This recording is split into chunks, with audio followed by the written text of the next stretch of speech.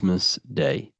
Now, I know this video is a bit late, but I'm going to be commenting on what I think this symbolism and this ritual truly means and what they are trying to do to society with this symbolic ritual. So, the first thing we must understand is that everything these people do on a mass scale, all of these major events that they take place on, are all symbolic. They're all ritual. They all have purpose. Okay. So when we look at the locations of these 5 doors that are in Rome, we actually see the sigil of Lucifer when we connect the dots of all of the 5 door locations. This is the sigil of Lucifer. Lucifer is not what you think. Lucifer, sigil of Lucifer, represents the outline of the human brain and our visual perception field. Now, the human perception field is how our brain interacts with the external reality. Our external reality is not physical. The only thing that exists outside of you is pure energy, formless, vibrational energy and light. Your brain is an energy decelerator. Your brain decelerates this light, this energy, into a material reality or perception that you can interact with. You don't look into the external world. The energy, the light enters the eye retinas, goes through the optic nerve, and travels to the back of the brain called the visual cortex. And the visual cortex is what shapes your visual screen. Now, if you are seeing the screen, this means that you are not the body, you are not the brain, you are the perception observing the screen that you are seeing. You are the eye behind that, you are the person behind that. So, what this is actually symbolizing is perception. This is a symbol of perception, of perceiving the material plane, of how spirit interacts with matter. Now, what's Lucifer? Now, the word Lucifer means the light bearer. He's known as the light bearer. The word Lucifer originates in Latin. Luci means light, and fer means to bring. It's the light bringer. The eyes, the visual perception of the light bringer to your reality. You see, everything outside of you is light. You are made of light. The word hue man means light. Hue means color, which is a form of light. And man means manifest. We're light manifested into material form. Every single one of us is Lucifer. When we fall for the material world, the external world, is an illusion. It is the false world. It can elude you. It can make you fall in love with the material things, material pleasures, lust, money, fame. These things make you fall. This is the fall of Lucifer. This is the mythological story. This is the symbolism behind Lucifer. It's you. Are you falling for material pleasure because you are a divine spiritual being from the higher planes, not from this plane? Now, if you let your divine being fall for this material plane and fall for the evil that can take place in this plane, then you are Lucifer. It represents the false light, the false reality. This symbol, the sigil of Lucifer, it symbolizes the interplay between light, consciousness, and the perceptual experience of the physical reality. The external world is truly internal. What we visually perceive is essentially light waves carrying information, which then gets processed by our brain, the central computer of our nervous system. Okay? So, how many doors are open? 5 doors. So, 5 is the number of perception as well. 5 fingers on each hand, 5 points on the human body, 5 toes on each foot. We have 5 senses. 1, 2, 3, and 4, they're spiritual numbers. 6, 7, 8, and 9, they're material numbers. 5's the gateway. 5 is the middle bridge of how our spiritual self interacts with the physical self, how spirit interacts with matter. So this ritual is symbolic of perception. This is maybe bringing in a new perception. A new event will happen after this, a new perception of the world. Or personally, I think this ritual was to obviously shape the collective consciousness, because your reality is an externalization of your inner consciousness. It's simply just a mirror.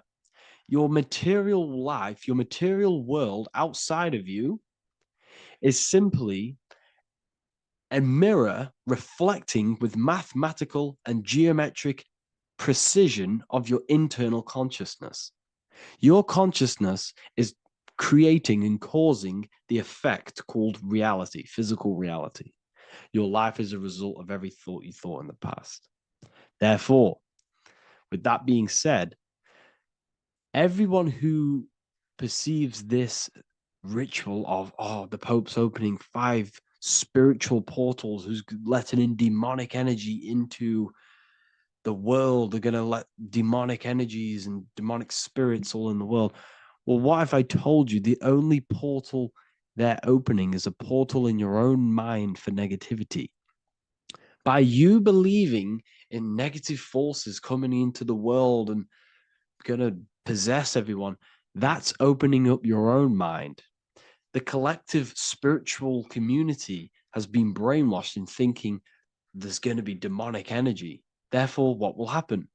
There will be demonic energy. Not because the Pope opened up a portal to the demonic energy, it's because everyone opened up their own minds to the demonic energy. Therefore, we as a collective consciousness shape the external world on a macrocosm scale. For example, the microcosm is your personal life. Your personal life. You have created it through consciousness. Your belief system is just externalized in your world. But on a collective scale, we all believe in money, for example. And because we all believe in money and we believe that this piece of paper holds value in our minds, okay, in the mental plane, this has an effect on the physical plane by shaping the physical plane by being ruled by this belief as on a macrocosm scale.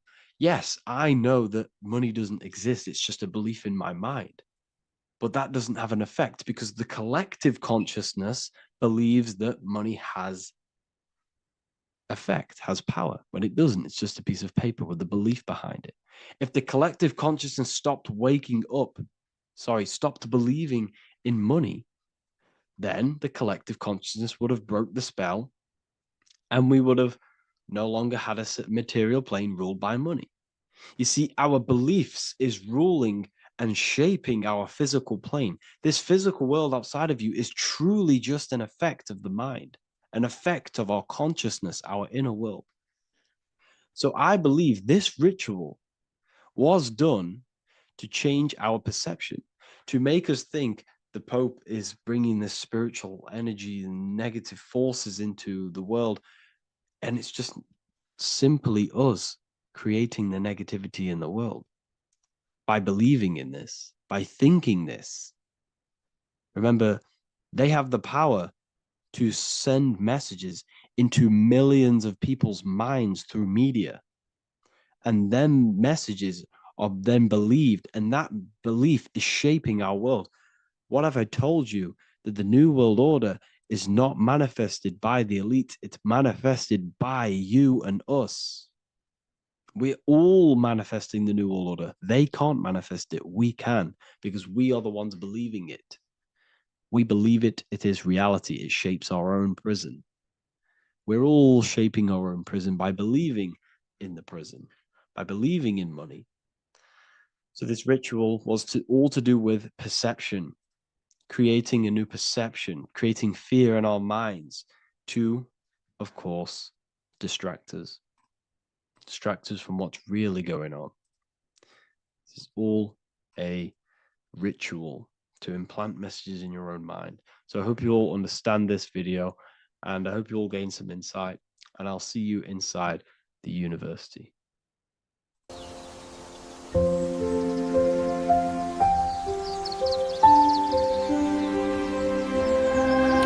soulofwisdom.com. Visit today.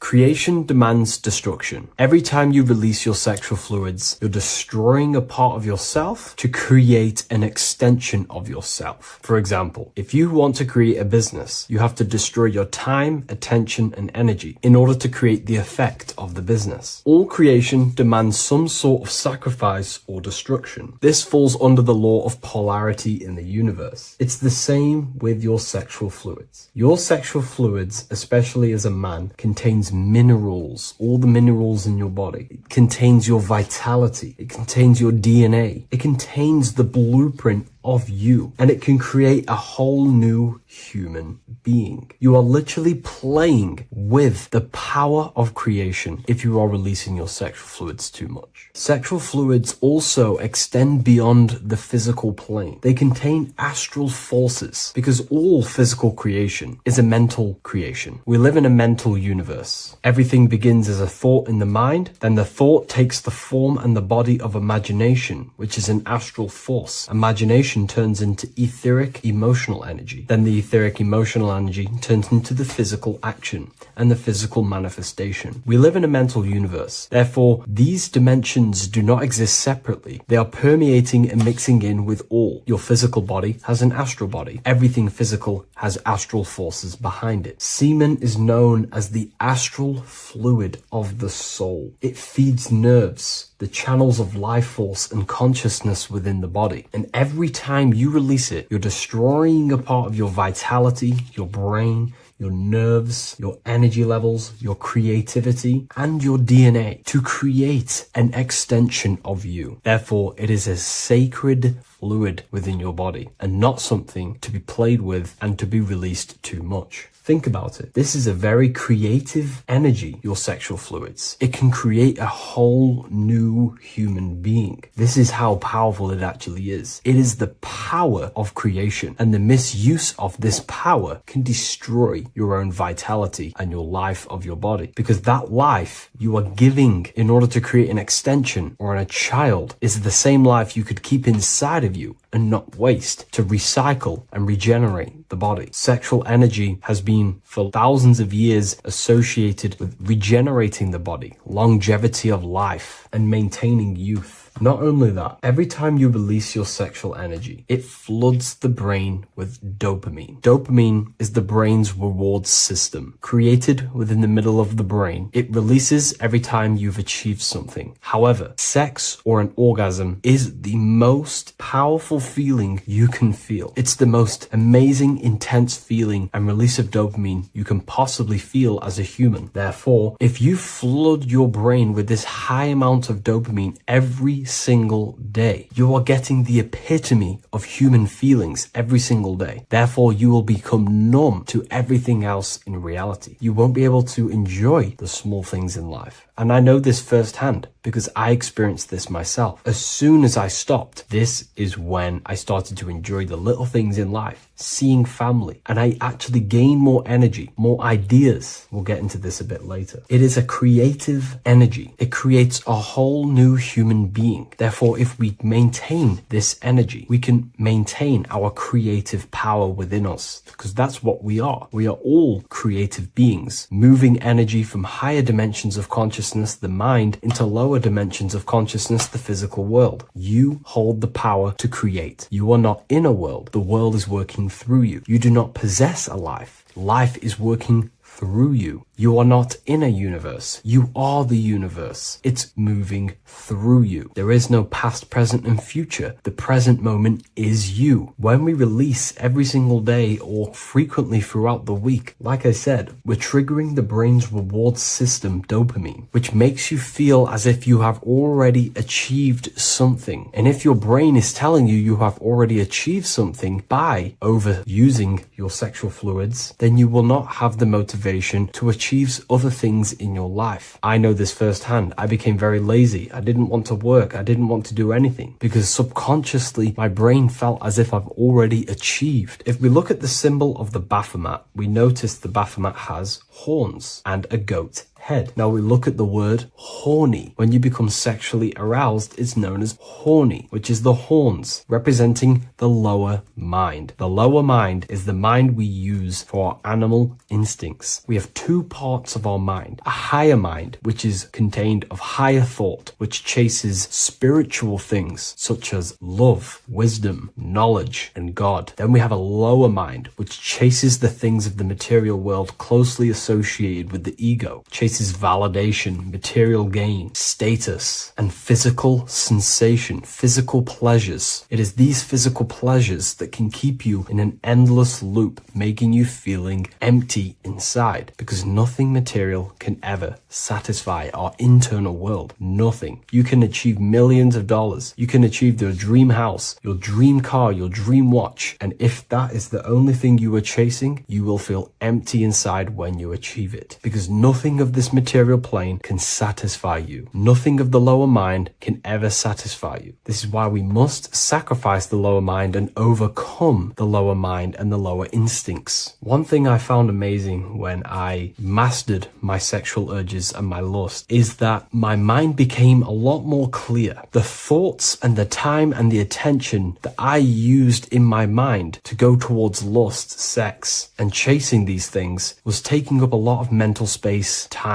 and energy. But as soon as I removed it and mastered it, my mind became an open vessel for higher thoughts to be received from the higher mind. The mind is like a radio antenna. Whatever we attune it with, that's what we receive. If we're constantly thinking about lust and low-level pleasures, we're going to just receive low-level thoughts. But once we remove all of the lower mind and we conquer our physical body and physical urges, our mind becomes an open channel for divine thoughts and spiritual thoughts. This is what most people call today as downloads. You receive wisdom from your higher self. Not only do you receive more wisdom, you just receive more power to create. The male and the female come together to create a child. That's how you were created. Now, the law of correspondence teaches as above, so below. It refers to everything in the universe. Therefore, in order for you to create a reality, to give birth to something, you have to bring together the masculine and the feminine. Your masculine forces are willpower and actions. Your feminine forces are emotions and imagination. When you combine the willpower, action, emotions, and imagination and combine them together, you can give birth to reality. But it's important to only give birth to things that are spiritual, that are good,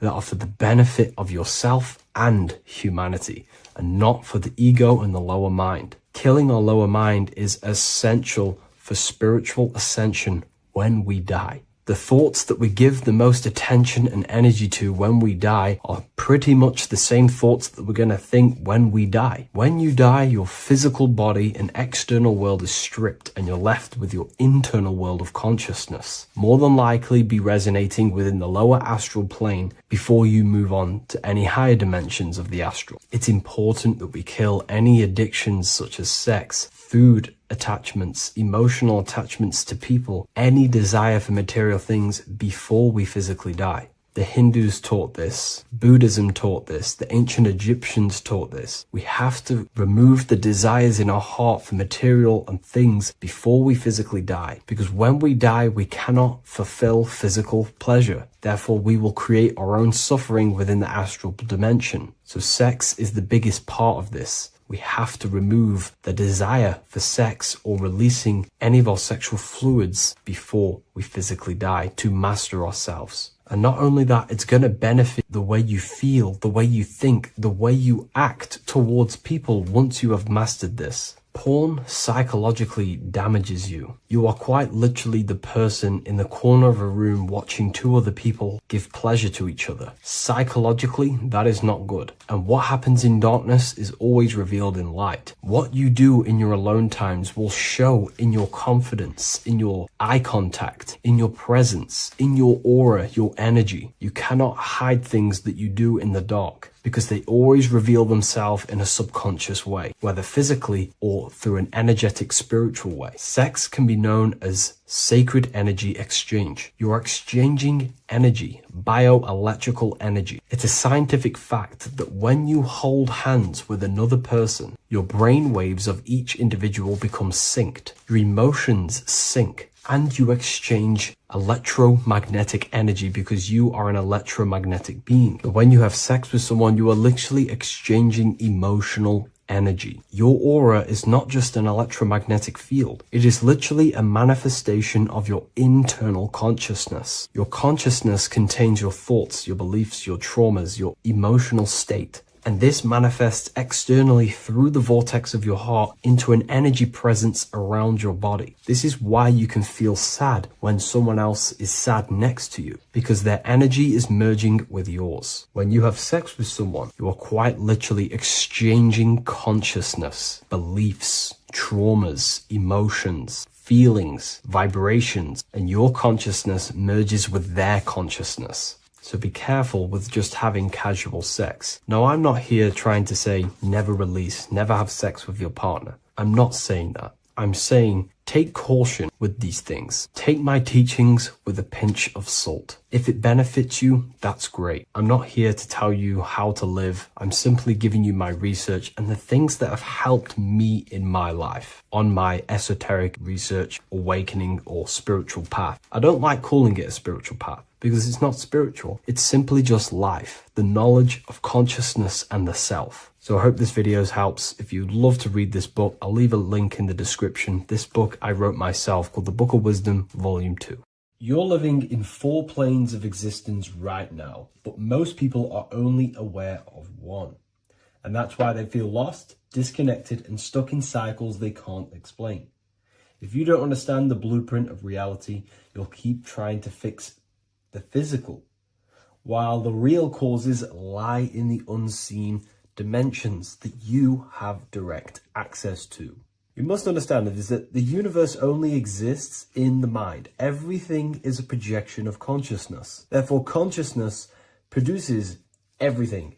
Our internal world is consciousness. Our external world is this physical body, physical world. Everything is an externalization of consciousness. For example, this was a thought. Now it's made physical. But before this was invented, it was existing in someone's mind, in consciousness, invisible. Then it was made manifest, made physical. So everything in this physical plane is the effect. The cause is consciousness, mind, the mental plane. So now I'm going to explain these different dimensions of consciousness. You don't just exist in this physical plane. The physical plane, in fact, is the lowest plane there is. It's the illusionary plane. So first of all, we have the Buddhic plane. This is the nothingness. So think of it like this. Absolute nothingness. If you turn off thoughts, there is nothingness. This is the void. And out of the void springs infinite potential, which is the mental plane. Now, your mind has no limitation. It can think anything, be anywhere, anytime, any place. In the whole world, there is no limitation with the mind. This is the realm of infinite possibilities. This is the realm of thought. Thought is a dimension, information and thought. To go a little bit deeper on this, there are pockets of thoughts, what we call in the occult fields of thoughts. Your mind does not think thoughts, it receives them. Your mind is like a radio. Whatever the mind is tuning into, setting its mindset, setting your frequency or setting your mind, you will receive thoughts based on that set, whatever you set your mind to. So there are pockets of thoughts that we penetrate in the mental plane. The mind is the mental plane, the infinite possibilities. This is the spark of creation. This is where all things begin to manifest as an idea in the mind as a thought. So if you want to gain certain information, you need to meditate or do thought exercises where you are penetrating that dimension of thought, that pocket of thought. For example, if you want to find a way on how to make financial wealth, you would use your mind, set your mind on wealth and money, and think Close your eyes and think about that specific topic and see where your mind takes you. And you will expand your mind into different pockets of thought and gain information. So this is the mental plane. This is how you can use the mental plane. You can use the mental plane to do this. Then we have the astral plane. We have higher, middle, and lower astral plane. The astral plane is the body for thought. So every dimension, physical, etheric, astral, mental, Buddhic, is a body for a dimension above. Each dimension below is a product of the dimension above. So for example, the astral plane is imagination. This is the lucidic realm of imagination. This is where thoughts begin to manifest into some sort of form. It's not a physical form because this is physical, but imagination is a lucidic form. It's not really physical, but it's there. It's a projection of light. It's astral matter condensed by the willpower of the mind. So depending on the vibration of that thought will depend whether it manifests in the higher astral plane, middle astral plane, and lower astral plane. If you think about more material things and visualize material things, this will manifest on the lower astral plane because material matter is low vibration. Now, that does not mean it's evil. That does not mean it's bad, okay? It just means low vibration just means more material. But if you think and imagine more spiritual things, this manifests on the higher astral plane. So the astral plane is the screen in your mind that allows you to vision an apple, that allows you to vision anything. It's that mental projection that's inside of your mind. Now, this is what we call the third eye. It's an eye because the eye is the mind, and the mind can see into the astral plane. It perceives this spiritual world, this lucidic realm that we have access to. This is where also infinite potential takes place. This is the realm of spirits, demons, jinns, whatever you want to call them. Spiritual entities exist in this because this is where thought forms manifest into form. This is where thoughts create bodies.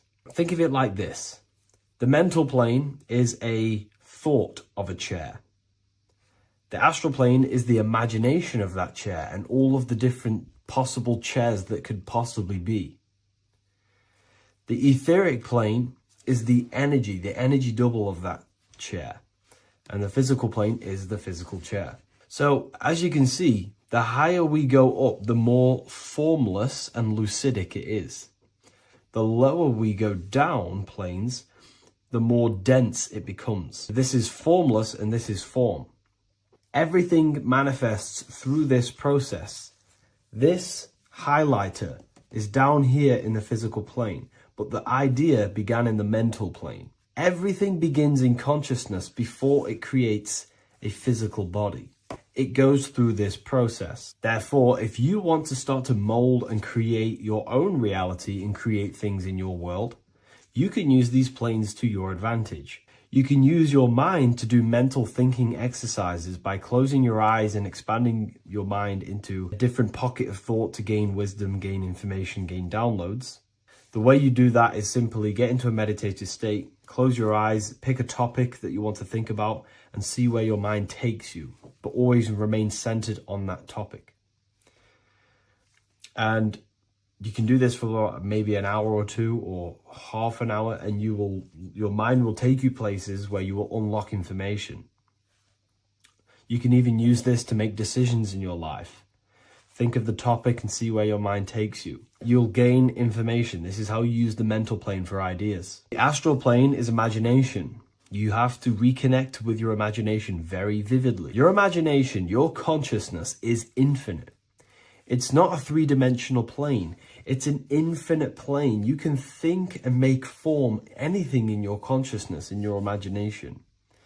You can think anything and you can imagine anything in the most vast details. You just have to reconnect with your imagination.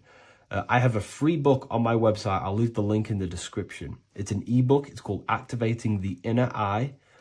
This is going to help you reconnect with your imagination.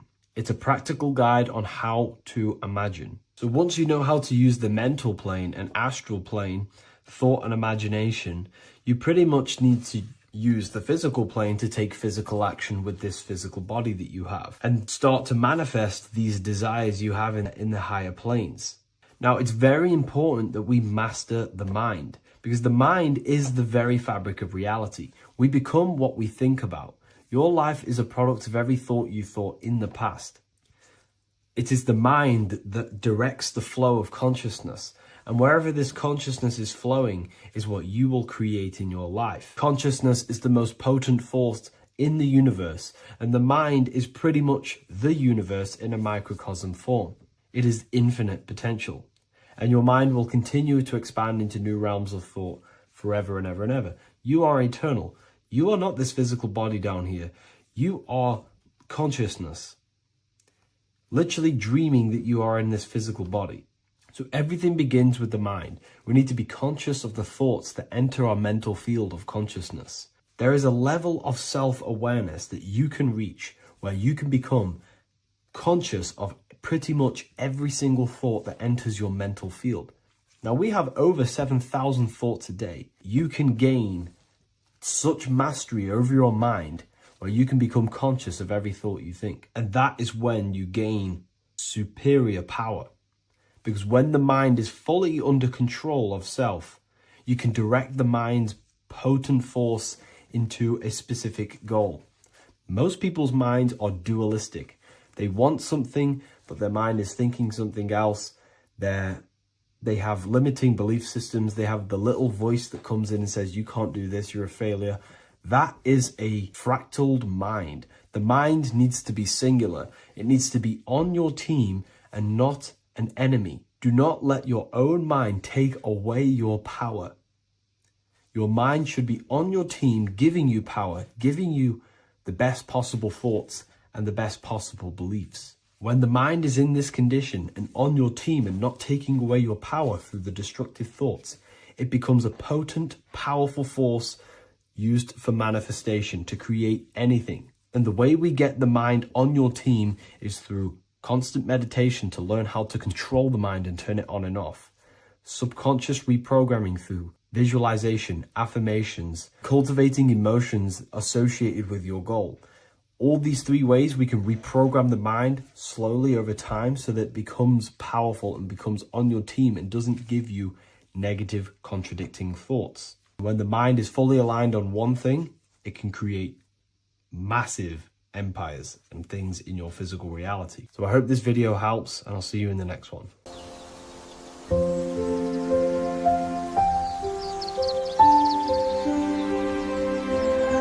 bookofwisdom.com. Visit today.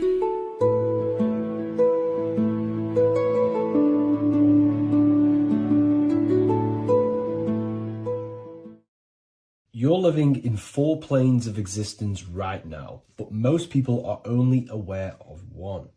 And that's why they feel lost, disconnected, and stuck in cycles they can't explain.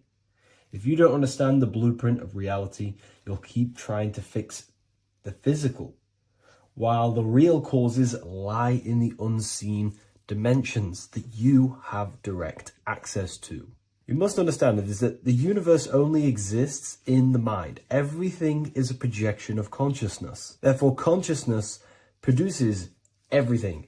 Our internal world is consciousness. Our external world is this physical body, physical world. Everything is an externalization of consciousness. For example, this was a thought. Now it's made physical. But before this was invented, it was existing in someone's mind, in consciousness, invisible. Then it was made manifest, made physical. So everything in this physical plane is the effect. The cause is consciousness, mind, the mental plane. So now I'm going to explain these different dimensions of consciousness.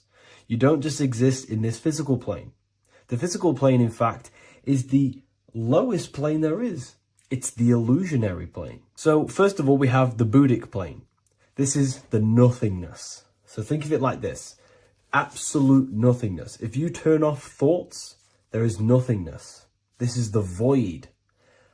And out of the void springs infinite potential, which is the mental plane.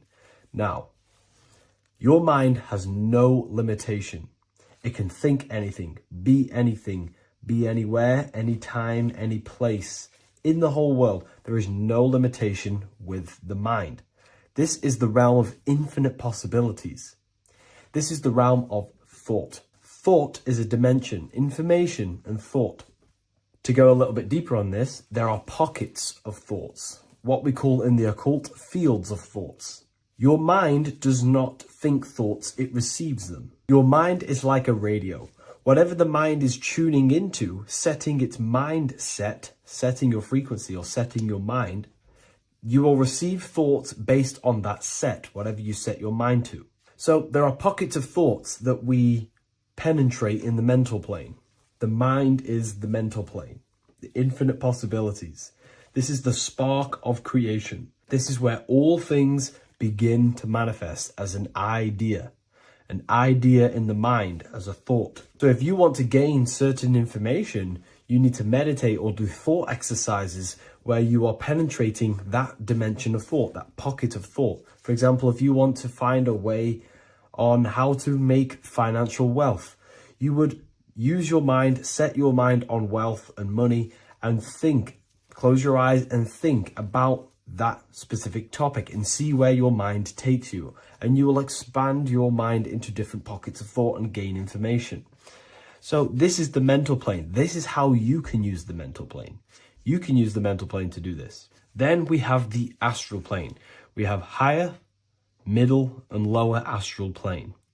The astral plane is the body for thought. So every dimension, physical, etheric, astral, mental, Buddhic, is a body for a dimension above. Each dimension below is a product of the dimension above. So for example, the astral plane is imagination. This is the lucidic realm of imagination. This is where thoughts begin to manifest into some sort of form.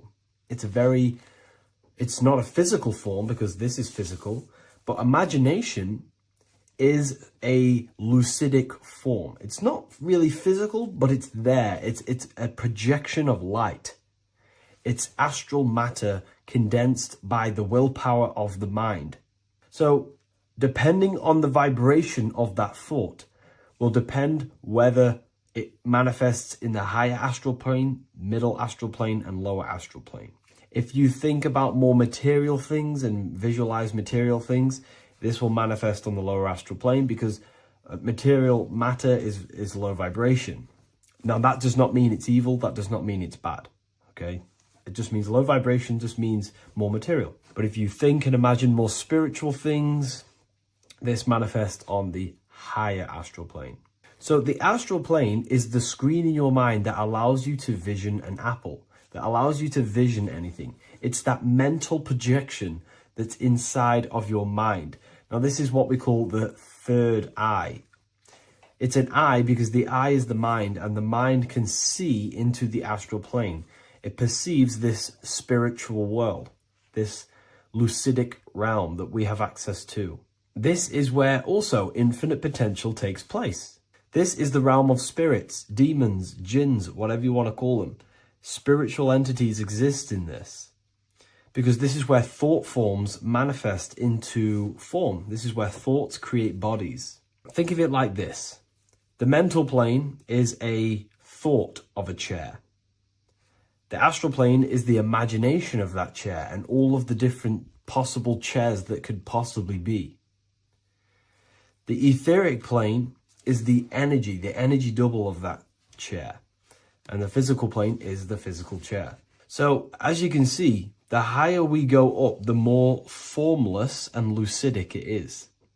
The lower we go down planes, the more dense it becomes. This is formless and this is form. Everything manifests through this process. This highlighter is down here in the physical plane, but the idea began in the mental plane. Everything begins in consciousness before it creates a physical body. it goes through this process. Therefore, if you want to start to mold and create your own reality and create things in your world, you can use these planes to your advantage. You can use your mind to do mental thinking exercises by closing your eyes and expanding your mind into a different pocket of thought to gain wisdom, gain information, gain downloads. The way you do that is simply get into a meditative state, close your eyes, pick a topic that you want to think about, and see where your mind takes you, but always remain centered on that topic. And you can do this for maybe an hour or two or half an hour, and your mind will take you places where you will unlock information. You can even use this to make decisions in your life. Think of the topic and see where your mind takes you. You'll gain information. This is how you use the mental plane for ideas. The astral plane is imagination. You have to reconnect with your imagination very vividly. Your imagination, your consciousness is infinite. It's not a three-dimensional plane. It's an infinite plane. You can think and make form anything in your consciousness, in your imagination. You can think anything and you can imagine anything in the most vast details. You just have to reconnect with your imagination. I have a free book on my website. I'll leave the link in the description. It's an ebook. It's called Activating the Inner Eye. This is going to help you reconnect with your imagination. It's a practical guide on how to imagine. So once you know how to use the mental plane and astral plane, thought and imagination, you pretty much need to use the physical plane to take physical action with this physical body that you have and start to manifest these desires you have in the higher planes. Now, it's very important that we master the mind, because the mind is the very fabric of reality. We become what we think about. Your life is a product of every thought you thought in the past. It is the mind that directs the flow of consciousness. And wherever this consciousness is flowing is what you will create in your life. Consciousness is the most potent force in the universe, and the mind is pretty much the universe in a microcosm form. It is infinite potential, and your mind will continue to expand into new realms of thought forever and ever and ever. You are eternal. You are not this physical body down here. You are consciousness, literally dreaming that you are in this physical body. So everything begins with the mind. We need to be conscious of the thoughts that enter our mental field of consciousness. There is a level of self-awareness that you can reach where you can become conscious of pretty much every single thought that enters your mental field. Now, we have over 7,000 thoughts a day. You can gain such mastery over your mind where you can become conscious of every thought you think. And that is when you gain superior power. Because when the mind is fully under control of self, you can direct the mind's potent force into a specific goal. Most people's minds are dualistic. They want something, but their mind is thinking something else. They have limiting belief systems. They have the little voice that comes in and says, you can't do this, you're a failure. That is a fractaled mind. The mind needs to be singular. It needs to be on your team and not an enemy. Do not let your own mind take away your power. Your mind should be on your team, giving you power, giving you the best possible thoughts and the best possible beliefs. When the mind is in this condition and on your team and not taking away your power through the destructive thoughts, it becomes a potent, powerful force used for manifestation to create anything. And the way we get the mind on your team is through constant meditation to learn how to control the mind and turn it on and off. Subconscious reprogramming through visualization, affirmations, cultivating emotions associated with your goal. All these three ways we can reprogram the mind slowly over time so that it becomes powerful and becomes on your team and doesn't give you negative contradicting thoughts. When the mind is fully aligned on one thing, it can create massive empires and things in your physical reality. So I hope this video helps, and I'll see you in the next one. Welcome to Revival of Wisdom. Welcome people, we're back with another video. In this video we're talking about how Jesus Christ and Christianity is all sun worship. The Holy Bible of Christianity is not meant to be taken literal for history. It is a story and has lots of metaphors, starting with the symbol of the cross of Jesus. This cross originates from this ancient cross of the sun. This symbol has been used for thousands of years, way before Jesus was a thing, in Europe, America, Asia, and all around the world. In fact, this symbol is still being used by Christians today, not knowing it represents the sun. This is a 4,500-year-old artifact, a golden plate with an equal-armed cross found in England. The gold to symbolize the sun, and the equal-armed cross for the 4 equal seasons of the year. So this is why in the Bible you have Matthew, Mark, Luke, and John, symbolizing the yearly cycle of the sun and the 4 equal seasons. Also in the Bible, Jesus is referred to as the light of the world.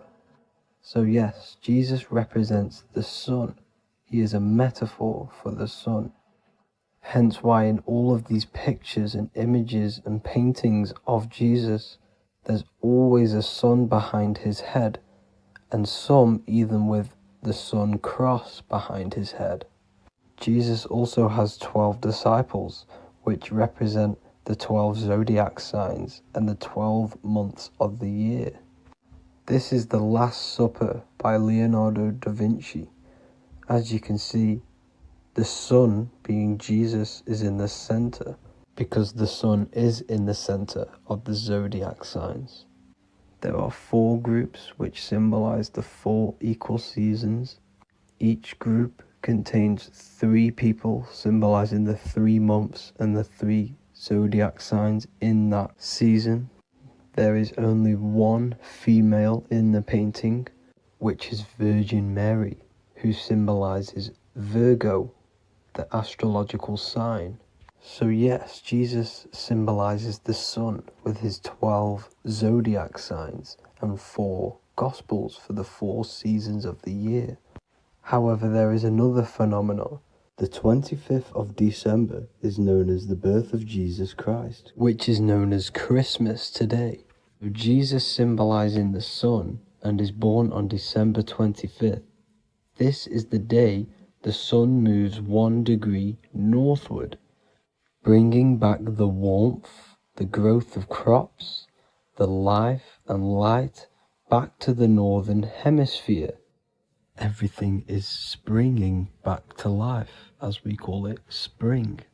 So it is said that the sun is born again on the 25th of December, and Jesus is known as the risen Saviour, because the sun is our risen Saviour, because it gives life to the whole of this realm, the warmth, the crops, and without the sun rising in the morning, we'd all die in about 2 weeks. And we all know how Jesus died on a cross. The sun also dies on a cross in the southern hemisphere. It dies on the Southern Crux constellation. And on December the 22nd, 23rd, and 24th, the sun remains in the same position. So the sun dies for 3 days, and it is born again on December 25th, when it moves 1 degree northward. And this is when the sun is born again, or resurrected, just like Jesus. Constellation Virgo is prominent in the spring sky in the northern hemisphere. So therefore, the sun is born a virgin, Virgo. And as you see in this image, you see Virgin Mary holding the sun. Us as humans do not own the sun, so therefore God owns the sun. So yes, the sun is the Son of God, and this is what Jesus is symbolizing. And just how Jesus sacrifices himself for humanity, that's what the sun does. The sun gives out all of its energy so we can live. There are many other Bible verses which represent Jesus as the sun.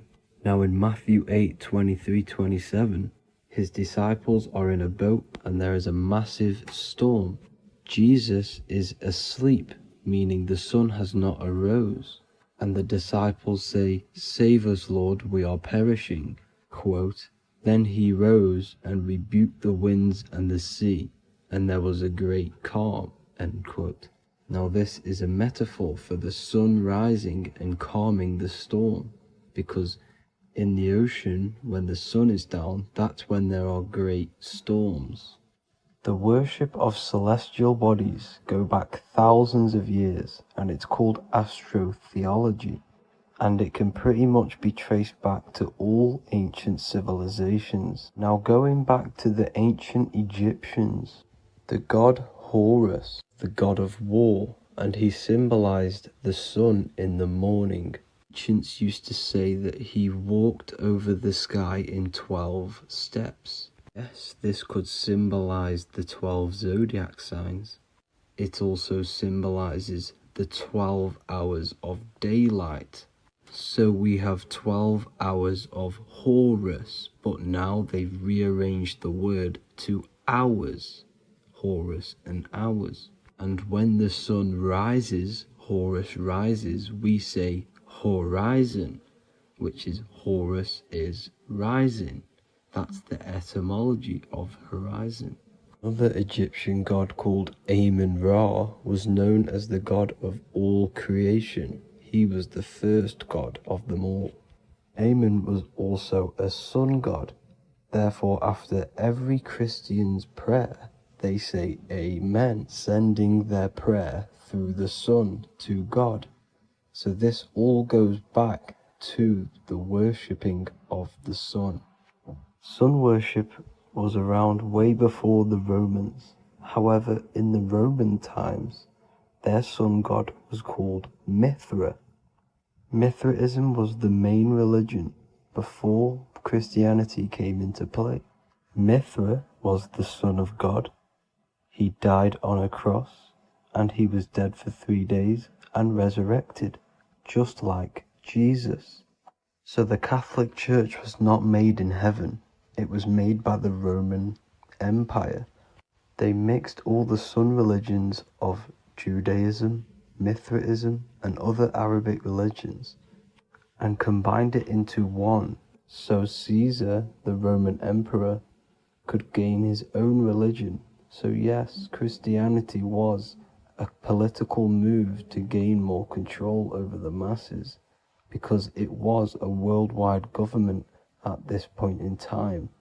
So here is a Sumerian helmet with the rising sun symbol. And then the Romans also used this rising sun symbol on their armor. So sun worship has been going on for thousands of years, and it still goes on today. However, with all the programming and the low IQs, today we do not get the full interpretation of the Bible and these stories from the past. And Christians and other religions are all brainwashed to not question their religion and not realize their true origins and where they come from. I do advise you all to do your own research and come to your own conclusions. However, I'm just pointing out the facts and connecting dots for you all to see. That's it for this video, guys and girls. Thank you all for tapping in. God bless.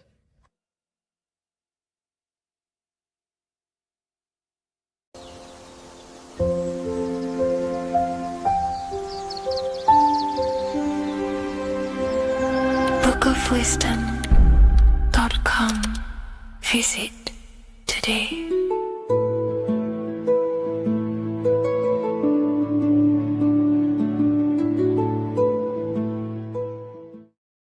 The Freemasonic square and compass is not just a symbol that represents Freemasonry, a lodge, or a secret society. It is a symbol of gaining your own personal power. Now in this video, I'm going to be breaking down this symbol in the most detail I can possibly go into. Most people live in a state of illusion. They live their life impulsively, acting based on their 5 senses, tasting. They want to feel a certain thing like an orgasm, or they're basically just slaves to external things and their 5 senses, which leads to a very dark path where you'll never actually become a conscious creator and you'll never actually be internally happy. The Freemasonic square and compass reveals some deep wisdom about this. Now let me break this down. If you want to gain your personal power, listen up. The Freemasonic square and compass is a compass which is used to create circles. Now, if you notice something about the circle, they have no beginning, no end. You can't tell where it begins and ends. It's eternal, which means this represents consciousness. Now, if you don't know what consciousness is, if you close your eyes, you have an internal world. You have thoughts, emotion, visualization. This is all consciousness, spiritual. Then we have the square. The square creates squares or lines, which represents matter. It has a beginning and an end. You can quite see where the beginning of the end is, right? So we can even link this to Leonardo da Vinci, the Vitruvian Man. We see the man in the square with the circle. The circle is the eternal consciousness, and the man is the square, limited to the physical world. But consciousness is not limited. That's why it's outside the square. This is eternal. The body is mortal. The body will die. Consciousness will never die. If we look even closer at the symbol, we notice in this particular symbol, we have the compass overlapping the square. This is very, very symbolic. This represents spirit over matter, also known as mind over matter, consciousness over matter, the circle over the square. Like I mentioned earlier, most people are slaves to their senses. They go through their day and all they do is chase validation and feelings. They eat all day to feel good, which means they're slaves to their taste. They're slaves to their feeling. They masturbate, which means they're a slave to orgasms and external things. They're literally being governed by the external world controlling their internal world. They're literally living life on autopilot. And don't get me wrong, I was guilty of this too. We're all guilty of this when we join this world because we're not taught this sacred knowledge. Until you actually stop and recognize this, you'll be living life on autopilot, literally not even living. You'll be running off subconscious programs, seeking external validation and being ruled by these five senses. The square underneath the compass represents consciousness on top of matter, which means the internal world is controlling the external world. It is the mind controlling matter and not matter manipulating the mind. In the occult and esoteric world, it's very important that you are conscious of every action that you are taking in your day-to-day life. Never act subconsciously. Always be conscious.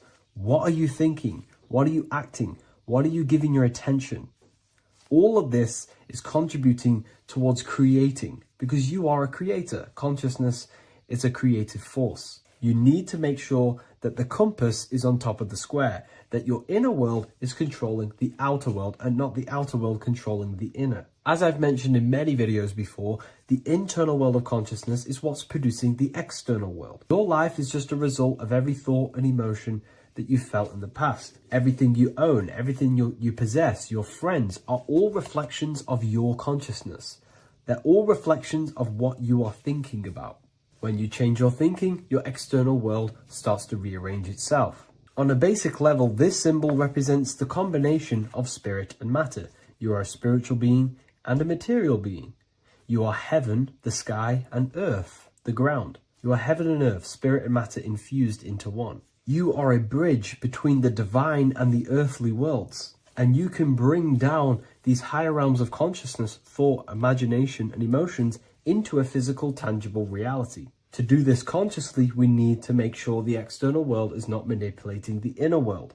Because if your internal world is being controlled by external circumstances, for example, you have a circumstance happen in your reality, an emotion triggers inside of you, and that emotion is a command to create more of that. And the thoughts that you think are creating more of that negativity. So it's a constant cycle of negative manifestation if you let the external world control your internal world of consciousness. So we need to make sure the compass is on top of the square, that the internal world are commands and not reactions to create your external reality. And not only just to create, but to actually enjoy life. If we let the external world bother our internal world, this means that we have some sort of mental or emotional attachment to the external world. We need to detach from the external world. Why do I say that? Because it's temporary. It's an illusion. We are going to die one day, and none of this will matter. You need to understand that everything in this world is temporary. You have to be okay with losing things, losing family, losing things in this world, because it's guaranteed to be temporary. We need to make sure the internal world is order and not chaos, commands and not reactions. Now, at the back of the Book of Wisdom, Volume 2, the book that I've wrote here, I go over the different meanings of the different arrangements of the square and compass. Sometimes we see the square overlapping the compass, which is the opposite of what we've just broken down. Or sometimes we see one leg of the compass on top of the square and one leg of the square on top of the compass. These are all highly symbolic. When we see the square overlapping the compass, this pretty much represents the beginning of the Freemasons' journey, when their internal world is being controlled by the external. They have a lot of spiritual growth and a lot of learning and inner work to do. Now, when we see half and half, one leg of the square on top and one leg of the compass on top, this represents the Masons' gradual emergence from the material realm into the spiritual. This interplay of symbols reflects the process of gaining greater light and knowledge as the Masons ascend from material concerns towards spiritual enlightenment. And of course, we've just broken down what this means. This represents spirit over matter. They're not chasing external physical things anymore. They're actually chasing and gaining validation and happiness from spiritual growth, more knowledge and deeper understanding of consciousness and themselves. Most people chase external material things, which actually don't make you happy in the long run. You could be given £1 million today. In a week's time, you would be back to the same original state of consciousness and actually chasing more and more millions of pounds. It's because nothing physical in this tangible world will ever satisfy your internal world of consciousness. So through spiritual growth, we can actually become happy and seek higher understanding, higher consciousness, which actually satisfies us eternally. So when we see the compass on top of the square, it symbolizes the triumph of spirit over matter. This arrangement not only signifies the mastery of spirit over the material realm, but also represents the resurrection, ascent, and dominion of spiritual principles over all earthly conditions. It's all about gaining personal power and spiritual growth. It's all about spiritual evolution, going from matter to spirit. The external world controlling the internal world, to the internal world ruling over the external world, where the mind becomes a powerful tool to actually create and command reality. The mind cannot create and command reality if it's being governed and tossed all over the place by external circumstances and thoughts. Here's a quick tip on how to know if your mind is controlling you. If your phone notification goes off and you're working on something, and you instantly go to reach and pick up the phone as soon as the notification goes off, that is an indication that your mind is controlling you and you are not controlling it. The mind is the direction of consciousness. The direction, it directs the flow of your attention, your energy, your consciousness. So to practice to gain mind over matter is simply just meditation, allowing the mind to sit still and focus on one thing for long periods of time. And over time, this will gain mastery over your attention and your mind. If you are on your spiritual path, this should be your goal. Your internal world becoming the master. The mind becoming a vessel for you and not a vessel controlling you. It needs to become a command center and not a reaction. Please like, share this with a friend, and subscribe to the channel if you're new. Leave a link in the description for the Book of Wisdom Volume 2.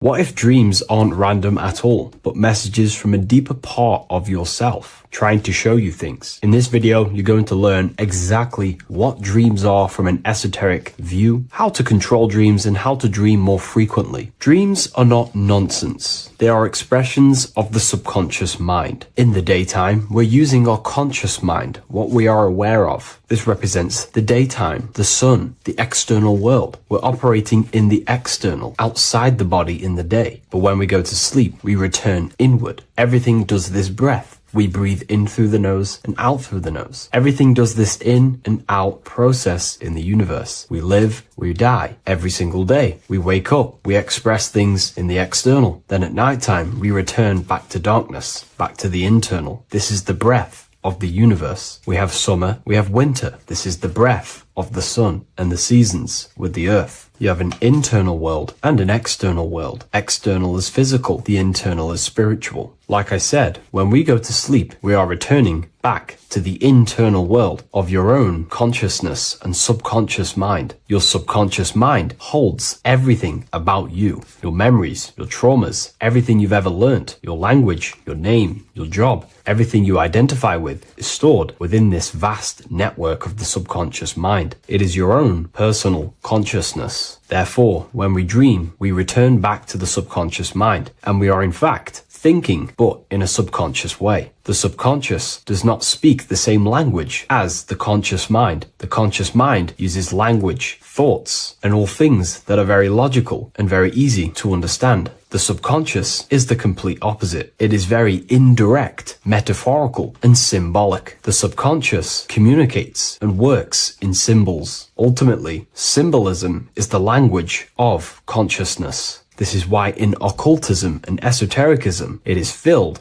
with occult symbols, because symbols are used to communicate directly with the consciousness within the subconscious mind, and the subconscious mind is ultimately connected to the collective consciousness. We are all connected and tapping into the mental plane, where we receive thoughts, ideas, depending on what we attune our mind to. That's why we call it a mindset. But getting back on topic, the subconscious mind is your own personal network. It is like a net, an interconnected web of your thoughts, memories, traumas, emotional blockages, and all the things you identify with and have experienced in your life is stored within this network. It can be seen as a web. One example of the subconscious mind using symbolism is this next story I can tell you. Let's say I was in a very traumatic car crash as a young child. I experienced a lot of emotional trauma in that car, and that deeply impressed my subconscious mind with that trauma of emotion that I felt. Therefore, every time I see a car in my external world, that car is now a symbol that represents the state of consciousness I was feeling in that particular time of the traumatic car crash. The car is a symbol for a state of consciousness within my subconscious mind. Just like when you see a word, that word triggers what you believe that word to be in your subconscious mind. Symbols are the language of the subconsciousness. Therefore, when we dream, we are basically seeing symbols of our own personal subconscious mind. Our higher mind, which is basically our subconscious, the higher version of you that exists beyond your human thinking mind, communicates using symbolism. The higher mind does not speak human thoughts, human language. It speaks the language of symbolism. Therefore, when we dream, every event, every person, everything that happens, and everything you see is your own personal subconscious mind materializing within the plane of the astral plane. This is a dimension that sits just above the physical world that everything is pulled out of. For example, look around you. Everything you see around you was thought, then imagined. Imagination is the astral plane, and this astral plane sits above the physical world. As above, so below. These objects were thought, imagined within someone's mind, and then pulled into a physical reality. Therefore, the imagination is what you're experiencing within a dream. It is your subconscious mind thinking and materializing within the imaginative plane. For example, let's say you are a Christian, you believe in Jesus your whole life, you have lots of emotion towards Jesus. This deeply impresses your subconscious mind. You believe in him so much, you go to sleep, you have a dream that you meet Jesus. You did not meet directly with Jesus. You met with your own belief. It was your own belief materializing within the imaginative plane and revealing itself to you. Dreams are materializations of your memories, your subconscious beliefs, traumas, and anything that could be inside the subconscious mind. It is your subconsciousness revealing itself to you in a material form. Let's say you have a nightmare. There is a big dark figure chasing you and you are running away in fear, away from this dark figure chasing you. That dark figure is not an external entity. It is not a spirit or a jinn or a demon. It is in fact an aspect of your own mind. It is a symbol that represents maybe a fear, a trauma, or something you are running away from internally, inside your subconscious mind. Something that you are not addressing, but something that is fearful, something that can be controlling you on a subconscious level. Let's say you have a fear to address something in your personal life. You want to address someone who is getting on your nerves at work. You continuously put this off and you fear doing that situation. Over a long period of time, this can slowly control you subconsciously. You start to avoid the person, avoid any contact. It is subconsciously controlling you. This is not the best example, but you can see what I mean. Hidden fears and traumas in the subconscious mind can subconsciously control your actions and ultimately lead you to low states of consciousness, keep you from reaching your higher potential, and ultimately create blockages within your own consciousness. That figure in the dream is a materialization of something that you are fearing and running away from and not addressing. This is why people always have dreams of traumas that they have experienced as a child or when they were younger, or maybe from a year ago or two. It's because that emotion is deeply impressed in the subconscious, and the subconscious is always trying to reveal things to you, communicate to you that you need to change, purify, and maybe heal within your own consciousness. This is how the higher self communicates to you, through the language of symbolism. Once you understand this, dreams can become a very powerful tool, not just entertainment at nighttime. Your consciousness never rests. Your consciousness is eternal. It is the very spark of the divine. Your body needs rest. Your consciousness is not physical. It does not need rest. So this is a way you can identify what your dreams are trying to show you, is by writing them down. A dream journal. Every single dream that you have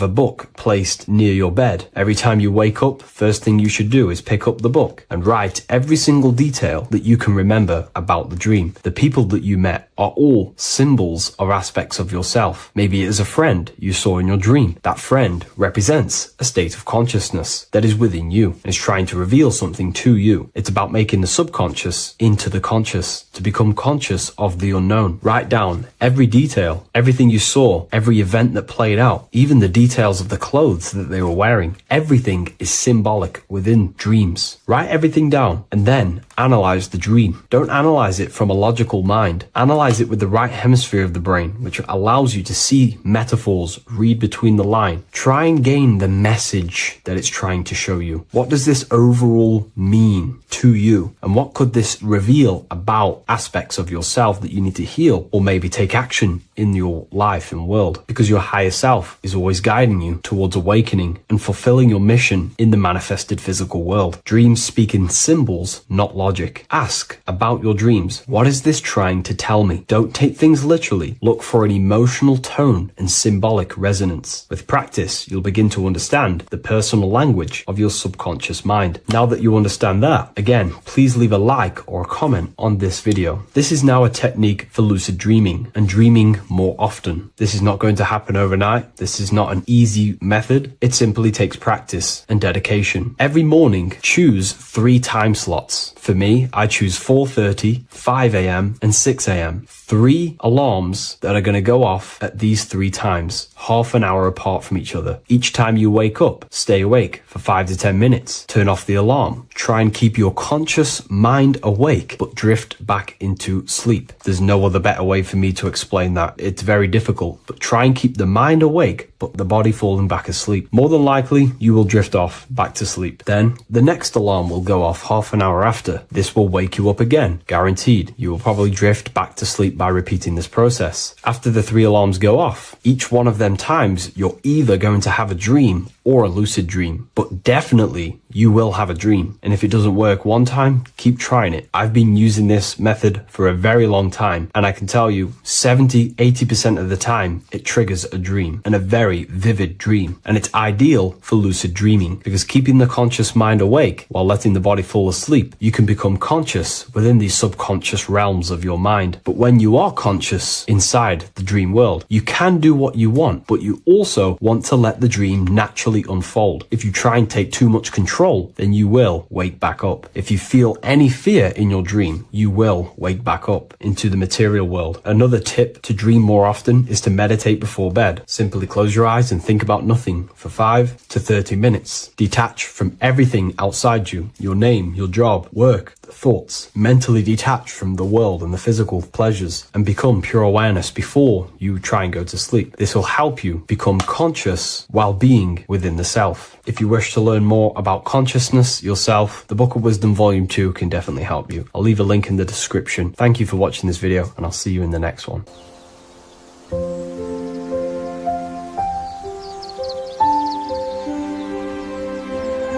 bookofwisdom.com. Visit today.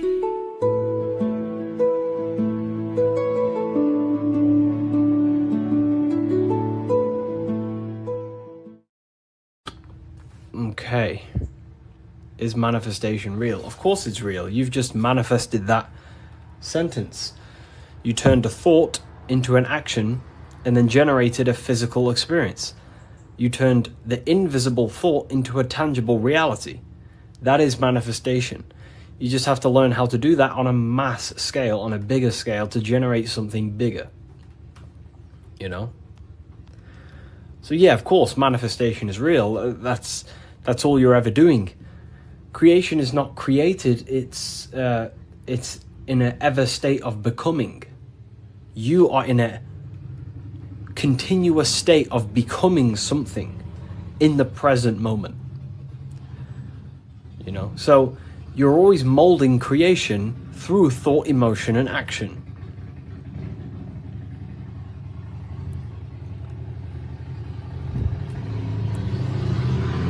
Let's let the Harley Davidson go past my house.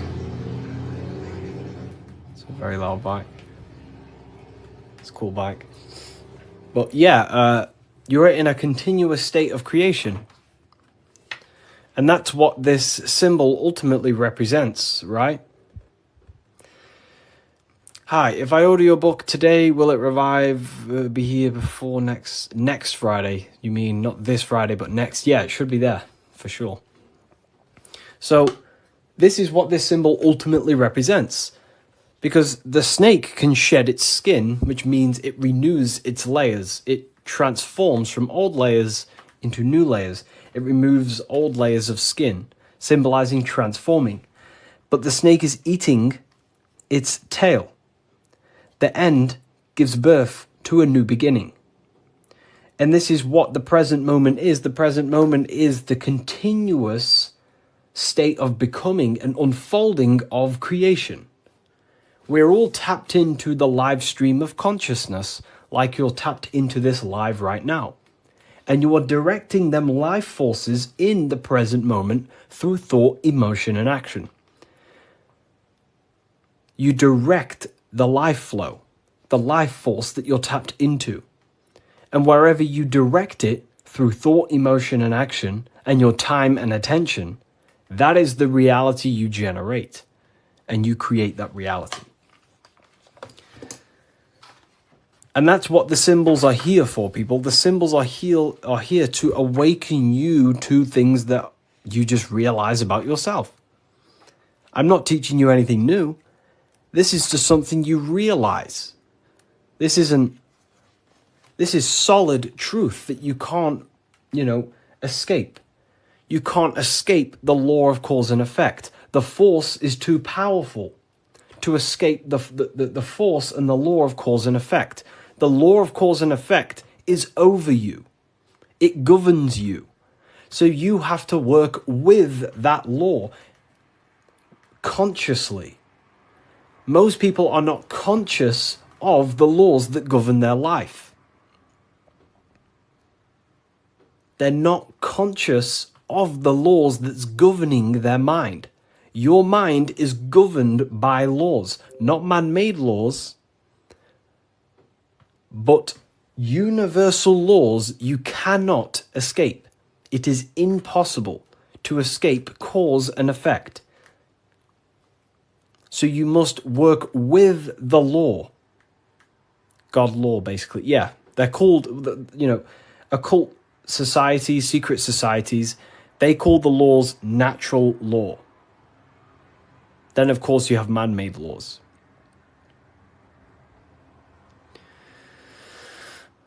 You know, so you have to work with the law. If you do not work with the law is going to be working anyway. And it will probably work against your favor. But these laws that are in place are there to give you what you want, to create your will, to create your desire. These laws are here for you to create, to give you what you want.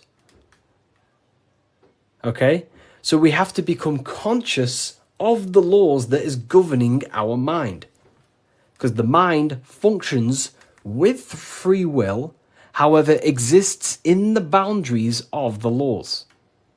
Without them laws, the mind would not solidify a true creation. Everything would be chaos. The laws make sure that it creates this specific reality that you're experiencing right now. Hello, Harry. I've reached a higher state of consciousness thanks to you and your book. Wow, amazing, Craig. Absolutely amazing. Absolutely amazing.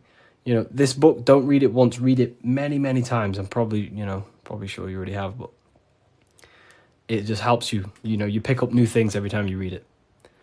What do you think about getting a pentagram tattoo or a different symbol? I mean, the pentagram's a great symbol. It's just how you use the symbol. I gifted your book to a friend. Wow, amazing. Which book? The new one or the older ones? So we can influence our reality, of course, through thought, emotion, and action. You have free will. You have full control over them three things. If you try and control anything other than your thought, your emotion, and your action, you are going against natural law. God has given you the permission to only control your thoughts, your emotions, your actions. If you try and force anything on anyone else, you are then breaking natural law. They are the forces that consciousness expresses itself through the mind, mentalism, through thought, imagination, through emotion, through feeling, intuition, and through action, willpower, taking physical actions. That is how the force of consciousness expresses itself in three distinct ways. And that's how you create your reality, through thought, emotion, and action. And that's how you gain your personal power, by controlling your reality. How do you control your reality? Very simple. Is this the Book of Wisdom? This is not the Book of Wisdom. This is the Book of Symbolism, the brand new book, only available on my website. So here it is. Here it is, people. This is not the Illuminati. This is not the Illuminati, people. Let me make something clear. Everyone has demonized this symbol, and I think they use this symbol on purpose. Because this symbol unlocks your personal power, and that's what the Illuminati is. The Illuminati are illuminated people. That's ultimately what it means. Illuminated. What is illumination? Light. That's why there's light surrounded around it. Light in the eye. What is the eye? The internal perception. The mind that allows you to perceive information. The internal eye. The person in your mind who thinks. That's the real you. That is the real you. The person in your mind who thinks is truly formless. Okay? The Illuminati are illuminated people. They understand the secrets of the human mind and human consciousness. And other people who do not understand the secrets of the human mind and human consciousness are ignorant, and the people are are using the knowledge they know against them. If you know psychology, right? If you know the deepest secrets of psychology, you can then use that against someone to manipulate them. That's how the system works. It runs on information, knowledge, and power. And the power comes through the information. The people who have the most information about how you function have more power. Why? Because they can use you, because they understand you more than you understand yourself. You see? That's what the Illuminati is. The Illuminati are people who understand the secrets of the human mind and how to manipulate the secrets of human consciousness to make them do something and create something in their agenda. You're all creators. This is what you need to understand. That's what consciousness is. Consciousness is a creative force. It creates through thinking, feeling, and acting. The triangle. But that thought, emotion, and action are just three expressions of the one force of consciousness. Thought, feeling, and acting are in fact one actual force. Because it's the force of the universe. We're all using the same force. And that's the same force that Yoda uses in Star Wars. In Star Wars is all talking about the force. That is the force, and that force is running through you right now in the present moment. You have the ability and the free will to direct that force through thought, emotion, and action into a reality. So, the Illuminati is just simply people with a high understanding of consciousness and the human psyche, and how to actually create reality. You think something, you feel, and if you have a feeling towards that thought, you take the action. As soon as you lose feelings to watch this video, you will scroll and take action to find another video you have a feeling for. That is how reality creates. That's how reality unfolds. Okay? So the eye in the triangle is showing you the ultimate state of consciousness to create reality. 1 and 3. There is one eye and 3 points on the triangle. The three expressions of consciousness that creates reality: thought, emotion, and action, in one, unified. Most people do not have a unified consciousness. They think about creating a business, their emotions feel like watching TikTok, and their actions are eating food. That's divided consciousness. That's the checkerboard. That's the Masonic checkerboard. Their mind is divided in black and white, different personalities, different ideas, different desires. Their mind is not solidified on one creative project. Their mind is divided within duality. Okay? That's what the checkerboard is. The checkerboard is simply a divided mind. Because this checkerboard is all, this whole piece of artwork you see here of the Freemasons is showing you how someone's mind functions. That's the secret. Very simple. Symbols, occult symbols, Freemasonic symbols are basically showing you mind states, how you think. Divided pillars, left and right pillar, sun, moon. Sun is masculine, the masculine mind, and the feminine mind, the conscious and the subconscious. But here, there's an eye in the middle, unifying them in the middle. Unification. Unifying with the true being inside of you. Not being left or right.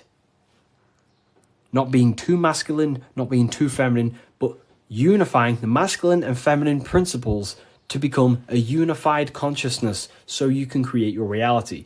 The masculine principles symbolized by the sun and this left pillar symbolizes willpower, your will. Your willpower is very, very, very powerful. Willpower is ultimately everything you create, your will. So this sun represents the masculine forces of the mind, such as willpower, taking physical actions, intelligence, intellect, thinking. That's all the masculine. Then on the right side, you have the feminine qualities of consciousness on this right pillar, symbolizing imagination, emotion, desire, intuition. These are the feminine forces of consciousness. And what happens when a male and a female comes together? They give birth to a new creation called a baby. What happens when you merge your masculine and feminine qualities of consciousness? You merge your willpower, your thought with emotion and action. You give birth to a creation, a baby. The same principle. It's the same principle. Freemasonry is very simple. It's about bettering yourself, working on the temple, and the temple is symbolic for you, for your mind. The stonework Freemasonry, Freemasonry is about stonework, and that stone is you. You're perfecting a stone, and that stone is your mind. You're perfecting the Temple of Solomon, or you're rebuilding the temple, which is rebuilding yourself, because you are the broken temple. The thing is, your teachings is destroying my life. It's not destroying your life, it's destroying your old view of the world, which will then give birth to a whole new, beautiful life. You have to go through destruction. You have to go through the darkness to see the light. Destruction, creation demands destruction. And it's up to you how you interpret my information. Take it with a pinch of salt. Go and do your own research. I'm not saying everything I'm saying is, take what I say and apply it to your life and see if it helps. But everything I'm telling you here is helping me build myself and build my own reality. But it's very simple. It's about building yourself, because when you create change in your own psyche, you see change in your world. What happens when you start to awaken? You start to think differently. And when you start to awaken and spiritually awake, what happens to your friends? Your friends say, oh, you've changed. You see? So the external world is always mirroring your internal world. If you create change in yourself, you will see a change mirrored outside of you. That is as above, so below. Okay. So, Freemasonry is very simple. It's about yourself. It's about the Temple of Solomon. You're rebuilding the Temple of Solomon. And the Temple of Solomon is an allegory for you. Your mind is the Temple of Solomon. Your body is the Temple of Solomon.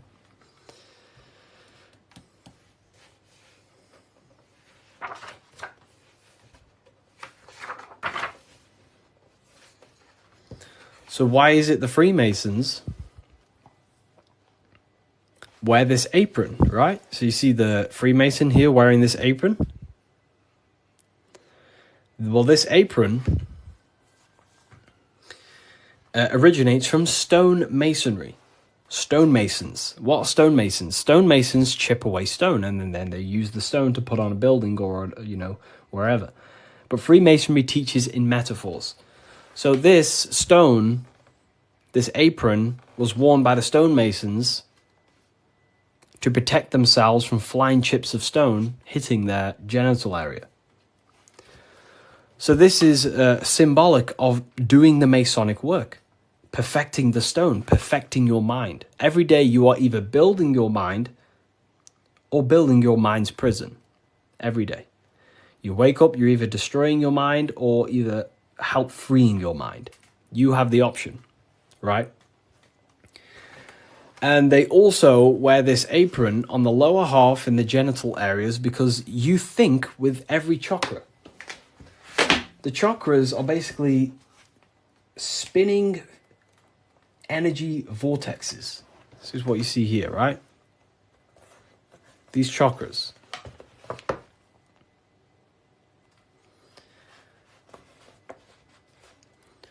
You can think with every single chakra. You think with your head. You can think with your heart. You can. These are centers of consciousness. Okay? These are centers. These are each center that you see along your spinal column has a high amount of nerve centers. It's like a nerve center. But that nerve center is then powered by the etheric body. Now, that's very advanced. Not many people understand that. But your body is not just you. You have many subtle vehicles of consciousness, bodies of consciousness, which you'll learn about in the Book of Wisdom, Volume 1. So there is one force in the universe, and that force is emanating through you, manifested in 7 chakras. Anyways, the reason why they wear this apron on the lower half of the body, because it's a reminder to cover up, to stay conscious of their lower self, because this is the lower self of the lower half of the body, and this is the higher self in the higher part of the body. If you think with your genitals, all you think about is sex and eating. If you think with this lower half of the body, you will only, think about sex, eating, and power. So they wear this to remind themselves to conquer their lower nature, their animalistic state. Because the Mason is aware that they need to build themselves to a higher consciousness, to the higher mind. They need to align their will and mind with the higher mind. Because ultimately, the reason why all of these teachings stem from is because it's preparation for death. This is where all this comes from, okay? You never die. This is the truth. In the daytime, you're in your physical body, and in the nighttime, you're in your astral body, and it's just a massive cycle. So daytime is life, nighttime is death. Wintertime is life. Wintertime is death. Summertime is life. As above, so below. It's just bigger and smaller, right? So, with that being said, you never truly die. You are not the physical body. You are the internal being in your mind who thinks. You are not the thought. You are the one who hears the thought. The thinker. The knower. You are the being inside your mind, not the being outside your mind, which is this physical body. So Masonry is about working with that internal self. Mastering that internal voice, because that is the architect of your reality. The internal dialogue. That is the stone that they're working with. They're chipping away at, they're perfecting, they're smoothing. The inner dialogue. No one pays attention to this. The inner thinker, the being who is thinking in your mind. Who is that being? Who is the person in your head? It's not your body. Your body is acting out the commands of the internal being.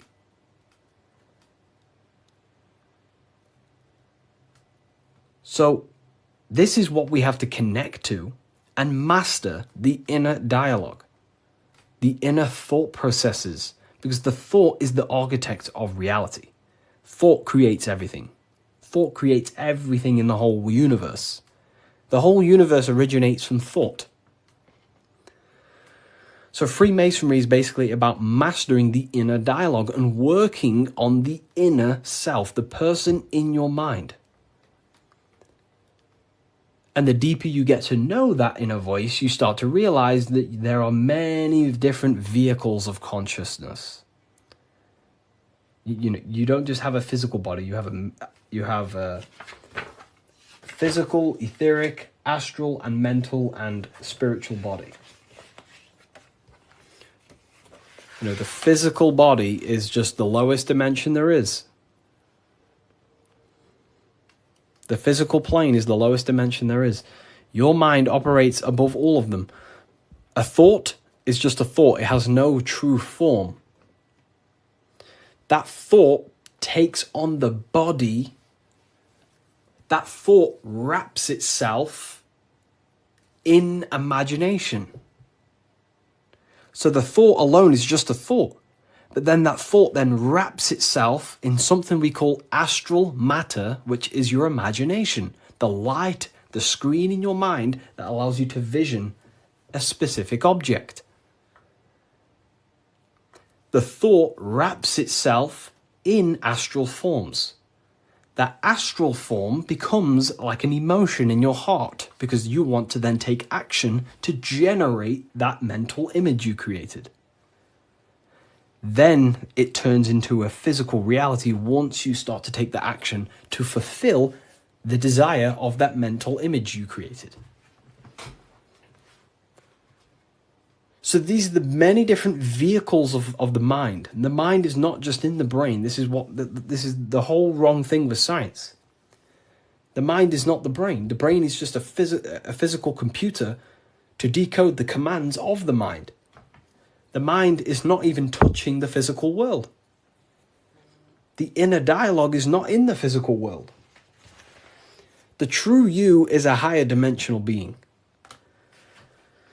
Okay? The inner dialogue.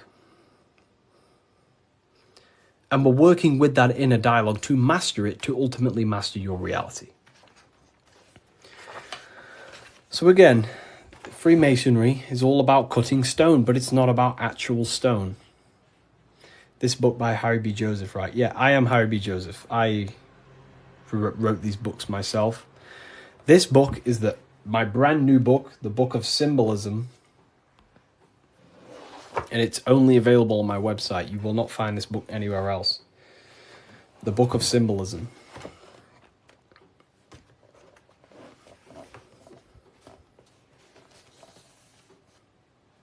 So, nice to meet you. Welcome.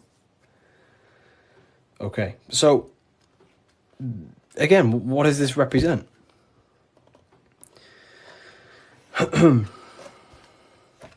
The rough stone is a symbol of the self, the unrefined self, the unenlightened aspects of our mind. So the rough stone represents the uncontrolled aspects of our mind. We have many different versions of ourselves in our minds, right? We have a version of ourselves who's perfect. We have a rough version of ourselves that we can become. There's many different things in our mind. But the aim of the Mason is about unifying all of them different personalities into our higher self. It's about learning the secrets of the mind.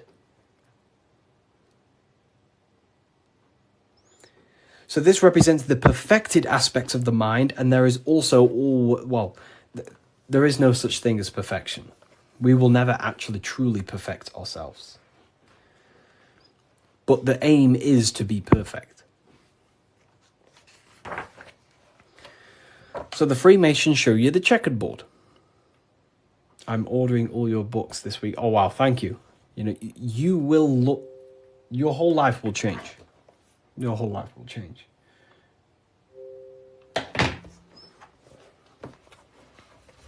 Okay.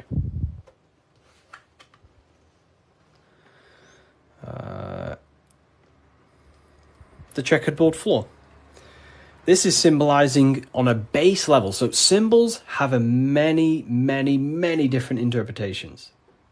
So on a very basic level, this checkered board floor represents duality, how everything is dual, positive, negative, day and night, hot and cold. But the deeper you go into the layers of the symbol reveals the secrets about the human mind. So this is all showing you the mind. Different states of mind. Because that's what the universe is.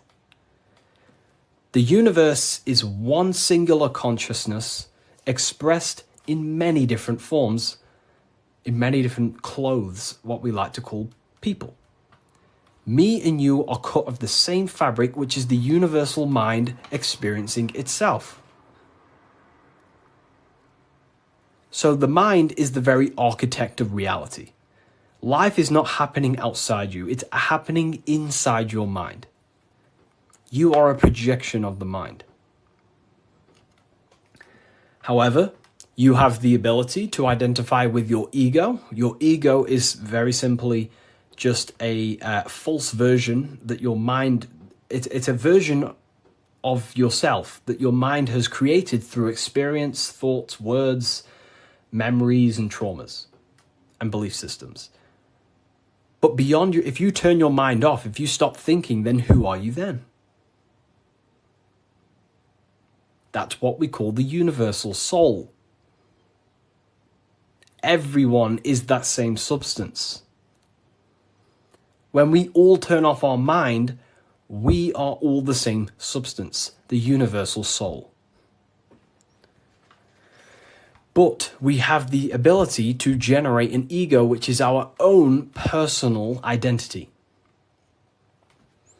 The ego is not inherently evil, but the ego can become bad if you don't tame it. It's the beast. But anyways, the duality represents, very simple, black and white, positive, negative, day and night, the opposites in the physical world. But on a higher level of Masonry, it represents a divided mind. The one divided in many. The illusion of the third dimension, of how everything is separate. But in fact, we are all the same substance. We are all the I am. We are all the I, the inner dialogue, the inner voice. Masonry is about working with the internal voice, the thinker in the mind, the true higher dimensional being that you are. Because that higher dimensional being manifests its life forces through you and creates in the physical three-dimensional world. So it's about directing the life forces through you. Now, a big misunderstanding about the world that religion has placed on people. A big misunderstanding, right? People think the world was created. People think the world was created thousands of years ago. It's the biggest lie ever. Step back, remove that belief out your mind just for a second, and realize the truth. The world was not created thousands of years ago. The world is creating now, in the present. It's unfolding now. Creation is unfolding in the present moment. God is thinking reality into existence right now, and you are thinking your reality into existence right now through thought, emotion, and action. You are crystallizing reality now in the present. And you can become a co-creator with the creative force of the universe. But we've been taught the complete opposite because the powers that be in the world do not want you to become a conscious creator. They want you as a slave and a worker.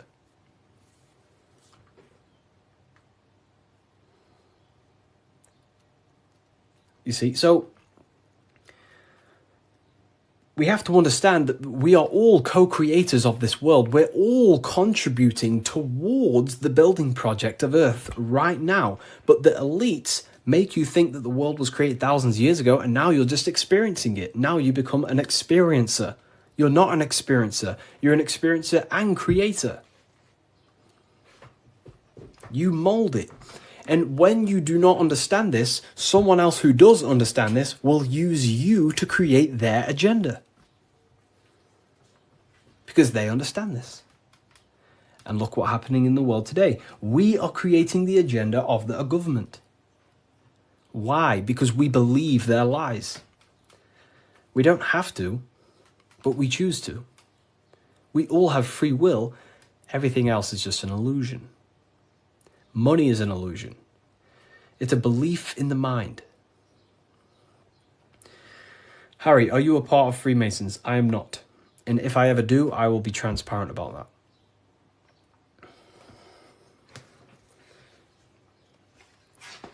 So this is representing your mind divided. Divided consciousness. Now take a look here. What are the Freemasons trying to show you here? Squares to circles. Square, circles. Geometry.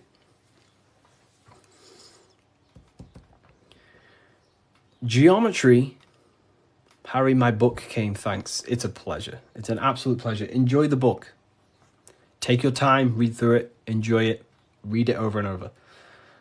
You know, I can't wait for you to read this. Was it the third book you got? The 3 represent alignment, the black and white represents conscious and subconscious. It can represent that, yeah, that's one layer of symbolism. But you got to remember that the symbols don't represent one thing. There are many different layers to the symbols. Many different layers. So it's going from squares to circles. So you have to understand geometry for this. There's different codes to this. A square.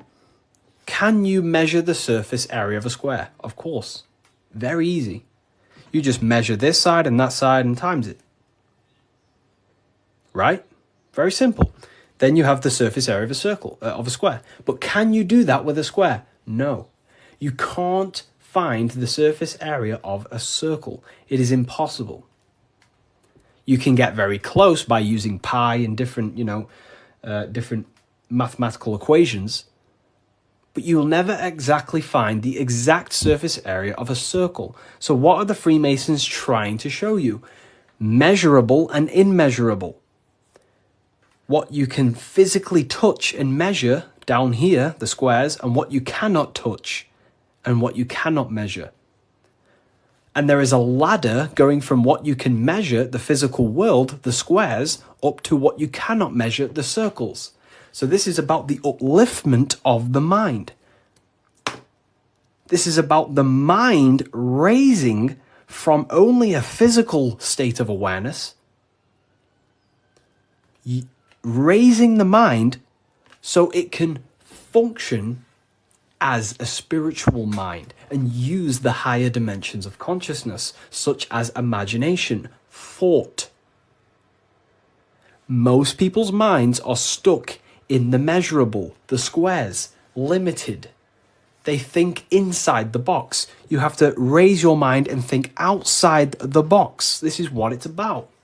Raising your mind and using the higher dimensions, which is imagination. You cannot measure imagination. It does not exist in the physical plane. You cannot measure thought.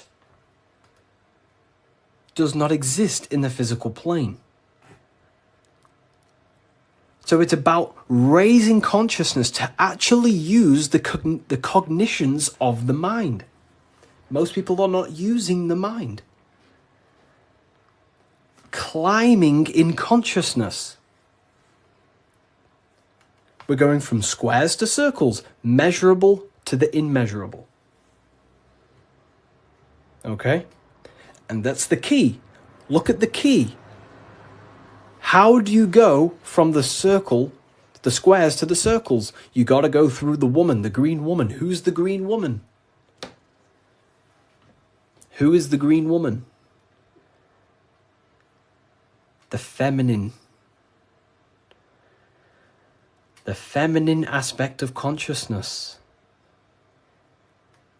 You cannot just go from low consciousness to high consciousness. It is impossible. It takes a lot of work.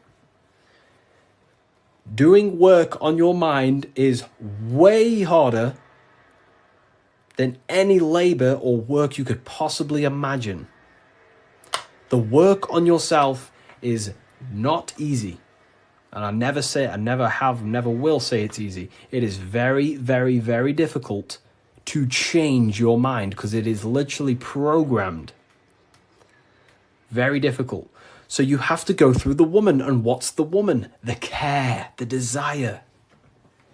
You have to have a desire to climb the ladder. You have to have the love and the care to do so. If you do not have the care, you will not climb the ladder. If you do not have the care to watch this live, you will continue scrolling. You have to come into contact with the feminine, the heart. You have to care to reach the higher consciousness, to take the actions that are necessary to generate that consciousness. That's the key to open the door. to the upper room Jesus mentions. Jesus is always talking about the upper room, the kingdom of heaven. This is what it is. It is a higher state of understanding, a higher state of self-mastery. That is what it's all about. So in order to climb the ladder from the immaterial to the material to the spiritual, you have to care. If you do not care, you will not reach that higher level of consciousness. Because why? It takes a lot of self-work. A lot of work. A lot of reprogramming the self. A lot of meditations to gain control over the inner dialogue. A lot of reflection. A lot of sacrifice. Yes, very well said. Very well said, Timon. It takes a lot. It's not easy. Constructing, working on your mind. It's very difficult. And you don't see the benefits for a very long time. But when you do start to see the benefits, the benefits are massive. So this is what it's about. It's you. This is all you. And what are we chasing? We're chasing the I. What's the I? The I is the eye is open. It sees. That's the inner observation, the inner being who observes everything, observes the thoughts, observes everything. But we're chasing a higher I, a higher perception of ourselves by raising consciousness, a higher understanding of what you truly are beyond your human form, which is a higher dimensional being. We're chasing the I. The I is a higher perception of ourself. Yes, very well said. You see? So this is what this is why if you read symbols, you become very powerful. That's why I wrote a whole book on this. So you can learn this too. Everything I've said and more, you can learn. The Book of Symbolism, the only place it's available is on my bio. revivalofwisdom.com. I just released this November 17th. But it breaks down everything about Freemasonry, of how you can learn this knowledge and gain a higher consciousness. But anyways, if we get this to 50k, I will drop some coupon codes for you all, and we'll carry on. I'll drop some coupon codes so you can save some, some money. And we have worldwide, we have, this is powerful knowledge. Powerful, powerful knowledge. What do you think about the Golden Dawn? I have a friend, well, not a friend, but I know him he's an Instagram creator, and he went through the Golden Dawn system, and he is a very famous author now. You've probably heard of his stuff. It's called The Serpent Rising. He went through the order of the Golden Dawn, learned about Kundalini and stuff like that. Golden Dawn Society, yeah. How can I buy your book? There's no link in your bio. There should be. There's a link in my bio. Revivalofwisdom.com is the only place you get the Book of Symbolism in English, French, German, Italian, Spanish. Okay, so let's carry on, right? So we've broke this down. You now understand that we're going from squares to circles, which is going from the measurable to the immeasurable, changing the mind from a state of reaction, because this is, the circle cannot be measured, but the square can be measured. So this is the material, this is the spiritual, this is the seen and the unseen. This is the cause, this is the effect. The cause, effect. What does the sun do? The sun causes effect on the earth. This is why there's a sun here. It's showing cause, effect. The sun produces changes in the plants and the nature on the earth, which means as above, so below. The cause is above, the effect is below. So this is talking how to change the inner dialogue of yourself, the inner self, the inner voice, from a reaction mind to a demanding causal mind. Most people live in reaction mind. The square. They're reacting to the world outside of them. When the world outside of them is simply the effect. You cannot change it. It's already affected. It's already manifested. The only thing you can do to change the world is to change the cause. The inner world is the cause, the mind is the cause, the external world's the effect. The inner world is the cause, the external world is the effect. Most people have something bad outside them. You know, I'm not perfect. I'm not saying I've reached the highest level of consciousness. You know, I'm still working on myself, and I'll always say that. But most people are stuck in reaction consciousness where their mind is just reacting in a state of complaining about the external world. When the mind is the cause. The cause, the mind needs to be a cause and a demand and a command. But that's fine, you know, I was in that state. And I still catch myself now and then being in that state. But we have to train our minds to understand that the outside world is the effect and the internal world is the cause. And we need to raise that ladder towards the causes. Make the mind a powerhouse of control. A powerhouse of control. Okay? Awareness, yeah. Okay. Symbolism. The winding staircase. You can't see the room. Where is it taking you? This is talking about the upper room, climbing to a higher state of mind. But when you're down here, you can't see that room. You don't know what a higher consciousness is. You don't know, like right now, maybe there's some people in here, they don't even understand what even is a higher consciousness. You will never understand until you start to do the work on yourself, until you start to see what it's like to understand yourself. When you understand how you work, you know what to do in every situation. You have the tools to use in life. So this is about climbing the staircase of higher consciousness into the inner room that you can't see.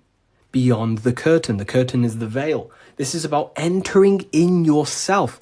Walking past these two pillars is about walking into the internal self. It's a journey inward. You have a self outside the mind, this body, and you have a self inside the mind, the inner being, the material and spiritual. That's why you're an individual. You have a dual nature, inner and outer. So when you're walking in between these pillars, you're walking, it's symbolic of walking in your mind, walking in a journey into the self.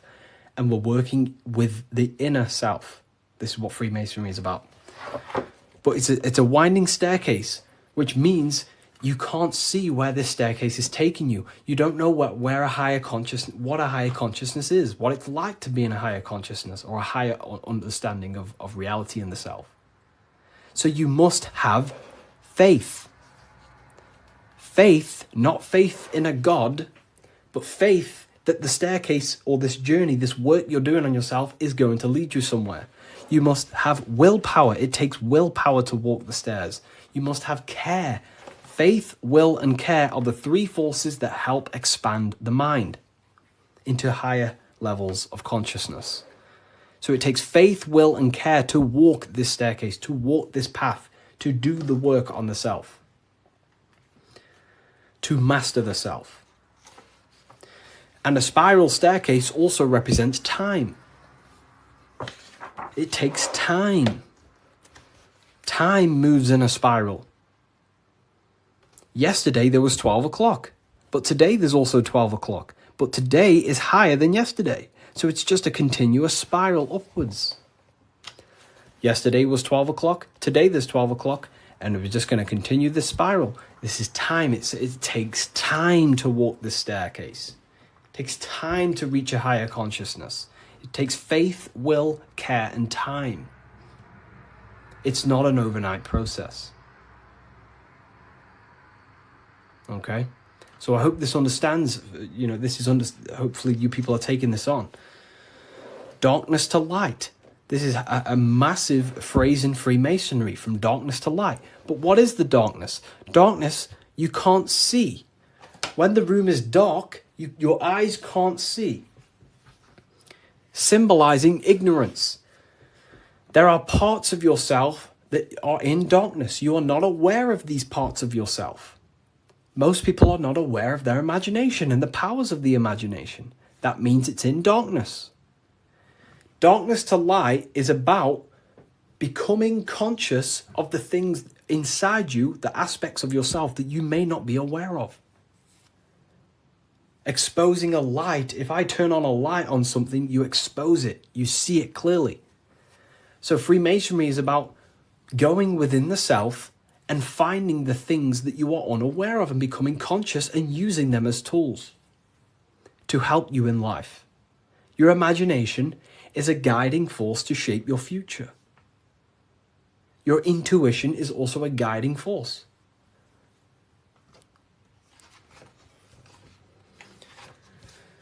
This is the hammer, the Freemasonic hammer.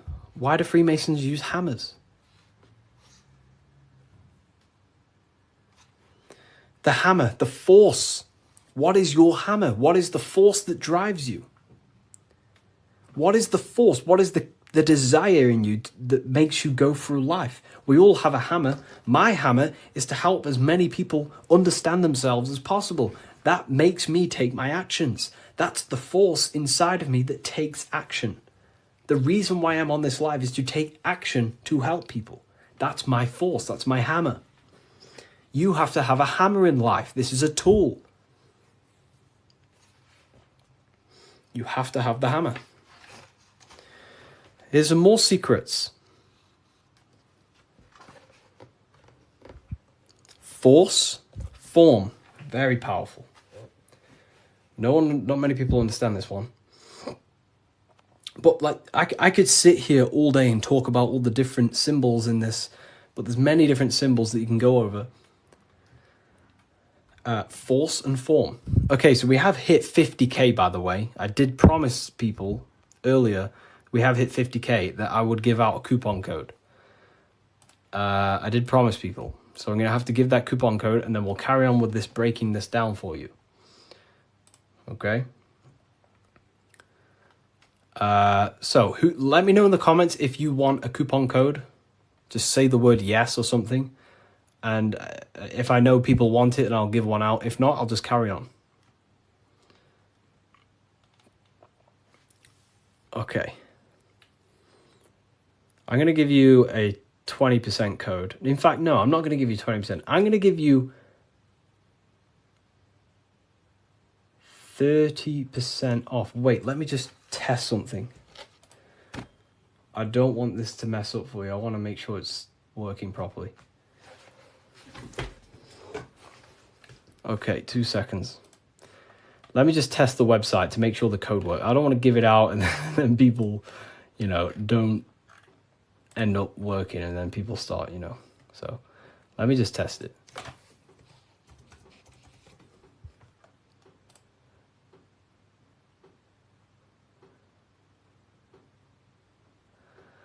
Okay.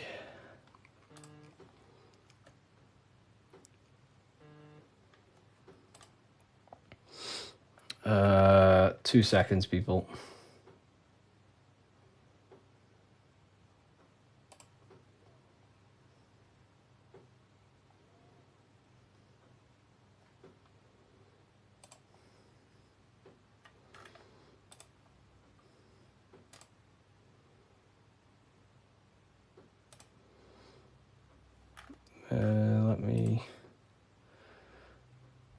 You said 50%. I didn't say 50%. I said if we hit 50k likes, I will give a coupon code. And that's what we've hit, 50k likes.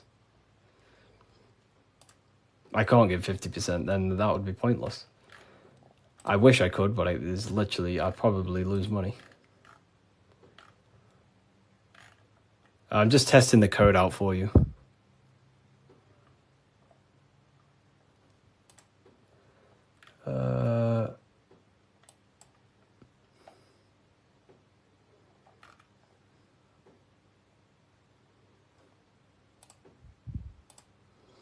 We worship you. I don't want to be worshipped. Please don't worship me. You know, I don't want to be worshipped. You know, I really don't. I'm not here to be worshipped. I'm telling you the power within yourself. But I thank you for that comment. That's nice. It's nice of you to say that.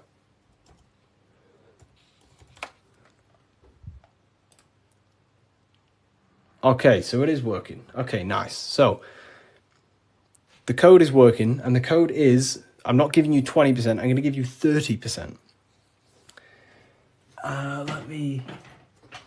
Do I have a pen? I can write it down for you. The code is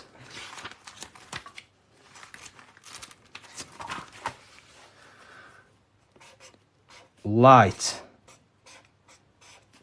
All caps. That's the code. All caps, capital letters.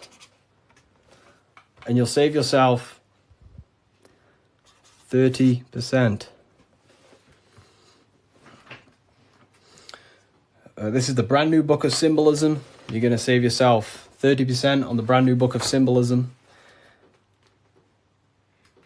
Is this where 607 Unk gets it from? I don't know. I've been around for a long time talking about this stuff.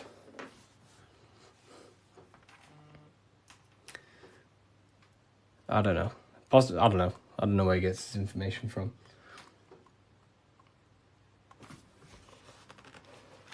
Force and form. Here it is. Website name, revivalofwisdom.com. Revivalofwisdom.com, or the link in the bio. No book is going to help you, just meditate. You know, I used to think that exact same thing. But unfortunately, that is I used to think that, but then I realized my ego was keeping me back. The ego wants to say, I don't need anything. I don't need someone else to tell me anything. But then you have to come to a realization that there are people out there with knowledge way beyond what I knew. There are books out there that I need to read. There are people out there with knowledge way beyond mine. And you have to suffocate your ego and let go of that to actually grow. I used to think that exact way. But it depends what you want, you know. You don't have to go down this path. You can just meditate. That's completely fine. You know, it depends what you want, I guess, as well. So you are completely right.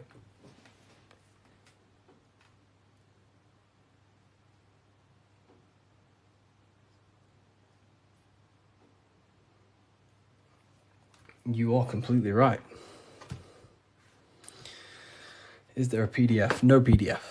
Physical books only. You know, we ship worldwide. What's your fave part of the book? Oh, yeah, no one's ever asked me that, you know. That's a very good question.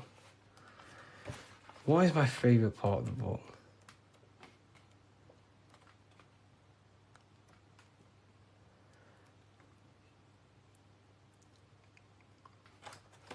I love this part. I love this part. How quick is delivery? Delivery, it depends where you are. UK is around 7 days. US, pretty sure it's about 7 days. It's a print on demand. So basically, an order will go through the website, and then it'll go straight to my suppliers. They print it, and then they ship it. And then they obviously send you emails with the tracking information and stuff like that. You know. But this is probably my favorite part. It's is it UK based? It's not. So the supplies that I have, they have printing warehouses all around the world. I'm pretty sure they have one in the US, one in the UK. So wherever you are in the world, wherever the order is going to, it goes to the correct warehouse, so it gets shipped in time. That's basically how everything's set up. Because I don't actually stock them all. I mean, I do have quite a lot here. I'll show you. I have quite a lot of them here. These are all Book of Symbolisms. This is what they look like. Explain everything about Freemasonry, pretty much. Everything you can imagine about Freemasonry. That's the first book. That's the second book. This is the brand new one. Which this is the one we're going over today, pretty much. They will be on Amazon in the next, I don't know, 2 weeks, 3 weeks maybe.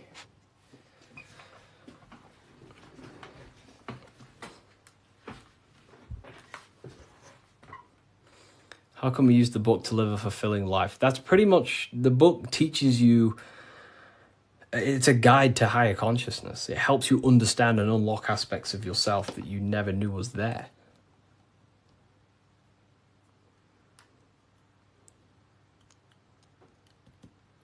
What are the 2 pillars in Freemasonry? Great question. So the first part of this book goes over that for a very long period of time.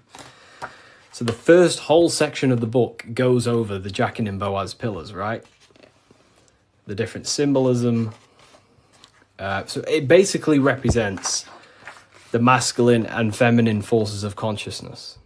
But it ultimately represents division as well. The number 11 is a dividing number. It's left and right, right? It's left and right. So, have you experienced spiritual psychosis? No. If you met me in person, you would never even realize, because I don't talk about anything to anyone. People who know me don't even understand what I do. I don't talk about, I'm just a normal person. They probably think I'm asleep. Well, just a regular person who's not aware. But, I only talk about this stuff to people who ask me. To my family members, I'm just a regular person. But then obviously if they ask me about this, then I can tell them things. So yeah, in person you would never even know. I'm just a regular guy. I work throughout the day. I make videos. I work on my YouTube. I help my affiliates. I come on live. I help people. I speak to my university students. And then I go to the gym, see some family members, and, I'm just a regular person.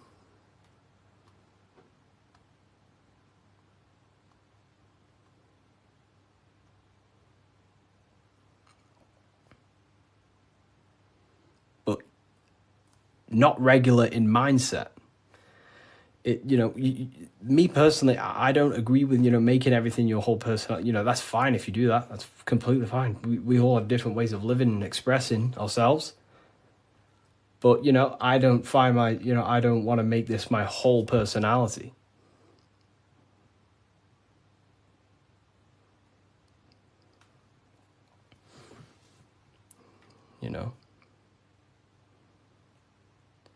I love to read books in my spare time. I watch a lot of, listen to a lot of audiobooks.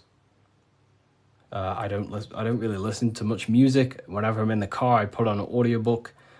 And just by doing that alone, you'll gain a lot of information. Just type in Masonic books or esoteric books. You will find so much on YouTube. Just listen to everything, and over a period of time, you'll start to develop pattern recognition, and you'll start to decipher your own truth. The Bully Slayer was cloned. I see some of his videos today. I don't know. I don't think he's being cloned. I think I don't know. He stayed off the internet for a while. He might have changed and stuff like that. But I love his stuff.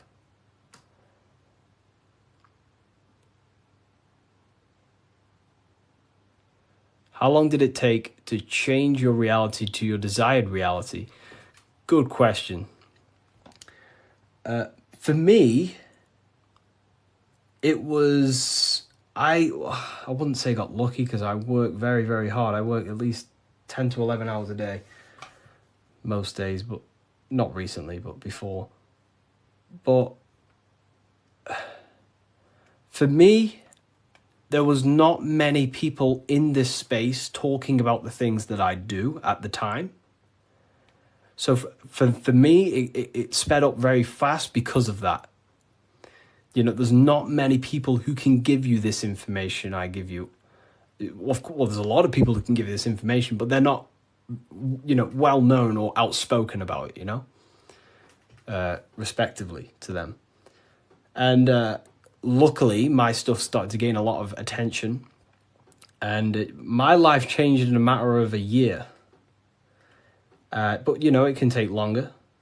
For years before that, I was trying many different things. Many, many different things. But whenever you preach about mind control, I realized I'm in a prison of my own thoughts. Yeah, a lot of people live in their own prison. Like I say, every day you wake up, you're either building your mind, you're either building your freedom of your mind or building the prison of your mind. Every day. You're either building your prison or your freedom. How long have you been on this path, Harry? Long since way before 2020. Way before 2020. I was talking about, I can't say the thing on here, but you know, the virus. I was talking about the virus way before 2020. And there may be some people in this live who watched my very first lives. I used to go live all the time. But I was looking into conspiracy theories when I was year 7, year 8. And then I got really deep into like conspiracies 6 years ago. And then after about a year of that, I started to switch into like esotericism. And then for like the past 5 years, since 2020, it's been all esoteric stuff, pretty much. You know, like Masonic, the psyche, human psyche, human consciousness, metaphysics, symbolism. So the last 2 years, it's mainly been symbolism because I'm obsessed with symbolism at the moment. But yeah. Do you believe in God, Harry? I believe in a form of energy that gives rise to all things. Yes. And we are a part of that energy source, that conscious energy. We are an emanation of that. We are cut of the same fabric of that. It is one consciousness clothed in different beings. Harry, you said faith, will, and care and time. Didn't you say time doesn't exist? Can you explain this? You know, time is the present moment. It's an eternal now. But, you know, that's what we call time. The movement of that.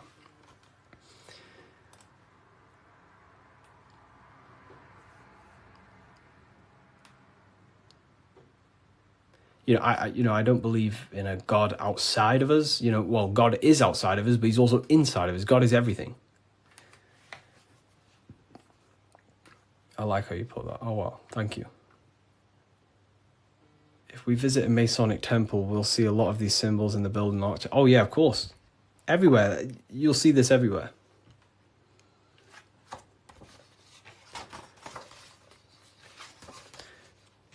Look here. This is the gate of Europe. 2 pillars. The gate of Europe, 2 pillars, middle pillar. Here's the gate of Europe again, 2 pillars, middle pillar, with the person in the middle. Here's George Washington, 2 pillars and the middle pillar. You are the middle pillar. You are the middle pillar. You're the middle pillar. You are the balancing pillar between the masculine and feminine. You're trying to combine the 2 pillars, which is the masculine and feminine forces of consciousness. And this is what I say about building yourself. This is the Egyptians telling you the same thing. They're building the middle pillar. They're building the self. They're building the mind. That's what Masonry is all about.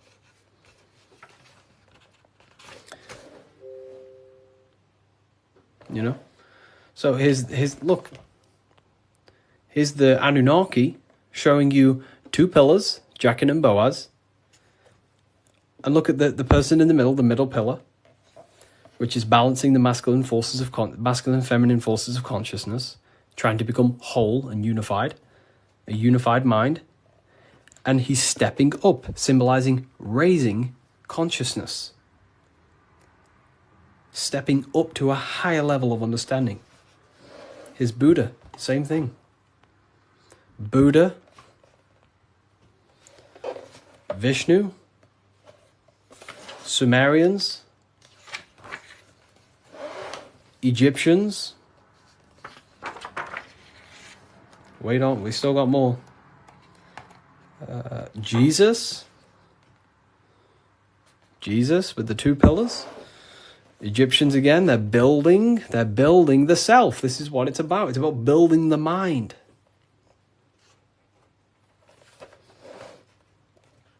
Royal Arch of Freemasonry. Knights Templars. It's everywhere. This symbolism is everywhere. It's in every tradition because this is the universal system of constructing the mind. This was way before religion. This is what it was about. It was the religion of the serpent.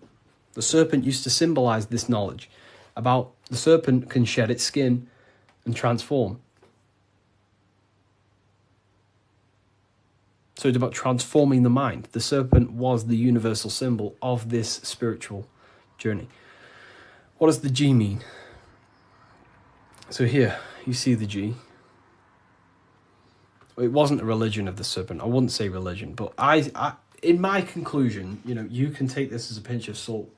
In my conclusion, I think the serpent, found in every religion. It's the Vatican. It was in the Garden of Eden. It's in every religion you can possibly imagine. There's a serpent, and it's serpent symbolism all around the world. I personally think the serpent was the symbol for gnosis, for the I don't like calling it religion, but a spiritual system that was universal before religion. It was the wisdom of Kundalini. It was the wisdom of awakening. It was the knowledge of the self. And then I think the serpent got demonized because then religion took over and started to externalize all the spiritual teachings and then following man-made gods and gods in the sky and stuff. But before all of that, I believe that me personally, I believe the serpent was a symbol for the universal spiritual system of knowledge that was before all the religion. That's my interpretation. It's about self-transformation. Yeah. Someone asked about the G. And now they say serpent is Satan. Yeah, very well said. Now everything about the serpent is demonized. And it's crazy to me when you realize, well, everything's inverted nowadays. So, I guess we'll never know, but based on my symbolism studies, that's what I think it is. I could be wrong, but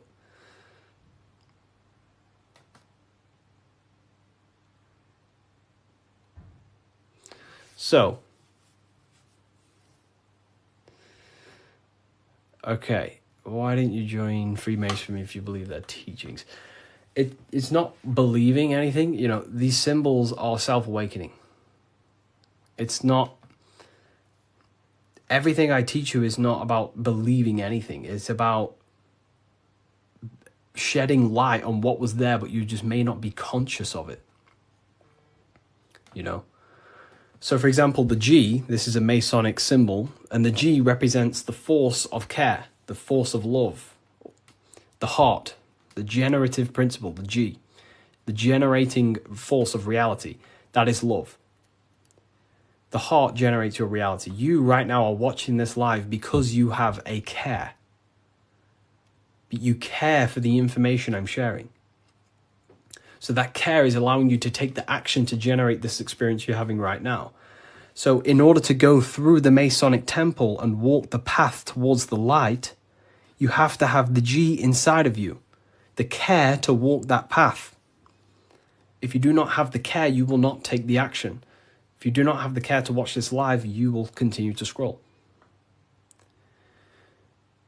G also doesn't have a numerology meaning. Yes, 7. 7. G is 7. And there are 7 cognitions of the mind. So the G is also gnosis. Gnosis about, knowing, gnosis. Gnosis is knowledge gained through direct experience. So you right now, you know you're here. You know, you don't believe you're here, you know it.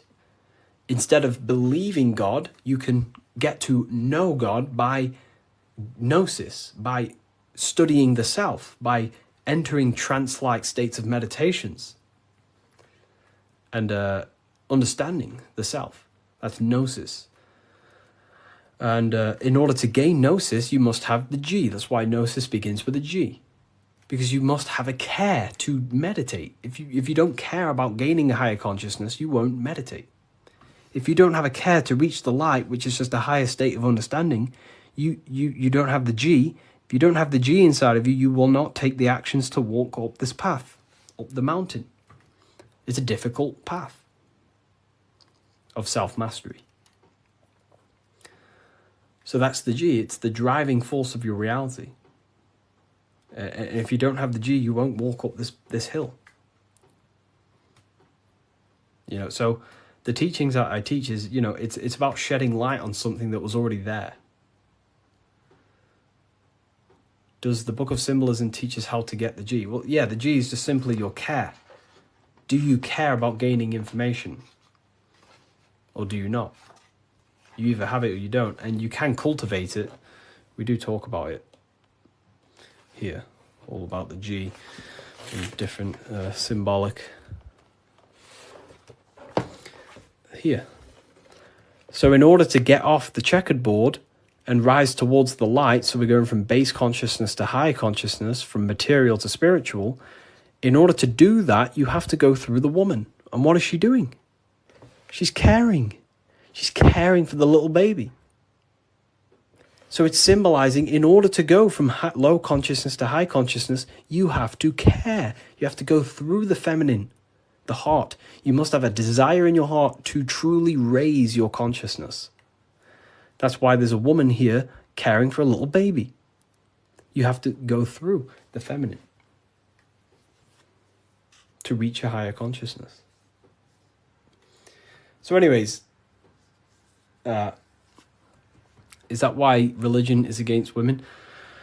You know, there's so much that goes into that. I believe they don't want us in contact with the feminine energy of consciousness. We're all masculine and feminine. We all have feminine qualities. We all have masculine qualities. They suppress the feminine aspect of consciousness because that's what unites. If we all loved each other, we would be united. They don't want us to love each other because that creates division. And divided people are easier to control. If we all united, we'd all realize we can take over the government. So they destroy the feminine because that's all about caring, nurturing, growing as a community and as humans with the earth, caring for the earth and things, but it's just completely demonized nowadays. And now it's just a masculine-dominated world. But Freemasonry says that the G is geometry or God. It's all the same. God, what is God? God is a creator. How do you create something? Through the G, you have to care. If you don't care about something, you will not create it. If you don't care about the live, you will take action to scroll away until you do find something you care about and you take the action to watch it. So it's about generating reality. God, which is a G, which is about care, creation. Geometry is the same. It's all about creation. The mathematical codes. But it's all to do with the G principle, the generative principle. If that makes sense. So most words with G are all to do with care, gift. If I gift you something, it's because I care. I have a G. I have a care towards you, and I'm gifting this.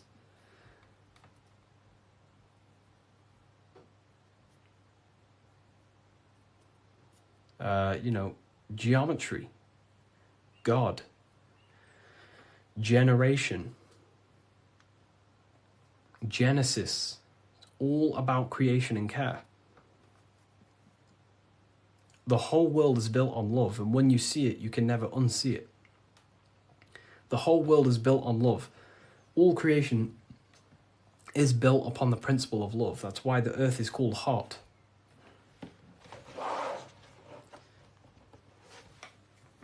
Earth is heart. Because the whole world is built through the heart, the love energy. You only take action on what you love. Some people love twisted things. Some people love hurting people. But, we have to purify our love. But,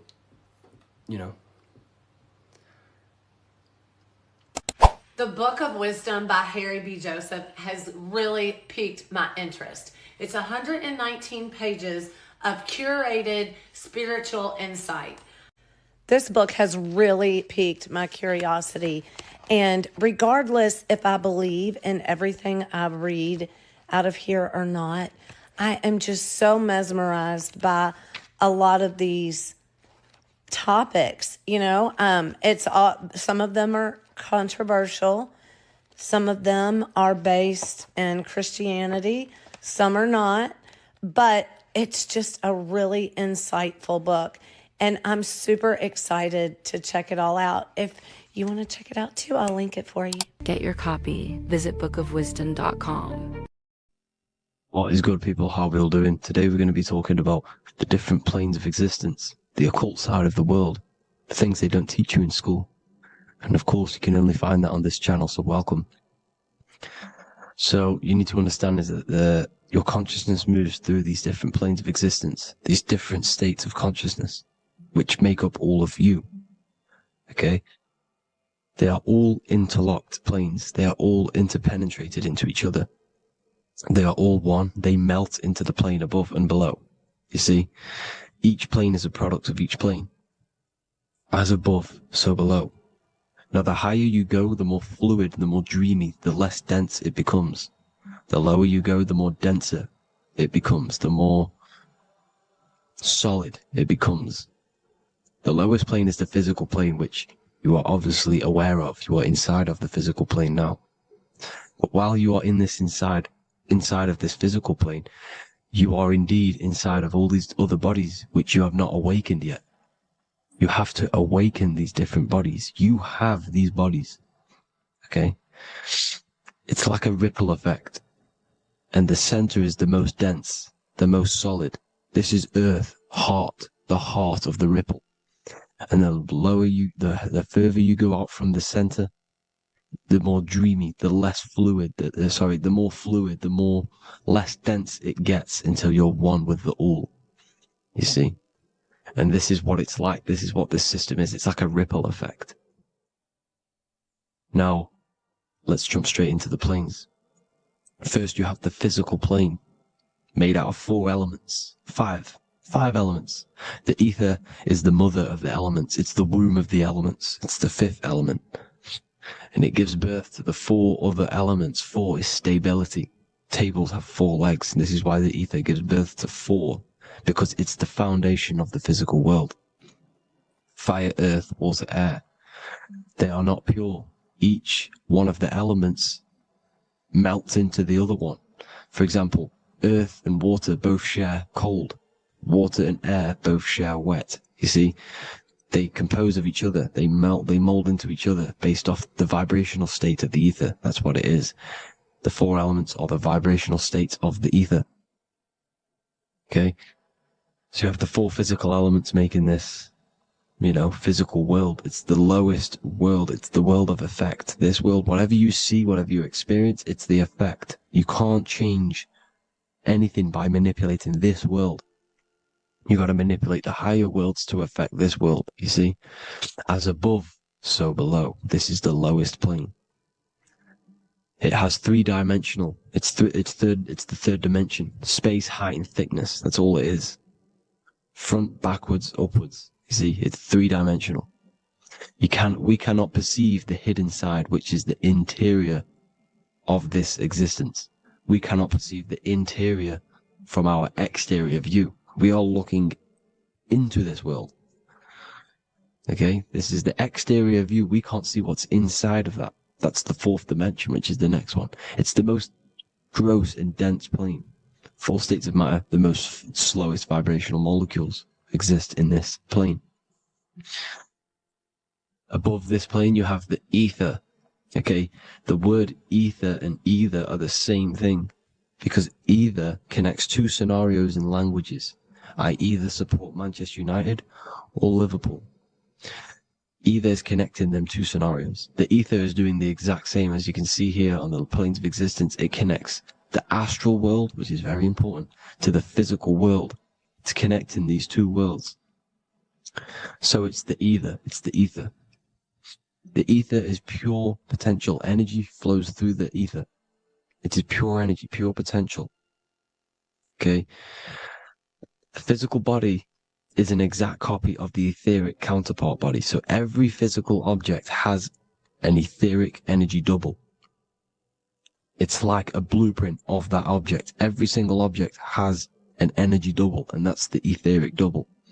Okay? The etheric body determines the shape of our physical body through its lines of force. All through life, it rebuilds and restores the physical body. Physical problems show up first in the etheric body, because as above, so below. You will manipulate the higher planes, it will manipulate this plane. And this is why sorcery works. Contact with astral plane entities. We'll get into that a bit later. So the reason why we can't see this plane, this energy world, which is all around us, which we are inside of right now as we speak, is that the molecules that compose it are further apart than those of the physical plane, making it invisible to the two eyes. That we can't perceive it. Our eyes cannot physically suck in that sort of information, and our brain cannot decode it. This is why, they brainwash us with all these programs to keep us asleep, to keep these other bodies we have asleep, so we don't find out about these other bodies, and is to make you believe that everything's just a material. Only the material world exists. They don't want you to know is that everything that you see is a result of something you cannot see. As above, so below. There are realities within this reality. This is what I'm breaking down now, these different planes, on how this reality works. So your etheric double is your energy body. You can see here the physical, etheric, astral. Astral is your spirit. The ether is a part of the physical plane. It's like just above the physical plane, but it's still part. But then the astral plane is completely separate. It's another plane, but they're all interlocked. Don't think they're apart. They're all interlocked. They're all one. They all melt into each other. The chakras that we have are inside of our etheric body. They are our sense of organs which tune us to the fourth dimension. These 7 chakras connect us to the astral world, the fourth dimension. Okay? They are points for the flow of energy from the universe / 7 planets, because the 7 chakras are your 7 planets, and the 7 planets are connected to the astral world. They are feeding these 7 senses in our body. They connect us to the universe, to our etheric counterpart, and then to us, supplying the physical body. Because the energy comes from above. As above, so below. These 7 senses, these 7 etheric chakras are being supplied with energy from the universe, the 7 planets, the solar system. Then it supplies the physical body. You see? So the ether is very important. And this is, that the ancients understood the science of the ether, and they could, harness free electricity from it, because it's all around us. The ether is all around us. And this is what they were doing. They were harnessing free energy using the ether. The astral plane, the 4th dimension, very important plane. Very, very important. We've all been there. Every single one of you has been there. Okay? The 4th dimension is unseen of what we see. It's the interior of the exterior that we see. We see the 3rd dimension, but we cannot see beyond what's making this 3rd dimension. This is the 4th dimension. Okay? It's the dream world. This is where you go when you dream. Okay? This is where you go when you dream. It's the place of disembodied spirits or ghosts, entities, whatever you want to call them. When you hear ringing in your ears, that is not tinnitus. That is an entity around you. Okay? That is an entity around you. The 4th dimension is where thought forms exist. Mental images. Thought forms as in what you see in your mind when you think of an image, because the mind is the highest plane of existence. Mind is the highest plane of existence. And it manipulates all of the planes below. So it goes the mental plane, then the astral plane. So the thought is in the mind, the mental plane. That just the thought alone, no image, but then the form depiction, the thought form exists. It manifests in the astral plane as a sort of image, an entity, a living conscious being. So this is why thoughts are things. You see, thought forms exist within the 4th dimension. So when you imagine something, when you are, for example, right now, look into your hand and imagine there's an apple in your hand. If you can see that, you are seeing into this 4th dimension. You can only see into this 4th dimension using the mind's eye, not the 2 eyes, the mind's eye. When you shut off the 2 eyes into darkness, the 3rd eye opens. The mind's eye is open. And you can see, this is astral travel. You got to work on astral travel. And you will see this astral plane, this 4th dimension. And there are 3 different sections to this astral plane. Higher, middle, and lower. So yes, there is a kind of a heaven and hell. And a mid-God. Heaven being the higher vibrational entities manifesting higher vibrational thought forms existing there. The lower vibrational thought forms existing in the astral plane. But these thought forms are beings. You can create these beings. They're called elementals. Okay? If you entertain specific thoughts for long enough, this will plant a seed and it will grow. If you keep, so for example, you have a bad feeling or whatever, what's a good example? Unforgiving someone. You keep that energy inside of you for long enough, it will manifest in the 4th dimension. You entertain that thought long enough, it will manifest. And it will create an etheric body, and it will be an entity which will harm you. It will feed off you, this low vibrational energy. Your mind is so powerful. It creates thought forms, and these thought forms can take consciousness, can take bodies, etheric bodies. Now, that's why it's very important that you master your mind, master your thought patterns. So this 4th dimension is the astral world. So when you have a nightmare, this is the lower astral plane. You're in the lower astral plane. Whilst this physical body rests at night, your consciousness, you awaken this other body, your consciousness goes inside of this other body, whilst the physical body lays asleep. You see? So it's all inside of you. This is what you need to understand. You just haven't awakened these bodies yet. You can awaken them. You just got to awaken them. Okay? The next is the mental plane. This is the mind, the source, pure cause, pure motion. The most less dense, the most fluid. No form. There's no form to the mind. Astral plane is the first plane where a form takes existence, pretty much. The mental world has no form. It's pure mind, pure intelligence. Thoughts alone exist here without any images or manifestation. The most fluid, the most dreamy, the most causal plane. All of the rest take the effects of this plane. That's why it's mind over matter. Your thoughts they create vibrations. Each vibration is vibrating on a specific frequency, which creates mental images, creates effects down here on this physical plane.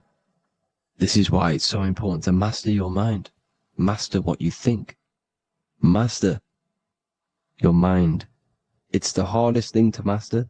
You could conquer the world, but it's probably harder to conquer your own mind than to conquer the whole world. I can promise you that, because the mind can play tricks on you. You got to listen to that inner guide within you that will constantly manifest the good things. So anyways, people, hope you learned a lot from this. Please work on trying to activate these other bodies. I will maybe do another video on trying to activate these bodies if you wish. Please comment down below if you would like to see that. And have an amazing day. Please like, subscribe, comment down below any video ideas you want me to do, any information you want me to spit. Thank you all. Have an amazing day.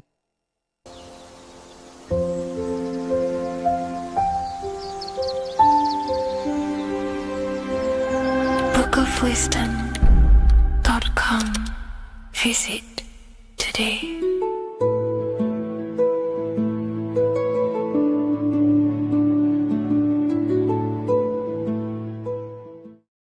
Creation demands destruction. Every time you release your sexual fluids, you're destroying a part of yourself to create an extension of yourself. For example, if you want to create a business, you have to destroy your time, attention, and energy in order to create the effect of the business. All creation demands some sort of sacrifice or destruction. This falls under the law of polarity in the universe. It's the same with your sexual fluids. Your sexual fluids, especially as a man, contains minerals, all the minerals in your body. It contains your vitality. It contains your DNA. It contains the blueprint of you, and it can create a whole new human being. You are literally playing with the power of creation if you are releasing your sexual fluids too much. Sexual fluids also extend beyond the physical plane. They contain astral forces because all physical creation is a mental creation. We live in a mental universe. Everything begins as a thought in the mind, then the thought takes the form and the body of imagination, which is an astral force. Imagination turns into etheric emotional energy. Then the etheric emotional energy turns into the physical action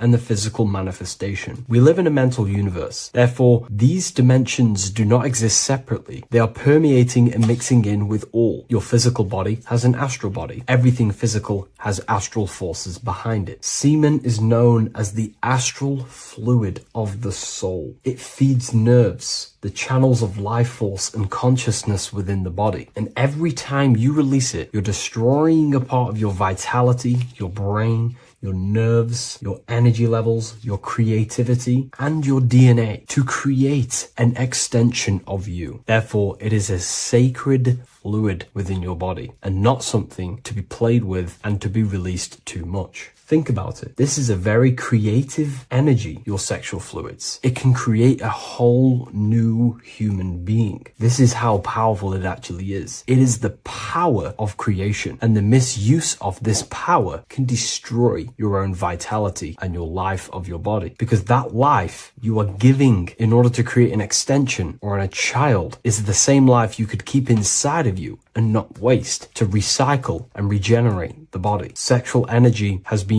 for thousands of years associated with regenerating the body, longevity of life, and maintaining youth. Not only that, every time you release your sexual energy, it floods the brain with dopamine. Dopamine is the brain's reward system, created within the middle of the brain. It releases every time you've achieved something. However, sex or an orgasm is the most powerful feeling you can feel. It's the most amazing, intense feeling and release of dopamine you can possibly feel as a human. Therefore, if you flood your brain with this high amount of dopamine every single day. You are getting the epitome of human feelings every single day. Therefore, you will become numb to everything else in reality. You won't be able to enjoy the small things in life. And I know this firsthand because I experienced this myself. As soon as I stopped, this is when I started to enjoy the little things in life, seeing family, and I actually gained more energy, more ideas. We'll get into this a bit later. It is a creative energy. It creates a whole new human being. Therefore, if we maintain this energy, we can maintain our creative power within us, because that's what we are. We are all creative beings, moving energy from higher dimensions of consciousness, the mind, into lower dimensions of consciousness, the physical world. You hold the power to create. You are not in a world. The world is working through you. You do not possess a life. Life is working through you. You are not in a universe. You are the universe. It's moving through you. There is no past, present, and future. The present moment is you. When we release every single day or frequently throughout the week, like I said, we're triggering the brain's reward system, dopamine, which makes you feel as if you have already achieved something. And if your brain is telling you you have already achieved something by overusing your sexual fluids, then you will not have the motivation to achieve other things in your life. I know this firsthand. I became very lazy. I didn't want to work. I didn't want to do anything because subconsciously my brain felt as if I've already achieved. If we look at the symbol of the Baphomet, we notice the Baphomet has horns and a goat head. Now we look at the word horny. When you become sexually aroused, it's known as horny, which is the horns, representing the lower mind. The lower mind is the mind we use for our animal instincts. We have two parts of our mind. A higher mind, which is contained of higher thought, which chases spiritual things such as love, wisdom, knowledge, and God. Then we have a lower mind, which chases the things of the material world closely associated with the ego, chases validation, material gain, status, and physical sensation, physical pleasures. It is these physical pleasures that can keep you in an endless loop, making you feeling empty inside, because nothing material can ever satisfy our internal world. Nothing. You can achieve millions of dollars. You can achieve your dream house, your dream car, your dream watch. And if that is the only thing you are chasing, you will feel empty inside when you achieve it, because nothing of this material plane can satisfy you. Nothing of the lower mind can ever satisfy you. This is why we must sacrifice the lower mind and overcome the lower mind and the lower instincts. One thing I found amazing when I mastered my sexual urges and my lust is that my mind became a lot more clear. The thoughts and the time and the attention that I used in my mind to go towards lust, sex, and chasing these things was taking up a lot of mental space, time, and energy. But as soon as I removed it and mastered it, my mind became an open vessel for higher thoughts to be received from the higher mind. The mind is like a radio antenna. Whatever we attune it with, that's what we receive. If we're constantly thinking about lust and low-level pleasures, we're going to just receive low-level thoughts. But once we remove all of the lower mind and we conquer our physical body and physical urges, our mind becomes an open channel for divine thoughts and spiritual thoughts. This is what most people call today as downloads. You receive wisdom from your higher self. Not only do you receive more wisdom, you just receive more power to create. The male and the female come together to create a child. That's how you were created. Now, the law of correspondence teaches as above, so below. It refers to everything in the universe. Therefore, in order for you to create a reality, to give birth to something, you have to bring together the masculine and the feminine. Your masculine forces are willpower and actions. Your feminine forces are emotions and imagination. When you combine the willpower, action, emotions, and imagination and combine them together, you can give birth to reality. But it's important to only give birth to things that are spiritual, that are good,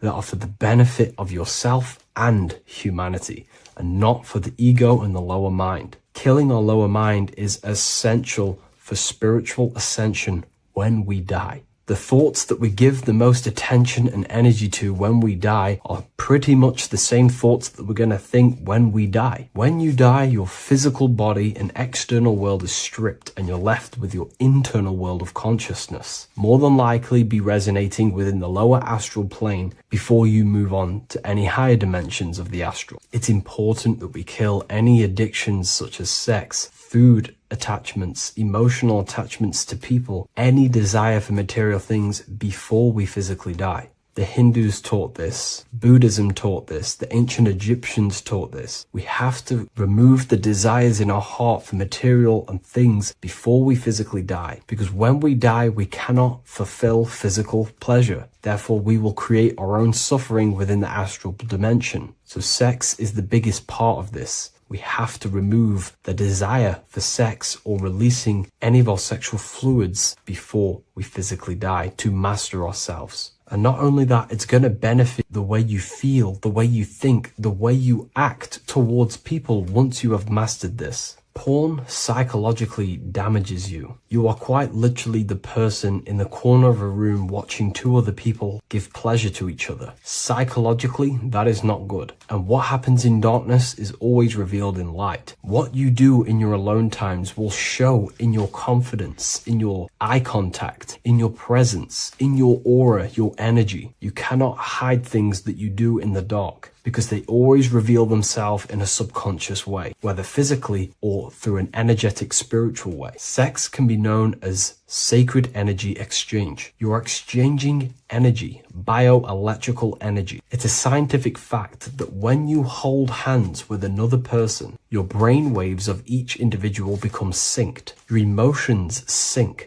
and you exchange electromagnetic energy because you are an electromagnetic being. When you have sex with someone, you are literally exchanging emotional energy. Your aura is not just an electromagnetic field. It is literally a manifestation of your internal consciousness. Your consciousness contains your thoughts, your beliefs, your traumas, your emotional state. And this manifests externally through the vortex of your heart into an energy presence around your body. This is why you can feel sad when someone else is sad next to you, because their energy is merging with yours. When you have sex with someone, you are quite literally exchanging consciousness, beliefs, traumas, emotions, feelings, vibrations, and your consciousness merges with their consciousness. So be careful with just having casual sex. Now, I'm not here trying to say never release, never have sex with your partner. I'm not saying that. I'm saying take caution with these things. Take my teachings with a pinch of salt. If it benefits you, that's great. I'm not here to tell you how to live. I'm simply giving you my research and the things that have helped me in my life on my esoteric research, awakening, or spiritual path. I don't like calling it a spiritual path, because it's not spiritual. It's simply just life, the knowledge of consciousness and the self. So I hope this video helps. If you'd love to read this book, I'll leave a link in the description. This book I wrote myself, called The Book of Wisdom, Volume 2.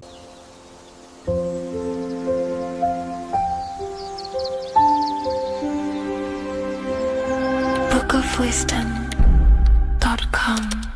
Visit today.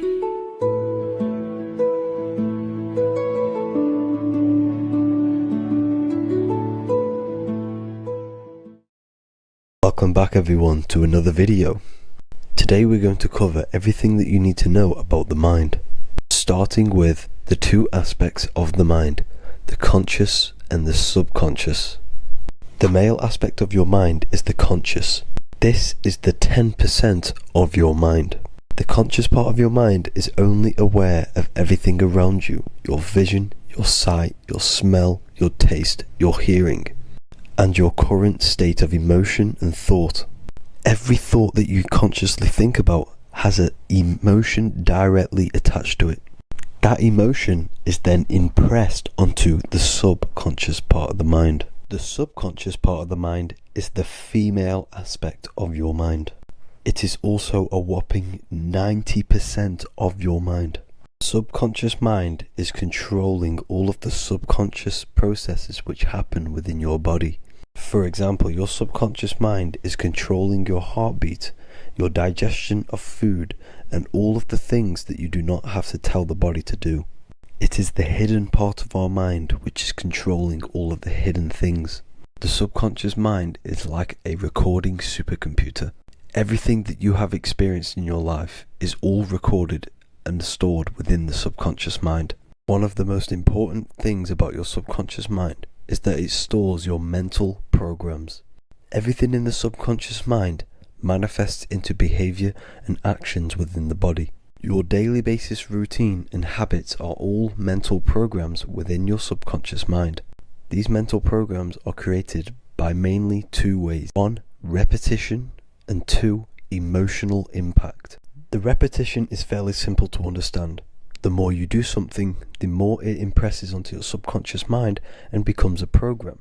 That program will then manifest into your behavior. However, with the emotional programs, they work a bit different. The stronger that you feel an emotion, the stronger it is impressed onto the subconscious mind. And then that emotion becomes a program. For example, you had a very traumatic moment happen when you were a young child. The emotion that you felt was so strong in that moment that it impressed into your subconscious mind so hard that you can recall that moment like it was yesterday.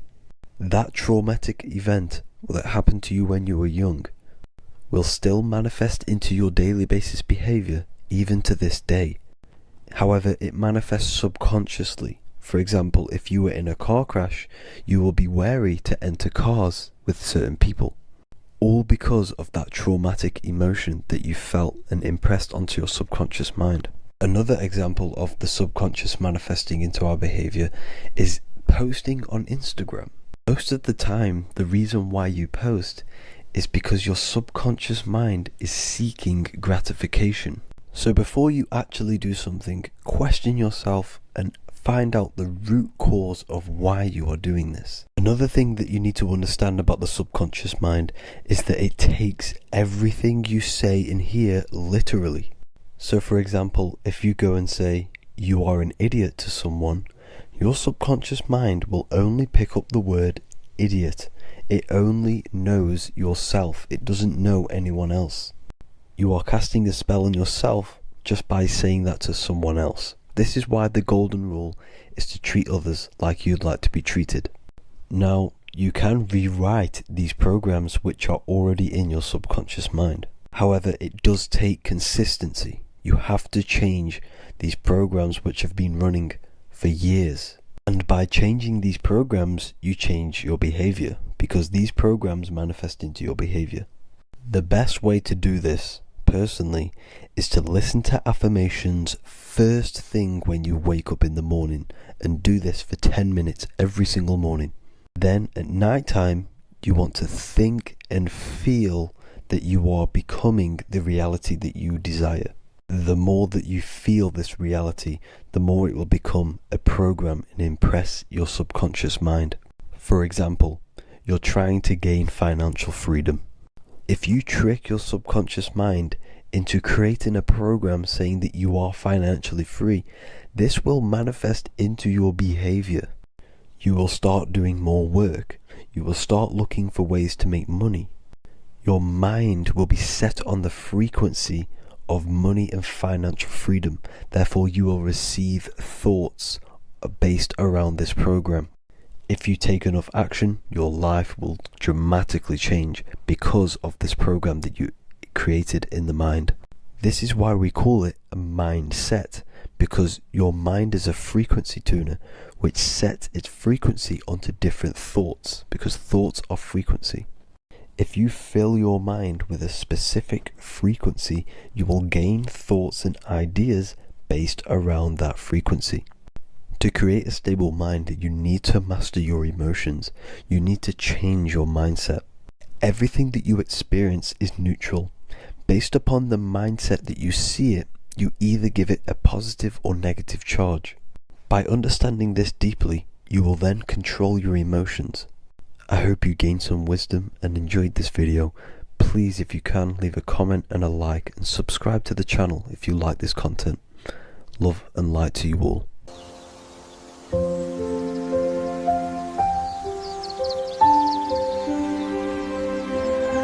bookofwisdom.com. Visit today. reality.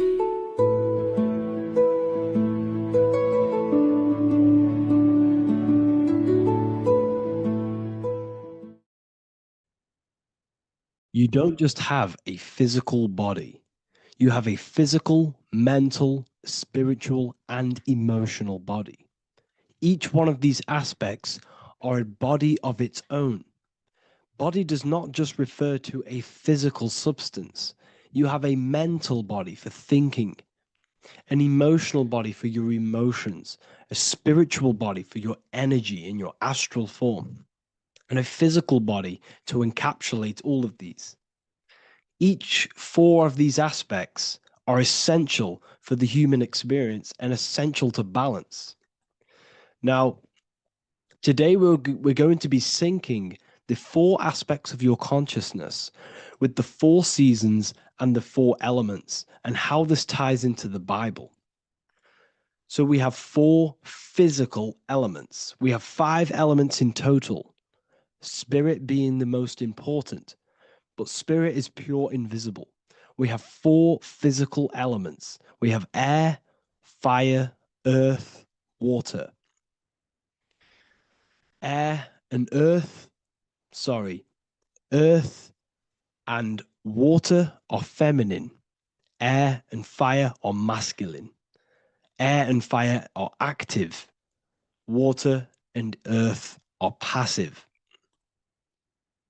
The air corresponds with the mental body of consciousness. This is where your intellect, this is where your communication, this is where your thoughts, intuition all comes from. This is the mental body of consciousness that allows you to think, allows you to process, figure things out, and have intellect and gain knowledge. This is your intellectual aspect of your consciousness, located in the head region. We have a fire nature, a spiritual nature. This is our astral body. Our astral body is all to do with the subconscious realms, the higher realms of consciousness. This is the body that allows us to be free from the physical body. Our spirit is more of our energy. Water is our emotional body.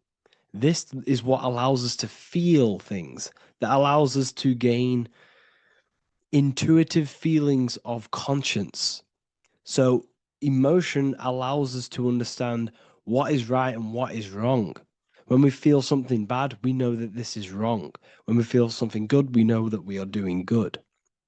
Emotions are a creational force that allows us to feel certain things to bring them into existence. Our emotional body is a creational force and should not be reactive, and they should be controlled. Most actions are stemmed from emotions. Actions bring thought into physical existence. Emotions are the driving power. They are what drives your actions. The thought, then the emotion, then the action. Earth is your physical body. This is your physical state that allows you to take mind and emotion into action, into fruition, into physical matter.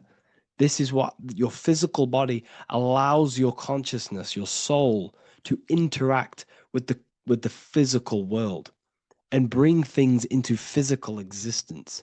The physical body, the physical world, is an outcome and an effect of the thinking mind. All physical substance comes from the thinking mind. The pen, the phone you're holding, the microphone I'm speaking into, all began as a thought in the thinking mind, then it was brought into physical reality. Earth is the most dense. So it goes in this order: body, emotions, spirit, mind. The higher you go up, the more lucid and fluidic it becomes. The lower you go down, the more dense and dull it becomes. Air is the mind, fire is the spirit, water is the emotion, earth is the physical body. So this is why you are a microcosm. You have these 4 things within you. You contain of these 4 elements, which correspond to the 4 bodies of your consciousness, the 4 bodies of the soul. You are the soul.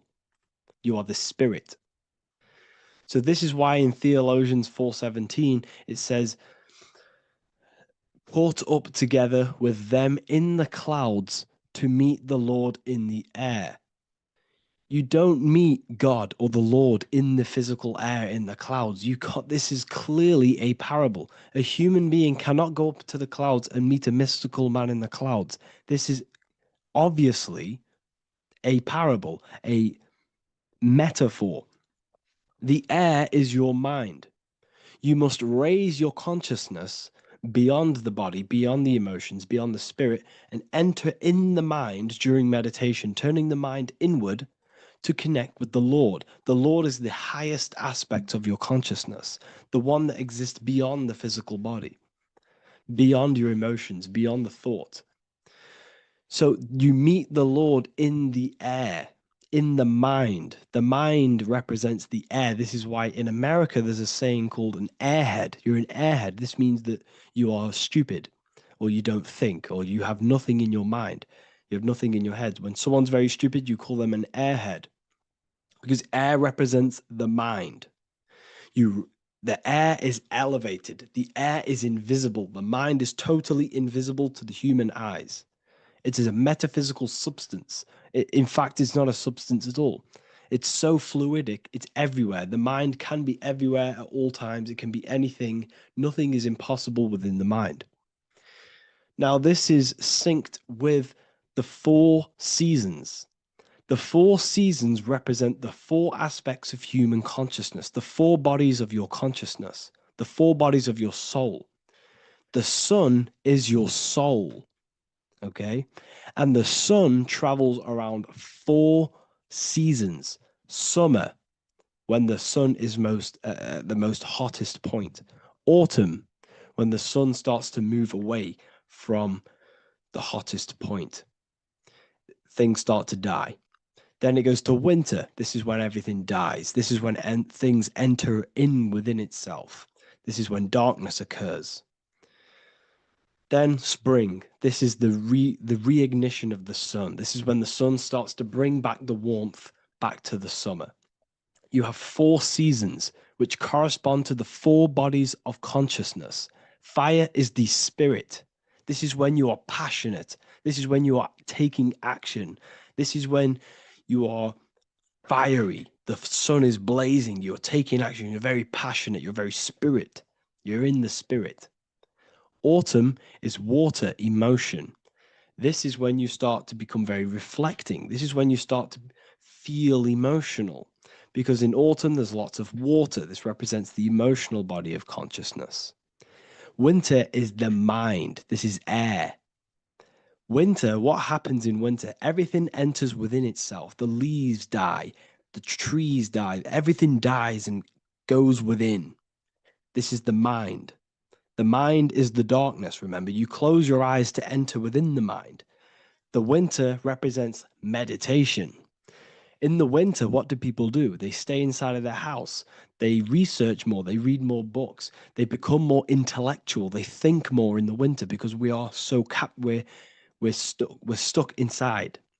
So we're more reflective. We're thinking more. We're more communicative. We're more intellectual.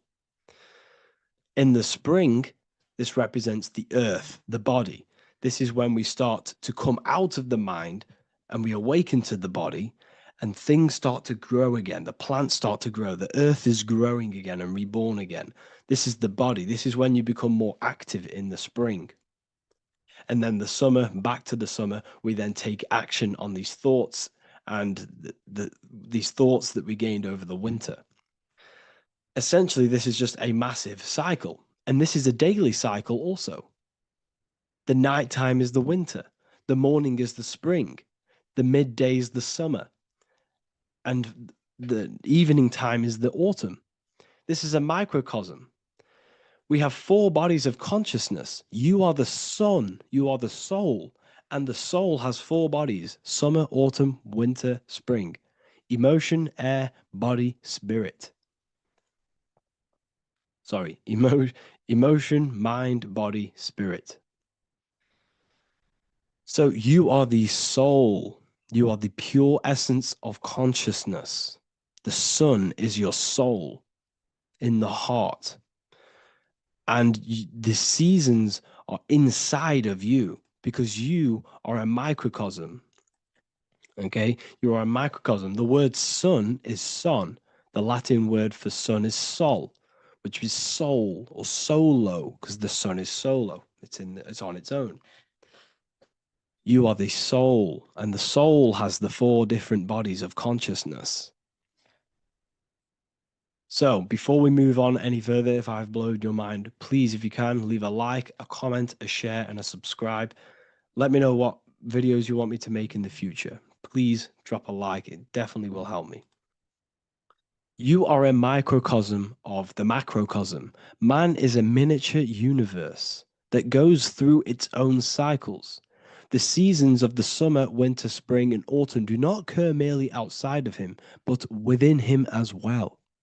The summer is within you. You feel different in the summer. You feel different in the winter.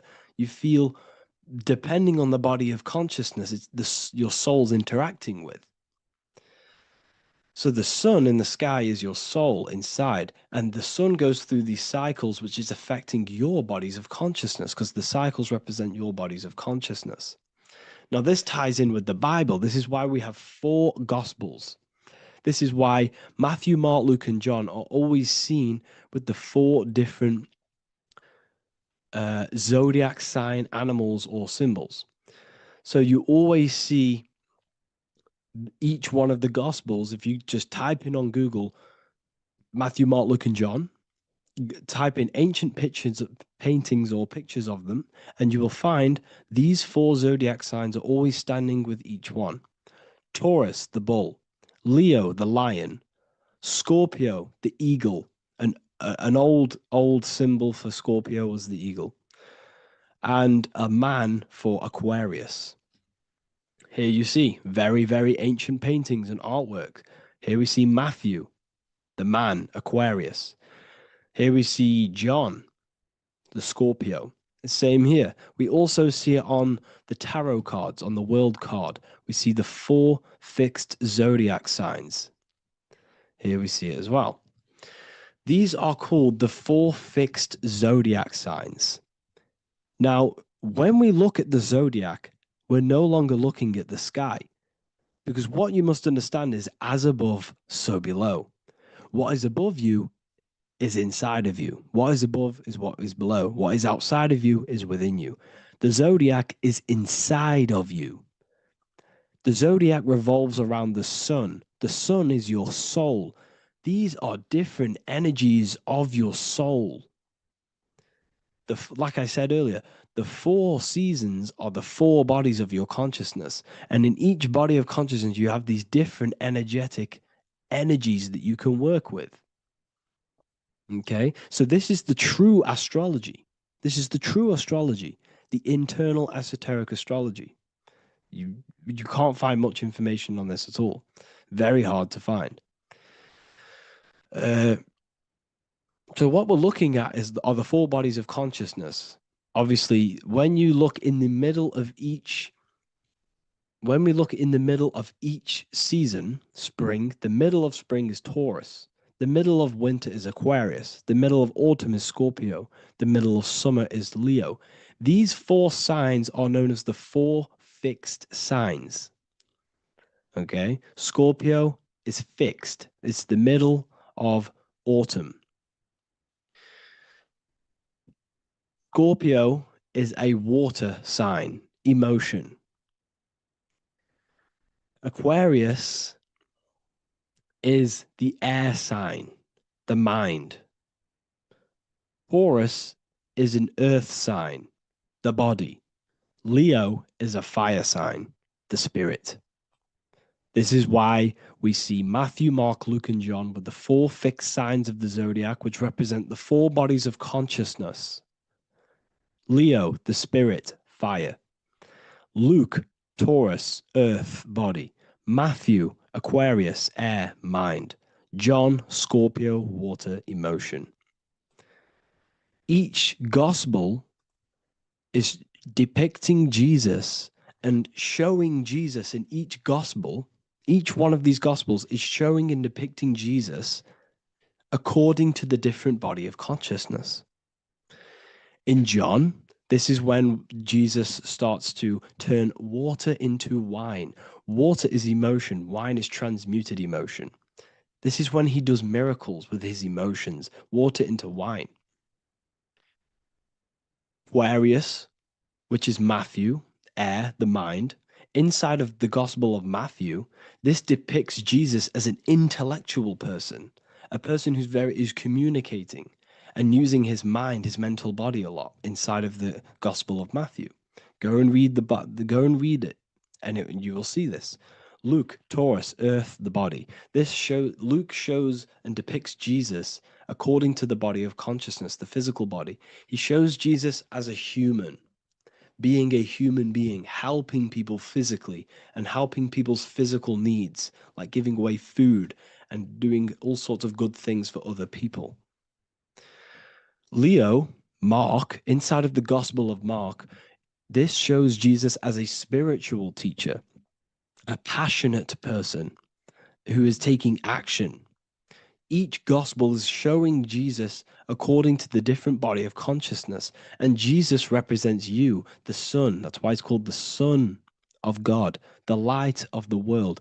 Jesus represents your soul, and your soul has these four gospels, the four bodies of consciousness, the four fixed signs, the four elements, and the four seasons. These things all correspond to your consciousness. So this is Leonardo da Vinci showing you the exact same thing.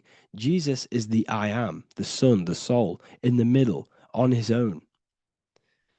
Luke, spring, earth, body. There are three people in each group. There are four groups, and there are three people in each group. 1, 2, 3. 1, 2, 3, 1, 2, 3, 1, 2, 3. Fall, winter, summer, spring. These are according to the four bodies of consciousness. Here we see Aries, which rules the head region. He's on the head of the table.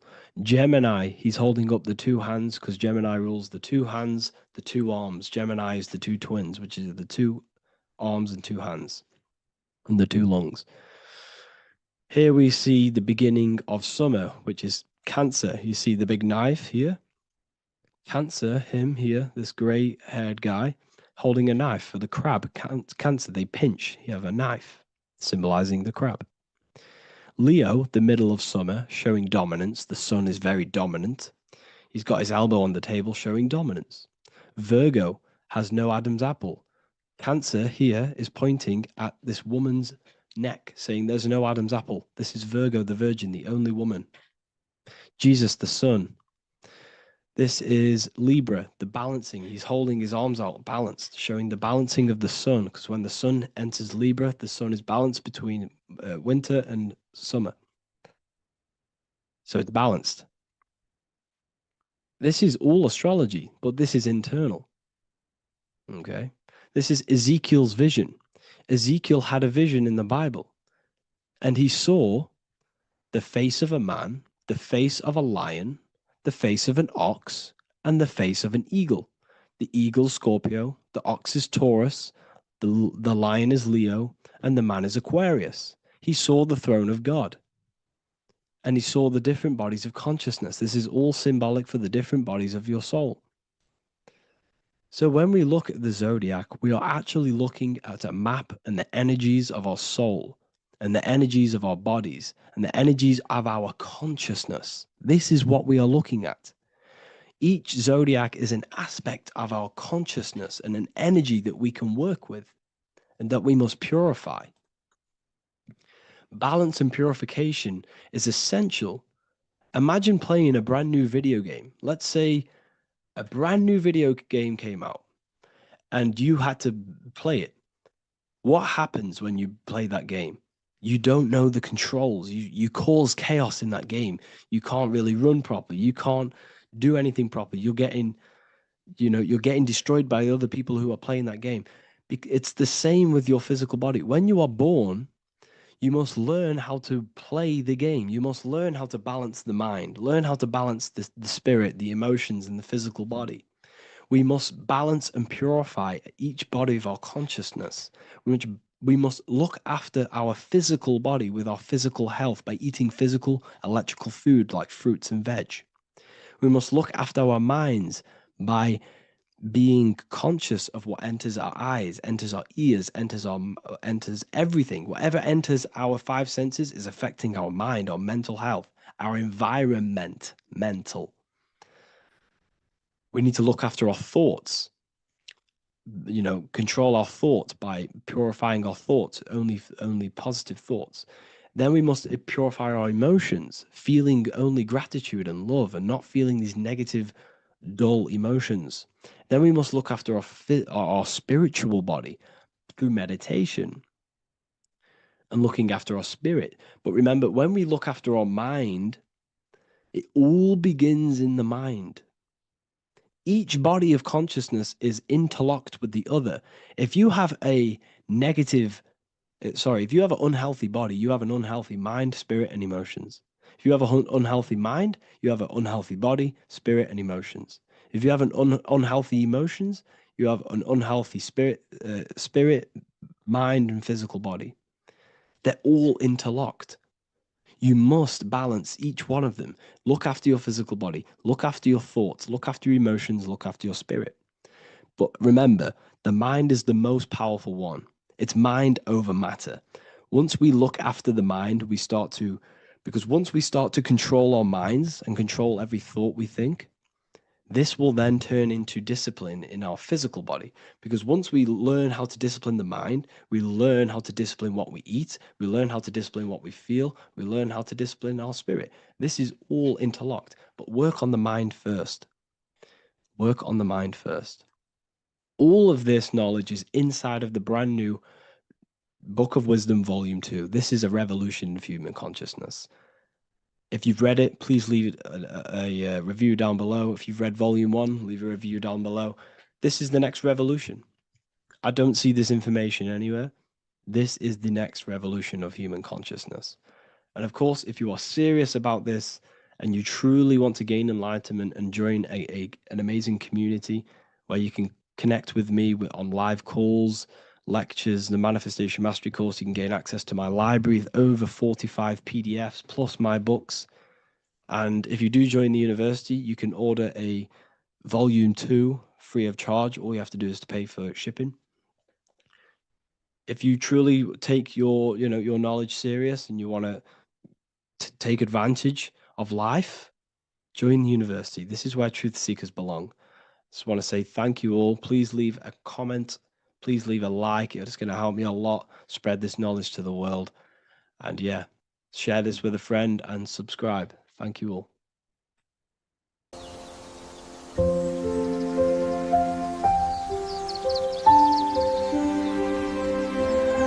bookofwisdom.com. Visit today.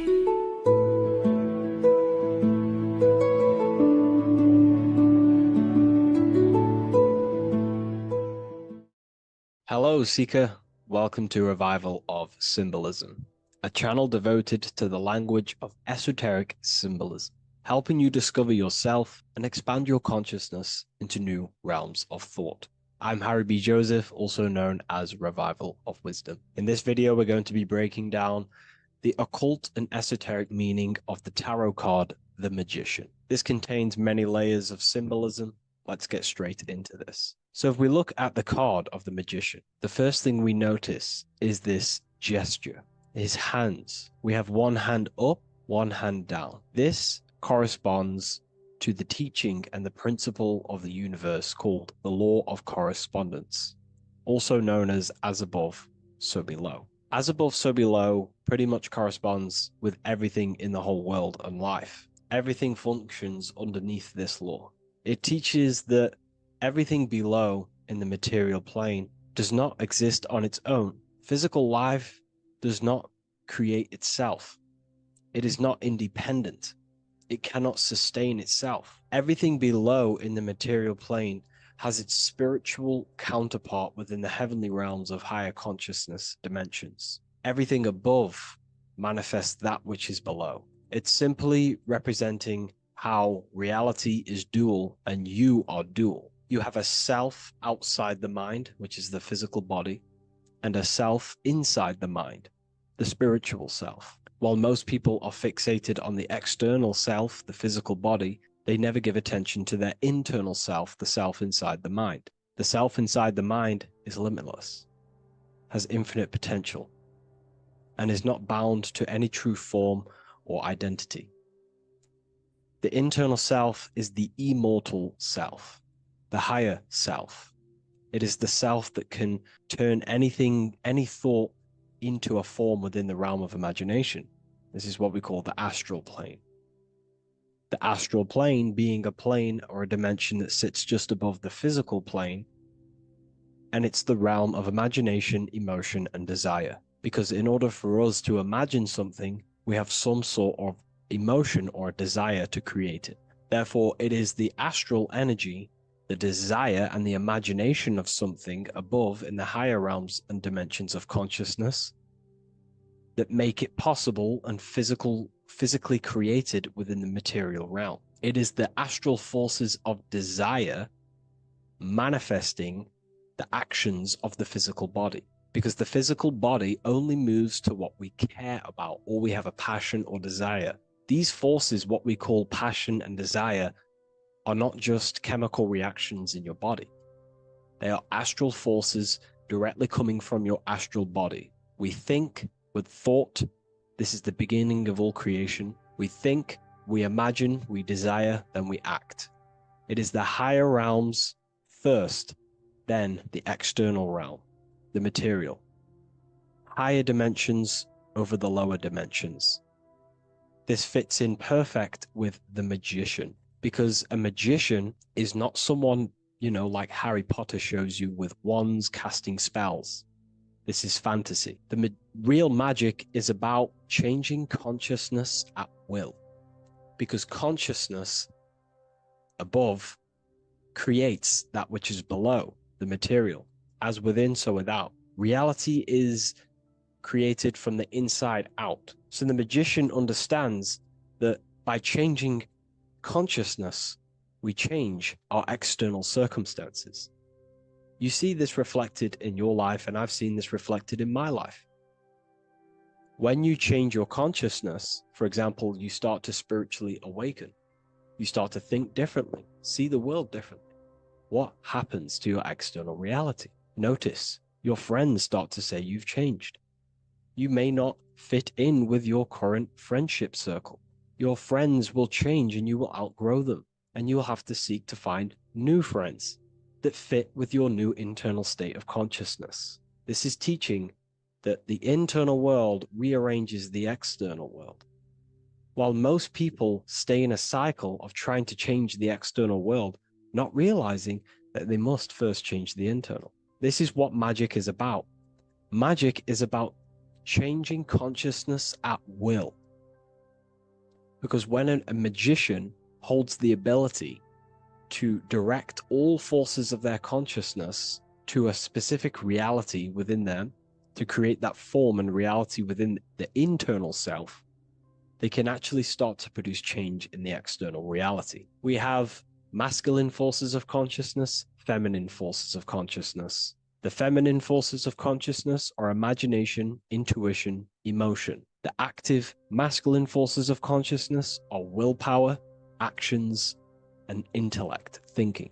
When we combine the imagination, seeing the reality within our mind, forming the reality within our spiritual vision, the internal vision of the soul, because imagination is the expression of the soul.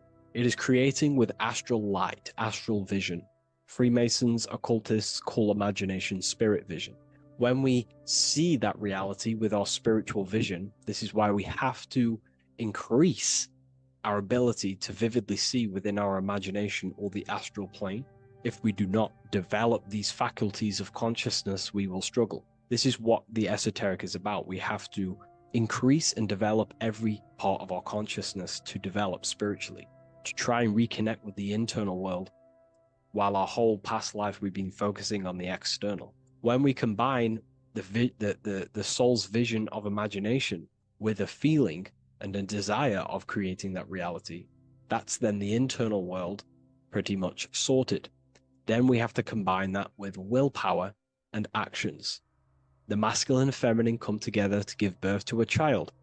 The masculine and feminine come together in your consciousness to give birth to a reality. It's about changing what's inside the self to produce change below. This is what true magic is. Look at the word magic, magi, and the word imagination, imagination. Imagination is about working with the forces of the soul and the forces of consciousness, producing change in consciousness at will to produce change in the external. This is what this represents. Changing above so we can change below. No point trying to change the external world because the external world is already formed. It is a form, it is an effect. So to produce true change in the external world that lasts long term, we must first gain control over ourselves. We produce change internally.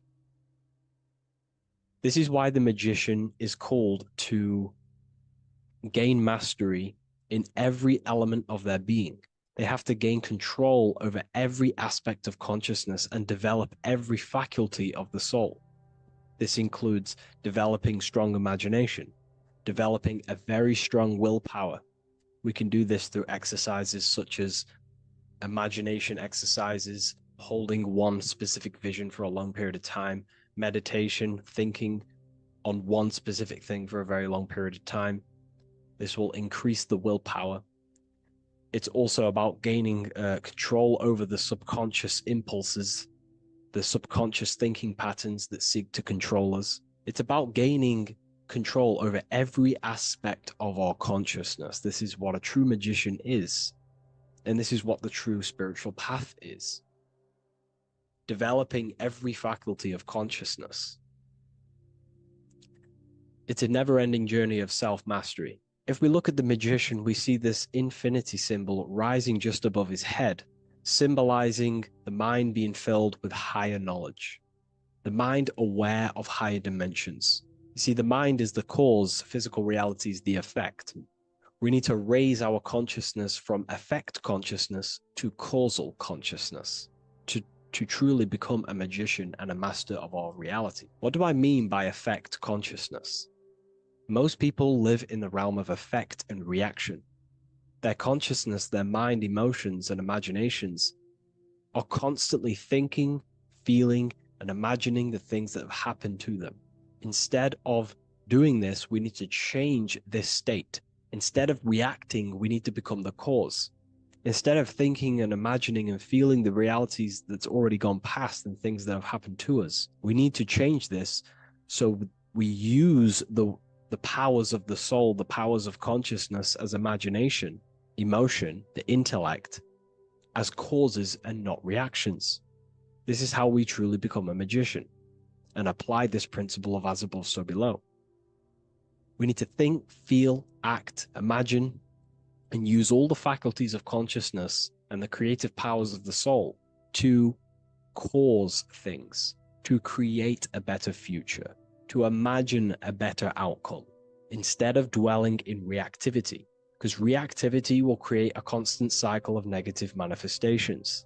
If we sit around and moan, complain, think, imagine, feel the things that have happened to us in the past, the mind is the cause. And if the mind is in that state of reactivity, it's just going to constantly create more negativity in your external reality. This is what it's all about, as above, so below. You can see the sword here. The sword cuts through the air. The air is one of the 4 physical elements. Fire represents the spiritual body of consciousness.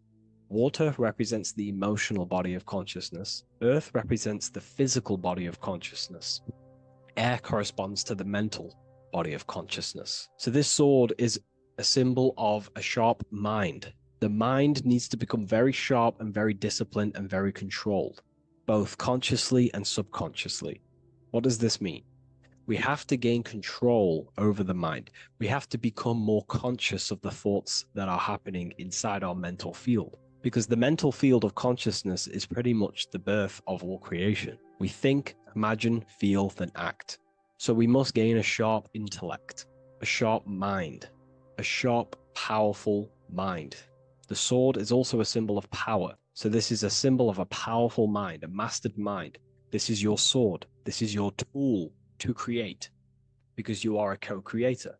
As above, so below literally tells you that you are God itself. The same powers God used to think everything into existence, such as nature, the stars, the human body, the macrocosm, the world.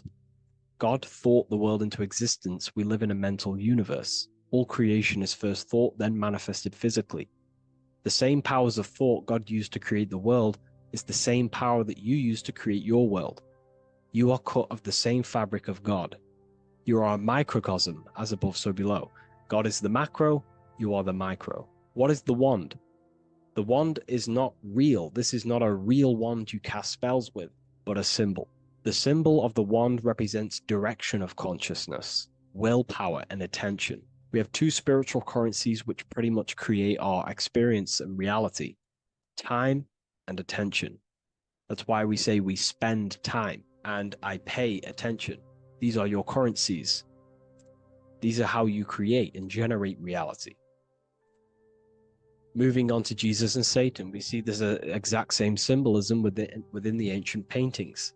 Jesus pointing up, Satan pointing down. Satan is the egoic force within one's consciousness. He is a symbol. Satan is not a real identity or being or entity. He is a symbol of a personality and a force within one's consciousness. Satan represents the negative forces of the ego that tells you to do things that is wrong. In your heart, you know what is morally right and wrong. Let's say you're thinking, you get a random thought of stealing an old lady's purse. You, in your heart, know that is wrong. But Satan is the force inside of you that says, do it anyway. Don't listen to the heart. Get the personal gain. I want the money. That's Satan. Jesus is the higher mind, the aspect of our consciousness that dwells above the ego. It's the part of our heart that desires the spiritual. Our heart is the generator of our reality. And whatever we desire is what we generate. You only take action and generate your life on what you care about or what you feel. If someone's talking about something you don't care about, you say, oh, I don't care about that. But if you care, you will listen. If you care about something, you take action towards it. If your heart desires the material, you have been taken over by the egoic force of Satan. Not a real entity, a part of your consciousness, a part of your nature, the dark side of yourself. Jesus represents a heart that desires the spiritual wisdom, the things that cannot be seen. The heart must desire the things that can't be seen, because this is what gives true satisfaction to ourselves. We feel void when we chase material things, because nothing material can satisfy our hearts. So this is as above, so below. Jesus is the higher mind, Satan is the lower mind. We must place our hearts on the higher things and give our hearts and desires to knowledge, the things that we cannot see, because this is what gives us true fulfillment. We also see the symbolism in the Baphomet, as above, so below. The material realm below, and the fire up here. The fire symbolizes spirit, the spiritual made manifest in the physical. This is all the same symbolism. It corresponds to everything. You can use as above, so below to determine truth. If someone tells you something, tries to make you believe it, and it does not correspond with the law of correspondence, then you know it's a lie. You can use as above, so below to manifest things. You can use as above, so below to see the world as a reflection of God. We are in God's kingdom. This is God's world, and you are creating in the world through the same powers of God, thought. You are a small version of God, co-creating a world and reality in earth. You yourself are an earth. Your body's the earth. Your consciousness is God and heaven. So I hope this video helps. The occult goes deeper than you could possibly imagine. If you wish to go even deeper, join our community, Ethereal University. Please leave a like, share, comment on this video for more.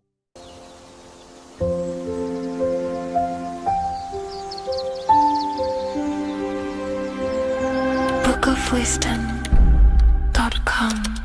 Visit today.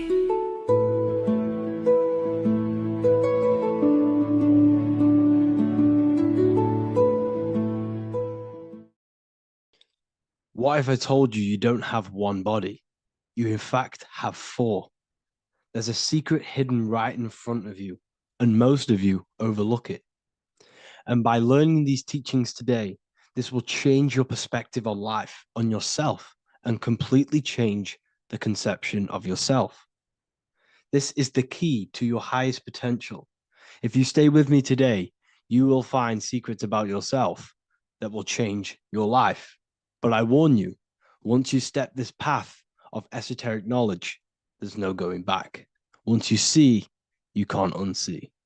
So stay with me, and we will discuss the four bodies of your soul and how you can master yourself to reach your highest potential.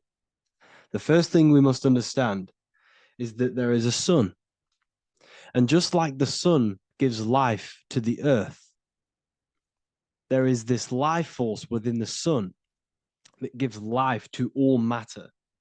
We must understand that that matter itself is dead. It has no life potential. It has no ability to create or destruct anything. All of the life comes from above, from the sun, from the life-giving power of this infinite energy source we call the sun. No matter what model you believe, the sun still gives power to this physical realm, giving life to all of the crops, giving life to animals, giving life and growth to all things that the rays come in contact with. This is a macrocosm process. We must understand the teachings of as above, so below. This means that the macrocosm repeats itself in a microcosm form. Now, what do I mean? Humans are made in the image and likeness of God.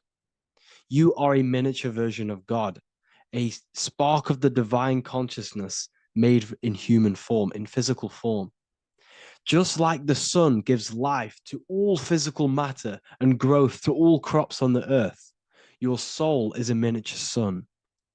And your soul is giving life to the body.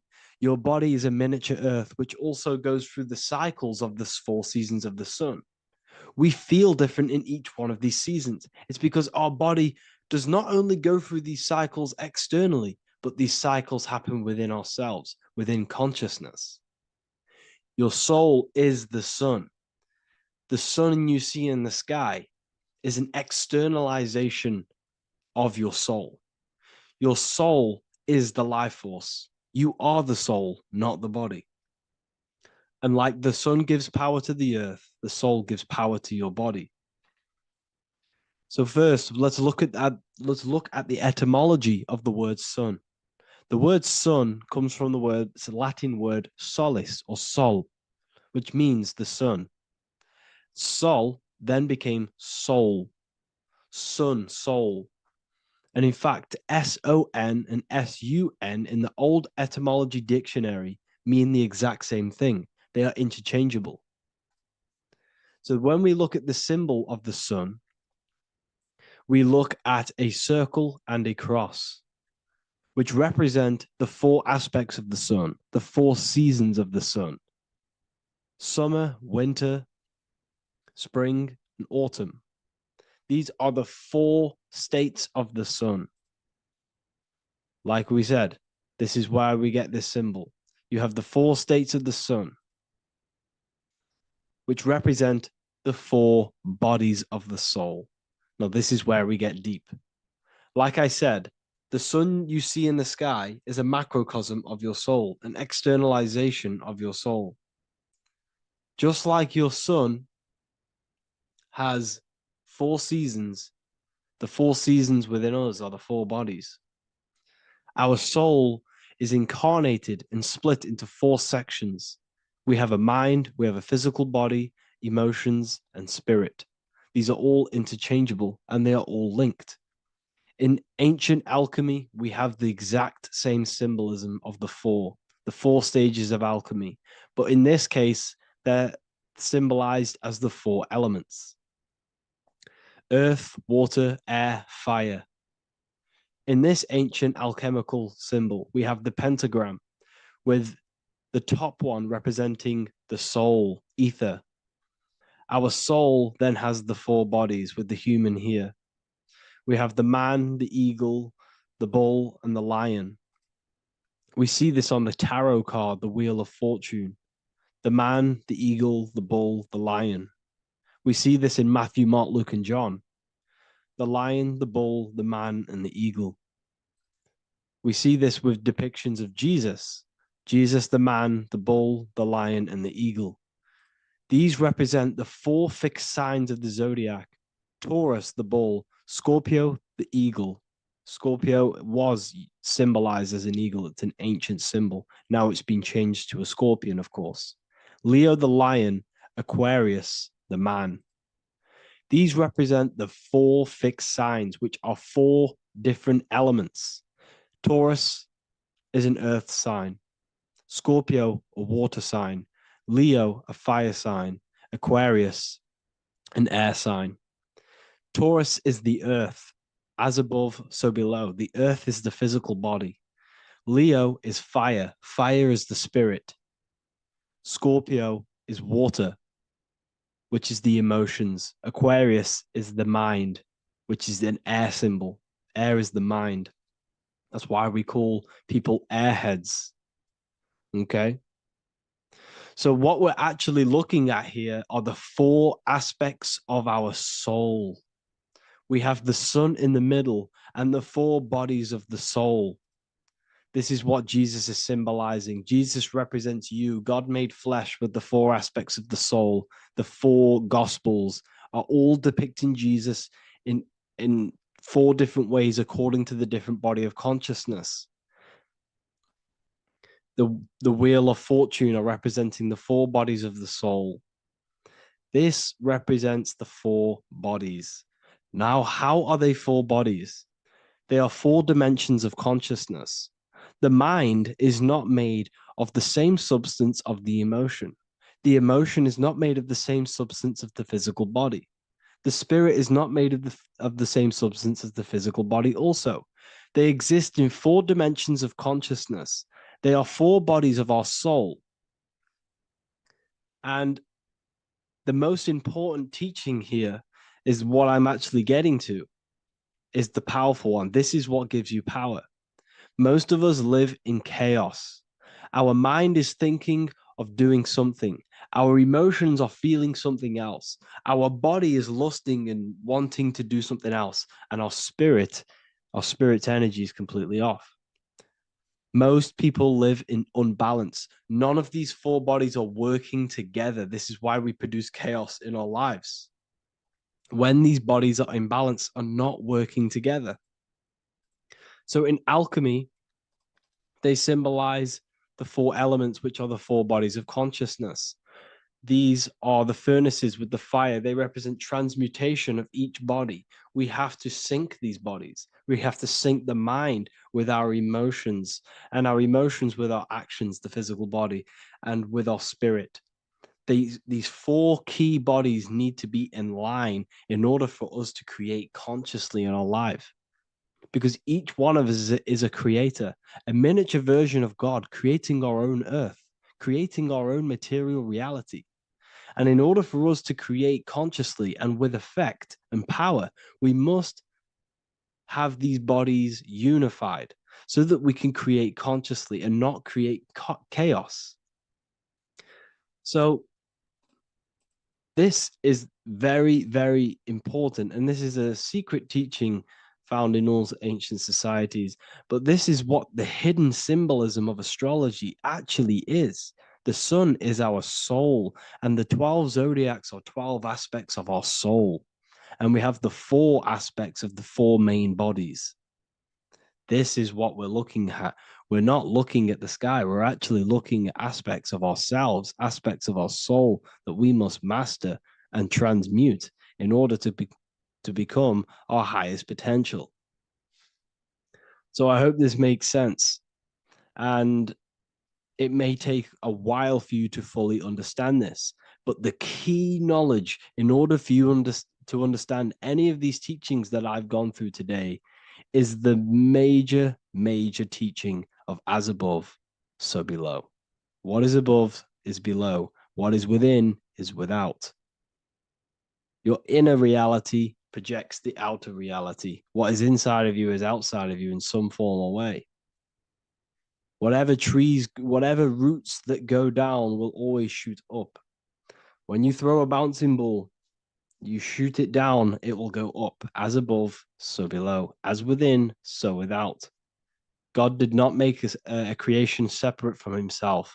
We are all extensions of the divine made in physical form, and we are incarnated into 4 sections. Our soul is separated into 4 sections. These are the 4 corners of reality.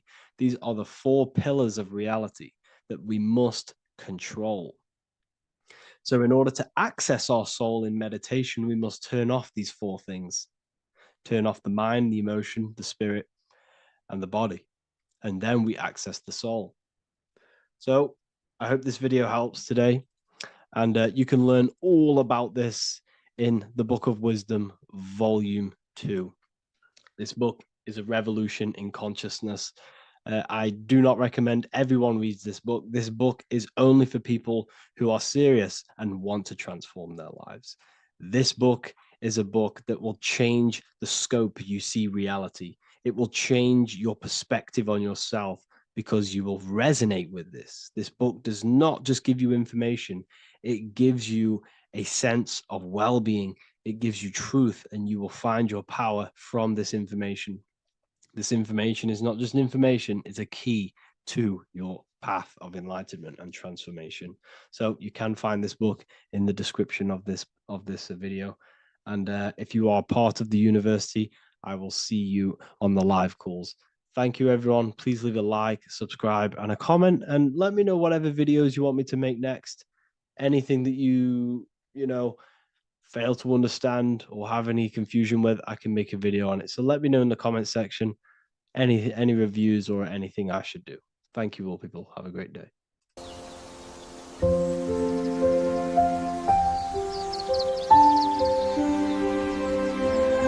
bookofwisdom.com. Visit today.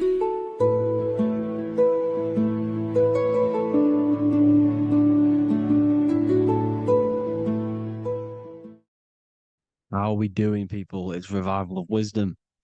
We're back today talking about sun worship. Okay? And please enjoy. Sit back and enjoy the video. First thing we need to understand is that the sun is the risen savior. It's the light of the world. Without the sun, we have nothing. Now, the sun is the Son of God. We didn't make the sun. No one owns the sun. But who created the sun? Obviously, the Creator created the sun. Therefore, it is the Son of God. And that is what Jesus is symbolizing in the Bible. The Bible is a metaphorical story. That's why it's called the greatest story ever told, because it is a story about the sun, the zodiac.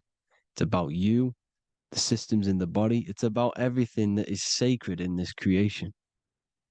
Now you can see the suns behind Jesus' head in all of the ancient portraits, even the ones that are more modern. You still see a sun on the back of his head because he is the sun. He's the light of the world, our risen savior. And this is what Christians are lost because they don't realize it's a symbolic story and they think Jesus was a historical person. He's not a historical person. Okay, this is what we need to get out of our mind.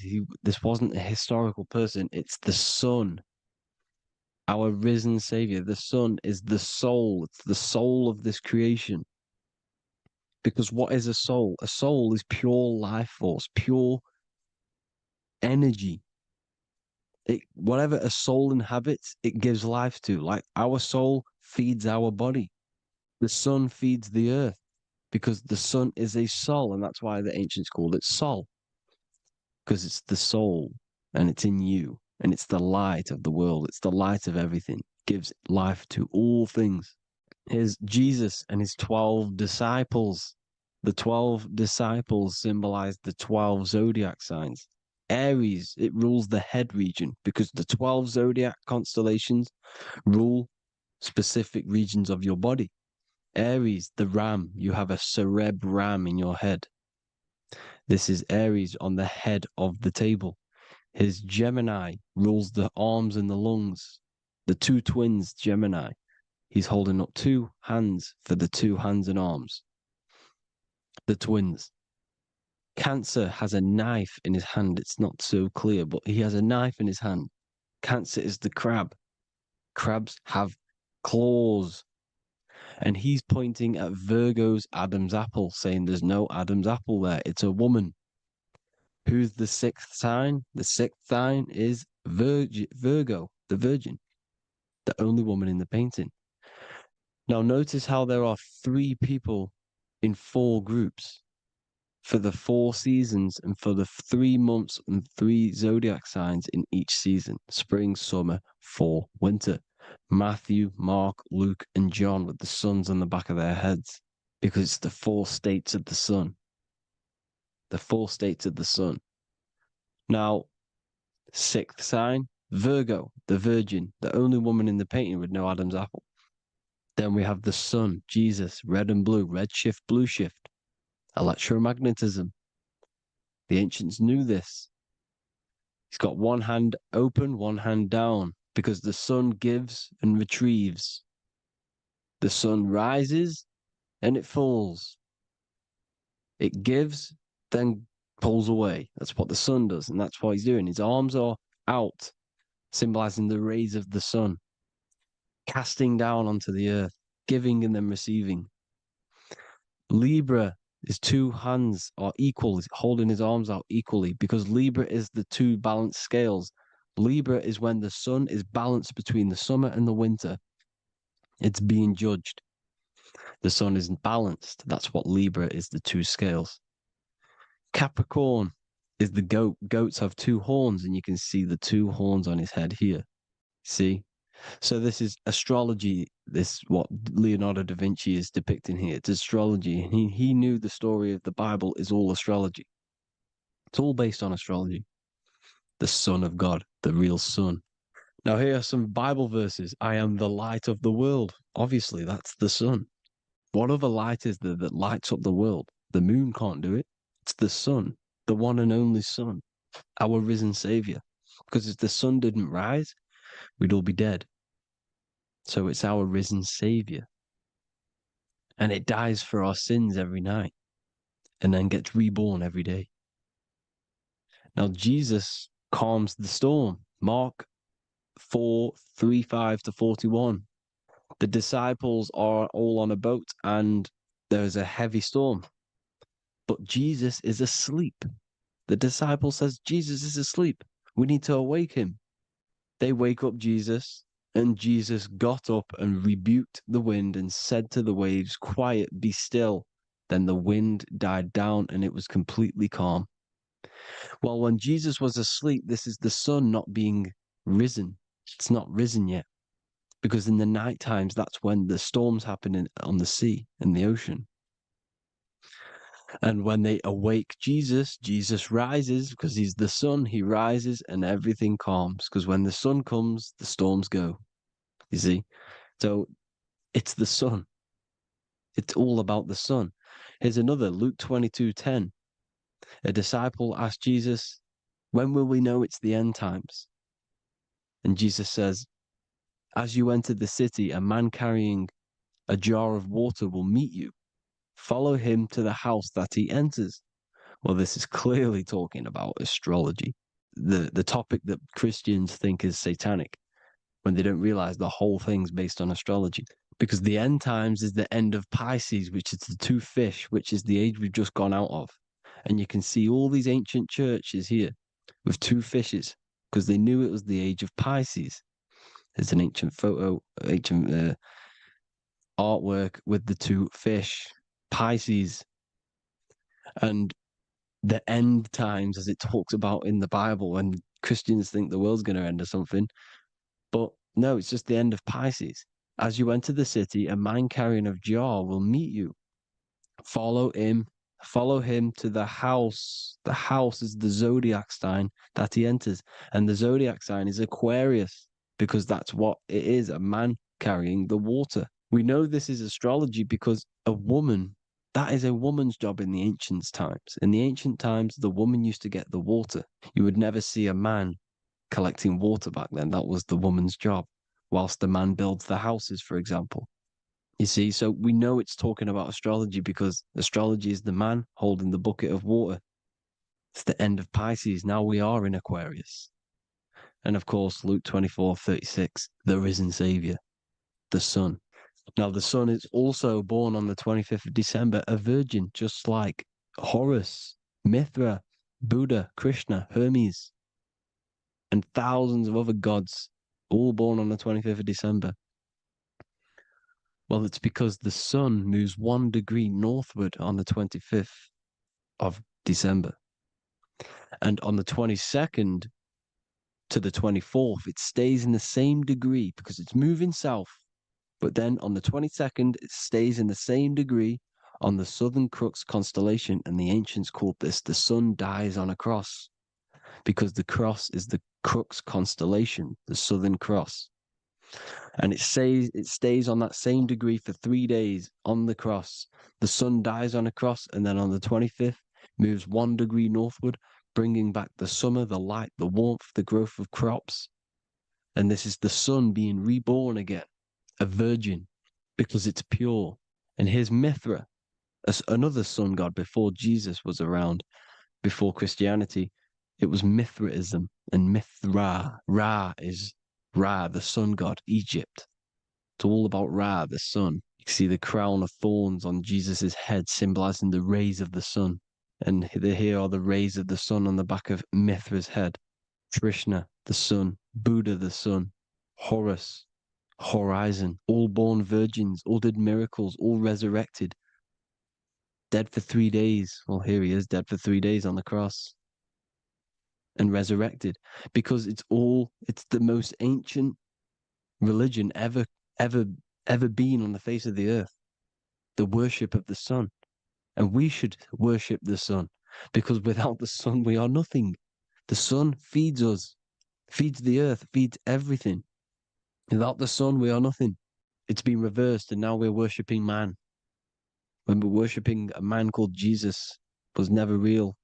It's all about the sun, the most high, the most powerful, potent, celestial body in the sky, the orb that feeds us every day. It dies for our sins and rises every day. It's the sun.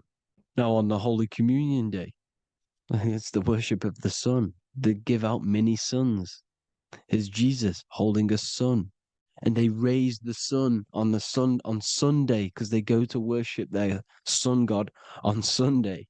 Not Saturn Day, not Moon Day, Monday, but on Sunday when the sun is exalting. And they hold suns up above their heads because the sun rises. They're symbolizing the sun rising above their heads as Savior. It's the sun. It's the Holy Communion Day. And here's Jesus giving a piece of himself to the children. It's the sun, the light. Judas was known as a backbiter, a backstabber, because he stabbed Jesus in the back. He betrayed Jesus. Well, this is just another astrological story about the constellation Scorpio, because the Scorpio is the J, looks like a J. J for Judas, the scorpion, the backbiter. Scorpions backbite, they bite with their back. And what does Judas do? He betrays Jesus by kissing him to let the warriors know who they need to get. So he kisses Jesus and Jesus gets stabbed in the back. Well, when you get stung or bit by a scorpion, they leave like a kiss. So Judas kisses him and gets betrayed. Well, this is because the sun, when it hits Libra, it's balanced. The sun is balanced because it comes through summer. Now the sun's starting to die. The sun's starting to die. It hits Libra. And then as soon as it hits the Scorpio, it gets betrayed because now the sun has to fall to winter and Saturn is there waiting to take over the darkness of the winter. So he gets stabbed in the back by Scorpio, Judas, the scorpion, the backstabber. You see, it's an astrological story. Here's Mary. Mary means marry, which means pure. The sun is pure. No one gave birth to the sun but the God. And it's born every day. It's born every day on every year. It's born pure. There was no controversy. There was no, activity for the sun to be born. It's pure. Now, the 7 metals come from the 7 planets.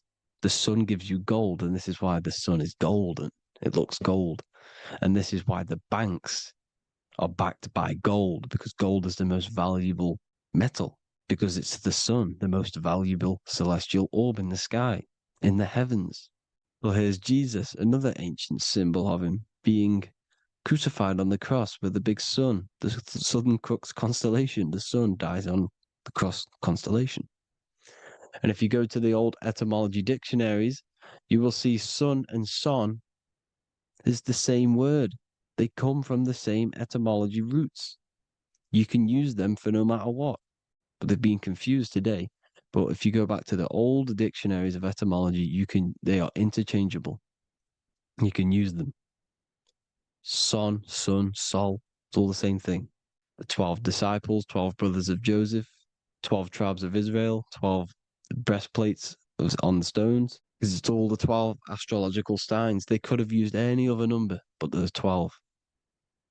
Because 12 is the mind, which is God. 7 is the number of matter, which is man. 7 energy centers in the body. 12 cranial nerves in the brain, because it's the mind.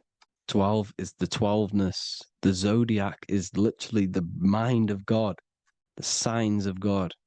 Now here we see here, Job 38, 31 to 33. Can you lead forth a constellation in the season? He's asking you, can you read the sky? Can you read the heavens? Canst thou bring forth the Mazzaroth in its season? Mazzaroth means 12 signs, the zodiac. Why did they translated every single Hebrew word in the Bible into English, but they decided to leave out Mazzaroth? Why? It's because if that said zodiac, Christians would have a different view on the Bible, but they leave that out. But Mazzaroth actually means the 12 signs, the zodiac, and the stars means sign. The word stars means sign because the stars are signs, things to come, which is off in Hebrew, which means sign, things to come. You see a sign on the road, it's something coming. But God is saying, what does he say? To qualify as a director, a judge of man's life on earth, one must be able to govern the heavenly bodies that rule the earth. It's telling you to read the heavens. We need to read the heavens. Astrology, the 12 zodiac signs, the mind of God. It's telling you, read the Mazzaroth, read the zodiac, because they are things to come in your life. They are signs. It's not satanic, it's made by God. God said, let there be lights in the firmament of the heavens to divide the day from the night, and let them be for signs. Signs are things to come. The 12 zodiac signs. It's all about astrology. Here's Mary holding the sun. His son, her son. It's the sun in the sky. The one and only, the most high. The soul, the solo because it's on its own. The most powerful, Ra, radiance. Here's the Pope holding the sun. All 3 popes holding the sun because they're sun worshippers and they know the true meaning and origins behind Christianity. Sun worship. Here's the Vatican is a sundial. Yes, this is literally a clock. Your watch is a sundial. It's got 12 sections on it for the 12 zodiac signs. 12 hours, 12 Horuses. Now here you see Jesus walking on water. Well, it's the sun, and here's the beard of the sun. Here's the pyramid of the sun, the illuminated one, the all-seeing eye, the sun. Here's the Ankh. The sun creates these symbols. The ancients knew this. Now, when you see these headdresses, these are actually the days of precession of the sun. Aries, Cancer, Libra. It's all about the sun. Here's some more sun worship going back to Egypt. Ra, Horus, Osiris, and Set. Jesus and Satan is Horus and Set. The sun and Saturn. Saturn rules the winter, Satan. Jesus, the sun, the light of the world, rules the summer, rules the day. Satan's the night, Saturn's the night, the sun is the day. The evil brother, Satan. Well, Horus comes, well, this is where we get the word hours from. There are 12 Horuses. The sun moves in 12 Horuses, 12 hours. Where's Horus? What hour is it? Where's Horus? His Ra, 12 noon, Ra, radiates, powerful, the most high sun. That's why he has a sun on the top of his head. These are the four states of the sun. Set, sunset. This is why we say sunset, because the sun is setting. His sunset, his Horus, horizon, the Horus is rising, Ra radiating, and the sunset. Then midnight is Osiris. Here's another ancient symbol for the sun, the scarab. Ra, the sun, scarab. It's got the word Ra in it because it's the sun. And here's the sun on top of the scarab with the wings. Because scarabs roll dung up hills, and then they'll let it fall down the hill to gain more matter. To gain more bigger, like a snowball effect. And this is, the ancients saw this as a process of the sun, because the sun climbs up the hill and then it falls. So they used the scarab to symbolize the process of the sun. The sun climbs and falls. Here's an ancient Egyptian cat cutting off the head of the serpent. Well, the cat is cutting off the head of the serpent, symbolizes the sun cutting off the nighttime. When the sun rises, it cuts off the nighttime. It cuts off the serpent. The serpents represent darkness or evil. Oh, there's some more symbology of the sun and the heavens, the arch, the royal arch, the firmament, the sun inside the firmament. These are all ancient churches, and they all depict the firmament, but the sun inside is the ancient cosmology. You see, because it's all about the sun. Everything's about the sun, because the sun is our orb made for us to sustain life in this, inside of this creation, inside of this firmament, the royal arch of heaven. Here's the Freemasons depicting it. Here's the Masonic royal arch. But you can even see the zodiac signs. Here's Cancer, the checkered board. It's the royal arch of the firmament. Obviously, they don't want to tell you that. You live in space, apparently. Some more sun worship. Here's the beard of the sun on the water. They all have this long beard. And why do they say amen? Amen at the end of every prayer. Amen is a sun god, a creator god. It's all about the sun. So thank you all, people. Hope you all enjoyed. Hope you all gained some knowledge and insight. Please give me a follow, drop a comment, drop a like. Have a good day. Love you all.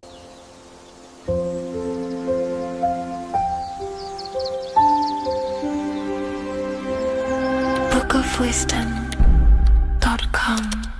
Visit today.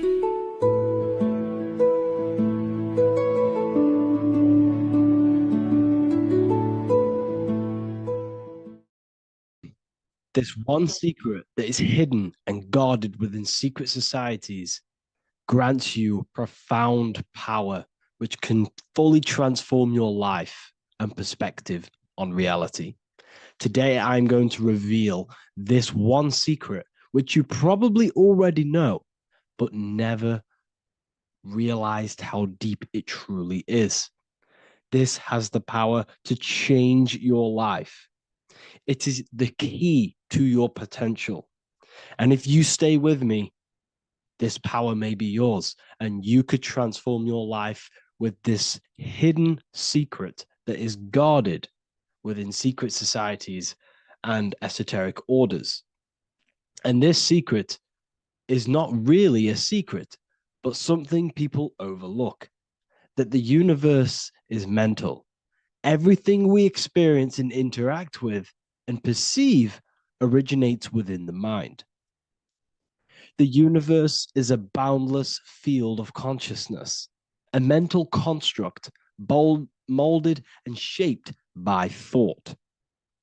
We do not just live in a physical world, as they want you to believe. There are hidden forces that mold the material world. They want you to believe that you are only a physical being inside of a physical universe. But this is completely wrong.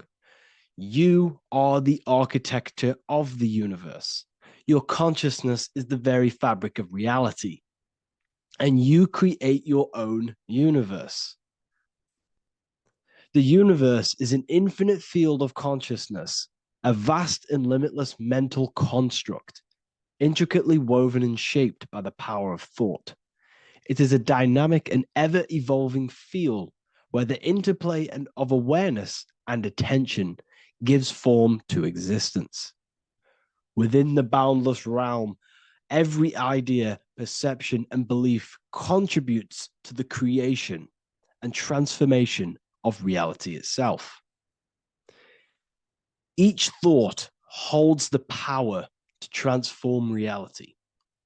Your consciousness is the very fabric of reality.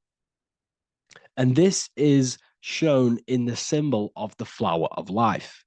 The flower of life is a symbol. It symbolizes the interconnectedness of all existence, illustrating how every thought is not merely a fleeting moment, but a ripple that reverberates across every layer of reality. Each action, like the intricate overlapping circles of this pattern in the symbol, extends its influence far beyond its origin, weaving a web of interdependence where every choice impacts the whole. It serves as a profound reminder that everything is connected, bound by an unseen field of consciousness. This symbol represents how one action, one thought is a ripple in the whole vastness of the ether of consciousness. To master your mind is to master the universe, because your mind is a miniature universe. The mind is the very fabric of reality. So if we gain the hook, if we gain the power and the mastery over our minds, we have now gained the power to create reality to your will and intent. You see, most people live in a cycle, and this cycle is the outer world manipulating how they feel on the inner world. People's external circumstances are creating their thoughts and emotion in the inner world of consciousness, which is producing a constant cycle of negative manifestation. For example, let's say something negative happens to me in my external world. Then I start to think negative and feel negative.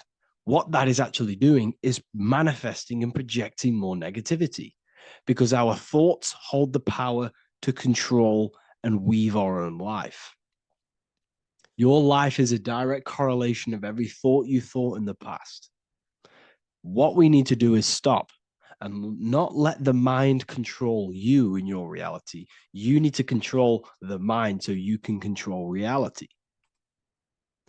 So what does this actually mean? Reality is an externalization of consciousness. Consciousness and matter are one. They're not separate.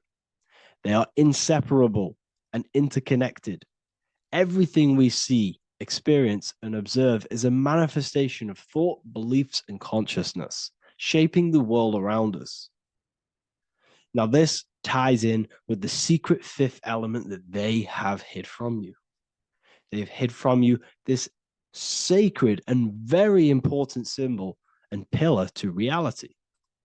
And this pillar, this sacred thing they've missed, is called the ether. And they've held this from you for a reason, a specific reason.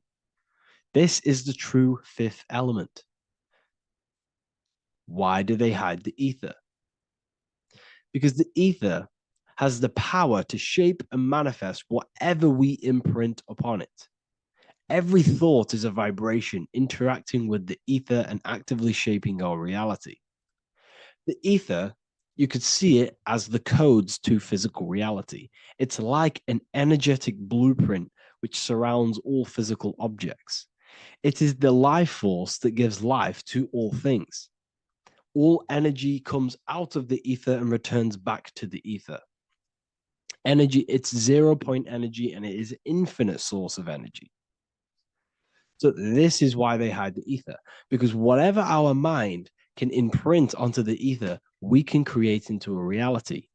And we imprint the ether through thought and imagination. The mind holds the power. The mind is the very source of reality. The material realm is not separate from the mental realm. Rather, it is intricately shaped and influenced by it through the ether. This subtle, all-pervasive medium bridges thought and matter, allowing consciousness to mold and manifest the physical reality. To transform our lives, we must first transform our minds. True change begins within, as our thoughts, beliefs, and perceptions shape the reality we experience. By shifting our mindset, we unlock the power to reshape our world and recreate the life we desire. This is the power of the mind, and this is the power that's been hidden from you. We're not taught these things in schools for a reason, because they don't want us all to be conscious creators. Instead, they feed you your beliefs. They feed you your thoughts through the music, through the entertainment, through the movies, through the news. They're controlling your thoughts with this information. They're installing beliefs and information into your mind. So you are producing their reality. But this is what we need to stop. We need to take control. We need to stop consuming their music, their movies, their information, their news, because all of this is contributing towards your reality.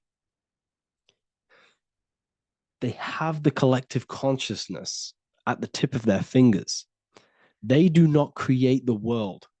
We create the world by believing their beliefs and their thoughts and installing their information into our minds. You see, it's mind over matter, and most people live in matter over their mind. Most people let matter, the external circumstances, dictate their mind, when it should be the other way around. It should be mind over matter. This is the mental plane. This is the astral. This is the etheric. This is the physical.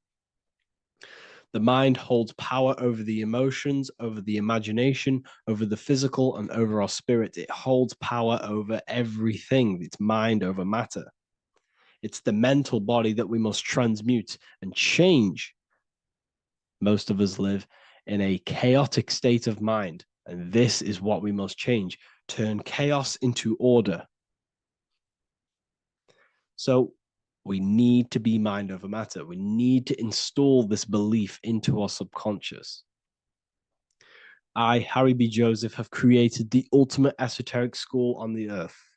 As a member, you'll gain access to live mentoring calls twice a week, along with new lectures, books, and exclusive content released every week. Additionally, you'll have a full access to all my life-changing programs. If you're ready to transform your life and start your journey today with me, join Ethereal University. These are the campuses. We have the real lecture sections filled with lectures that you can watch. Manifestation Mastery, which teach you exactly how to reprogram your subconscious mind so you can live that reality. Sexual Alchemy, the path to empowerment of how you can transmute your sexual energy. The Real Library, where you gain access to powerful esoteric books, PDFs. Symbols of Secrets, an amazing course. The course that allows you to see beyond the veil that has been pulled over your eyes. The language of symbolism that secretly rules the world. I teach you how to read symbolism.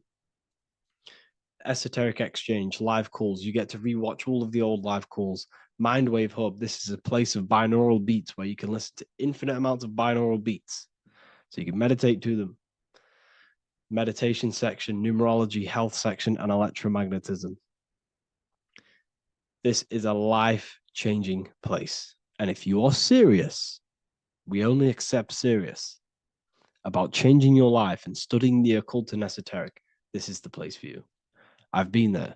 I've been on YouTube looking around for valuable information, trying to find good accounts, good channels. It's very hard. I had to go through years of trying to find good information on YouTube. But what I've done is instead of you searching around everywhere for bits of information and connecting the dots, I've put it all into one big place.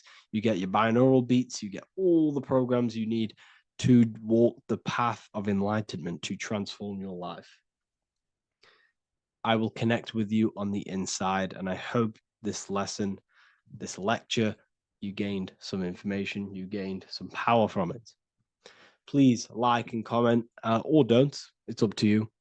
If you have any reviews, if you have any ideas of lectures that if you don't understand certain things, make sure to leave a comment and I can make a lecture about it. I can make a video about it for sure. I don't mind taking recommendations for videos. So I thank you all, people. Have an amazing day.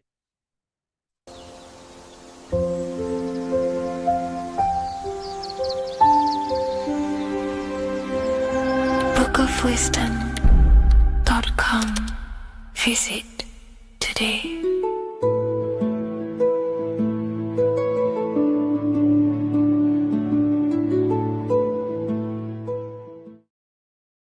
How are we all doing today, people? It's Revival of Wisdom, and today we're going to get real deep. This video is going to get real deep. A lot of people are not going to be ready for this sort of knowledge. Okay, you really have to do is to really deprogram the mind, because everything we've been taught is a complete lie, is to keep us trapped. Okay, this is really advanced knowledge. Now, let's get straight into this. All of the ancients depicted other worlds, and they called this place Midgard. Midgard is the mid-garden, the middle garden. This is why the Masonic symbolism on the floor is always a black and white checkered board, symbolizing the polarity here, the good and bad, because we're in the middle garden, the heart. Earth rearranged spells heart, because we're in the heart of this system, or whatever it is, a super quantum computer, whatever you want to call it, simulation. Now, in the Quran, it talks about the 7 layers of heaven. All of these ancient artworks are depicting these different layers of reality. Okay, and look at the Egyptians here with the boat outside of the firmament. Boats travel on water, and this is exactly what the Masons are doing. So they're still using the same symbols. Why? Because it's the same knowledge, just hidden. The Egyptians have the same knowledge as the Freemasons. It's just hidden. Now, this cosmology that they're showing here, which is probably made maybe 100 years ago, this painting or artwork, is the exact same as the one we see here, with the arch, the boat. It's similar, because the boat is symbolizing traveling these other worlds, because the ether is also symbolized as water, because if you look up at the stars through a telescope, it looks like it's water. It's shining through water, because this ether, whatever this substance is outside of this world, was symbolized as water. Okay, and look at all these ancient depictions showing these different layers of reality. Now, we are being trapped within this 3D dimensional world, which is the cube, the Saturn cube, because there are 6 sides to everything in this world: front, back, left, right, up and down. 6, which is the cube, because we're in the Saturn, Saturn's world. Okay, now, always been depicted as a tree of life, the tree of the universe has always been depicted as this tree. Because let's get a bit deeper. Now, the cosmology of this reality is the sun, the moon, and Polaris, always in the Masonic art. the sun, the moon, and Polaris, the all-seeing eye. If you go inside of the temples, of the Masonic temples, they always have this star in the middle, shining light beams. Okay? Look here. The light beams coming from the big star in the middle, which is Polaris. This eye is God. It's God's light shining down from his abundance. Now, when you astral travel, you will see this big ball of light above you, and this big ball of light is God. But you cannot travel towards it until you are pure. It doesn't work like that. You have to become formless. You have to become pure before you can become one with the light. In all these Masonic artworks, it's all depicting the star in the center. This star is Polaris, because Polaris is the way out of this place. And this is why you see the stairway to heaven all the way up to the light beam, the light source. What does it say in the Bible? God is light, because everything is made out of one substance, and that substance is light. And it symbolizes the eye because God is an eye. All things that are alive have an eye. And we all say, I am. We all see these realities through eyes. God is an eye. He's the all-seeing eye. He sees all things at all times. And he is projecting this light. And this light comes down to create all the different levels of the worlds. And this is what the two pillars symbolize the number 11. 11, the number 1, is just a vertical line. It's the one. It's a 1 point. 11 symbolizes the mirror nature of reality. Everything's mirrored. As above, so below. Now, the 11 also symbolizes openings, doorways. And as you can see here, an opening to the all-seeing eye. And you see here again, an opening to the stairway all the way up to the light. This light is the light of God in the astral worlds, beyond this world. Now, Polaris has also been symbolized as the UFO. They put the truth in plain sight. So, you know, in the films, how the UFOs suck people up. That's what Polaris is doing. If you ascend beyond this world, if you do not ascend beyond this world, you will be reincarnated in this world. The whole thing is to outgrow this consciousness to the plane above. And I'm not just making this up. I'm going to be bringing in scriptures after this.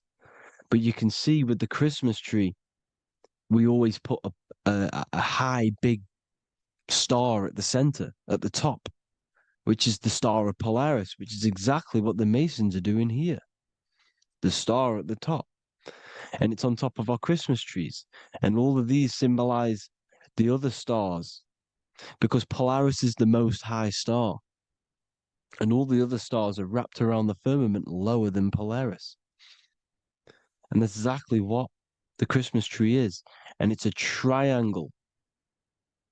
It's a triangle, just like light beams travel from one point in the triangle, just like the all-seeing eye. It's a triangle. The light is coming from one point and sending its rays downward. You see, it's kind of like you see here with the water. And the lower you go, the darker it gets, the more evil it becomes. And this is what the ancients would call hell. Now, this all-seeing eye is Polaris. And below Polaris is Mount Meru, the North Pole, the magnetic North Pole. The Tower of Babel, which is in the Bible. The etymology of the word Babel, Ba meaning spirit, which gives the ability to move the soul through the worlds, which is that's the ancient Egyptian description of the word ba, meaning of the word ba.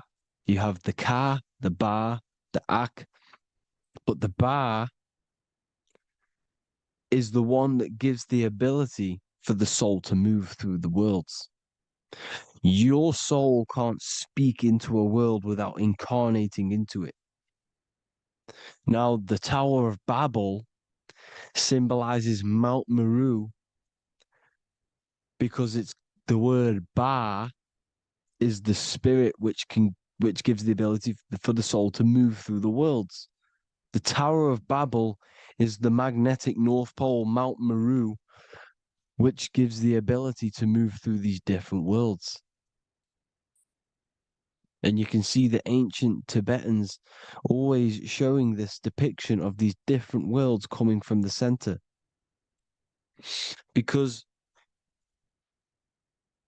we have to ascend our consciousness. It's not about how good you are to reach heaven. It's about how you expand your consciousness, you expand your mind. So they teach now that you have to be good in order to reach to heaven. It's about expanding the mind, expanding your consciousness to these different planes, these different realms. So that's what it's about. And Jesus was known as the fisher of man. Now, Jesus is a massive part of this. He was known as the fisher of man because he was fishing. He could have been fishing. He could have been one of these deities that had come down from these different higher realities and pull people up. So they would so they called Jesus the fisher of man. And he says unto them, follow me and I will make you fishers of men. So these deities that we see in the past, like Buddha, Krishna, Hermes, Thoth, Jesus, could all be these entities who were coming down to pick up the minds that were worthy enough to see the higher planes of reality. And this is why they called him the fisher of man. Now, when Jesus walks on water, there is a parable with Paul. And he says, but Jesus immediately said unto them, take courage, it is I, don't be afraid. He's talking about astral travel here. He's talking about leaving the body. Because when you leave the body in astral travel to see these alternative realities, you can't be afraid because fear is a bondage, which is what the Emerald Tablets talks about. Lord, if it's you, Peter replied, tell me to come to you on the water. The water.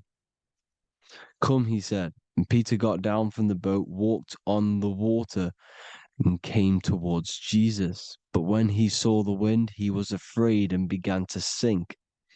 When you become afraid in astral travel, you sink back into your body. Lord, save me. So this is talking about Jesus pulling people up into different realities. And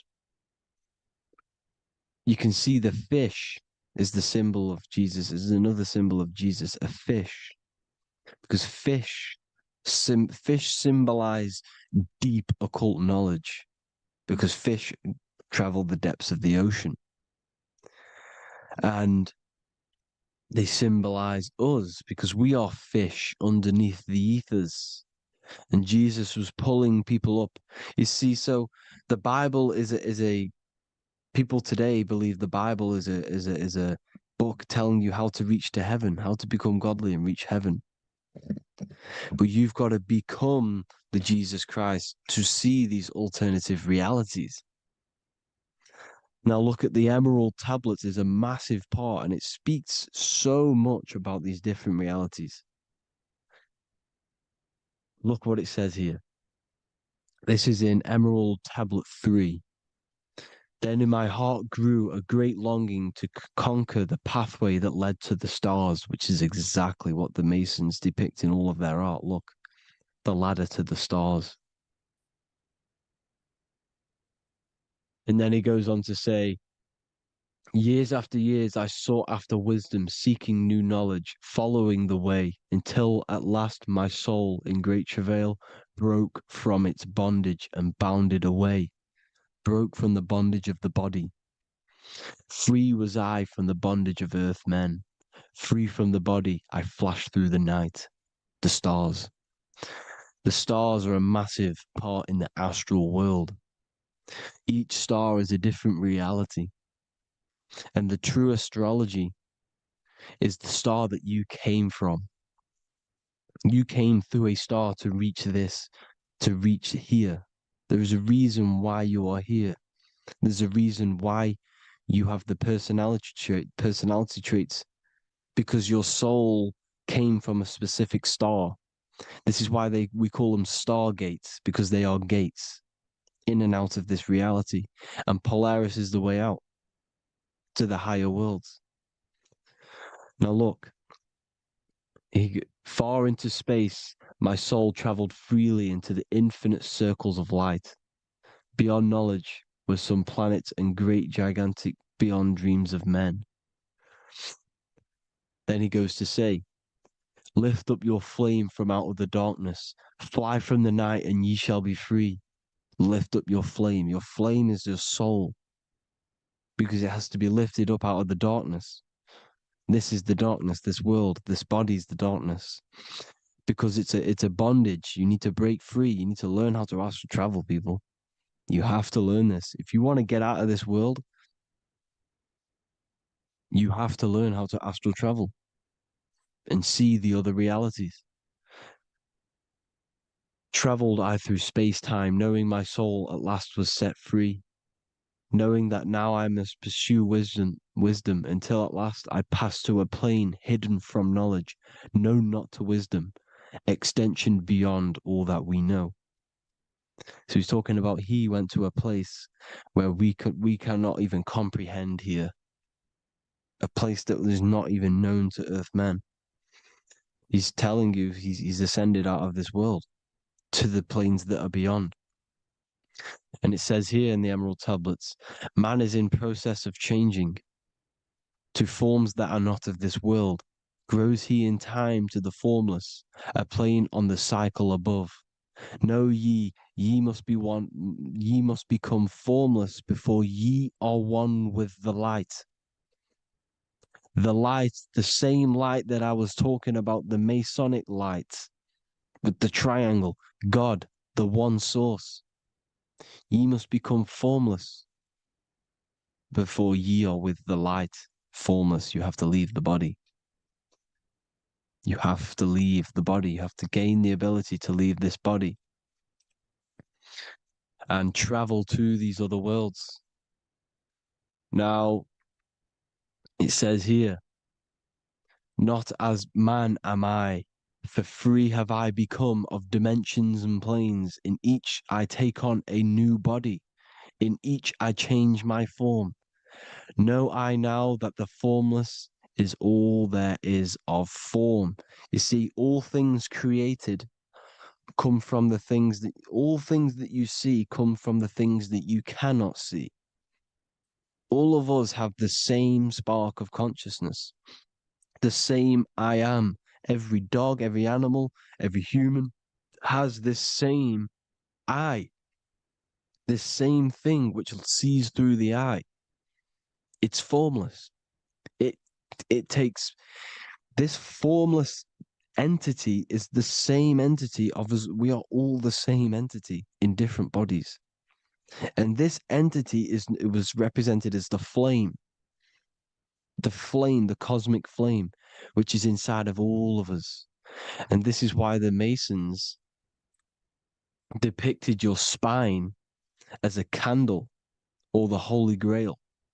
You would either see this or a candle with a flame on the top, because the Holy Grail is your consciousness, which is on top of your spine, which is the candle.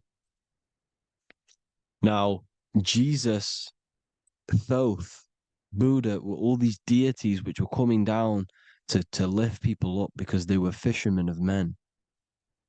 And he would lift you up to the higher worlds, out of this world, to the ones above. Now, Thoth, you can see him here. He's leading the way. He's holding someone and he's leading the way with knowledge and power. He was leading the way to other worlds, out of this world. There's no point trying to change this world. This world will stay the same. It will stay the same. You have to get out of this world. And that's what they're telling you. That's what they're keeping you from. They're keeping you stuck within this thin layer of reality. So what the Masons are doing, they have the ability to astral travel.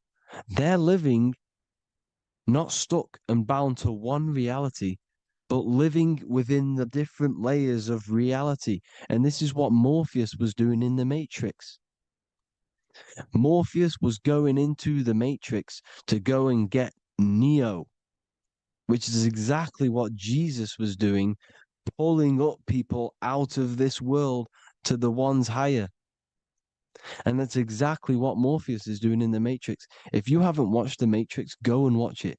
It will blow your mind. Everything I'm saying in this video, you will see it. Except that you don't need to use a machine to enter the Matrix. You just use your body. Well, you use your consciousness to leave this body. You see, Neo was also uploading himself into the simulation to pull people out of the simulation. And this is exactly what all of these gods were doing. The Fisher of Man. Look, he was pulling people up out of this reality with the knowledge. Now, Jesus was always depicted with the mushrooms. Look at all this mushroom art. Mushrooms were literally the origin of Christianity. You can see it everywhere. There's mushrooms in all of the ancient art. Every single one of these paintings you see here, there's mushrooms on them. Mushrooms have the ability to see alternative states of consciousness. Now, if you go and do them and you go to sleep, if you pop mushrooms, you go to sleep and you will wake up in another reality. You will wake up in another reality. Don't try it if you don't want to do it. But if you've got the heart to do it, do it. Eat them and go to sleep. You'll wake up in another reality. And Jesus was handing out mushrooms to the bright minds, to the minds that he wanted to fish out and pull up to the higher realities. He was giving them mushrooms to see themselves in an alternative state, in an alternative reality. This is why there was so much mushroom art, and it's not just ancient Christians; it's Sumerians, it's the Mayans, the Celtics, the Egyptians. All used mushrooms. All of them. Look at all this art. It's on stones. It's everywhere because mushrooms. See, everything in nature is a micro macro. Look at the form of a mushroom. It's literally your spine and brain. Because they alter your consciousness. Your body is just a radio receiver. Everything that you're experiencing is a program being ran by the central nervous system, and your consciousness is experiencing this program, these electrical impulses of the nervous system, because it's all feeding back to one point, which is the pineal gland. And this is the candle with the light on it.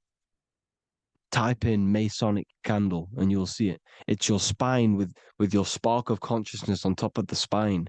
And it's a mushroom because this sends you to alternative states of consciousness, alternative realities.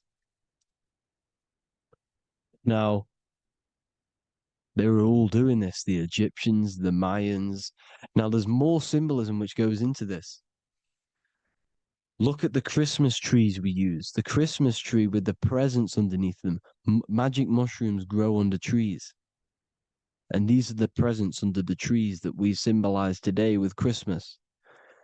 Santa's red and yellow for the red and yellow mushrooms. The same mushrooms Mario has to collect. And when he gets enough mushrooms, he levels up. And then what does he do when he go past the world? When you win that world in Mario, you go to another reality. You go inside of another world. It's truth in plain sight. And it's using mushrooms. It's using mushrooms. Everything, all of the characters in Mario, well, a lot of them are mushrooms. Look at this one. The presents, black, yellow, and red and white. Red and white mushrooms. And the bow on the top is the mushroom head.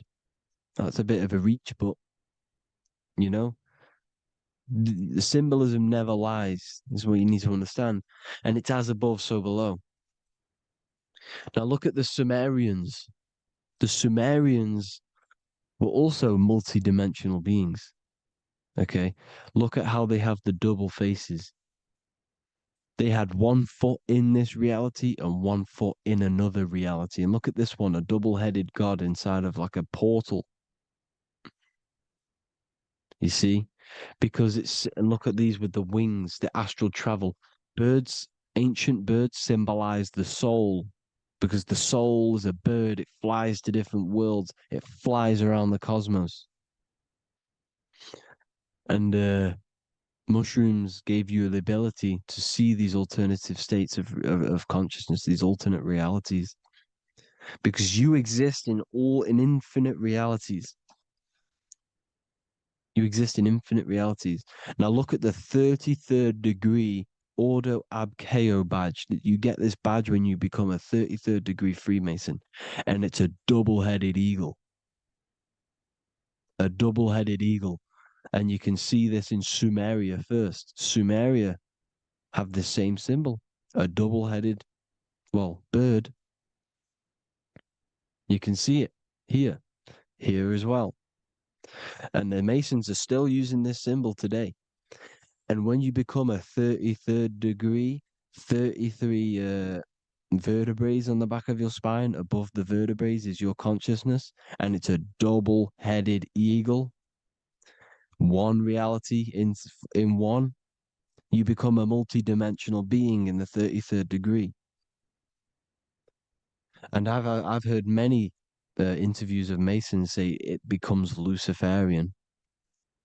You see, they speak in code. These Masons can't tell you about what they learn about, but they will speak in code. They said it becomes Luciferian. The word Luciferian is lucid. The root word of Luciferian is lucid, and lucid is lucid dreaming, alternative realities, dream worlds. You become a god. Luciferian means you're becoming your own god, pretty much. Because you are becoming a multi-dimensional being living in between the different layers of reality at the 33rd degree of Freemasonry. And look at the double-headed eagle, because the birds symbolize the soul. And they reach high, they fly high, just like the soul wants to fly high to the light, to become one with the light, like the Emerald Tablet says. Now look at Janus. Janus was another god, and he's known as the god of doorways. Janus always depicted with a double head. Janus is why we say janitor or January. And January is entering a new year. Janus is known as the god of doorways with keys, always got a key, because keys open doors. That's why the janitor holds all the keys. And Janus always has double heads, because he had 1 foot in this reality, 1 foot in another. He was a multi-dimensional being, a Luciferian. living between the different layers of reality, except from instead of being stuck in one like we are. Well, a lot of people. And that's the whole point. You see, all of this stuff is about like changing the world and stuff like that. This world will probably never ever change. It's probably been like this forever. Well, forever, for a long time. But it's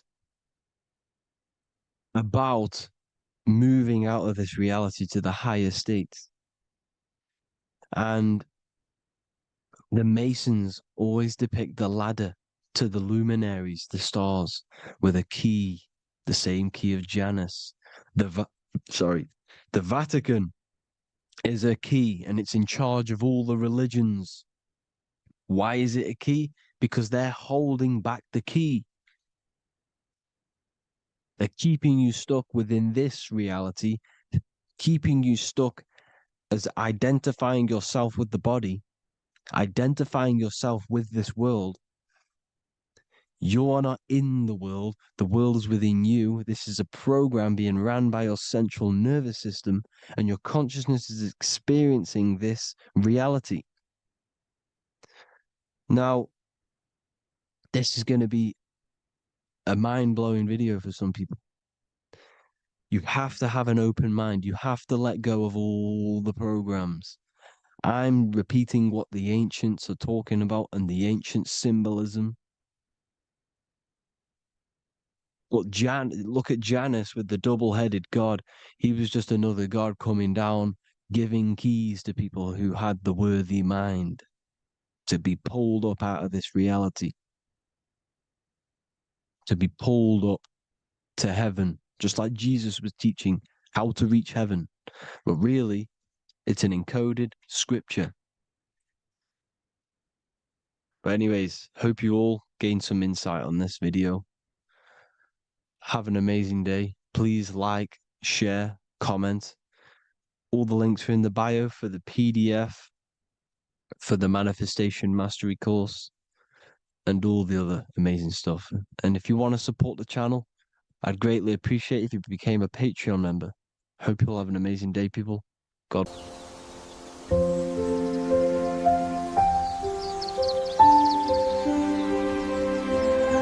bookofwisdom.com. Visit today.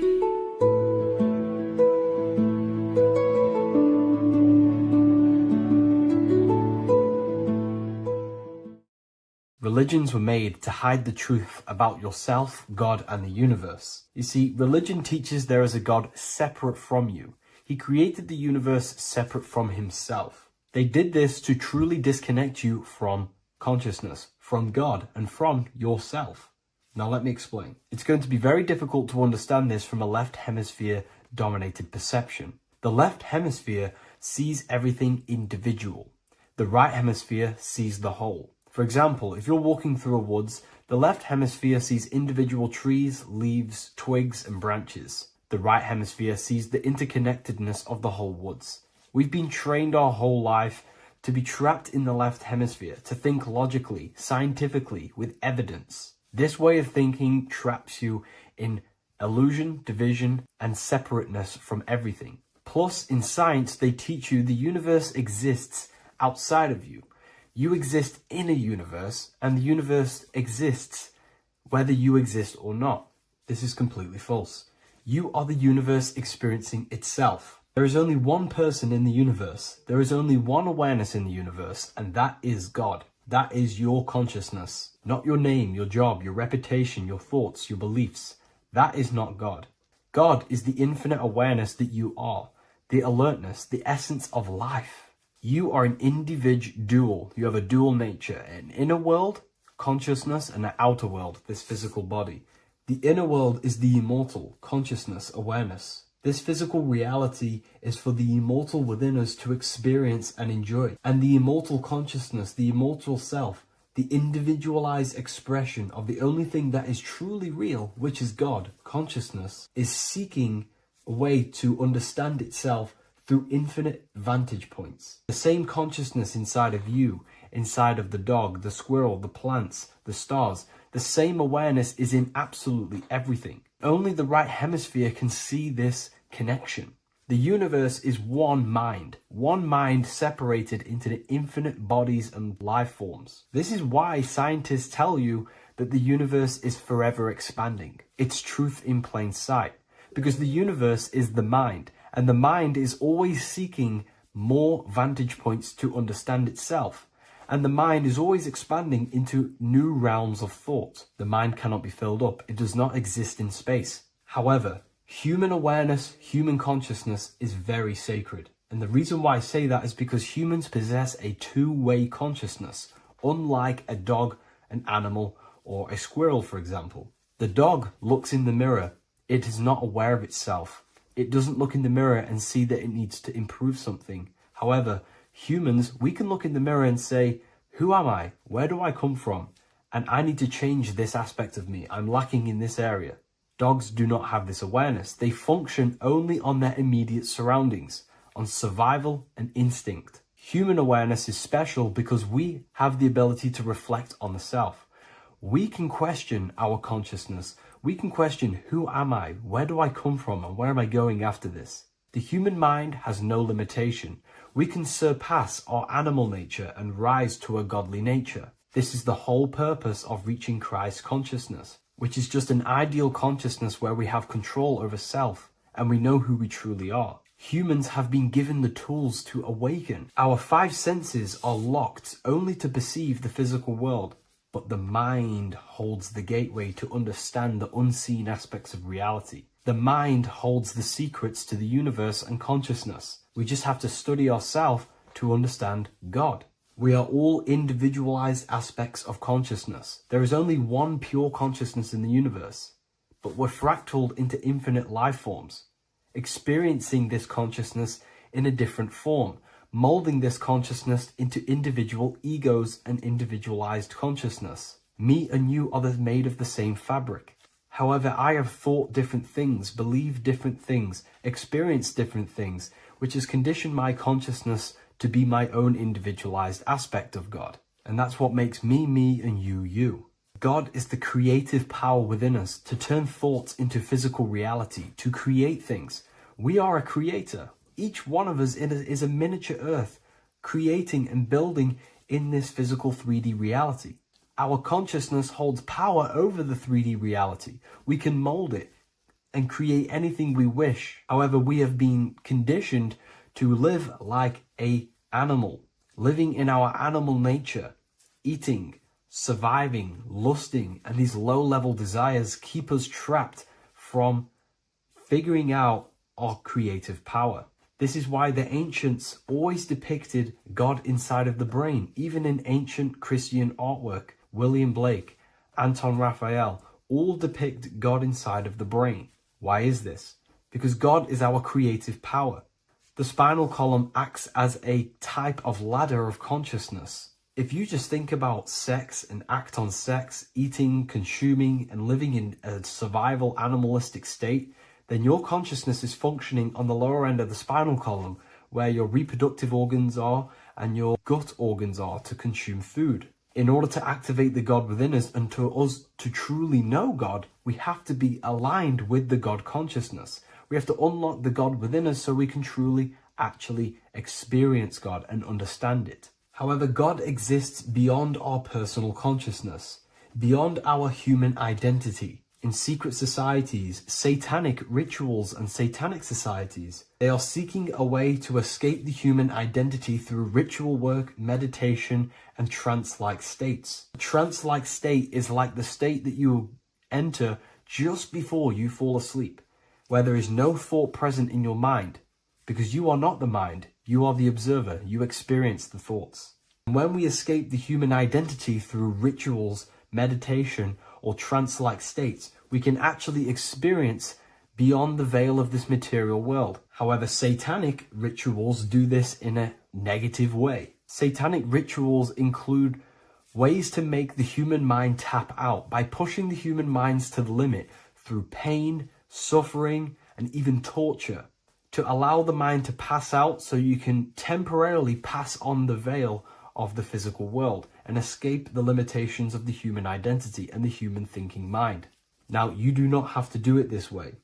You can experience the divine and beyond your human identity through many different ways, such as deep, deep meditation, rising above your thoughts, and setting 3 alarms, one for 6 a.m., one for 6:30, and one for 7:30. And when you wake up at these times, what you need to do each time you wake up is allow your mind to stay awake but your body to fall asleep. And you will enter this trance-like state. And you can gain ideas, experience lucid dreams, and maybe even astral project. All of these rituals in secret societies and satanic societies is all about escaping the human identity and experiencing the divine planes beyond the physical. To wrap all of this up, this is all about consciousness. Consciousness is the infinite awareness of the universe, just fractaled into separate bodies. And this consciousness is seeking a way to understand itself in infinite angles and vantage points. And religion was made to cut off your connection to the divine planes beyond this world and beyond your self-identity. Therefore, if you want to know God, you have to study the attributes and qualities of God, such as geometry, numbers, consciousness, the mind, the subconscious, human anatomy. All of these things are aspects of God. We have to study ourselves and study nature so we can see God. God is the infinite awareness of the universe. If you love this video, please leave a like and share it with a friend. I'll leave a link in the description for the Book of Wisdom, Volume 2. Before you call the Baphomet evil, make sure that you watch this video until the end so you gain a full understanding on what the Baphomet truly is. No, I am not a Satanist. I am simply an esoteric and occult researcher. I've been looking into symbolism for a very long time, and I can reassure you that this symbol does not represent the devil, does not represent any negative figure. It's a very deep, occult, esoteric symbol. What we first need to understand about the Baphomet, it is indeed a symbol. Every symbol we see around us is neutral. The pentagram, the Baphomet, is neutral. It depends how you use it, whether it is used in a good or bad way.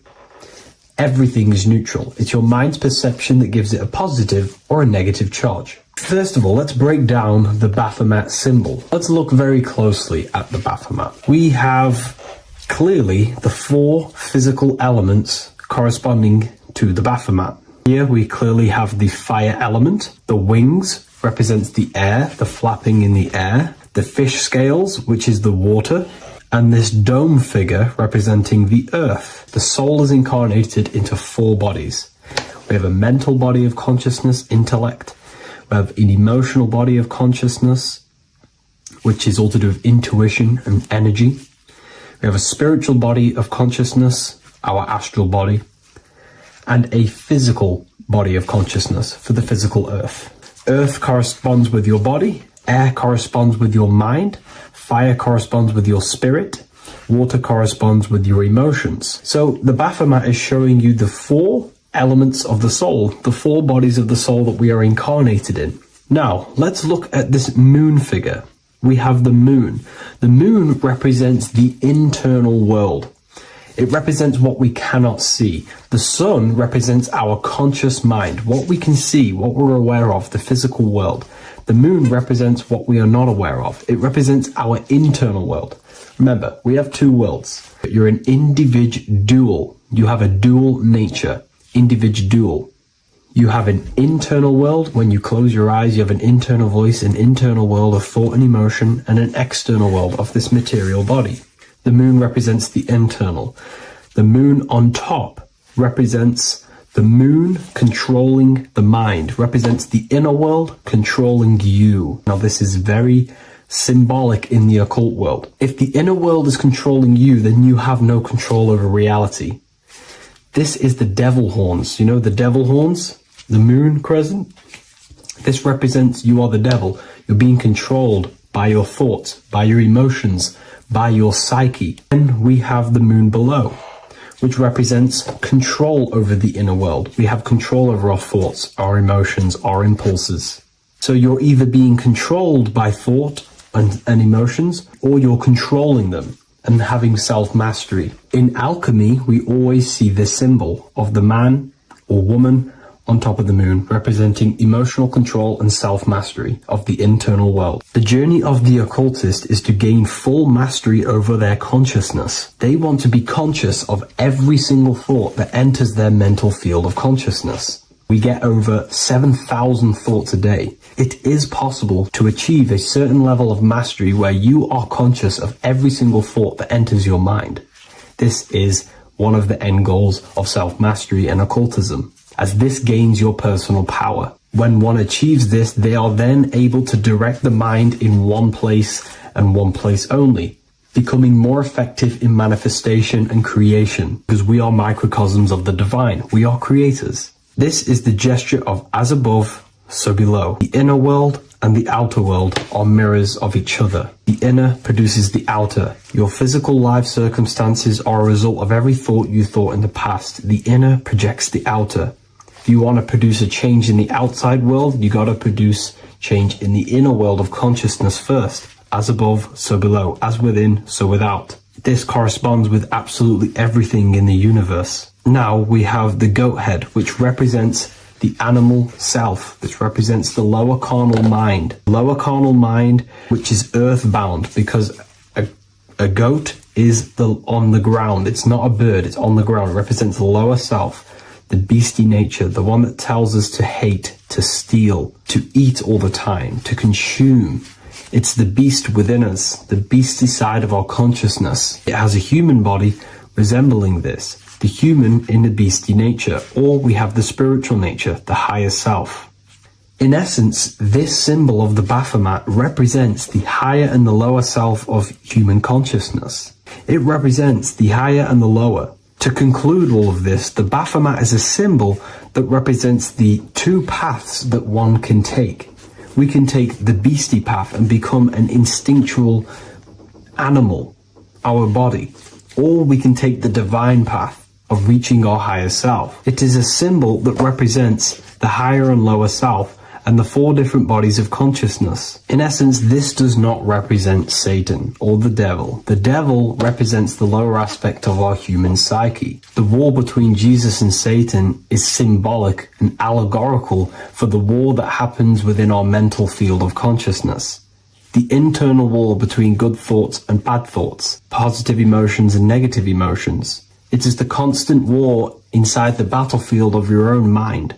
Jesus, Satan are symbols, characters that are symbolic of aspects of your own consciousness, because the universe is mental. The only thing that truly exists is your mind. Therefore, all of these ancient spiritual texts like the Bible, the Bhagavad Gita, the Quran are all symbolic of what's happening inside of our mental body. It is the inner chaos that can destroy our life. Or when we create structure and restructure our inner world, we can live a peaceful life. If you are struggling from the internal world and you want to gain mastery of yourself while learning the occult secrets, join Ethereal University, a community of like-minded individuals who are all striving for the best versions of themselves. We host live calls and we have an abundance of lectures that you can watch. Or check out the Book of Wisdom. This is volume 2. I'll leave all the links in the description. Have an amazing day. Hello, Seeker. Welcome to Revival of Symbolism, a channel devoted to the language of esoteric symbolism, helping you discover yourself and expand your consciousness into new realms of thought. I'm Harry B. Joseph, also known as Revival of Wisdom, and in this video, we're going to be discussing the symbol of the double-headed eagle, also known as the emblem to represent the 33rd degree Freemason. So let's jump straight into this. We have a piece of Masonic artwork here, which is what we call a complex symbol. A complex symbol is not just one symbol, but many different symbols in one piece of artwork coming together, forming a greater meaning. So we have many different symbols to break down here. And we're going to start off with a little bit of context so we can understand this symbol. This symbol represents the 33rd degree Freemason. Once you reach the 33rd degree of the York Scottish Rite Mason system. So once you reach this level, this symbolism corresponds to that individual. So therefore, This piece of artwork is representing the consciousness, the mindset, the ways of thinking, the ways of viewing the world of the 33rd degree Mason. It represents the consciousness of the 33rd degree Mason. And this is what esoteric symbolism is about. Esoteric symbolism is symbols and emblems representing states of consciousness and teachings within the forces of consciousness. So let's jump straight into this. The first thing that I see when I look at this piece of symbolism is the double-headed eagle, okay? The double-headed eagle. What is this eagle doing? So the thing with symbolism is that symbolism trains the mind to think in a subconscious way. Now, what do I mean? You know, to the person who thinks in linear thought, straight line thought, A to B thought, they see an eagle. They see a piece of artwork. They just see a piece of artwork with no meaning. But to the person who is trained in the occult, these symbols are representing thought vibrations. One example would be in occult symbolism, what we're meant to do. These symbols represent thought forms in the mental plane, within the mind of the individual. Instead of me just giving you the answers, in the occult, they give you symbols. And what you're meant to do is look at these symbols, stare at these symbols, and see what kind of thought arises in your mind, and follow the chain of thought. This is how you unlock deeper levels of symbolism. This is what we call the chain of thought. Now, what do I mean by the chain of thought?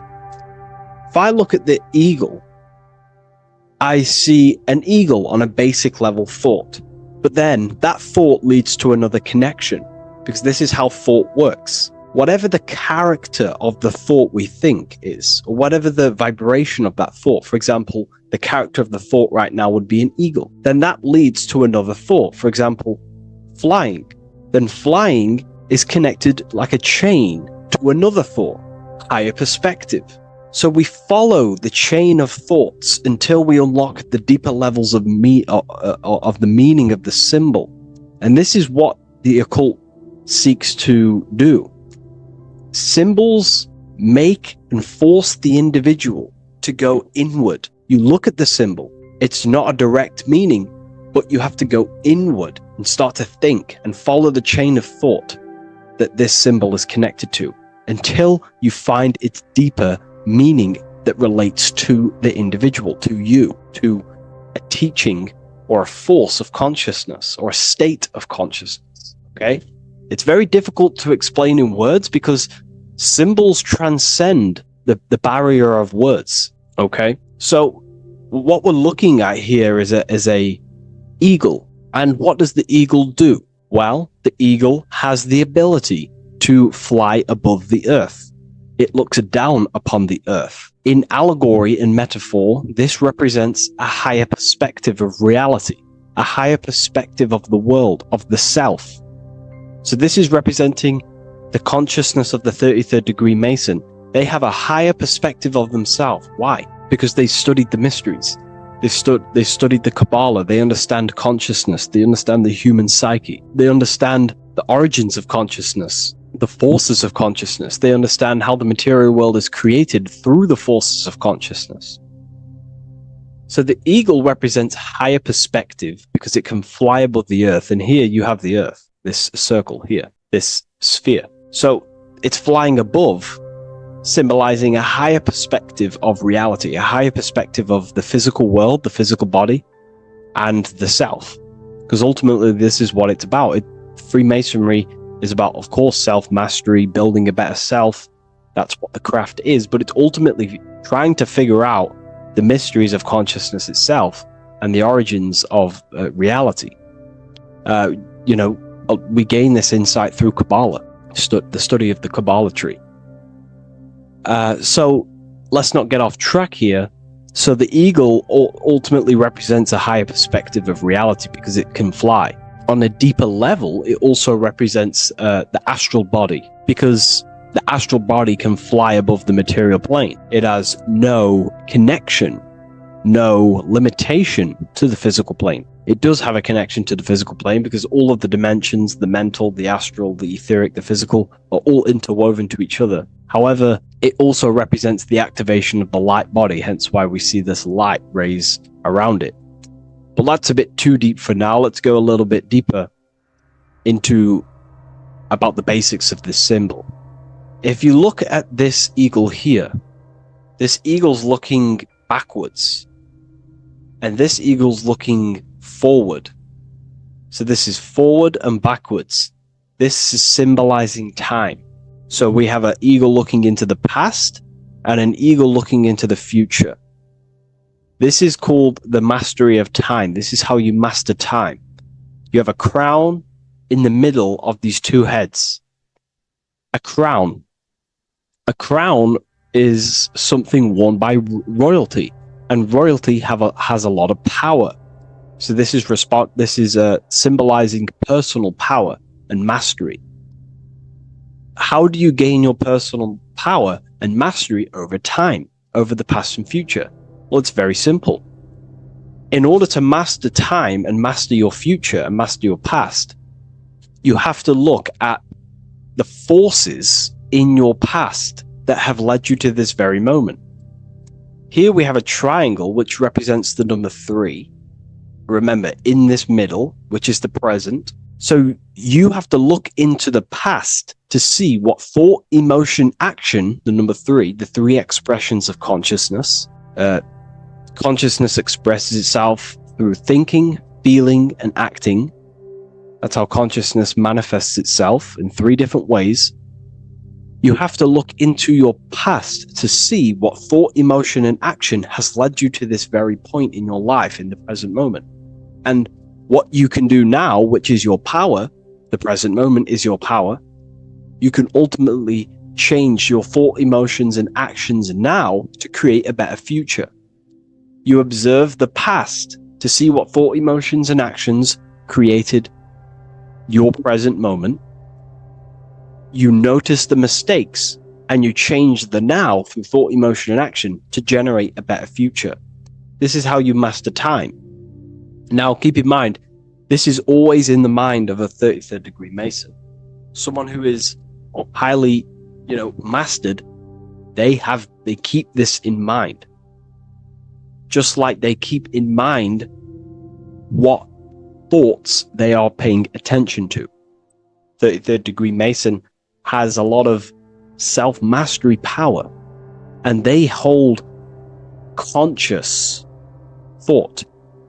Most people think unconsciously and without power. A 33rd degree Mason is trained, their mind is trained. Therefore, their mind thinks powerfully. They do not think randomly, because they understand thoughts are the seeds to physical creation.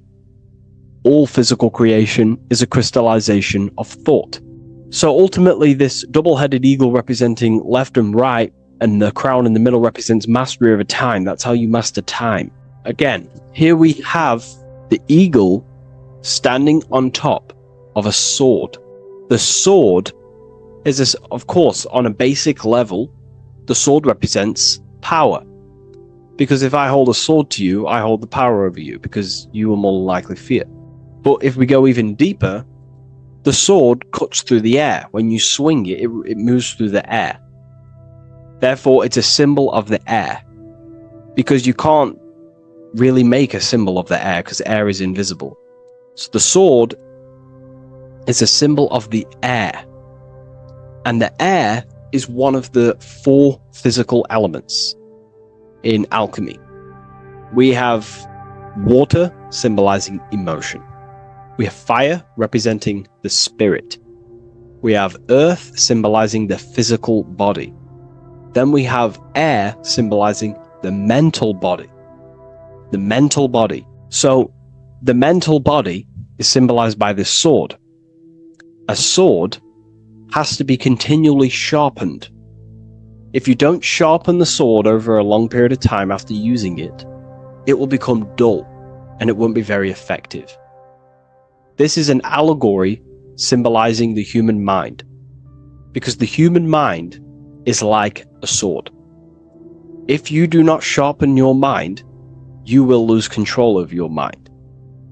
When you stop doing the meditations, when you stop being conscious, when you stop doing the affirmations, the mind falls back into old, unconscious thinking patterns, and we start to lose control of it.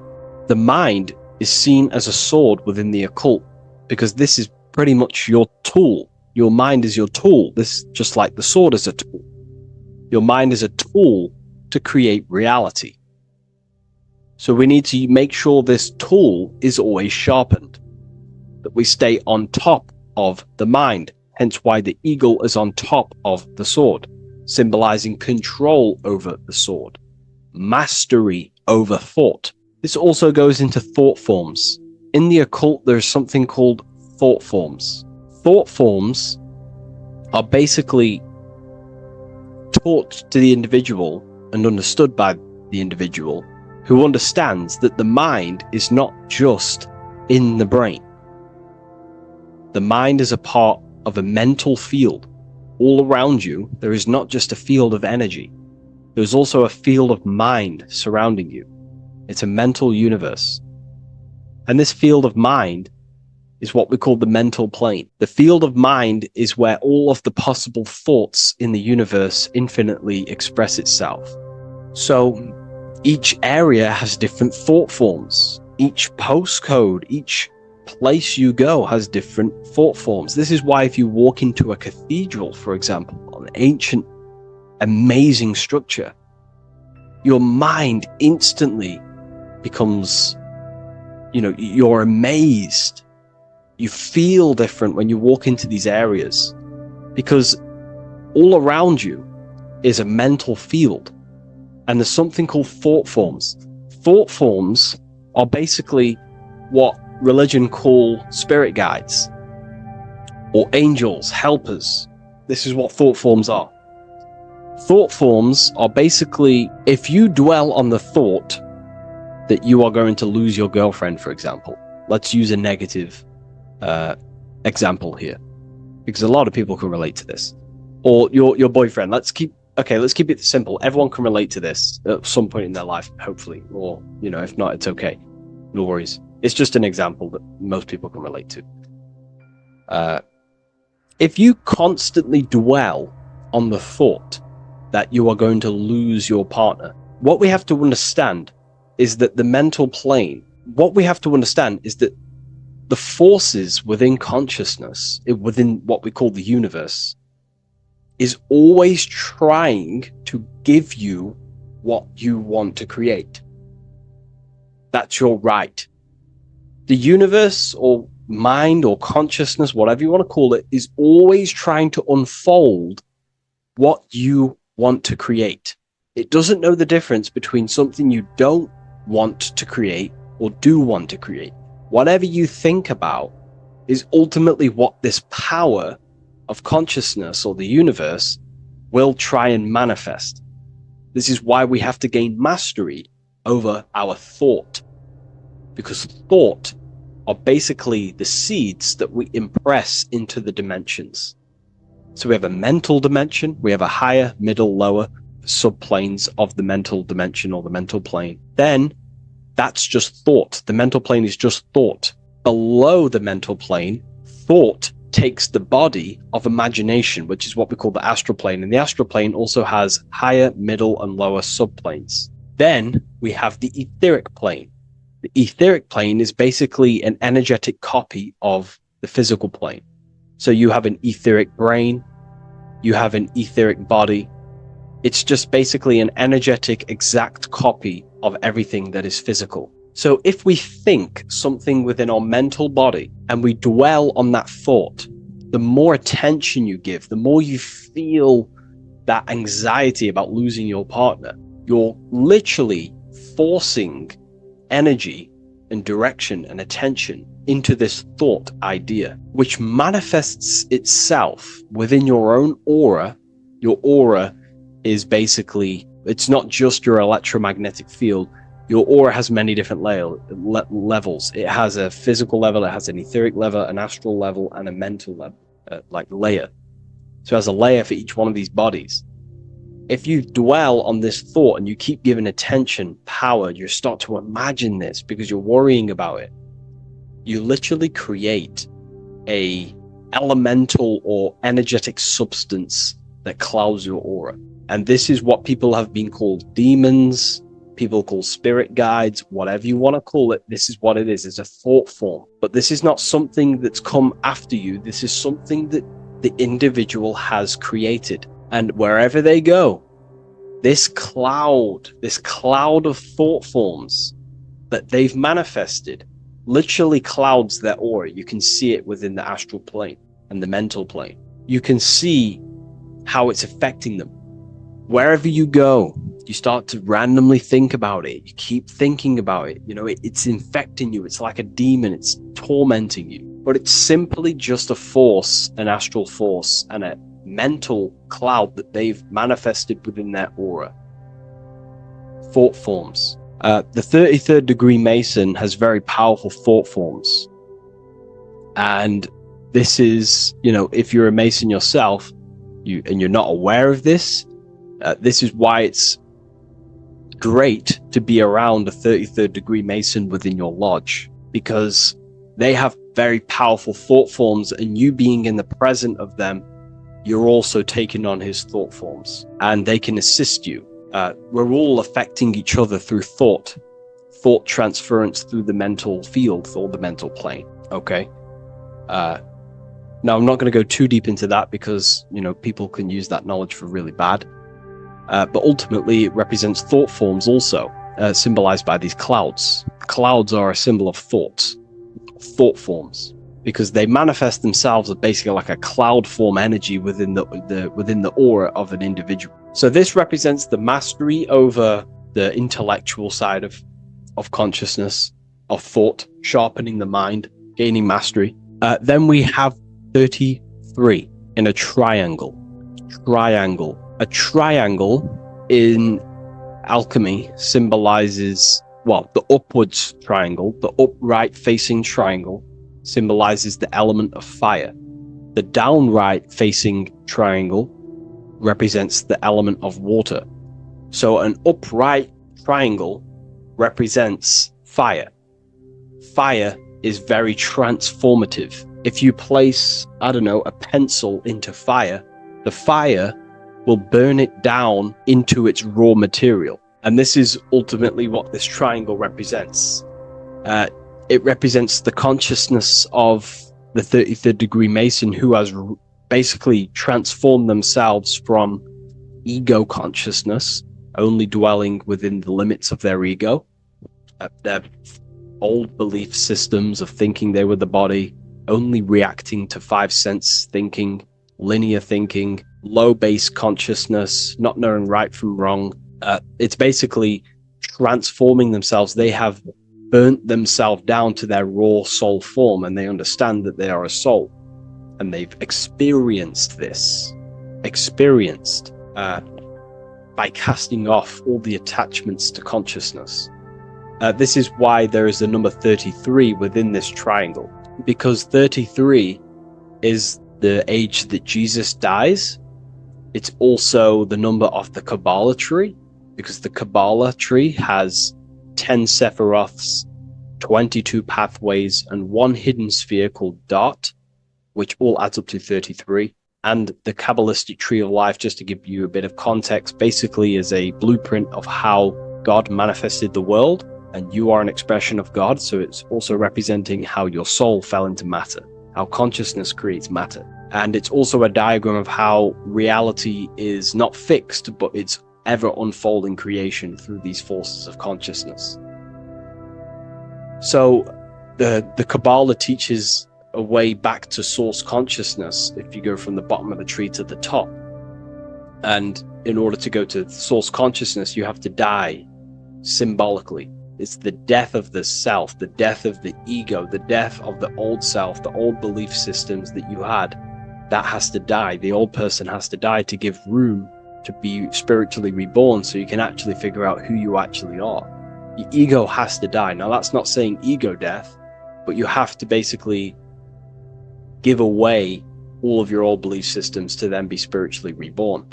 That's why Jesus dies at 33 and is resurrected. Ice melts from ice into water at 33rd degree. So it's symbolic of transforming.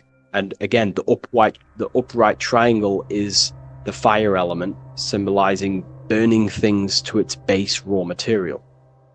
33, which is again death and resurrection. So it's all about burning the old self and being spiritually reborn again. This is the teachings of Hermeticism, Christianity. It's in everything. You'll see this symbolism or this story of death and resurrection absolutely everywhere in the ancient myths, because it's all talking about the same thing. You have to symbolically die. You have to kill off the old self to be spiritually reborn, to be initiated into a mystery school. So the 33rd degree Masons basically saying, well, they have resurrected. They have resurrected the connection to their soul, because as we grow older in this life, we lose connection with our true authentic self as the ego develops as we get older. And if we don't stop developing the ego, we never actually connect with who we truly are, which is a divine, immortal, formless being who has the infinite power of creation. This is what you actually are.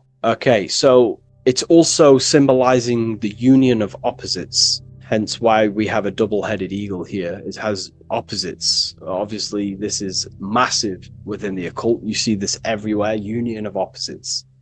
Okay, so union of opposites goes from, basic teachings to the most advanced teachings that most minds are not ready for. Union of opposites is on a basic level, is union of the mind and the heart, going from mind consciousness, which is basically ego, the lower self. That's not to say the mind isn't powerful, but that is the house of the lower self. The ego. It's the house of the ego. So we have to learn how to use the mind for what its proper use. The mind's proper use is for the soul to create.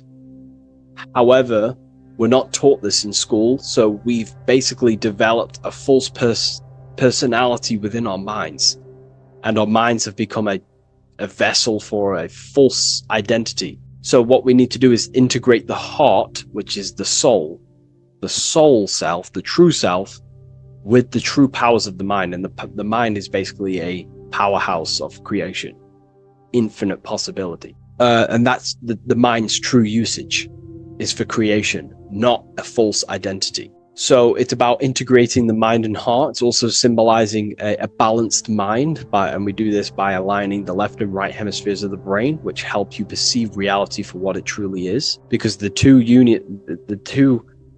double-headed eagles, they're joined together, so it's union of opposites. So it's about reintegrating the female and male aspects of self, such as the left and right hemispheres of the brain, the mind and the heart, all working as one system. When we align the left and right brain, we see reality for what it truly is. Now, what do I mean? Most 90% of people, I'm not putting anyone down, if you relate with this, it's fine. We're all here to work on ourselves. So I'm not putting anyone down. People with a left hemisphere dominated view on reality see things as a very logical. They see reality logically, basically. Now, what do I mean? They see things as this is science, that's mathematics, that's religion, that's metaphysics. They're all separate and divided because that's what the left hemisphere does. The left hemisphere basically dissects everything down. The way the brain works is truly magical. The right hemisphere of the brain allows us to basically see a bigger perception on reality. It sees the bigger picture. The bigger picture, for example, the woods. It sees the woods as a whole unified woods. But then the left hemisphere of the brain takes that view and perception of the woods, dissects it down and analyzes it into individual branches, trees, leaves, animals, insects. But in reality, it's all one, because all is manifested from the one God, the one source, the unmanifested consciousness, the unmanifested force. So it's union of this. We have to view the world as in, yes, everything is one, but I'm also living in my personal consciousness. Yes, there is a collective consciousness, we're all one consciousness, but I also have my personal consciousness. I need to think about both, making sure that my thought, emotion, and action is contributing towards the evolution of myself and the evolution of humanity. A person who is only left hemisphered only thinks about themselves mainly, 90% of the time. They only, they're trapped in ego, and the individual can't see pattern recognition, really. Pattern recognition is more the right hemisphere because it sees the whole. So it's about aligning the brain hemisphere so we can actually see reality for what it is, so we can, without distortion or illusion, and be neutral. Okay, we have light rays. Light rays are very symbolic within the occult, especially Freemasonry. Light rays are symbolic of force and form. These are the two dualities within the occult: force and form. The internal world is force, external world is form. Everything outside of you is a formation of force. No force ever takes place on the physical plane. All force takes place within mental, astral, or etheric. The physical world is formation. Therefore, what is the force that drives you? What is the desire that's a force? Emotion, force, thought, force.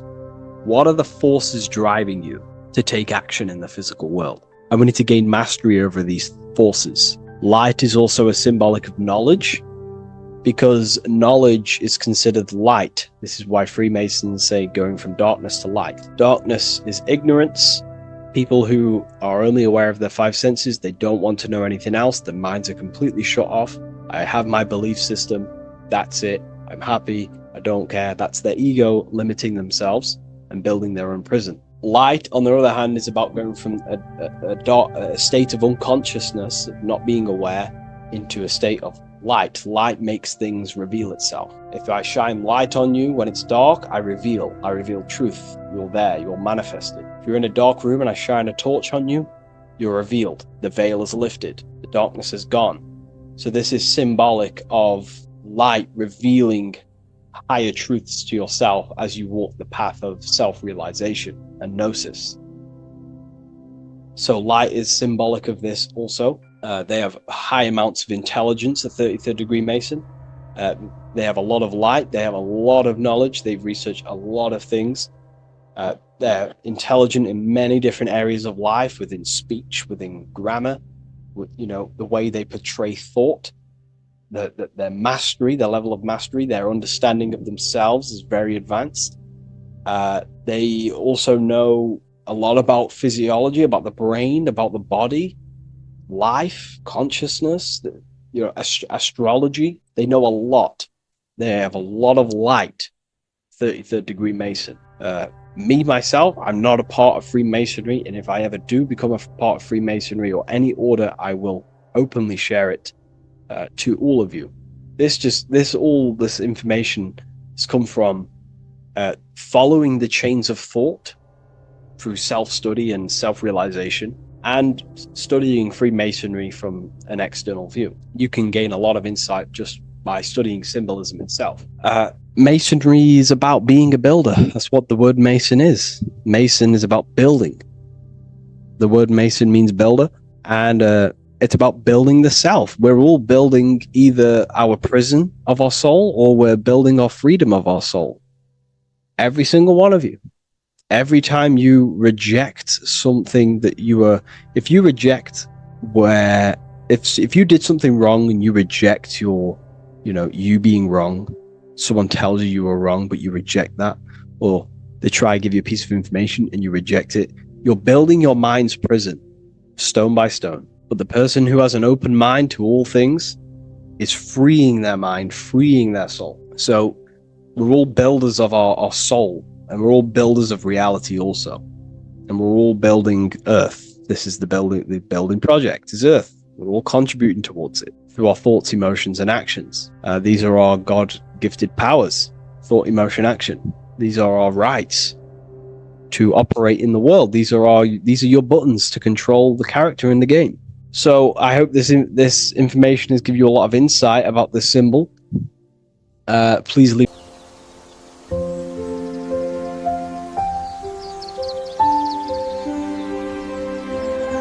bookofwisdom.com. Visit today.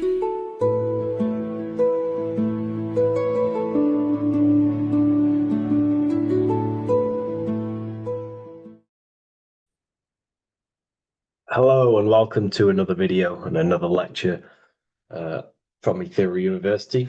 Today we're going to be breaking down in detail the Freemasonic 33rd degree symbol. Now, of course, this is a complex symbol, and it's composed of many symbols put together to create a greater meaning. So, as you should know from my previous videos, a bit of context behind Freemasonry, what it particularly is, and I will give you a brief overview before we go into this. It's definitely important to know what Freemasonry is before we break down this symbol, okay? Because without the knowledge of Masonry and what it is, it's difficult to understand what the symbol truly means. So Freemasonry is all about building. The word Mason means to build. And we're either building with light or we're building with darkness. So that we have good Freemasonry, we have good Masons, people who want to spread the truth, people who want to help people awaken their mind and liberate them and bring them up to higher consciousness. Or we have Masons who want to divide, keep the knowledge to themselves, create walls, build walls in people's minds, construct illusions in people's minds for their own personal gain. Okay, so we're either building with light or you're building with darkness.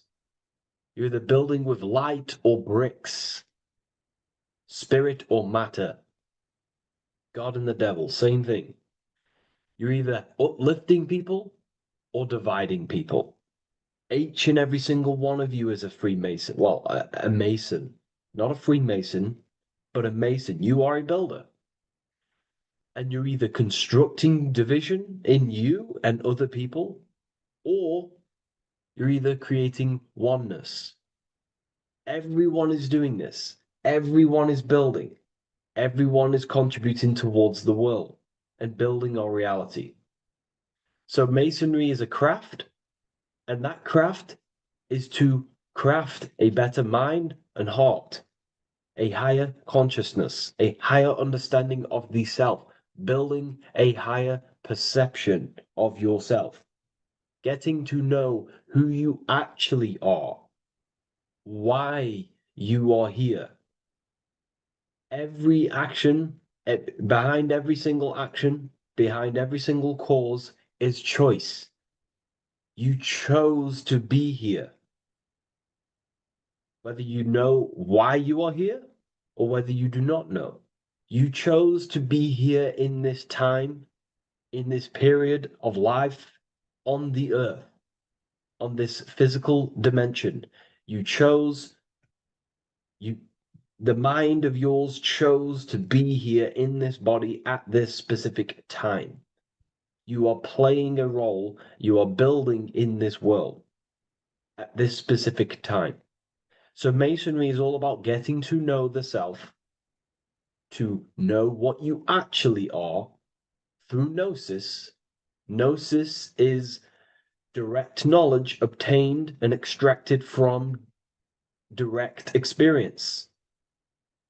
Knowledge extracted from direct experience. Knowingness. You know you have hands. You don't believe you have hands. You know you have hands. That's what knowing thyself truly means. To go within the self. To dwell in meditation for long periods of time.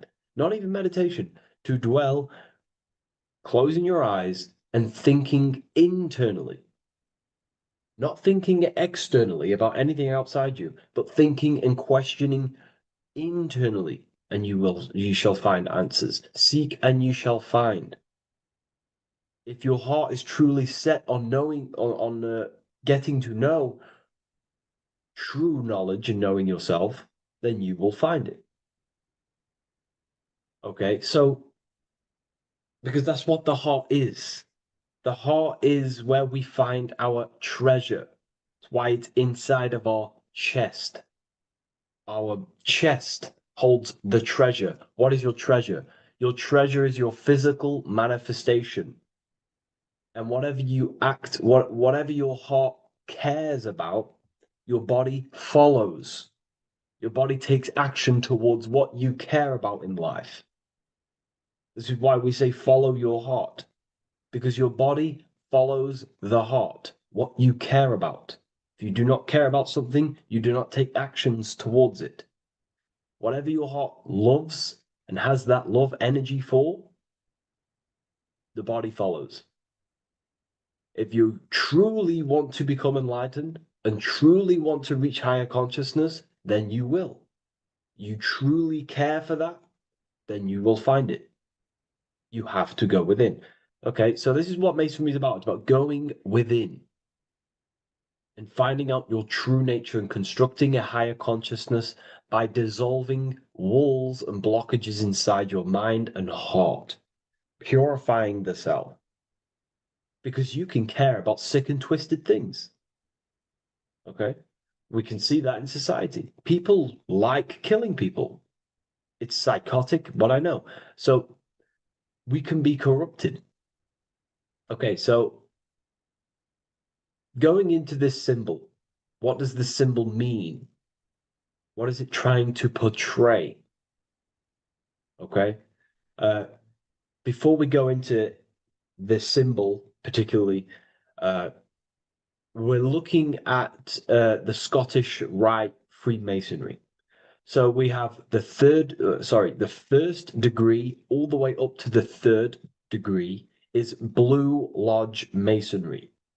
Then from the fourth degree of Freemasonry to the 32nd degree is what we call Red Lodge Freemasonry, the Red Lodge degrees. So again, that is that symbolism of that red and blue, the left and right, masculine, feminine, water, fire.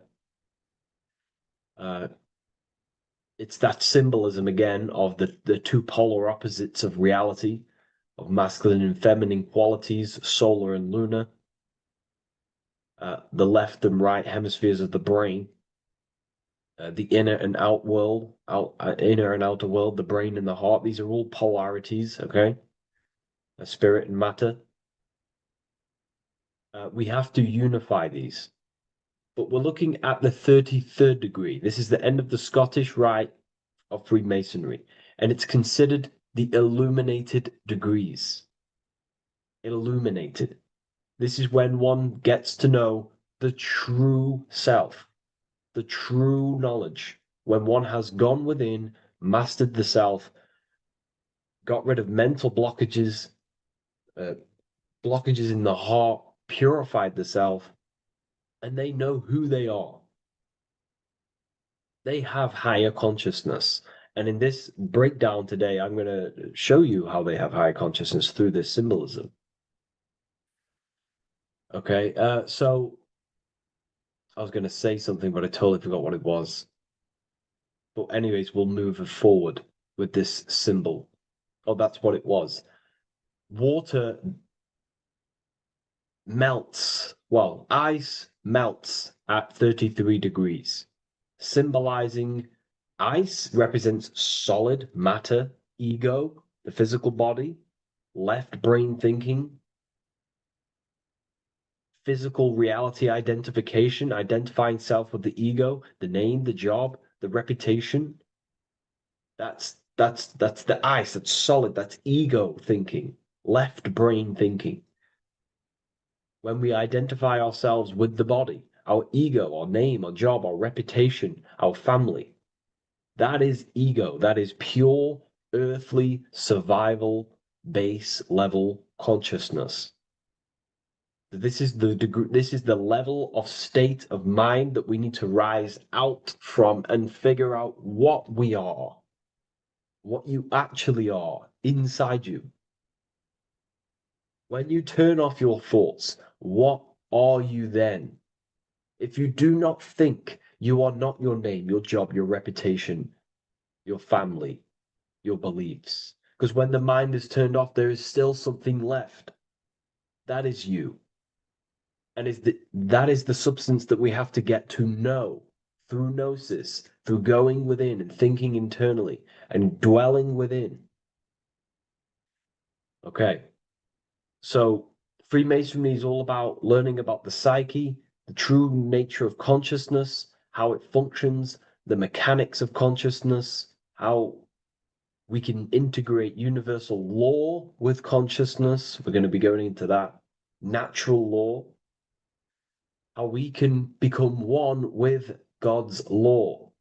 We can become one with the universe and integrate universal consciousness into yourself. Okay, so the first thing I'm going to say about this symbol, straight away, the first thing you probably notice about the symbol is the eagle. The eagle is a bird. Okay, what do birds do? They are high in the air. They are above the earth, which represents rising, rising consciousness, rising the mind out of the lower mind, earth-based survival, impulsive, reactive, egotistical mind. And we're pulling us out, we're rising from that. The earth represents that lower base survival consciousness, ego-driven thoughts. And we're rising up. The bird is free. It's free from the earth. Okay? It's free. It's elevated. It looks down upon the earth. So the eagle is a bird which represents higher view of self, a higher understanding of the self. It's elevated. We have a higher view of myself when I reach the 33rd degree. That is what it's showing you. That is what it's symbolizing. Okay? It's above the earth. It is free. It looks down. When you have higher consciousness, you become enlightened. It's impossible not to look down. You do look down on people, but not in a bad way. Not in a bad way. That sounds bad. I understand that sounds bad, but that's not a bad way. I don't mean that in a bad way or a bad-hearted way. I mean that as when you have higher consciousness, you can see people who are living and dwelling in zombie mode, low-level earth-based consciousness. They think they're the body, they think they're their name, their job, their reputation, their family. So it represents looking down because I have higher awareness of myself. I know what I truly am. The water is flowing at the 33rd degree. The water melts at the 33rd degree, representing the flowing of consciousness, the flowing of the mind, flowing of light energy entering the body. Because when we reach higher consciousness, when you raise your consciousness, which is just an easier way of saying mastering thoughts, mastering yourself, we no longer give attention to negative thoughts because we understand what thoughts are and why would you let your own mind take away your own power? So again, Freemasonry is about gaining personal power, not in a bad way. Well, it can be used for bad. Gaining mental power, a strong mind. Most people have very, very, very weak minds in this world. Very weak minds.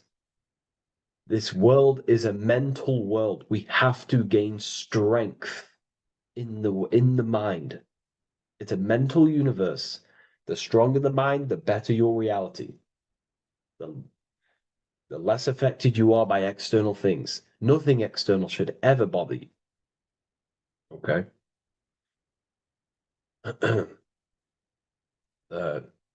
So it's about gaining mental strength, mental clarity. So again, the bird is elevated, it looks down, it has a higher awareness, it sees things from above. It sees the world for what it truly is. That's the eagle. Okay? It's the higher view. This is the illuminated degrees. So we're looking at now the sword. The bird, the eagle, the double-headed eagle is standing on the sword. Very symbolic. The sword is not above the eagle. The sword is below the eagle. The sword moves through the air. On a basic breakdown of the sword, it represents power. Power. Because if I have a sword, I hold the power over you. That's what it symbolizes. In war, you have a weapon bigger than someone else and more destructive than someone else, you hold the power. So it's a power symbol. To go even deeper on this,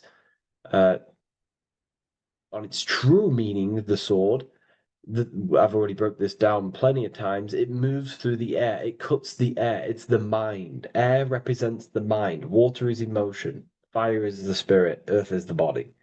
So we're looking at the mind, the power of the mind. And the eagle is standing on top of this, representing, I am conquering my own mind. I am conquering my mind. My mind does not conquer me. My mind is truly mine. I hold the power over it. I stand on top of my mind. The mind does not rule me. Thoughts do not enter my mind that take away my power. I think it, I feel it, I act towards it. It's unity. My mind is the monarch.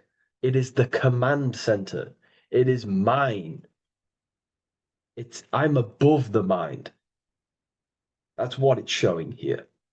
I hold full control over this mind. I hold the power.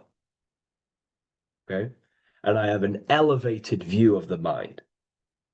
The eagle is elevated. It looks at the earth from above. It's the higher perception of the mind. The mind has a higher view of the self. It is conscious.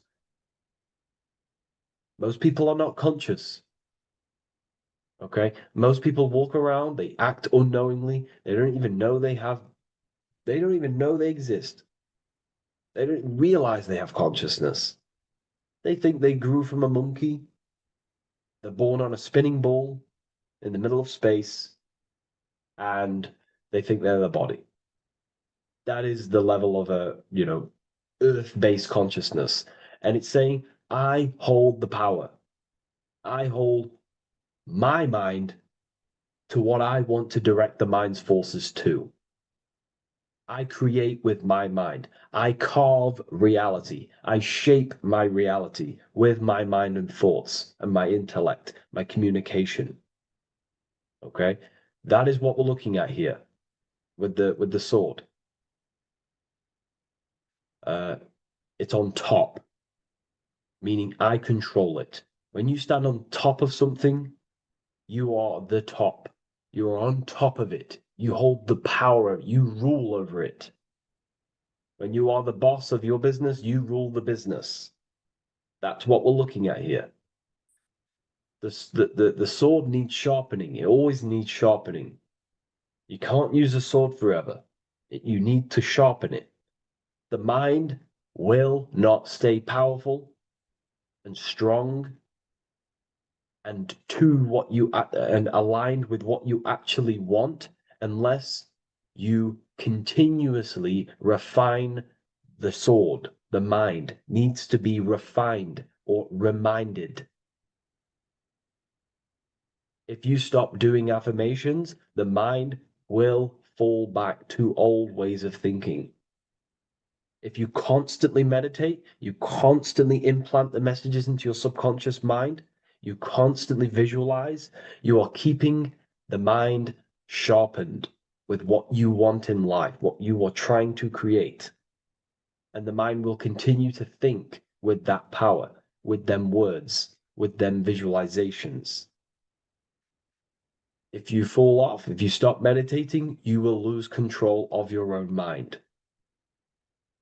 Okay? This is symbolizing you have to keep on top of the mind.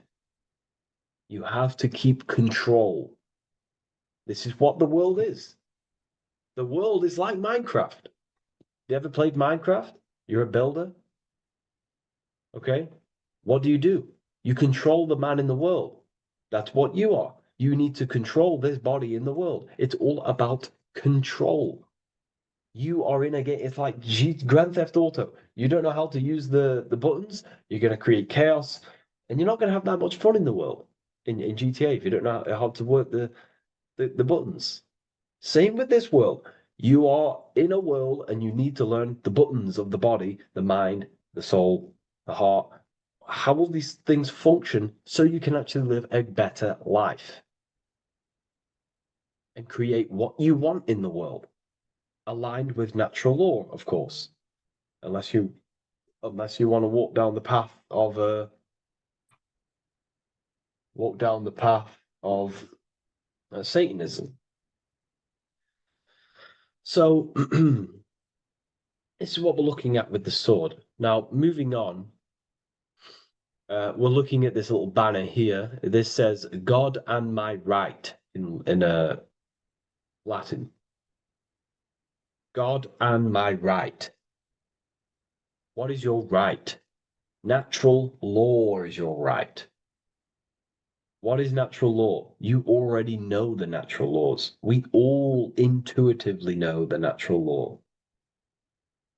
What is natural law? Do good. We all subconsciously, on a soul level, we know to do good. We know to do right. It is wrong to hurt people. It is wrong to control people. What is your natural law? What are the forces that you hold power over, that you have full control over? You have full control over what you think, what you feel, what you act. Thought, emotion, action. If you start to try and control things outside of them three forces, that is now you breaking natural law. If I try to control and manipulate someone else, that is now breaking natural law. I'm going against my inner law. My soul tells me what is right and wrong through emotion. So it's about aligning the self, my actions, my thoughts, with my emotion, my intuition, my natural law. These are your rights. Your rights is to think, feel, and act with the law, with good, with God, with love, with care for one another. Am I building with light to bring good things to the collective? You see, most people are stuck in their left brain, and the left brain only sees me, ego-driven thinking. That's why they trap us in our left brain. They train us to be left brain. They tell us to write with our right hand to strengthen the left brain. They call it writing. Everything in this matrix is to activate your your left brain. Why? They need you in ego consciousness so you can be controlled and manipulated. So you do not recognize patterns. That's the right brain. The right brain recognizes patterns, symbolism, metaphors. They don't want you reading between the lines. They want you logical. They want you divided, because the right brain sees the whole. The right brain sees the woods. The left brain sees the trees. And that tree is your ego. And the woods is the collective consciousness. They want you only thinking about you, because that way you are divided from the collective consciousness. And we're all one consciousness family. We're all God. We're all God experiencing himself. And we are all building this world. So it's about aligning the self with my right, with God, with natural law. It's what Freemasonry is about.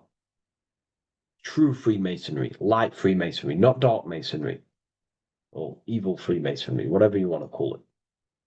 The crown, royalty.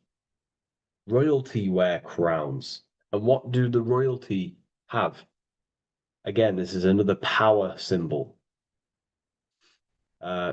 They hold control. Yes, royalty hold control. And that's why this crown is at the top of the image, not at the bottom of the image. It's at the top, representing I control the left, I control the right. I control my left brain and my right brain, the two eagle heads, the two views. The eagle has one eye on each side. It's looking, it's seeing. And that's symbolic of the left and right brain. We see, not physically see, but I mean perceive. We perceive reality with the left brain and we perceive reality with the right brain. And it's about unifying these two brains so we can see and perceive reality from a true lens. Because if we see reality only from the left brain, and a left brain dominated brain, we see everything as divided. But if we see everything from a right brain perspective, we see everything as whole. When everything is in the middle, you need to see reality from the middle. Yes, I have my own personal consciousness, and yes, there is a collective consciousness. So I need to balance between that. I need to see reality between the line, between the left and right brain, and align this worldview, and align my thoughts, align my actions with this. Because if you're left-brained dominated, you're only going to take action on ego. You're only going to take action on me. You're only going to think about me, me, me. But if you're right hemisphere brained, you're only going to take action for the collective, which is, yes, that's good, but you also need to think about yourself. Why did you come here? Your life has a meaning as well. It's not just about the collective, it's about you as well. But we need to balance this. You see? This is what we're looking at.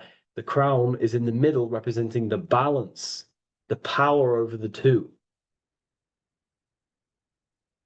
Okay? It's the balance, it's mastery, it's control. Royalty hold control over society, royal families. So it's about controlling the self. It's control over the eagle, control over the sword, over the mind. It's about personal power we're looking at here. Self-control. Now we're looking at a upright triangle, which represents the element of fire, which is masculine. Masculine is all to do with action. Action, the physical body.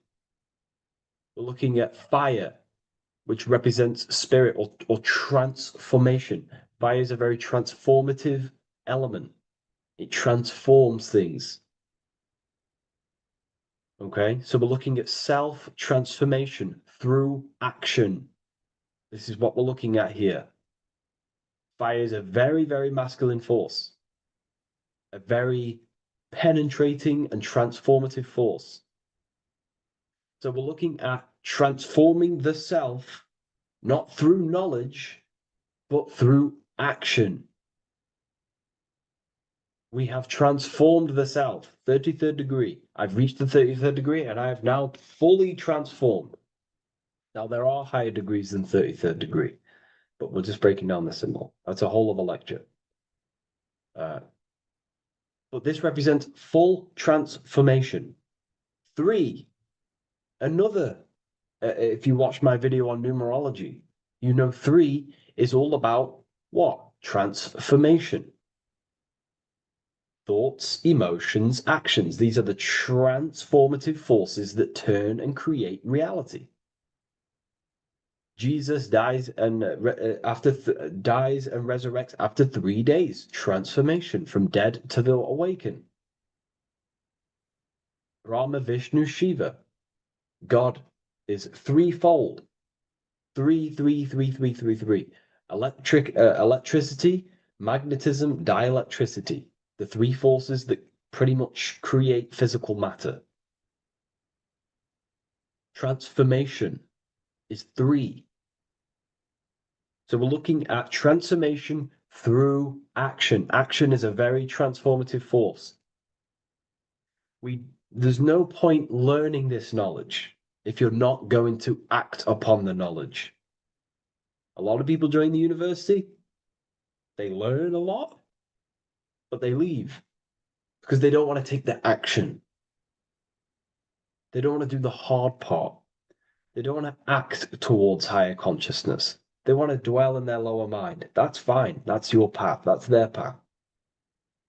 But if you truly want to raise your consciousness, you have to act upon it. You have to actively not take the action. It's about what you do and do not do, because not doing something is also an action.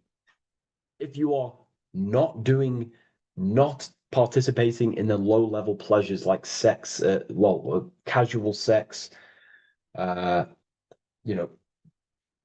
masturbation, going out and getting blind drunk. These are low-level pleasures. It's going to keep you on a low-level frequency and a low-level consciousness. That is also an action, not doing that. It's about what you not do as well, which is very important. You have to act upon it to reach this degree. You will not reach this degree if you have not taken a lot of action towards reaching higher consciousness, reaching self-mastery over the mind, controlling the mind. This is what, again, it's about taking action on actually controlling the mind, controlling the self, gaining your power. Okay? Okay. This is another fascinating part about the eagle head and wings. It also represents the past, present, and future.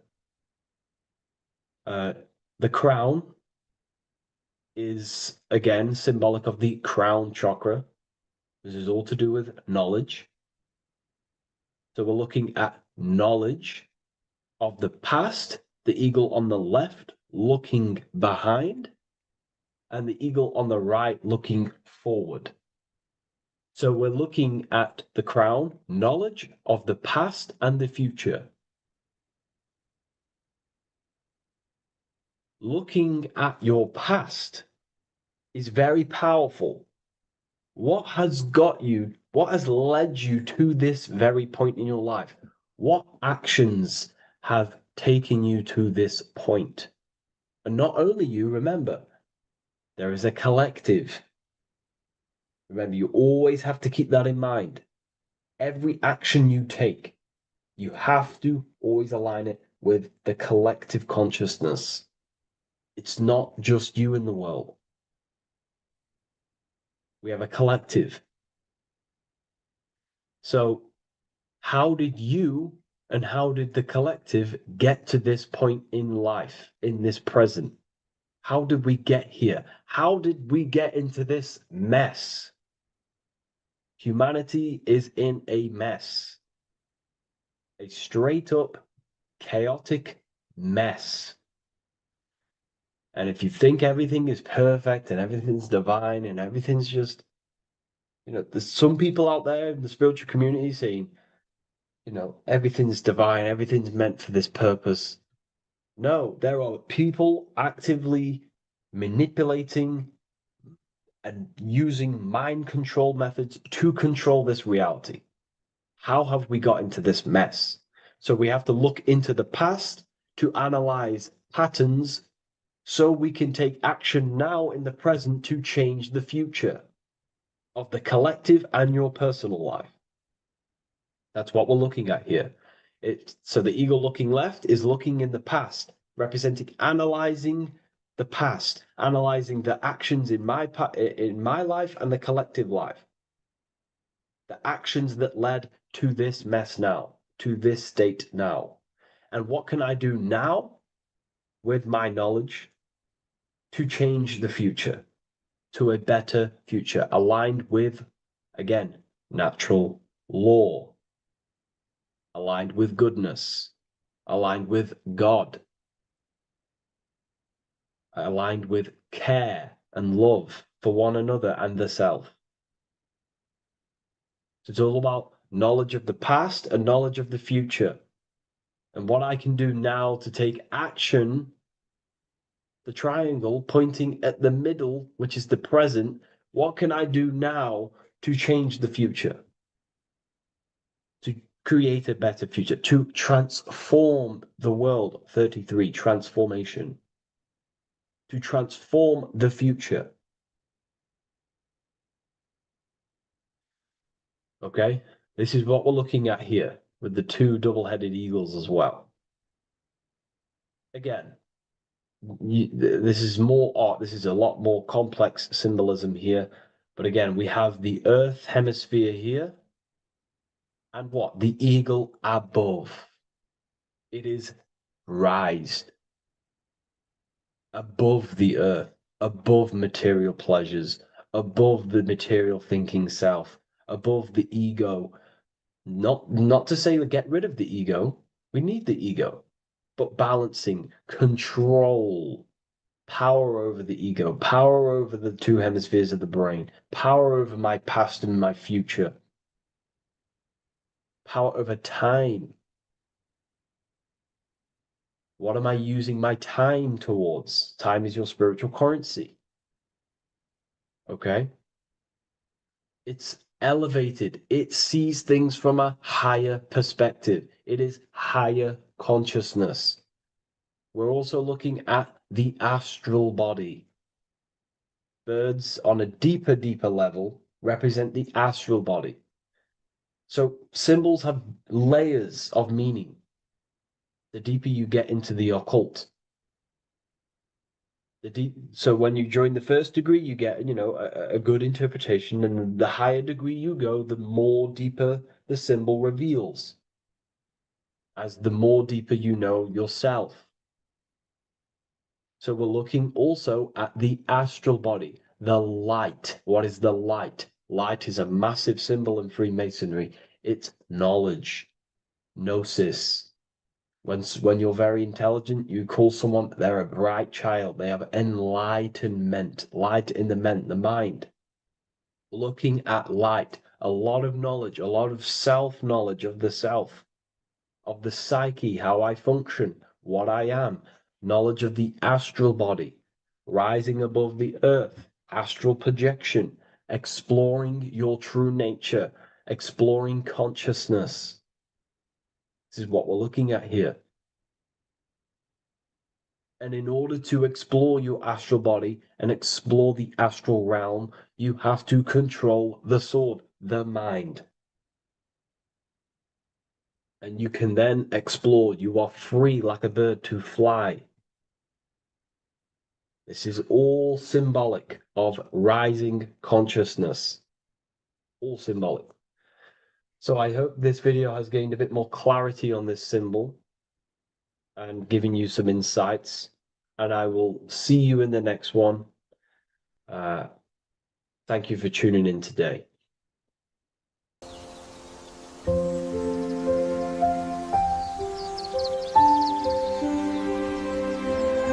bookofwisdom.com. Visit today.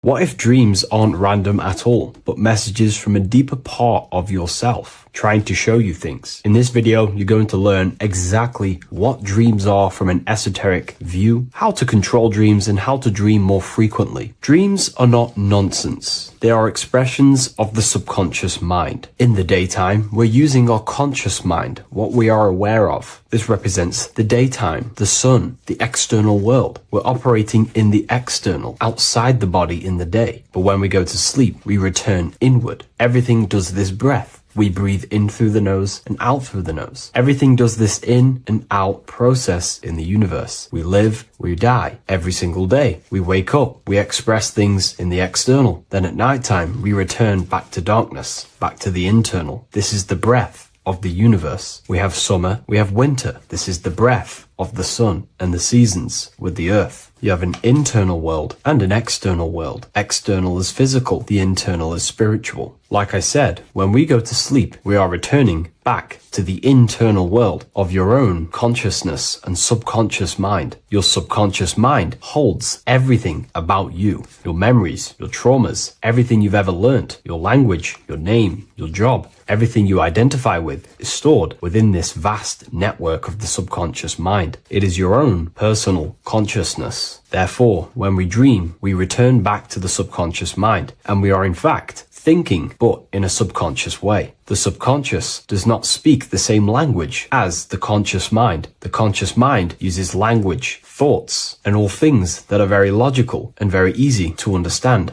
The subconscious is the complete opposite. It is very indirect, metaphorical, and symbolic. The subconscious communicates and works in symbols. Ultimately, symbolism is the language of consciousness. This is why in occultism and esotericism, it is filled with occult symbols, because symbols are used to communicate directly with the consciousness within the subconscious mind, and the subconscious mind is ultimately connected to the collective consciousness. We are all connected and tapping into the mental plane, where we receive thoughts, ideas, depending on what we attune our mind to. That's why we call it a mindset. But getting back on topic, the subconscious mind is your own personal network. It is like a net, an interconnected web of your thoughts, memories, traumas, emotional blockages, and all the things you identify with and have experienced in your life is stored within this network. It can be seen as a web. One example of the subconscious mind using symbolism is this next story I can tell you. Let's say I was in a very traumatic car crash as a young child. I experienced a lot of emotional trauma in that car, and that deeply impressed my subconscious mind with that trauma of emotion that I felt. Therefore, every time I see a car in my external world, that car is now a symbol that represents the state of consciousness I was feeling in that particular time of the traumatic car crash. The car is a symbol for a state of consciousness within my subconscious mind. Just like when you see a word, that word triggers what you believe that word to be in your subconscious mind. Symbols are the language of the subconsciousness. Therefore, when we dream, we are basically seeing symbols of our own personal subconscious mind. Our higher mind, which is basically our subconscious, the higher version of you that exists beyond your human thinking mind, communicates using symbolism. The higher mind does not speak human thoughts, human language. It speaks the language of symbolism. Therefore, when we dream, every event, every person, everything that happens, and everything you see is your own personal subconscious mind materializing within the plane of the astral plane. This is a dimension that sits just above the physical world that everything is pulled out of. For example, look around you. Everything you see around you was thought, then imagined. Imagination is the astral plane, and this astral plane sits above the physical world. As above, so below.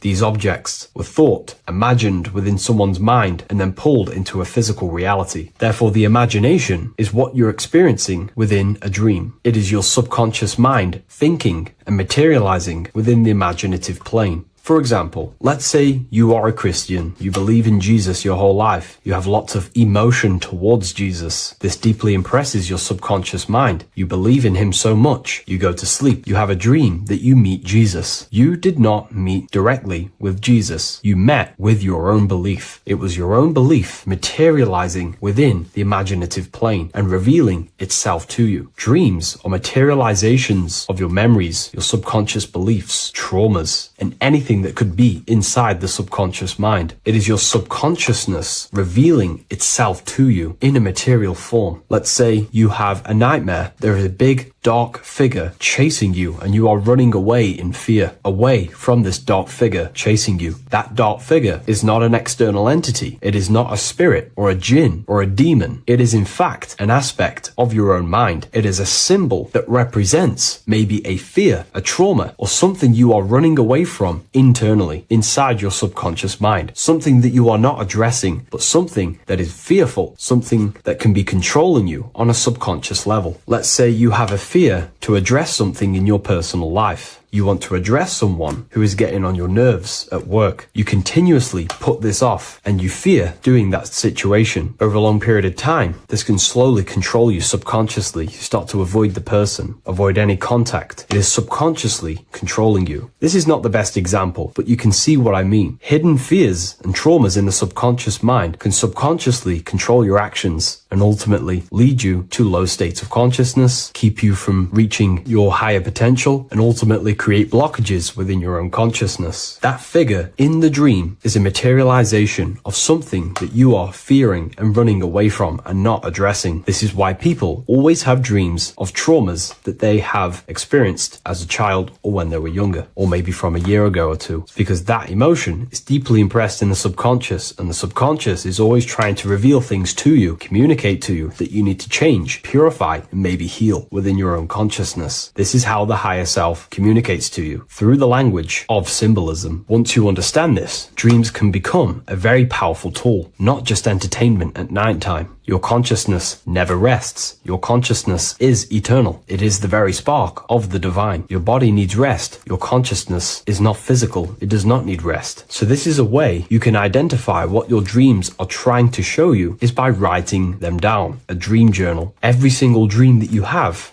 a book placed near your bed. Every time you wake up, first thing you should do is pick up the book and write every single detail that you can remember about the dream. The people that you met are all symbols or aspects of yourself. Maybe it is a friend you saw in your dream. That friend represents a state of consciousness that is within you and is trying to reveal something to you. It's about making the subconscious into the conscious, to become conscious of the unknown. Write down every detail, everything you saw, every event that played out, even the details of the clothes that they were wearing. Everything is symbolic within dreams. Write everything down and then analyze the dream. Don't analyze it from a logical mind. Analyze it with the right hemisphere of the brain, which allows you to see metaphors, read between the line. Try and gain the message that it's trying to show you. What does this overall mean to you? And what could this reveal about aspects of yourself that you need to heal or maybe take action in your life and world? Because your higher self is always guiding you towards awakening and fulfilling your mission in the manifested physical world. Dreams speak in symbols, not logic. Ask about your dreams. What is this trying to tell me? Don't take things literally. Look for an emotional tone and symbolic resonance. With practice, you'll begin to understand the personal language of your subconscious mind. Now that you understand that, again, please leave a like or a comment on this video. This is now a technique for lucid dreaming and dreaming more often. This is not going to happen overnight. This is not an easy method. It simply takes practice and dedication. Every morning, choose 3 time slots. For me, I choose 4:30, 5 a.m. and 6 a.m. 3 alarms that are going to go off at these 3 times, half an hour apart from each other. Each time you wake up, stay awake for 5 to 10 minutes. Turn off the alarm. Try and keep your conscious mind awake, but drift back into sleep. There's no other better way for me to explain that. It's very difficult, but try and keep the mind awake, but the body falling back asleep. More than likely, you will drift off back to sleep. Then the next alarm will go off half an hour after. This will wake you up again. Guaranteed. You will probably drift back to sleep by repeating this process. After the 3 alarms go off, each one of them times, you're either going to have a dream or a lucid dream, but definitely you will have a dream. And if it doesn't work one time, keep trying it. I've been using this method for a very long time, and I can tell you 70-80% of the time it triggers a dream, and a very vivid dream. And it's ideal for lucid dreaming because keeping the conscious mind awake while letting the body fall asleep, you can become conscious within these subconscious realms of your mind. But when you are conscious inside the dream world, you can do what you want, but you also want to let the dream naturally unfold. If you try and take too much control, then you will wake back up. If you feel any fear in your dream, you will wake back up into the material world. Another tip to dream more often is to meditate before bed. Simply close your eyes and think about nothing for 5 to 30 minutes. Detach from everything outside you, your name, your job, work, thoughts. Mentally detach from the world and the physical pleasures and become pure awareness before you try and go to sleep. This will help you become conscious while being within the self. If you wish to learn more about consciousness, yourself, the Book of Wisdom Volume 2 can definitely help you. I'll leave a link in the description. Thank you for watching this video, and I'll see you in the next one. Welcome to Revival of Wisdom. Welcome people, we're back with another video, and this video is about Freemasonry and their connection to the Illuminati. Please, as always, to make sure to hit that like and the subscribe button and turn on the notifications to never miss a video. On May the 1st, 1776, the founder of the Illuminati, Adam Weishaupt, founded this secret organization, and this date can be found in Roman numerals underneath the all-seeing eye pyramid on the $1 bill. This $1 bill also says Anu Coptus Novus Ordo Secularum. This is Latin for announcing the birth of the New World Order. This New World Order will be headed by Lucifer, the all-seeing eye, and followed by the 13 layers of bricks for the 13 elite bloodlines. So your Orsini's, Rockefellers, Rothschilds, Soroses, and the other 9 elite families. So when Adam Weishaupt created the Illuminati, he made it consisting of high-level degree Masons, French and Latin philosophers, and many more powerful people to all become one society. So this is why you see Masons using this same symbol of the all-seeing eye inside the pyramid. But not all Freemasons are part of this Illuminati secret society.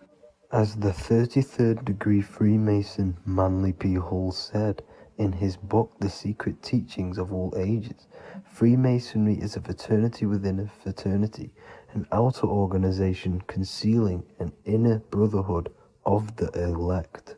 So what he's saying here is that Freemasons have to go up the degrees of Freemasonry, and once they hit the top, they either get elected or not into these secret societies like the Illuminati, Skull and Bones, and Knights Templar.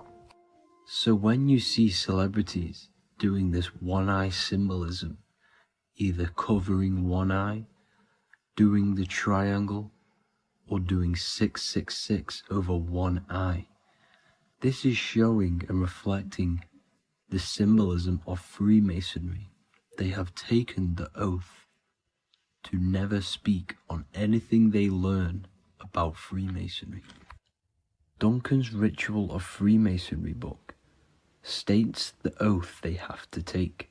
Quote, I ... of my own free will and accord, that I will ever conceal or never reveal any of the secrets, arts, points of Master Mason's degree to any person whomsoever. All this most solemnly, sincerely promise and swear. Now, this is what happens when they break the oath, stated in this book, quote, myself severed in two, my bowels taken from thence, and burnt to ashes. So this states that Freemasonry comes first, before any law of the land. It has the right to kill you if you break your oath. This is the hand gesture they have to do every time they enter the ritual room inside the Masonic lodge. This is the cutthroat symbol, showing you and reminding you of the oath and what will happen if you break it. Now in this book, Richardson's Monitor of Freemasonry, it states, if you break your oath, binding myself under no less penalty than to have my throat cut across, my tongue torn out by the roots, and my body buried in the rough sands of the sea. If they do not decide to kill you, this book states this by pointing him out to the world as an unworthy vagabond, by opposing his interest, by dearranging his business.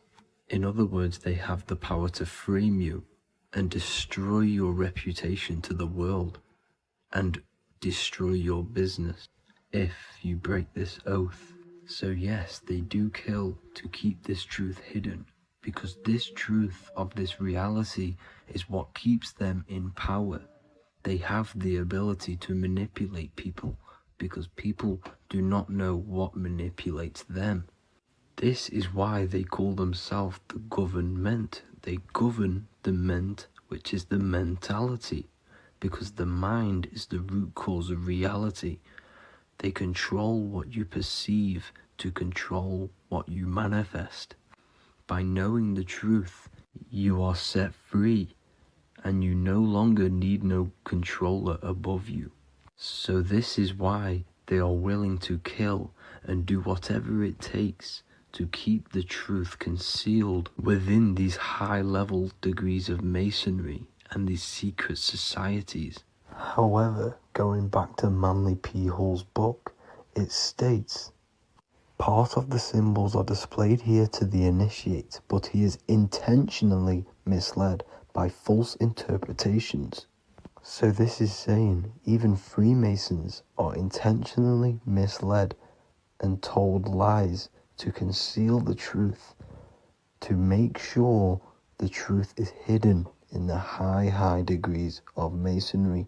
So that's it for this video, guys. Thank you all for tapping in. Please leave a like and a subscribe. God bless.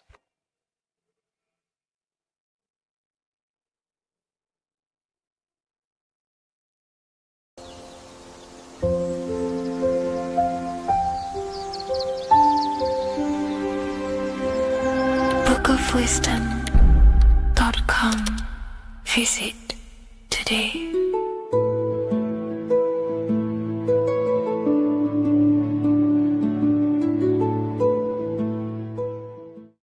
Welcome to Revival of Wisdom. Welcome people. We're back with another video.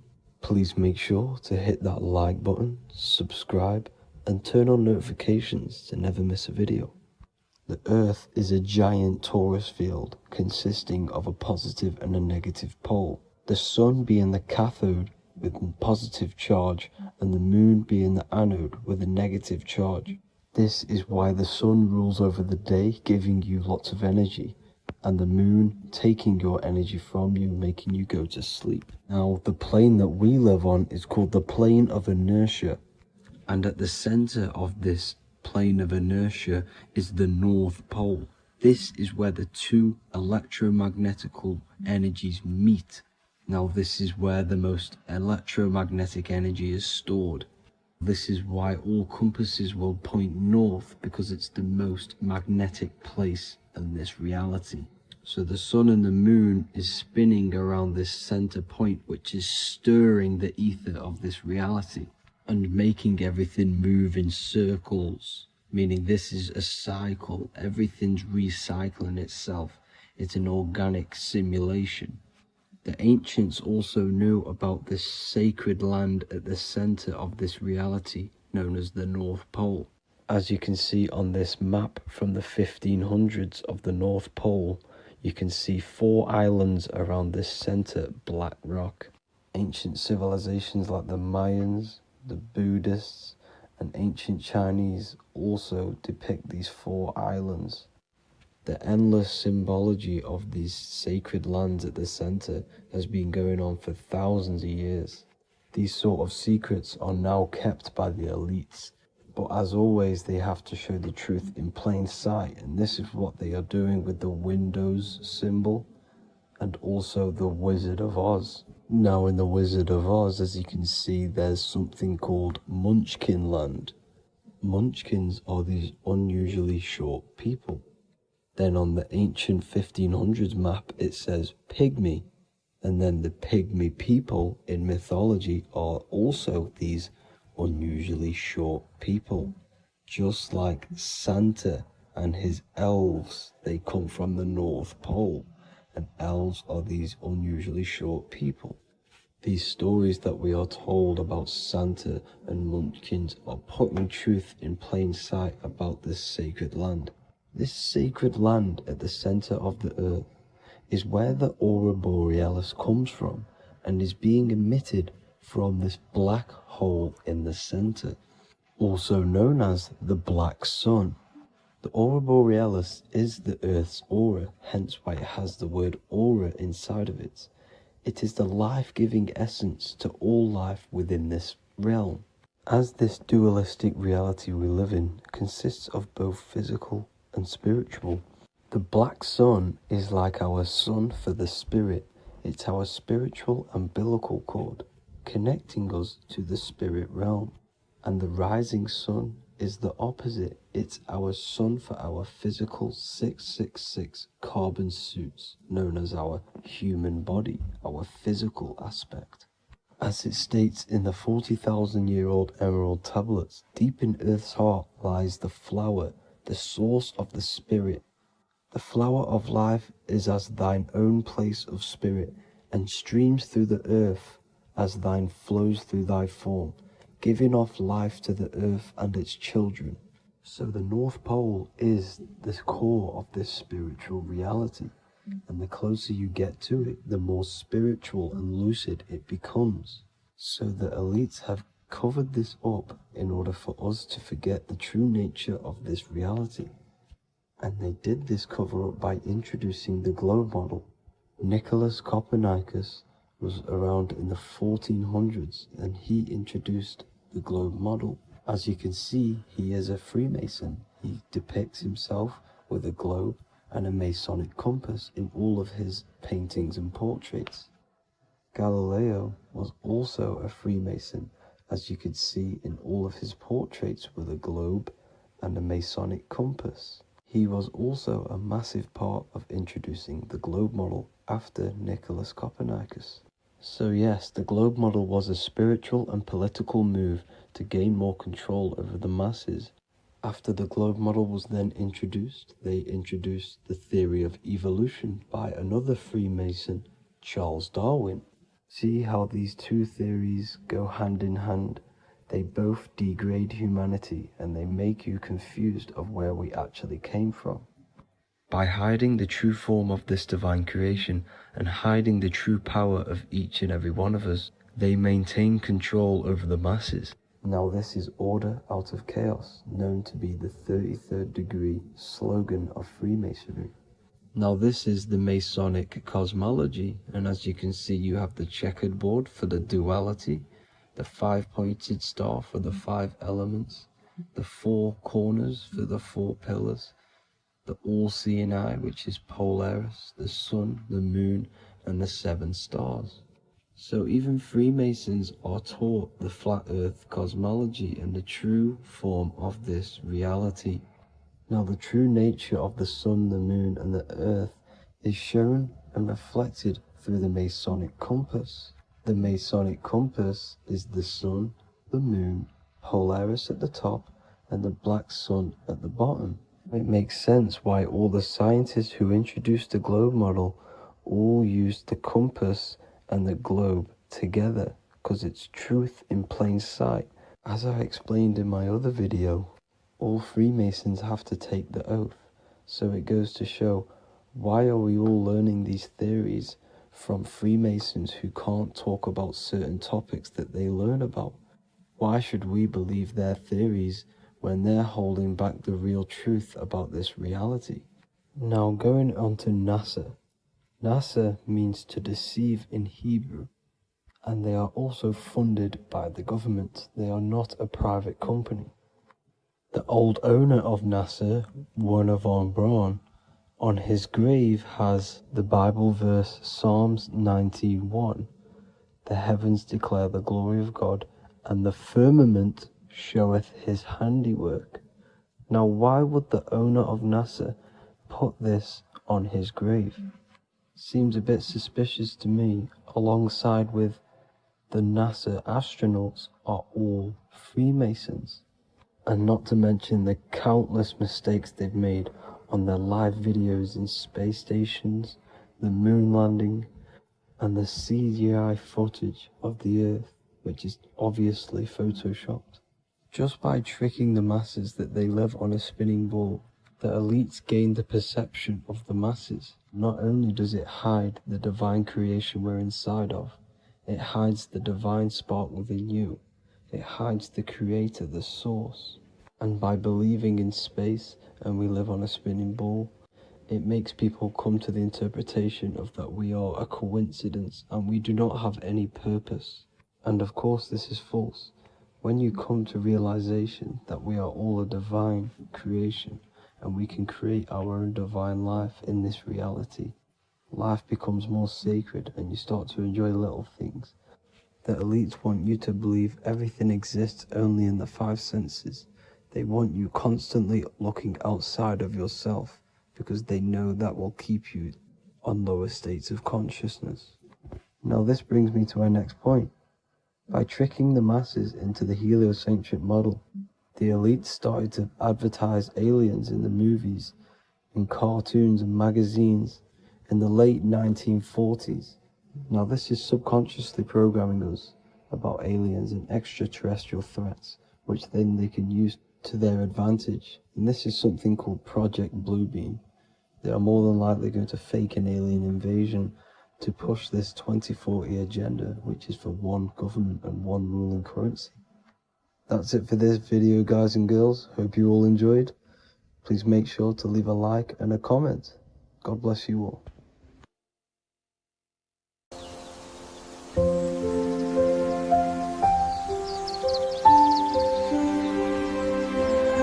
bookofwisdom.com. Visit today.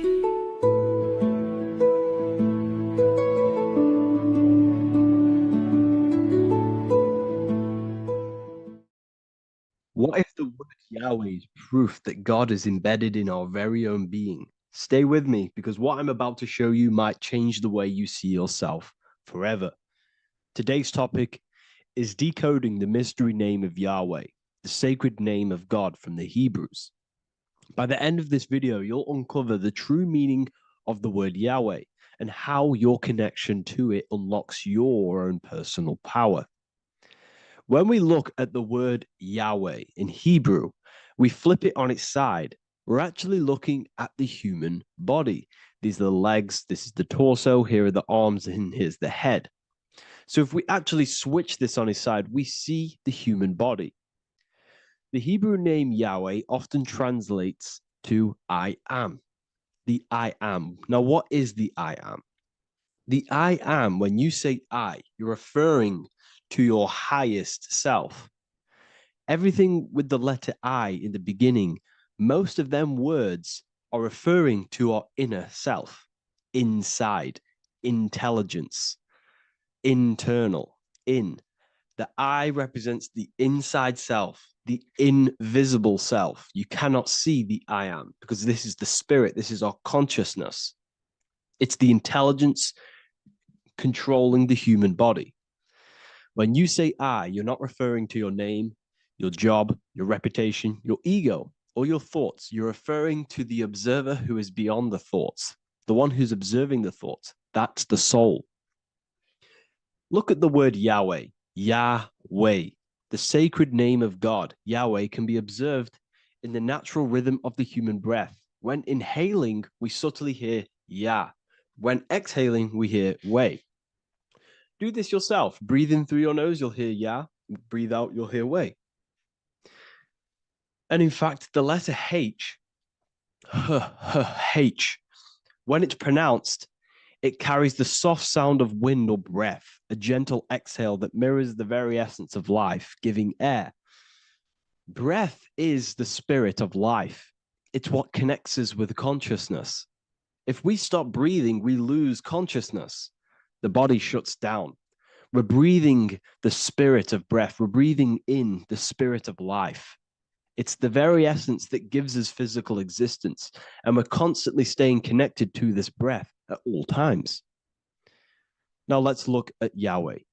1, 2, 3, 4. There are 4 letters.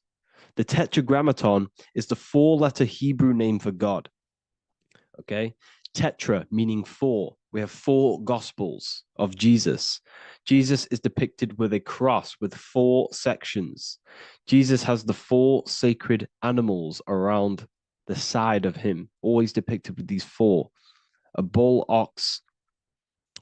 or an ox, an eagle, a man, and a lion. These are the 4 fixed signs of the zodiac. Aquarius, the man, Scorpio, the eagle, Leo, the lion, Taurus, the bull or the ox, which are related to the elements. Leo is a fire sign. Aquarius is an air sign.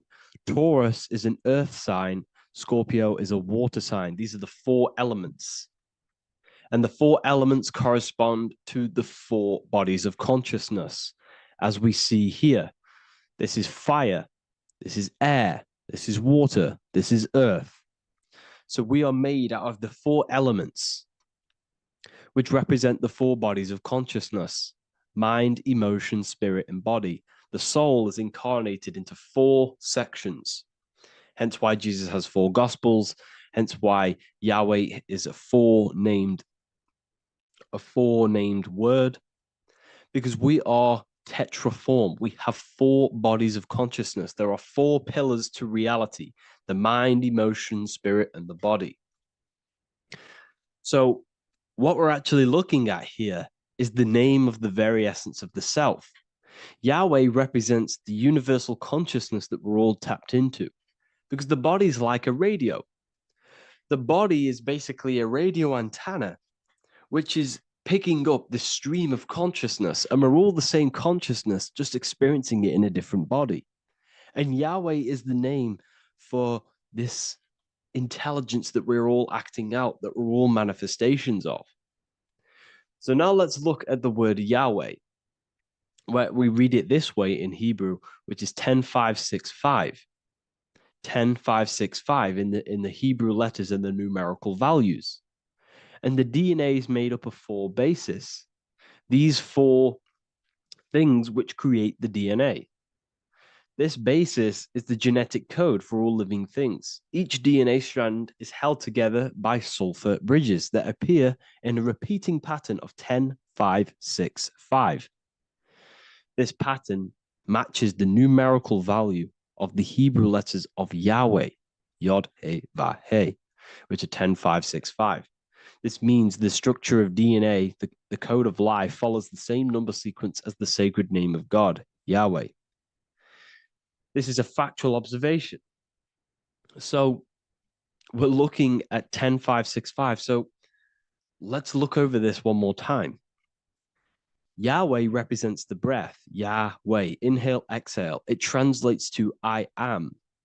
It's written in our DNA.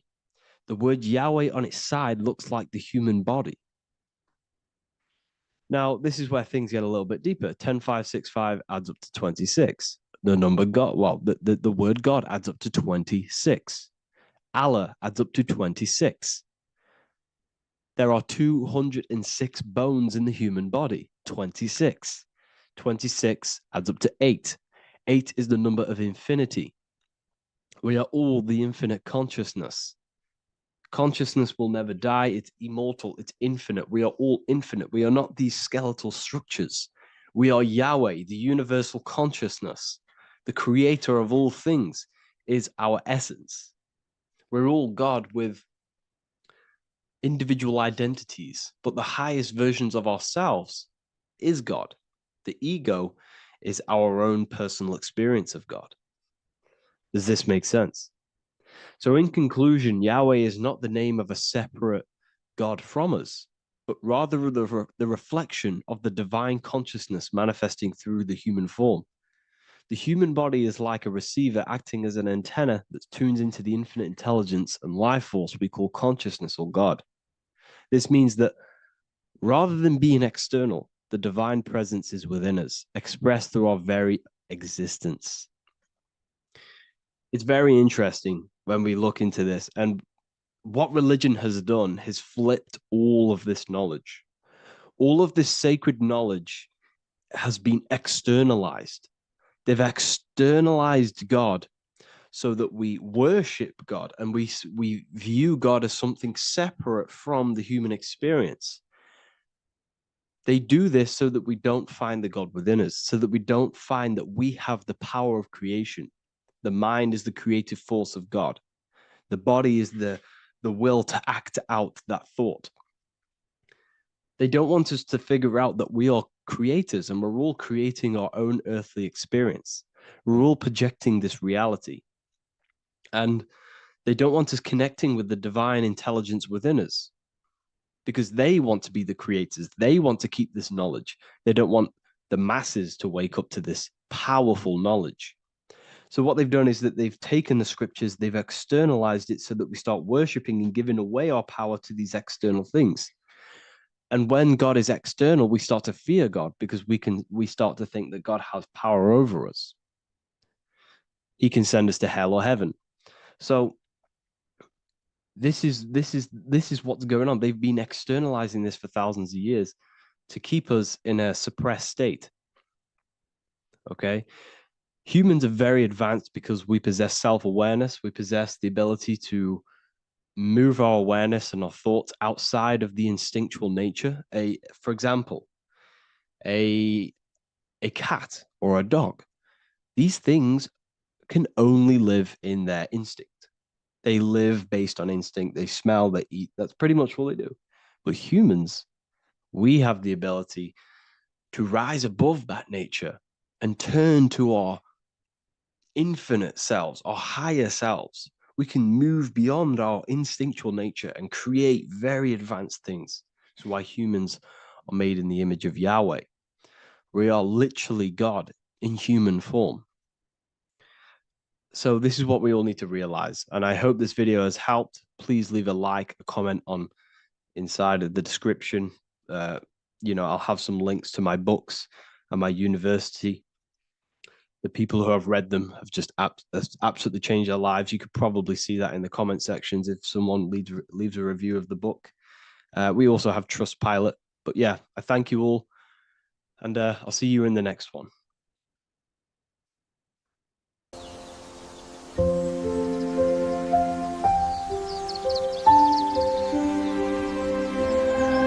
bookofwisdom.com. Visit today.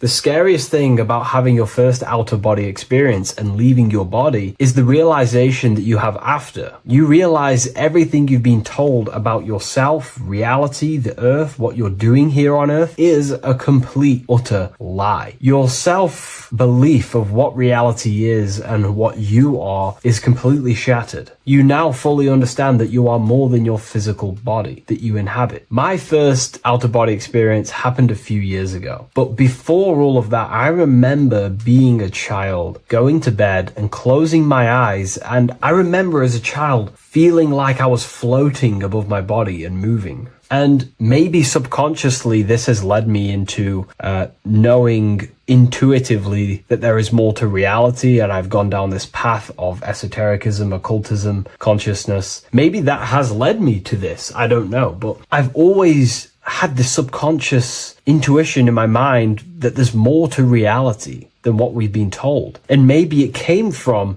having these experiences as a child. And I'm pretty sure some people in the comments will also have that experience, feeling like you're floating when you close your eyes in bed as a child. I remember this very vividly. But a few years ago, I had my first out-of-body experience, and it completely shattered everything. And it confirmed to me that I am eternal, and there is so much more to the self, to consciousness. I then realized after my first out-of-body experience that our self is not just here in the physical dimension, it's existing in every dimension there is in the universe. However, our mind is focused primarily on this physical time space. When your mind is totally giving its attention and time to this particular time space, it locks in the mind or consciousness into that particular body of consciousness, such as the physical body, right? But for example, let's say you have a daydream and your full focus isn't in the present moment and your environment that you're in physically. Your mind kind of wanders off into a daydream, what we like to call it. That again is shifting time space. Your consciousness is 40%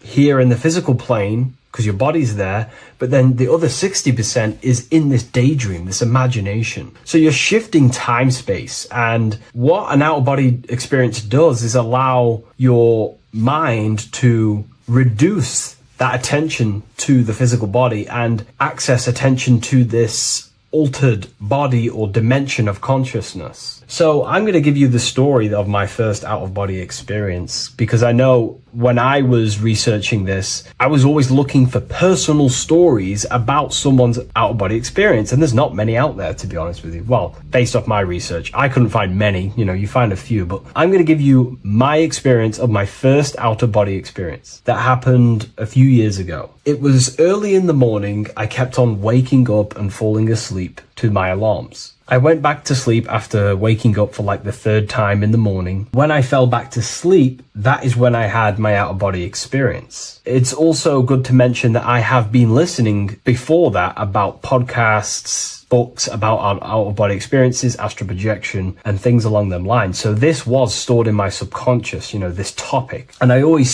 had a desire in my heart to actually experience this for myself. Long story short, I went back to sleep early in the morning because I kept on waking up, and it began with this tingling sensation, a high energy sensation. It was like bursting, intense, high frequency energy. My attention was no longer in the time space of my body, but my attention shifted into this energy body, which I now understand. I didn't understand at the time properly, but I now understand that as my consciousness started to feel like it was being pulled upwards, right now, our time space, our attention is in our body, and you feel all the data of the senses, right? And that's what I'm feeling right now. That's what you're feeling right now. But imagine that was completely stripped. My attention was no longer feeling the sensations of my body, because my body kind of just dissolved as I fell back to sleep. So this was a natural out-of-body experience. I didn't force it. I didn't meditate. I didn't do anything. This was just a natural out-of-body experience that I had. And a lot of people get these that I've read about. So my attention started to feel like I was being pulled upwards, and I no longer felt my body, but I felt this intense energy, frequency, sensation all around my body. It felt like this, it felt like illuminating energy that's moving very, very, very fast. So my conscious awareness was now shifting. I now understand. My whole body faded into this sensation. My whole mind faded into this energy sensation, this tingling, free, and it was very, very intense. I was not feeling my normal senses anymore, only this energy. This energy was also pulling me up.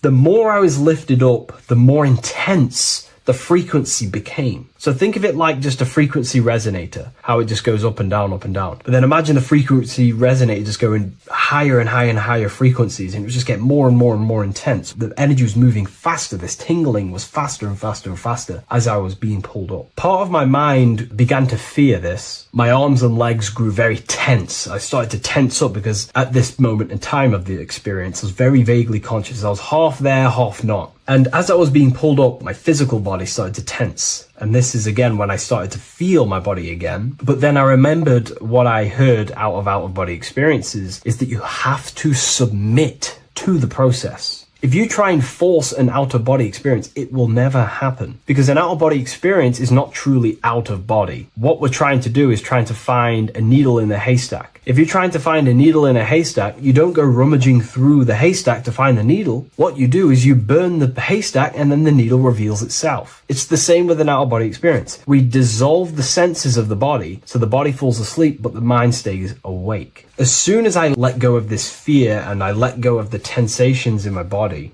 I started perceiving through another state in this energy body, but I didn't see my body. It was just like perceiving and seeing, but no body. Like a camera. When you look at a camera view, you don't see what the camera looks like. You're just seeing through the camera. It's the same as that. I had no form, but I was just seeing. I was just like a floating eyeball, seeing into this altered state of consciousness. I was just seeing. I first saw my street outside my house with lots and lots of people walking on the street, but I could not see the people directly. Everything was black and green. The background was black, but I couldn't see the people, I could just see a glow of light around people, like an egg shape. They were just walking on either side of the road, other directions. I could just see more and more people moving faster and faster and faster. I didn't realize then, but then I did start to realize later on in my journey that that was more than likely the etheric plane that I saw. The etheric plane is the plane of life force and vitality and electromagnetic auras. So that was my awareness shifting from physical into then the etheric plane, the plane of life force and energy. Now, the etheric plane is very, very, very difficult to actually access consciously. The etheric plane acts as a bridge between the physical body and the astral body. To actually access the etheric plane alone is very, very, very difficult, and only certain trained individuals can do that. The etheric plane is not really a conscious plane where you can stay there and be conscious. It acts as a bridge between the physical and the astral plane. I could see the glowing auras around people moving along the pavement. The people moved faster and faster until the scene started to just dissolve as these people were just moving faster and faster. It was not very clear at first, but I subconsciously knew that I was having an out-of-body experience. This is when I really started to realize that I'm being shot out my body. When I realized this, I submitted even more. I started to just let go. The more and more I let go, I kind of like split through a veil, and everything became super clear. Before, in the etheric plane that I think it was, the ethereal plane, things weren't very clear. I could only just see glowing auras. However, as I split through the veil of the etheric, this bridge, this place that I was going to, I then split and everything just came super, super clear. I was floating in the sky. I subconsciously knew that I was having an out-of-body experience when I realized this. As I was still being lifted upwards, I then split through the layer where everything just suddenly became super clear. But then I was awake, fully conscious, but I was not in my body. I was just like a camera in the sky. I had no body, no form. I could just see. When I entered this plane, there was some sort of voice guiding me through this whole process. It was a male voice, and it was basically guiding me where I was going. It was telling me what I can do here. This voice was pretty much saying, you can fly, you can think things into reality, you can do this, you can do that. While he was saying this voice, there was no being around me, but I felt a presence of another being. But this voice was just speaking to me mentally. Like, you can't hear it, but I just knew what it was saying. It was so weird to describe. It was like telepathy. You couldn't hear it, but I just knew what it was saying. But it was a male voice. It's so hard to describe. I still could not see any form of myself. I was not seeing my astral body or any shape. I was just perceiving a point of awareness like a floating eye, like I said earlier. While this voice spoke to me, I saw fractal patterns as he was saying, you can do this, you can do that. And while he said, you can fly, I remember just seeing this line like splitting and creating fractals. It was like this black line that was just splitting off into duality, creating fractals. But then my physical body just went through this line, split, and then split into fractals again. So strange, very difficult to explain because it's four-dimensional. To explain it in physical language, it's very difficult to actually explain what was going on. So as he was saying what you can do, I was seeing these fractals dividing and then creating fractals. When he says you can think things into reality or something along them lines, my awareness just did a full 360 as if I did a backwards flip. I had no conscious control over this. That's something that you later develop as you keep having these out-of-body experiences. Your first out-of-body experience, you probably won't be able to control what's going on, but you will have an out-of-body experience if you seek them. I could see all around as I rotated. I looked all the way down and then back to my original angle and point of awareness. During that rotation, when I started to turn upwards to do the backflip, I looked up and it kind of looked like the sun in the sky. It was very dark and gloomy. Now I know that was more than likely the lower astral plane because very dark and gloomy. And it was very kind of dense there. I looked up and I could see this. It was like the sun, but it was white, pure white light. And it was shining down over the astral plane. And that was the only light in that place. That's why it was so dark and gloomy there. And I then realized in that particular state. At that time, I thought that was God. I don't know what it was. Maybe it was, maybe it wasn't. Maybe it's the light of the higher mental plane shining through into the astral. But I looked up at it and I realized that was God. That was the source. That was the higher dimension beyond the astral plane, which is the mental plane, the higher astral planes and then the mental planes, the planes of thought. Then once I saw that, I was in complete shock. As I rotated backwards even more, I then get the view of seeing down, completely down, like a bird's eye view. And I could see like an old medieval gloomy town. It was dark, almost night, with very little light. The only light present was the light from above. The town was old-fashioned, gloomy, misty. I looked over it from above. Then the experience began to fade. I don't remember anything after that process. But I'll be honest with you, the process of leaving my body for the first time was extremely intense. The frequency, the energy were overwhelming but powerful. Letting go and choosing to have no fear was the key to that experience. Just to give you a little bit more wisdom on what I actually experienced, now what I realized what was happening, I now understand that the voice that I was hearing was not an external being guiding me. It was actually a higher aspect of myself, a part of my own consciousness that is not focused in the time space of the physical world. My physical mind is focused here in this timeline, but once I exited this timeline and focused elsewhere, the higher part of myself guided me towards that experience. This higher version of ourselves that we call the higher self is a higher dimensional being, but we're just unconscious of it. This being exists beyond our ordinary thinking mind. Our self exists everywhere in the universe, and we can unlock higher versions of ourselves as we progress on our journey of awakening and self-realization. Because let's say right now, only 10% of your awareness is actually in the physical plane. Science tells you that 90% of you is actually in your subconscious mind. 10% of your awareness is your conscious mind. So there's 90% of you that your conscious mind is not aware of. But our conscious mind becomes so addicted with the physical world and distracted with the physical world, it just gets totally locked in with the physical. And we never pay attention to the hidden aspects of ourselves, the unconscious aspects of ourselves. And that's why everyone in the esoteric and occult space talks about gnosis, seeking knowledge of self. Gnosis is not knowledge, it's knowledge of self obtained through direct experience. So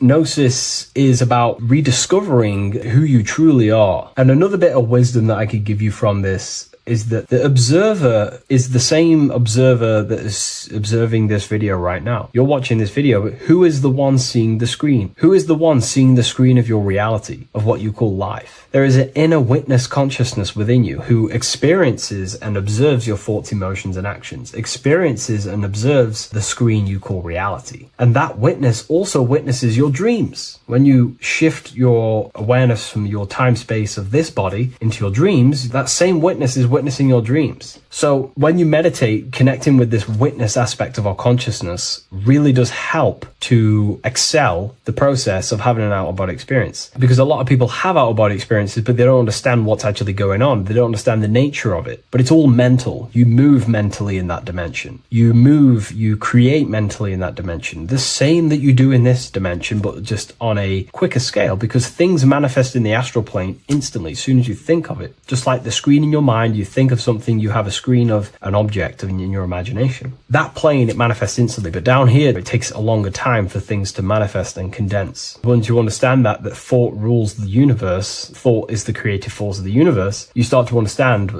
these different dimensions and these experiences that you have. But really connecting with that witness consciousness, that part of yourself that observes everything, really does help with excelling the process of having an out-of-body experience, or mystical experiences, or lucid dreams. Because connecting with that witness consciousness just makes you more conscious. Even in your physical life, staying conscious. Most people aren't conscious. They think, feel, and act unconsciously throughout their day, and they unknowingly create their reality. Connecting with that witness consciousness allows you to actually stay conscious over your thoughts, emotions, and actions, because they are giving birth to realities. That's pretty much my experience, my first out-of-body experience. What that did for me was make me so much more confident and powerful. Most of my fears just disappeared overnight. The fears of death, the fears of unknown, the fears that I had of things shattered, disintegrated, because I understood that I am eternal. No one can use death against me to control me because I know I am eternal. I now take riskier actions because I know I am eternal. I know that I will never truly disappear or die. So it really, really does help you, and it gives you a lot of internal power because no one can make you scared of anything. You should not fear someone who can hurt you physically. You should fear someone who can corrupt your soul. That is the worst thing. Who can corrupt your internal world, because that is what truly matters. So I hope this helps you understand out-of-body experiences. Hopefully this can help you move along in your journey. It's good to hear other stories because this is exactly what I was seeking when I was researching this stuff. Maybe in the future I can share some more stories about my out-of-body experiences now I'm a bit more advanced. But yeah, please leave a like, comment and subscribe on the video, and thank you all for watching.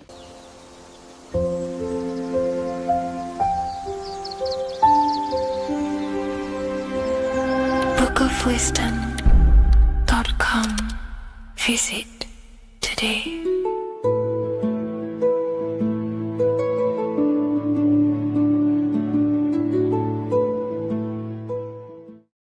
Welcome to Revival of Wisdom. Today we're going to be breaking down Saturn worship and how the occult are linked in with Saturn. Okay, so first of all, let's start with the celebrities. All these celebrities are doing 666. Okay, covering the one eye, which also symbolizes the all-seeing eye, which is another occult symbol. But we're focusing on the 666, the 6 with the 3 fingers.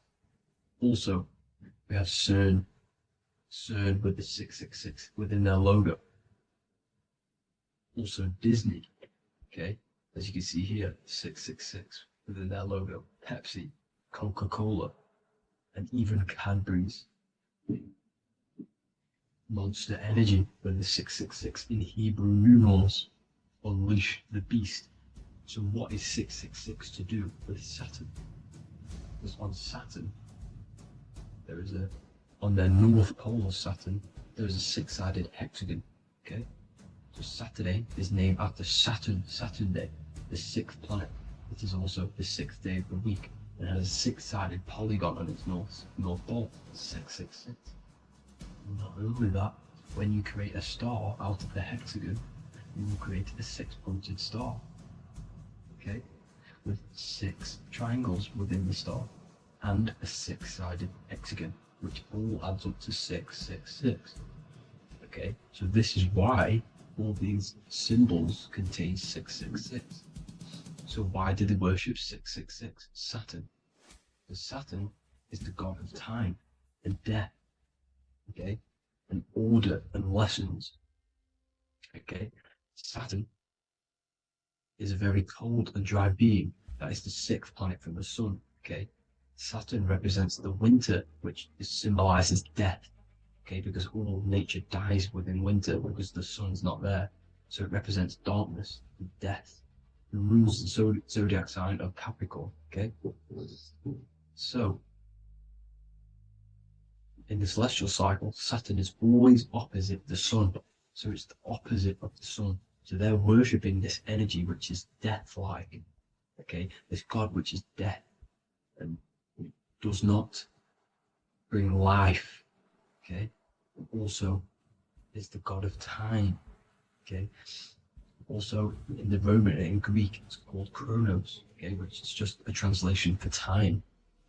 It's also known as the Father Time, aka the Grim Reaper, okay?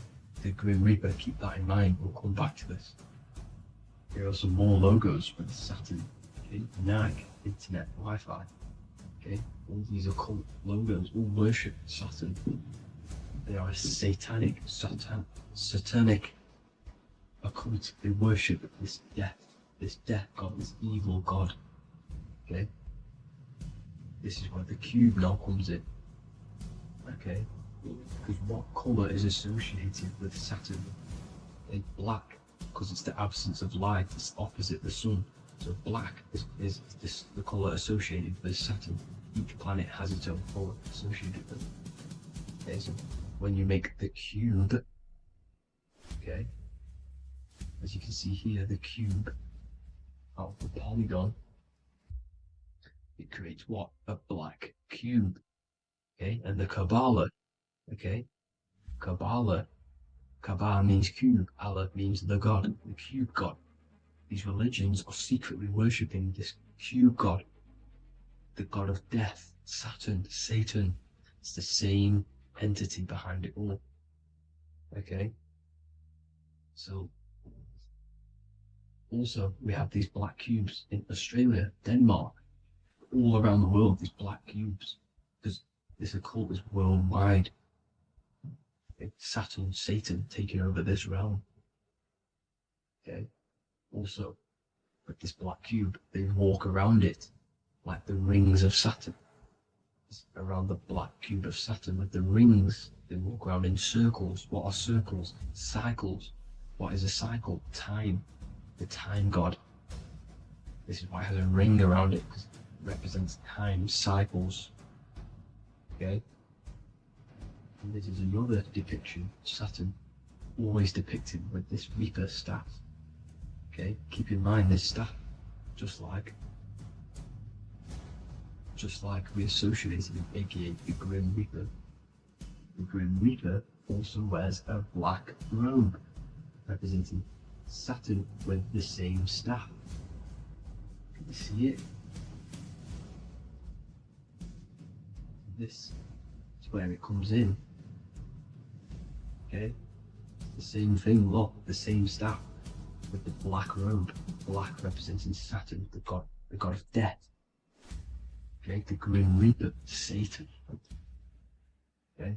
Also, when you graduate from university, what do? You wear a cube on your head, a black cube with a black robe. This is Saturn worship. See, this is how Saturn, Satan, has tricked the world into worshipping him, not God, the sun, which represents God. So what is a corona? Because a corona is a crown, a circle, okay? A set of concentric circles of light seen around a luminous body. So Saturn. So this is why they used to worship Saturn by wearing crowns in ancient days. And we still do to this day. The king or queen has a crown, a corona. Also, corona, the drink. Corona adds up to 666, just like Saturn is 666. But like you see in the corona, you see the staff. You see this staff, just like the staff of Saturn, the Saturn god, like the Grim Reaper, with the black robe and the staff, just like the Saturn god. What is the Grim Reaper? It's a killer, it represents death, just like Saturn, the god of death and time. So all these occults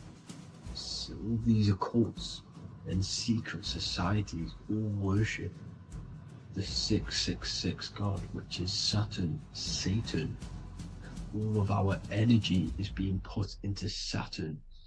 Okay, and Saturn, Satan, is harnessing all of this energy. So gradually, this is what the mark of the beast is. Like it says in the Bible, the mark of the beast, or the name of the beast. Here is wisdom, let him know that he hath understand and count the number of the beast, for it is 6. It is the number 6 of a man, and is 600, 6, 666. So this is what the mark of the beast is. They are going to eventually put green chips, just like Neuralink, which is what Elon Musk is pushing. Okay, so this chip is the mark of the beast, and it's going to be implanted to our hands or brains. Okay, and they will manipulate our consciousness, and it will manipulate our DNA, and it will directly connect us to AI, and AI is linked in with Saturn, Satan, as the demons and the people who rule this world are in love with AI. They want to connect humans to AI.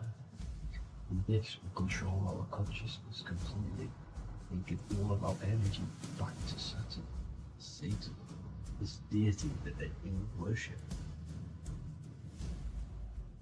just like when you get married, you wear a wedding ring, the rings of Saturn, over the finger, which represents the sun. So you're basically seeing Saturn over the sun. The sun is the son of God. It represents the sun, represents God. So you're putting Saturn over the sun. So thank you guys all for tuning in. I'm going to leave you guys here. Please leave a like, comment some topics that you want me to talk about. And please subscribe for more amazing content. God bless.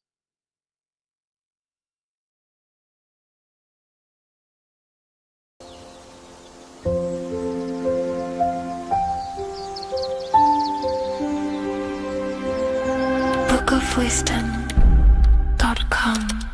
Visit today.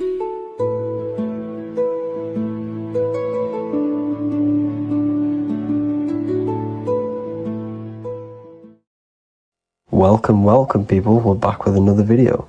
I will now be keeping track of my YouTube and trying to upload every week. In this video, we'll be talking about the chakras. The chakras are the 7 attributes of God, and they are the 7 planets. These are literally vortex portals within us that connect us to these vices and characteristics of God. Each one of these energy centers are a spinning wheel of energy which controls the cells and organs in that particular area of the body. For example, it's literally a mini brain for that area of the body. Each chakra has a vice which you need to turn to a virtue in order to climb up through the system.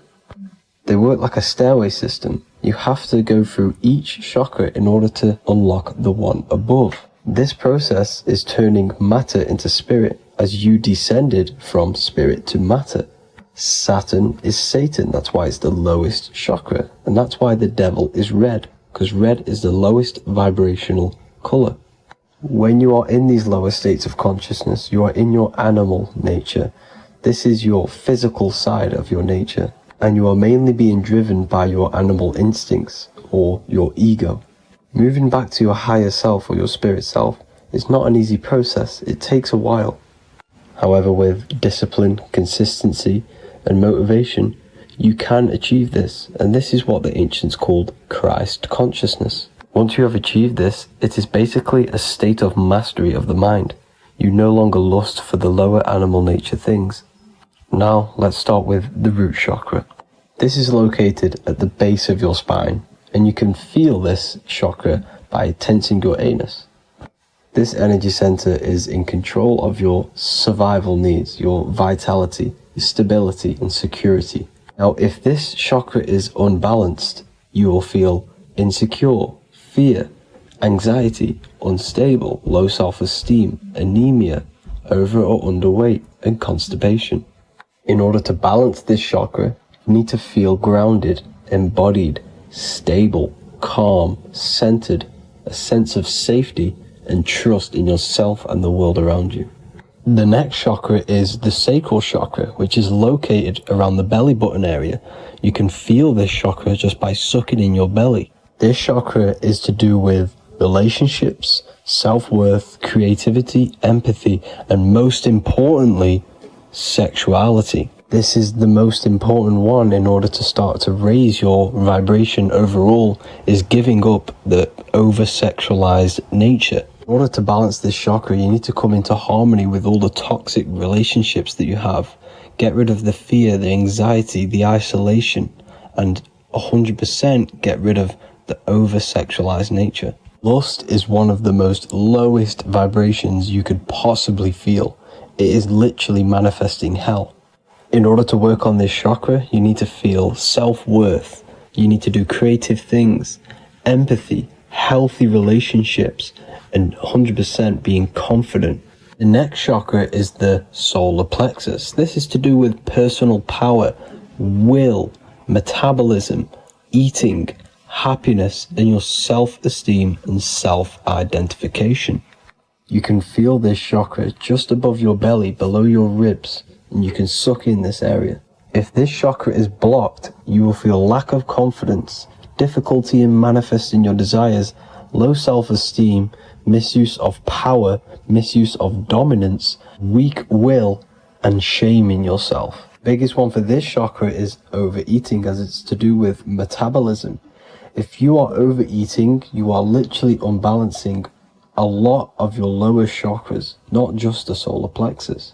In order to work on this chakra and balance it, you want to have a positive self-identification. You want to feel happy, a happy self-esteem, effectiveness to people, not overeating, and a strong willpower. Now for the heart chakra, one of the most important chakras. Chakra is to do with love, understanding, trust, hope, openness, compassion, balance, and forgiveness. The most important because your heart is the tree of life in the body. It is the center of the toroidal field. It is the most powerful chakra. Your heart is 5,000 times stronger magnetically than your brain. Once you have hit the heart chakra and you start surpassing the heart chakra, you are now turning matter into spirit, as the lower three chakras are dense and physical, and the above the heart chakra are turning to spirit. As you can see already, this is a hard and long process of working on yourself physically and internally. The symptoms of a blocked heart chakra would be lack of love or too much love, difficulty to accepting or giving love, lack of compassion, loneliness, and lack of emotional fulfillment. Finally, a lack of connection with a divine or to nature. In order to balance this chakra, the most important thing and the most powerful thing you can do is loving people, accepting and giving lots of love. Second most important thing to balance the heart chakra is balance. You need a balanced life. You need balance in all aspects of your life. Now for the throat chakra. This is a very important chakra as it's to do with communication. A symptom of this being unbalanced is a lack of self-expression and putting on a front all the time, acting with the ego. In order to balance this chakra, you need to constantly self-express yourself. You can't be putting on a front. That voice inside your head, you have to let it come outward. Don't just block it off with a wall. Self-expression will lead to you gaining friends who actually like you for being you, and not these fake friends that you have to put on an ego for. In order to balance this chakra, you need to express yourself, express the word that's within you. Don't be lying to people, don't deceive or be deceptive. The next chakra is the third eye chakra. This is starting to get very advanced and you are coming very close to spirit. Just before we head on, I want to announce the PDF is now available, containing all the presentations I've ever made, all into a condensed 38-page PDF. The link will be below this video for you to access. And if you want to learn how to create reality using your mind, how to attract your desires, how to get out of the situation you are in, the link will also be there for the Manifestation Mastery course. Now for the third eye chakra. The third eye chakra controls the pineal gland, which is your first eye. It's to do with your psychic abilities, channeling, telepathy, astral travel, visions, and connection to the higher self. You need all of the chakras aligned to get the full potential out of your third eye or pineal gland chakra. For example, if you're astral traveling and you fear something, you will be instantly shot back to your body. So you need to master all of the chakras before you go on and try and do these higher spiritual activities. Symptoms of the third eye chakra being blocked is lack of imagination, lack of vision, lack of concentration, blocked or clouded intuition, can't see the big picture, and especially overly reliant on logic and intellectual thinking. A good way to work on this chakra is imagining things, vision things, trust your intuition at all times, always follow that inner voice. Cut out the tap water which contains fluoride. Fluoride blocks the pineal gland. And cut out all junk food because all of this is affecting your pineal gland. When in meditation, you want to focus your eyes and your attention to the center of your head between the two eyebrows. This is where the pineal gland is located. This will help and awaken the pineal gland over time when you keep doing these meditations. Finally, for the crown chakra, this is to do with universal consciousness, all-knowing, enlightenment, cosmic connections, the God source. This chakra is blocked by being cut off from spirituality, plagued by the senses, being tricked into the five senses and being tricked into thinking you are the body. In order to work on this chakra, you need to feel grounded. You need to know yourself, your real self, the voice within you. Have common sense, have specific decisions that you're making, be very direct. Now we've got out of the way all of the chakras, I can now introduce methods and meditations which will help you unblock them spiritually. When meditating, you want to get into the present moment in a nice, comfortable position. Bring yourself to the present moment by saying, I am here right now, nothing else matters. Keep repeating this over and over with your eyes open or closed. After a couple minutes of bringing your attention to the present moment, you can now start to breathe in through the nose deeply and breathe out through the mouth slower than you breathed in. Place your attention on the chakra that you want to balance. Think of a high vibrational emotion like love, and think of this while placing your attention on that chakra. You can do this exercise every day for 10 to 20 to 30 minutes. The longer the better. Another practice you can do is by chanting the Bijis for each chakra. They are here starting from the root chakra all the way to the crown chakra. Or you can chant the 7 vowels. There are not 5, there are actually 7. A, I, A, O, U, M. A,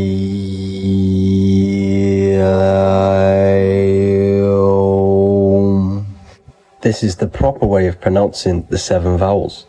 These are so powerful because these are the only things that exist. It is literally the sound of God. By pronouncing them right, you can actually create a lot of power within you and align your chakras. That's it for this video, people. I'd appreciate a comment and a like to help the algorithm. I appreciate you all. Love and light.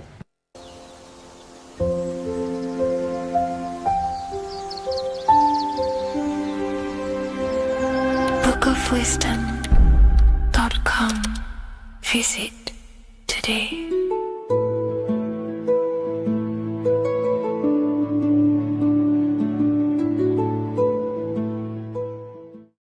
By the end of this video, you will understand the 3 expressions of consciousness, how to use them to create the life you truly want. You'll discover the hidden meaning of the word God, the secret power of the number 3, and how consciousness itself is the key to your reality. We have 3 main expressions of consciousness. We think, we feel, and we act. God is 3-fold. It stands for generator, operator, destroyer. The generator is the mind. This is what thinks, generates ideas. This is the beginning of all creation.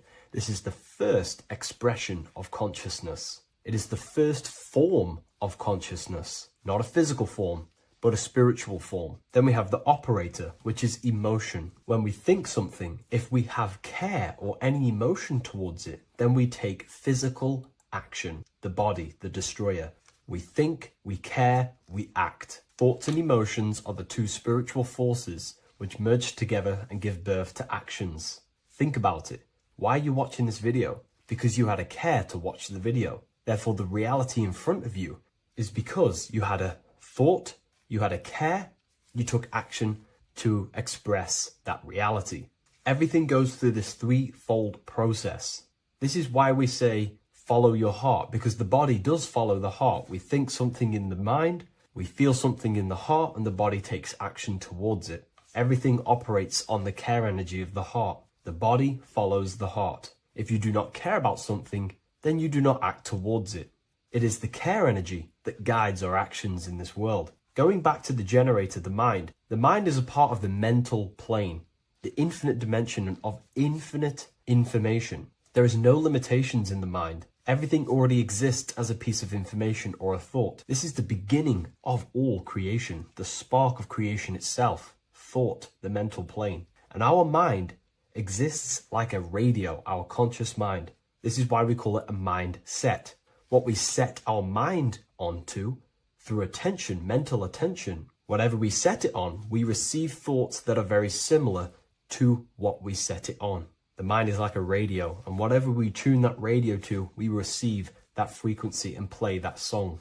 So if we purify our minds through ritual work, meditation, and affirmations, the mind can become a temple to receive higher thoughts, higher ideas, and better genius ideas. Going back to operator, this is the Holy Spirit. This is what we care about, our emotion. This is the feminine side of consciousness. Thoughts is masculine, the Father. Emotion is the Holy Spirit, which is feminine. And these two create a child, which is Jesus, the Son, which is actions. When thoughts and emotions merge together, you have a physical action, which is a masculine force, which is why it's a son. The Holy Spirit represents a purified heart, love consciousness, holding love in the heart. And when we purify our minds, we have an effect and purify our hearts. And the reason why I say that is because whatever we think in the mind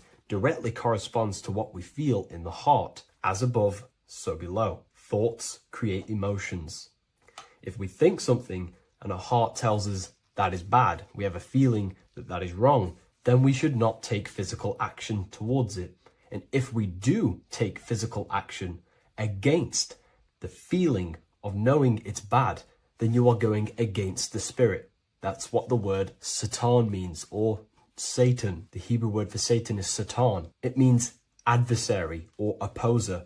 You're opposing the Holy Spirit. You're opposing what you know is good.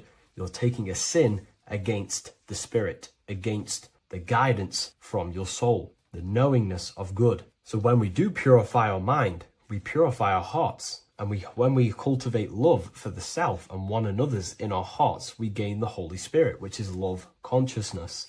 And when we think in our mind with the love of the heart and we merge our thoughts with love, it gives birth to perfect actions. This is what the true Christ consciousness is.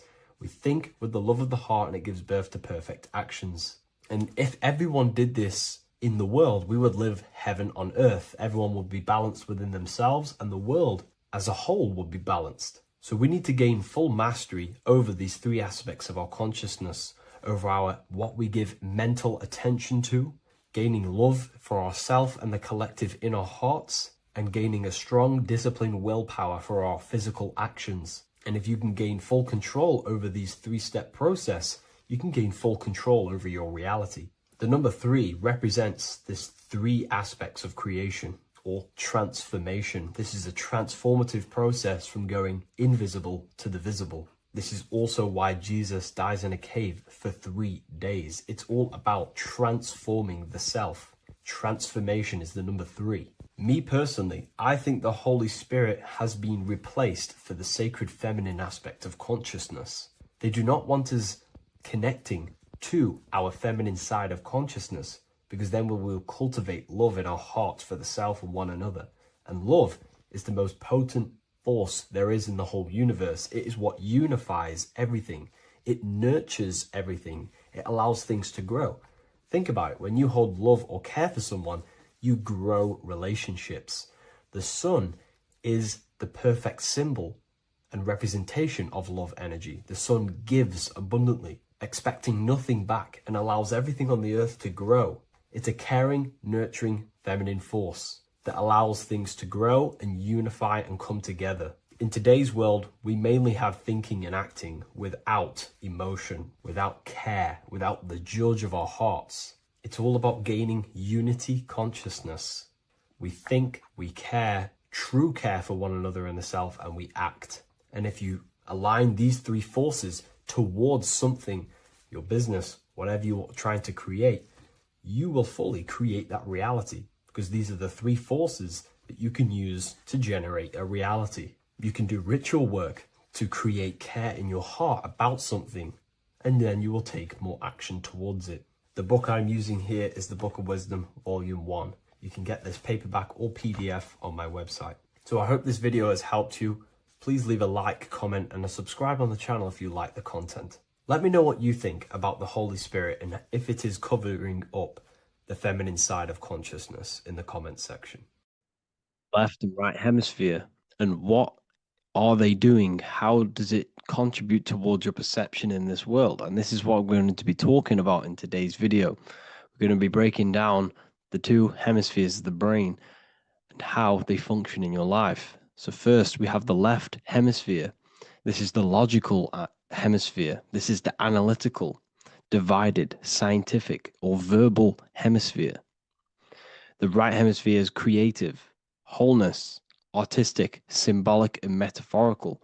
The right hemisphere does with non-verbal things. It produces a holistic perception. It is more to do with creativity. Because what you must understand is that we are not in the external world. The world is produced by our brain. We see with our brain. Our eyes are a part of the brain. What we touch is the brain's interpretation of electrical signals on the nervous system. What we smell is the brain's interpretation of smell through the nose. What you taste is your brain's interpretation of chemical reactions on your taste buds. So what you are experiencing is the brain. The brain is a computer creating a simulation. And you have two hemispheres which breaks down this reality. So essentially, the brain is the perception creator. It creates perception. So if the brain is creating this, who is the one experiencing the brain? Well, that is you, the consciousness, the mind, the all-seeing eye. You are the all-seeing eye experiencing the brain, the observer behind the brain, behind reality, behind the emotions. So if you're walking through a woods, this left brain sees individual trees. The right brain sees the whole woods. It sees the biome. It sees the bigger picture. So when you are walking through this woods, the right brain picks up a holistic perception of reality. It creates the woods as one unified woods. The left brain's job is to break this down and analyze it so that we can see individual things. And this is also necessary for humans to have the ability to break things down and manipulate things in this world. So without this left hemisphere, we could not manipulate things and break things down. So this right hemisphere is important because it sees the whole woods. It sees humanity as one unified consciousness. However, the left hemisphere sees individual egos. So the left hemisphere is the place of the ego because it only understands it sees the world very divided. Okay, so for example, here's another example of the left and right hemisphere. If someone pulls out in front of you in traffic, your left brain is going to start going crazy and analyzing them, calling them names. The right hemisphere, however, sees the bigger picture. Maybe he didn't see you. Maybe it's just a mistake. Maybe he's in a rush. You see how the two brains are very different. They do the same thing, but they function in different ways. The right hemisphere is feminine, the left hemisphere is masculine. So, like I said, this person pulls out in front of you, you start to think with the left. If you start to perceive that in the left brain, you're going to start analyzing them, you're going to start going crazy and calling them names because you're analyzing it. You're not seeing the bigger picture behind it. You're not seeing it from his perspective. So there is a crossover. So the left hemisphere of the brain controls the right side of the body, the right ear, the right eye. Everything to do with the right side of the body is connected to the left hemisphere. And the right hemisphere controls everything on the left side of the body, including your eyes, your arms, your legs.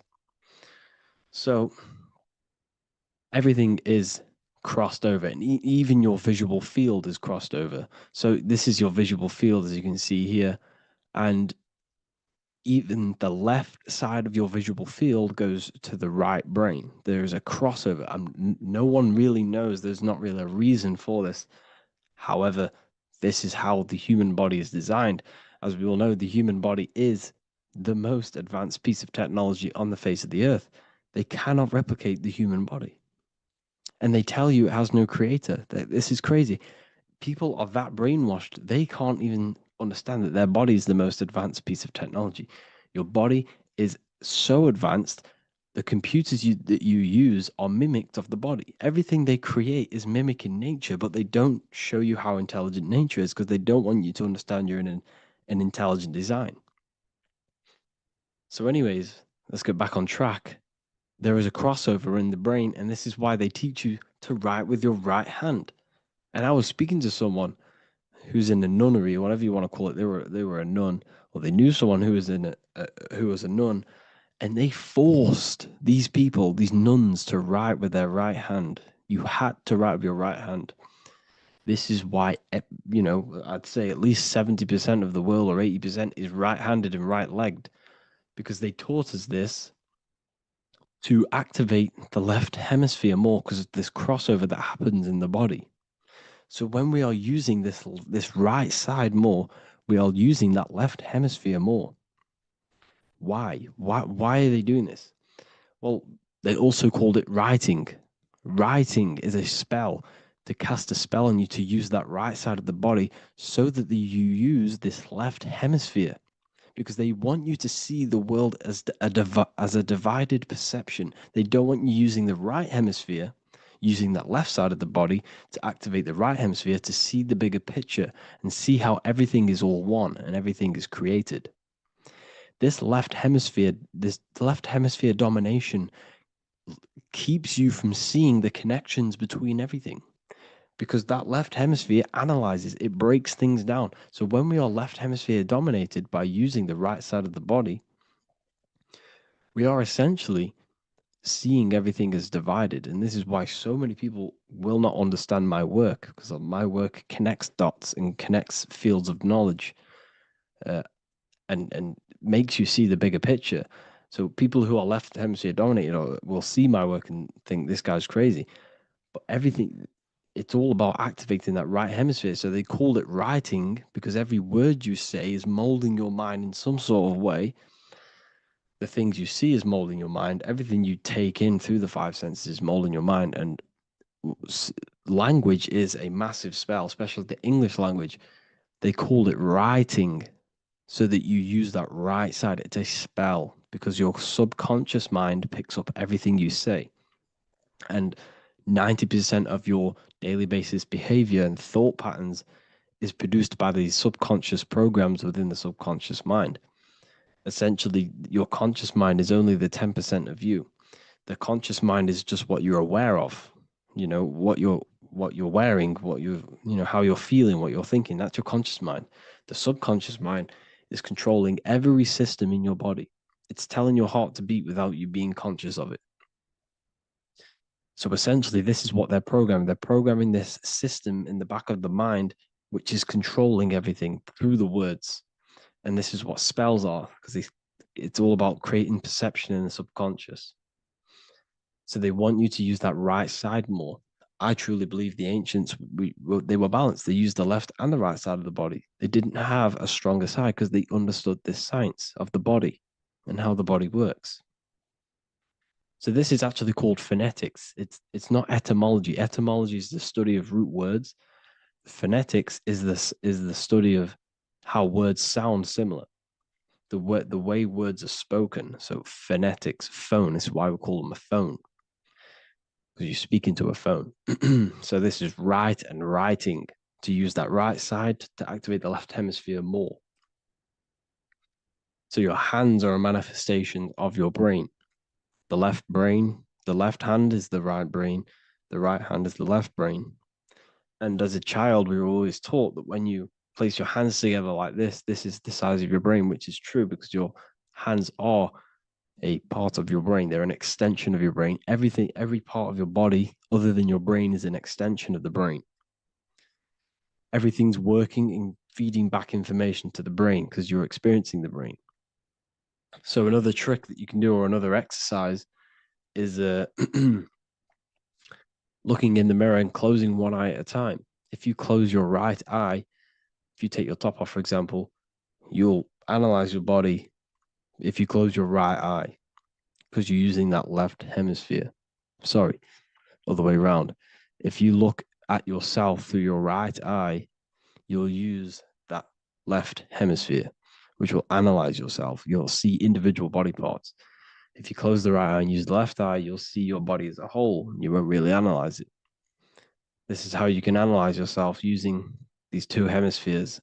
So this whole system is created to keep you thinking logically and to restrict you from creating and restrict you from understanding symbolism, allegories, metaphors, and teamwork.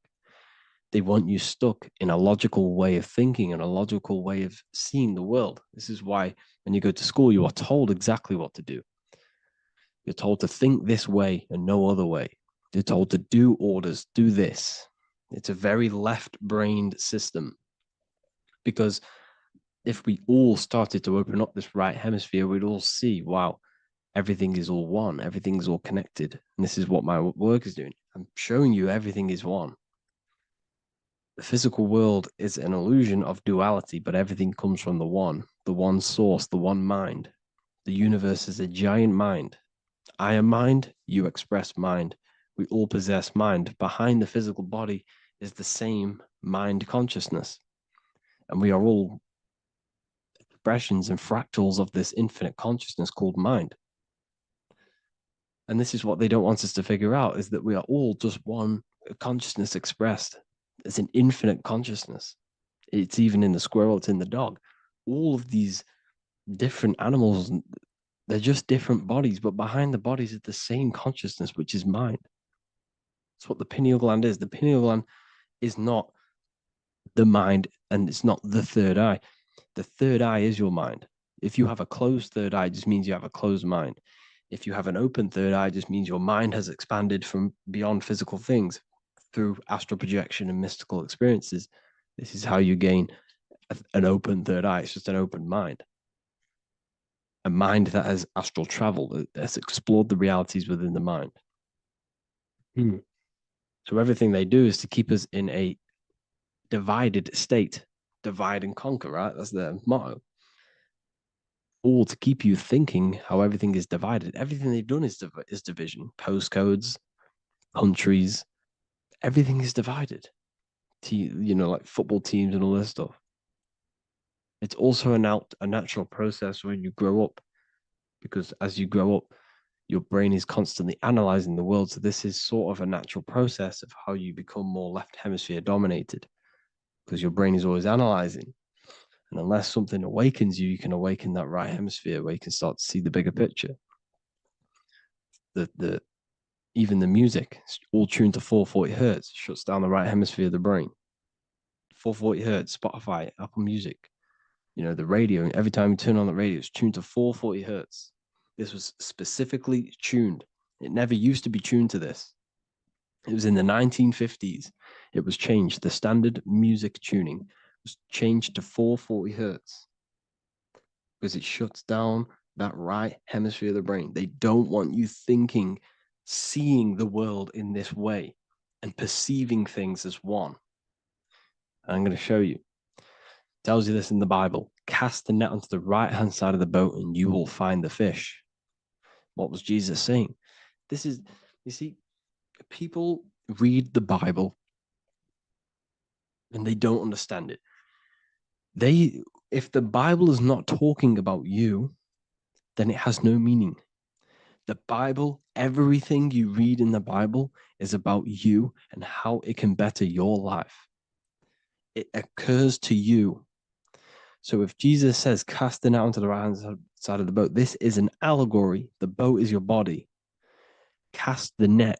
It's the awareness, the perception onto the right hemisphere of the brain, and you will find the fish. What's fish? What do fish do? They swim deep in the ocean. It represents the knowledge, deep knowledge. Cast the net onto the right-hand side of the boat and you will find fish. You will find the wisdom. You'll gain understanding when you cast that your awareness into that right hemisphere. You will see that I am you and you are me. We are all one consciousness. You will see everything. You'll see that the trees are the same patterns as the nerves in your body. You'll see everything is connected. Everything is a fractal of the one infinite consciousness. And how many fish did they catch? 153. That adds up to 9. This is now numerology. The Bible's filled with numerology. adds up to 9. What's 9? Human consciousness. It represents consciousness. You're in the womb for 9 months. Feminine. It's all about consciousness. And in Revelation 14, and I looked, and behold, the Lamb standing on Mount Zion, that's the spines, the mountain, with him 144,000. 144 adds up to 9. It represents consciousness on top of the spine. You see? And he had his name the name of his father written on the forehead. What's the father? The higher mind, the higher consciousness within you. Where is that? In the forehead, the pineal gland. The pineal gland is the radio receiver for the higher consciousness. Because every body part of the body has consciousness. Your heart has consciousness. Your gut has consciousness. You are thinking with these different consciousnesses. You think with the gut. You think with your penis. You are thinking with all these consciousness. And it's about raising your consciousness to the higher consciousness, which is the father, the mind in the head. Don't think with the lower parts of the body, because that is your animal nature. Think with the higher parts of the body. It's all representing consciousness. How to activate the right hemisphere of the brain? Well, it's all to do with non-verbal things. So music will activate the right hemisphere. Make sure it's tuned to the right frequency though. 432 hertz, 528 hertz. Any frequency that adds up to 3, 6, or 9 is good for you. Meditation, turning off the thoughts, and you raise yourself to the higher brain. Symbolism. Symbolism is all right hemisphered. Reading between lines, metaphors, determining the Bible, it's all right hemisphered. Seeing the bigger picture, it's reading between the lines. So tithing in the Bible. These people in the churches are giving 10% of their money to the church. It's nothing but a scam. What these people have done is they have externalized the Bible. They have taken the Bible and literalized it so that they can make a business out of it. So what they're doing is 1/10 of the produce of what it says in the Bible, 1/10 of the produce of the land, whether grain or fruit, is the Lord's and is holy. So what's that saying? The 10th of, it's basically saying give the 10% to the Lord, to God. What does that mean? Well, what's the land and the fruit? This represents physical things, the physical things that you have. The 10th of the physical things that you have. What's that? That's your ego. All the physical things that you have is all to do with your ego. That's the lower self. The ego, what is the ego? It's the mind's perception of the physical self. You had no ego when you were a child. Okay, when you were a child, you had no ego. As you grew older, you created the ego. But the ego is the full self. It's the echo. Ego, echo. It's the echo of the full self. So it's saying give the ego over. Take away the animal self. In that left hemisphere, that's all to do with the left hemisphere. That left hemisphere sees the ego. It sees individuality. It's divided. So it's saying give that 10%. Give that 10% of you over to the right hemisphere. The 90%. The 90% of you is in that right hemisphere. The higher self.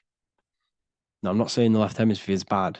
Okay, I'm not saying that at all. But it sees things divided. It's like I said, the left, the hands are manifestations of the brain. So when these Christians are praying, they're putting their hands together. What are they doing? They're syncing the brain hemispheres. What you're doing, because everything's an extension of your brain. So if you put your hands together, you're putting the two hemispheres together. And what's happening when you place the hands together? All the electricity in the body is now running in a circuit. So once you connect these two hands, the electrical energy is now running in a circuit. And energy can move around the body quicker and more efficiently. So when you pray, when these people are praying, they don't realize that they're engaging in ancient forms of meditation, of balancing the two hemispheres. So now we're talking about balancing the hemispheres, not the right hemisphere. This is what Israel is. Look at the symbol for Israel, the up triangle and the downward triangle. What's that? The up triangle represents male. The downward triangle represents female. Okay? This is talking about the brains. Israel is Ra. Isis, which is female, the Egyptian god. Ra, El. El means God. Electricity. That's the force of the physical world. It's the force that runs this world, electricity. It's the force of God. El, consciousness. It means God. Is Ra, El. Isis, Ra, and El. It's the two hemispheres of the brain, the holy land of Israel. It's the holy land, it's the brain. Once these two hemispheres are synced, this is how you unlock your consciousness. This is the easiest way of astral projecting. Hemisphering, I forgot the word for it. Hemisphere syncretization, something like that. It's about syncing the hemispheres. This is how you unlock your consciousness. Once the brain is running as one electrical system, this is how you balance the two masculine and male opposing energies. Once these opposing energies are no longer in war with each other, the brain, they come together to work as one. You unlock your consciousness. You are born again. What happens when a male and female have sex? It creates a new child. It becomes one. You are born again. Once the two hemispheres of the brain, you are born again. You can then have an out-of-body experiences. So this is why the symbol of the Holy Land, Israel, is the up and down triangle back combined together, because it represents unification of the male and female, unification of the hemispheres. You're born again. You unlock consciousness. And you can get this for free. It's called the Gateway Tapes on my website. Basically, it's a audio track from the government, and they did this in the Gateway Experience. It's a CIA document, and what they do is there are different forms of meditations you go through. I think there's about 5 waves of meditations you do, half an hour each one, and it will teach you. It will sync your hemisphere, because what does it do? They understood that playing one frequency into one ear and another frequency into the other, they understood that the right ear is connected to the left hemisphere, the left ear is connected to the right hemisphere. So when you play 2 different frequencies into both ears, what happens? The brain picks this up, the 2 hemispheres of the brain picks this up, and it syncs it. It syncs these 2 hemispheres, these 2 frequencies together. So now the brain is working as one to sync this frequency. So this is how you can sync your hemispheres through listening to these frequencies. Okay, you can get them for free and do the meditations yourself. This will definitely help you. This is an easy way to astral project. So it's all about syncing the hemisphere and seeing reality from a unified perception. We should all aim to get out of that left hemisphere. I'm not saying don't use it, but we should now start to see. We should not start to read between the lines of the Bible, read between the lines of the symbolism they're showing. Study symbolism, study allegories and myths. What are they trying to tell us through these allegories? And, this is how we start seeing things in a better way. Once we understand that we are all microcosms of an infinite consciousness, we can all come to one, because love is the unifying force of this infinite consciousness. We are all divided. We are all disconnected from our hearts. Once we all connect with our hearts and see that everything is one, we can all start to love and come together as one, because love is the unifying force of consciousness. So if you haven't already seen, I now have launched the Ethereal University. I will be doing lectures like this one, but even better, deeper, and even releasing knowledge that I can't talk about online, as they are censored. I'll be doing lectures every single week. I'll be doing live calls every single week. You also gain access to my library, which is filled with over 45 occult books, filled with knowledge. Okay, I'll show you now. Plus, you get my book, The Book of Wisdom, PDF form, and the Human Health Guide, PDF form. You also get all of this stuff, the health section, Q&As, Ethereal meditations. We've got some celestial studies, cosmology, numerology coming soon.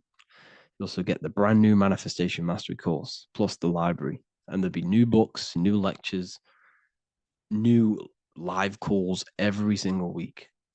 Or you can get the Book of Wisdom, use the code WISDOM in all capital letters to gain 40% off. This sale will be ending very, very soon. So if you're watching this, be very quick to get yourself a physical version or a PDF of my book. You can get it in all these languages. Hope you enjoyed this video, people. I'll see you inside the Ethereal University, the real university. Have an amazing day.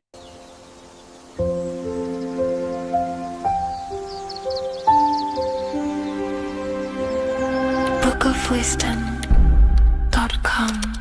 Visit today.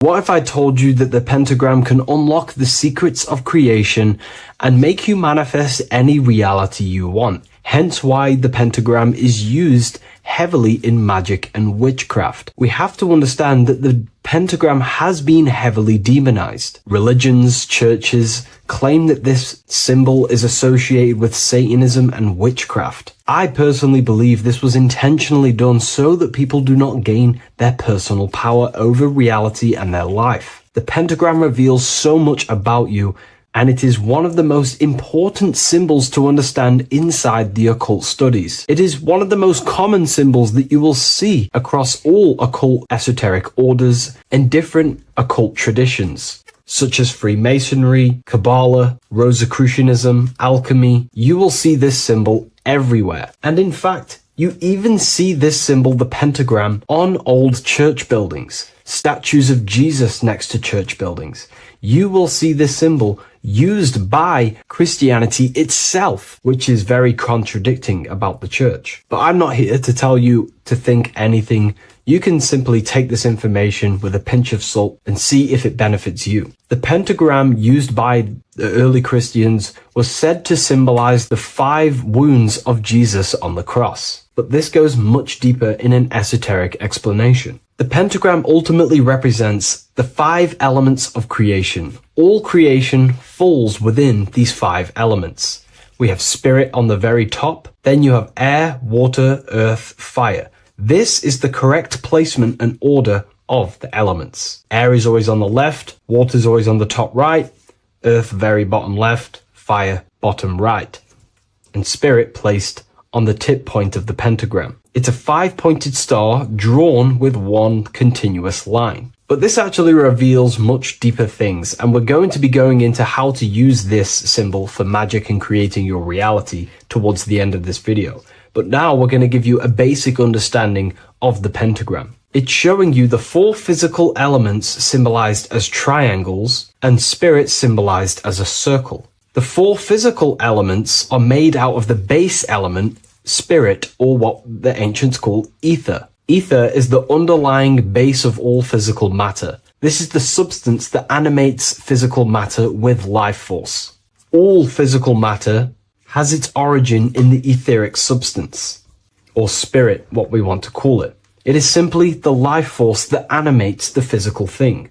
However, if we go deeper onto this symbol, it also represents something personal to the individual who wears this symbol. If you wear this symbol, you're basically saying you're putting your divine nature over your material nature. Your divine self is in control of your material self. You put your spiritual needs before your physical desires and needs. Hence why the spirit is on top, looking down over the 4 physical elements. The circle is continuous, one line, eternal, no beginning, no end. The triangle has beginning and end and points. You can see the beginning and the end when you draw it. On a deeper level, this is pretty much showing the process that symbolizes the structure of the macrocosm, the universe itself, showing how the invisible spiritual planes condense and crystallize into the visible physical world. spirit turning into physical reality. But if you wear this symbol, you're basically saying, I put my divine nature over my material nature, showing that your spiritual nature rules over your earthly existence. You put your spiritual needs first. If you see this inverted, it is now the opposite, placing spirit on the bottom, basically saying, I desire the physical things over the spiritual. But what exactly is your spiritual nature?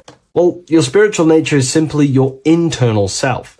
You chase things that are immaterial, such as knowledge, love, experience, expansion, gnosis. These are the qualities of spiritual things that the spiritual person likes to chase and desire, instead of desiring the things that are temporary in the material world and never actually lead to fulfillment. True fulfillment is by chasing spiritual things. God, the nature of creation, the self, gnosis, knowledge. But if we go even deeper, this symbol ultimately represents how reality is created. Hence why this symbol is heavily used in Kabbalistic magic and so-called witchcraft. We are all magicians. Each one of us are creating reality. There are just certain ways you can actually create reality by becoming conscious of them. By becoming conscious of the elements and the qualities of the self that actually create your experience in your life in the present moment. If we look at the pentagram, we see that when you draw a pentagram, it is one continuous line. It is one expressed in 5. The order of the elements are very important. Spirit at the bottom, fire at the bottom right, and so on and so on. Because this is showing you the descent of the spiritual into the material, the invisible crystallizing into a material reality. As you can see when you start to draw the pentagram, you see spirit at the very top. You're descending down to fire. Fire is the closest element to spirit. Hence why in magic and witchcraft, people like to use candles. So you're descending first into fire, then into air, then into water, then into earth, then back into spirit. Because of course, the cycle of creation unfolds itself. When you die, you return back to spirit, and then you reincarnate yourself back into physical reality if you wish and desire to. Everything is under this process of matter spiritual. In the daytime you wake up, you're in your material body. When you go to sleep, you enter your astral spiritual body. Everything's in this continual process, renewing itself in spiritual, then material. But the reason why this is associated with magic so heavily is because each one of these elements corresponds to a different body of consciousness, a different vehicle of consciousness. Consciousness has many different vehicles it uses to create the tangible self, the physical reality. For example, consciousness has a spiritual nature. The spirit element in this case symbolizes the emanation, the descent of the one power, the one force that we are all using. Each one of us is using this one power, the power of the source consciousness, unfolding its creation in the present moment. This represents the source, the emanation, the descent of this continuous flow of energy through us that we are tapped into, like a live stream in the present moment. This descends first, the force descends into fire. Fire symbolizes the willpower, will. In this aspect or vehicle of consciousness, the will is the being that directs intention, initiates action, shapes reality through focus, determination. It sets direction, holds intention, projects a desire into form, and aligns your inner world with the outer creation. The will comes out of the force, spirit. Then the will goes with intention to air. Air symbolizes the mental vehicle of consciousness, the mind, the psychic man. The psychic aspects of your consciousness is thinking, imagination, mental images, logic, using the thought or the mental vehicle body of consciousness. Then that thought has an emotion, which is then water. So it goes from the force to the will to the intellect to the water, the emotional body of consciousness. The emotional vehicle of consciousness amplifies the thought into an emotional desire that you want to take action on. No one takes random actions, and if we do, we say we're very bored and we don't care. The water is the energy, the emotion you have to fulfill something. And that emotion then descends into earth, which is the physical body to take the physical action in the present moment, to fulfill that desire, to fulfill that will, that thought, that desire. And that is how reality is created all the time. Now, there is much more that you can go into with the pentagram, because true magic is about changing consciousness at will, not casting random spells. It's the ability to change the direction of consciousness using the power of the will to direct these forces to create change in the internal world so it can project outwardly in the external world. Because consciousness creates the external reality. What happens within us, we see change outside of us. So true magic is about manipulating the forces and the vehicles of consciousness that exist within our own mind to produce a change in the material world. There are other ways you can use magic, by purifying each body of consciousness or banishing each body of consciousness. Other forms of magic, you can dissect each body of consciousness and work with that specific body. If you think you're using your mind too much, you can start using banishing rituals to banish the power of the mind, to stop overthinking, for example. Or if you have lack of emotional connection with your emotional vehicle of consciousness, we can dissect this body, tap into this body, and invoke this body and strengthen it. We're dissecting each body and vehicle of consciousness so we can work with it to create a specific change inside ourselves, then to be mirrored outside of us. So pretty much this pentagram represents the descent of the spiritual turning into a material reality. Hence why sometimes we see a human figure standing in the point of a pentagram, because it ultimately represents the microcosm. You are the microcosm. You represent the entire process of spirit into matter, the invisible into the visible, the formless into form. The pentagram, drawn in one unbroken motion, captures this divine act of creation, showing how consciousness flows downward through the elements or the vehicles of consciousness to bring forth the material reality. The Book of Symbolism will teach you all about this. It was released November 17th. A lot of people have taken advantage of this. You also gain a free ebook with this copy. Every order comes with a free ebook. And if you wish to get your copy of the brand new Book of Symbolism, you can find it in the description or revivalofwisdom.com. Thank you, everyone. I'll see you in the next video.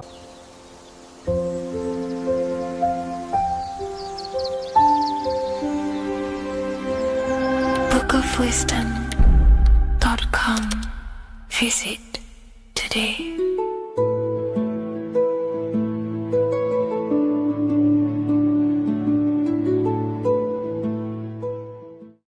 What is good, people? It's Revival of Wisdom. Today we're going to be talking about Saturn. I've done this video in the past. However, this video is going to contain a lot more in-depth explanation of Saturn. So the 33rd degree Mason, Manly P. Hall, said, Saturn is the key to crystallization, physical matter. Light is matter, matter is light. They are interchangeable. Low vibrating light turns into matter, high vibrating matter turns into light. And Saturn is the god of this world, this physical world. He crystallizes light into matter. This is symbolized as the Masonic checkered board, matter and spirit, matter and light, light and matter.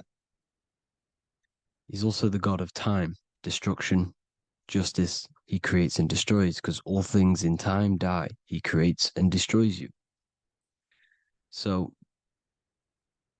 because we live in this physical world, which is the electric world, this is why we say electricity, because it comes from the root word of El, Saturn. They used to call Saturn El, E-L. This is why we used to say Elohim is God.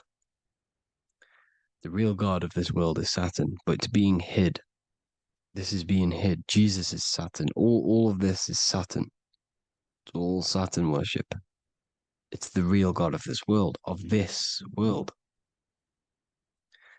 So, physical matter is a result of two opposing forces equalized on the plane of inertia, because everything is created out of electromagnetic toroidal fields. And these two poles equalize on the plane of inertia, which gives you planet Earth. plane of inertia. The plane of inertia is what Saturn is. It's the ring around the center of the plane of inertia. Thank you to Walter Russell saying, physical matter is a result of two opposing forces on the plane of inertia. This is what Walter Russell says, so please check out his work. He's got many books, many books on light and electromagnetism and stuff like that. So I advise you to check him out. So the torus field gives you the binary code 0 and 1, the female vagina and the male phallus. This is the code for this world. Saturn crystallizes physical matter. Now Saturn is the most outermost layer of the 7 layers of heaven, where it says in the Quran it says, Allah, it is He who created the 7 layers of heaven. Saturn is the outermost layer. He's the top. He's the most high. So when we say the most high, we're referring to Saturn. He's the most high before the firmament, before the stars. So Saturn is the god of this world. He's the Lord of the Rings. He wears the crown. The crown is the rings. Crown, Kronos. So the planets are luminaries. They are lights. They are beings. They are energy, conscious energy. And we're in the heart of the solar system. Saturn is the outermost layer. He is the one of this world. He's the god of this world. Now, on the North Pole of Saturn, you have the hexagon. Add up all the sides. It creates the 6-pointed star. Or it can be created as a cube. The cube is very important. The 6-pointed star is very important.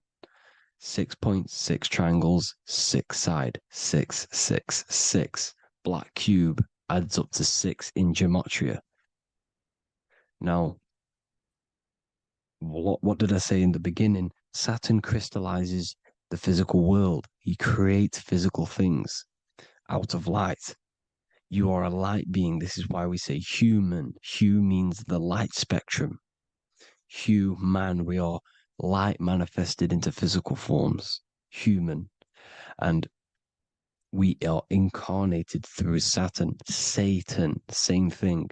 The number of the beast is 666, and the 666 comes from the 6.6 triangle, 6 sides of Saturn, 666. We are all known as carbon-based life forms.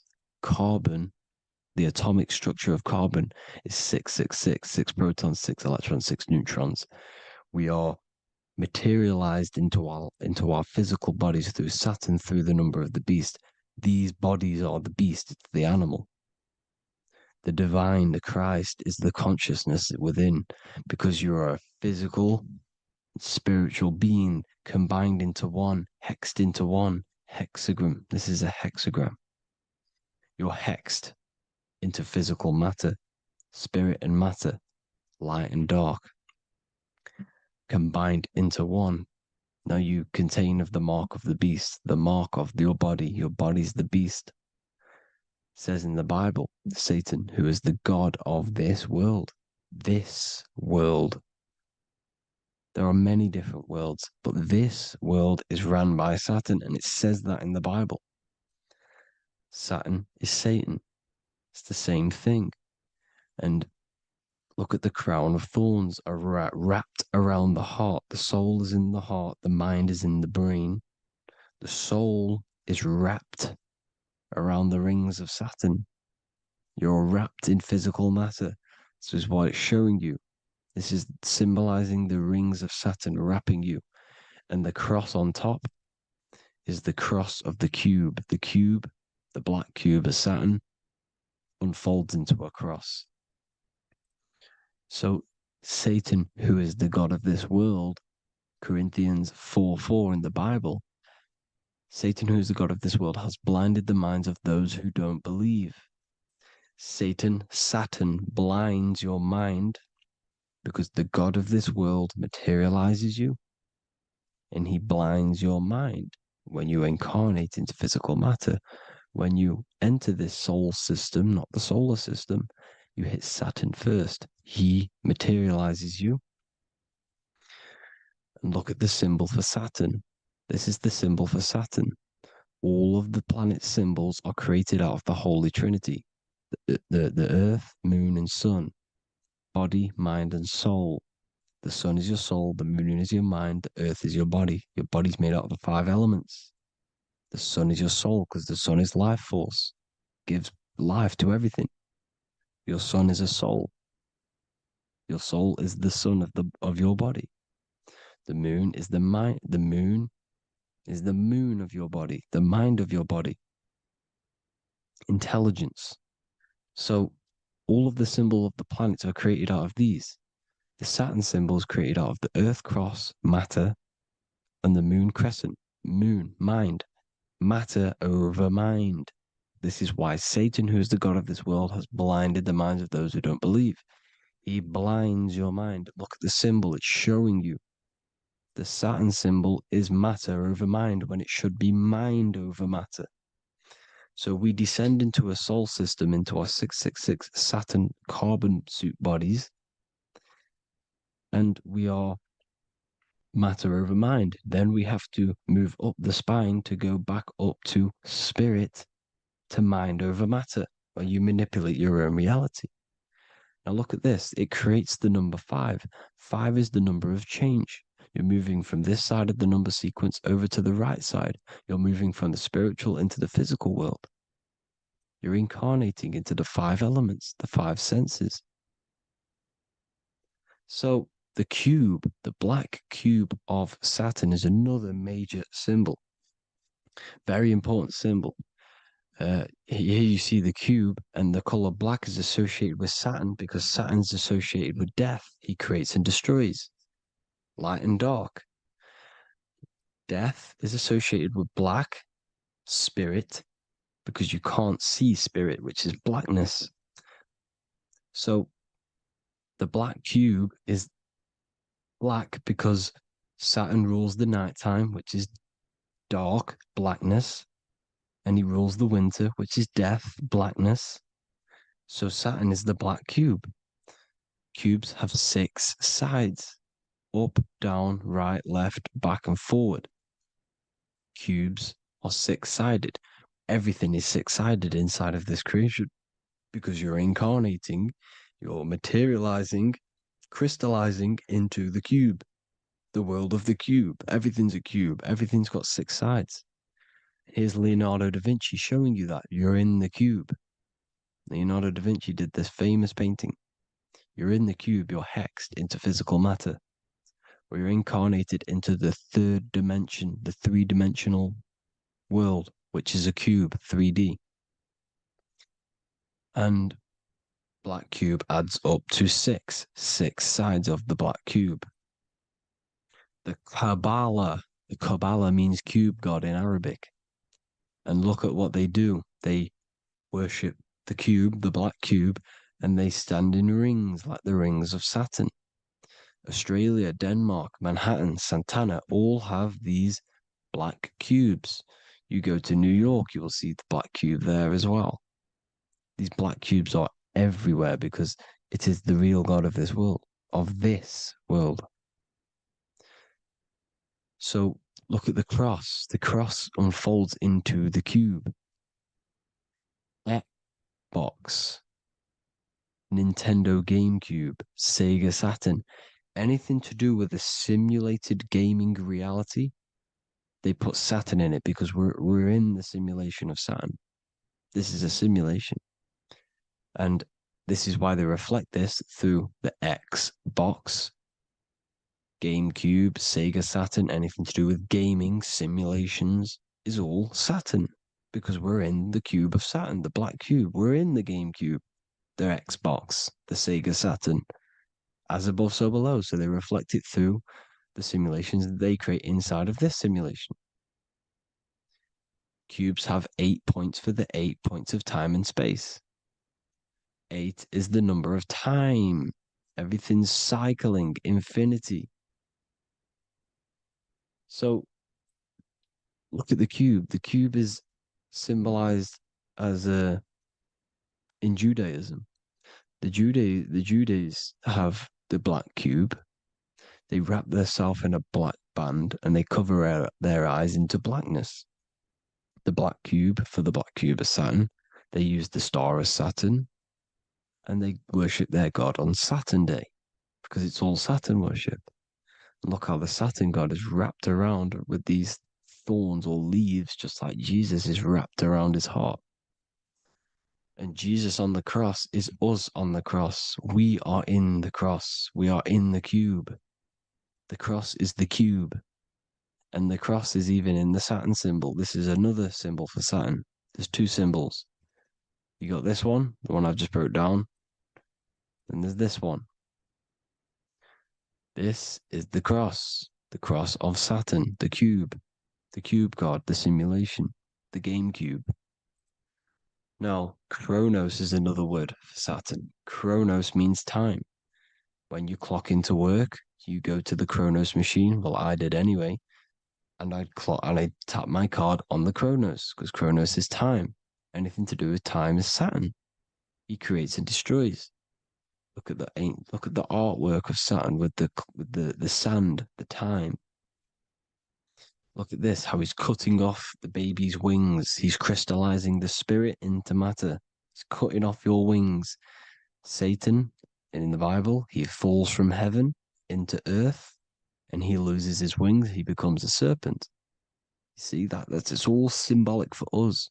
We are the fallen angels, fallen angles of light. We're fallen angles of light. We are light beings. Now we're fallen into physical matter. Saturn's chopped off our wings. He's chopped off our spirit wings because when you astral project, you can fly. You will fly around. He's got the Reaper staff here, always depicted with the Reaper staff. Now look at the clock. Saturn Day is the 6th day, the number of the beast, 666. Look at the clock. 6 take away 12. 12 take away 6 equals 6. 7 take away 1 equals 6. 8 take away 2 equals 6. 60 seconds in a minute, 60 minutes in an hour, 24 hours in a day, 2 plus 4 equals 6. That's 666. Everything's 666 because it's time. Saturn. All goes to Saturn. He's the god of time. We're in time now. We're in time. We're in the time, which is God, the god of this world, the god of time.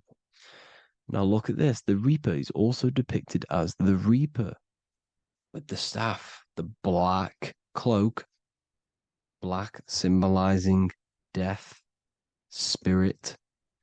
Judges wear black because Saturn is the law. He's the god of this world. He's the law. This is why they wear black cloaks. When you graduate from university, you wear a black cloak and a black cube on your head. You've been hexed. Funerals, you wear black because it's all to do with Saturn, Father Time, Father Crystallization. Now, Saturn, here's another one of him cutting off the wings of a child. Because he cuts off the wings. He creates and destroys your body. We're in the electrical world. Everything that is electrical vibrates. All vibrations have to come back to a standstill point, which is death. This is why your body dies. Your atoms stop vibrating. Corona. Look at the crown. The crown is the corona. Corona means crown. And look at this is an alcohol brand for beer. You can see the staff of Saturn in the symbol with the moon crescent.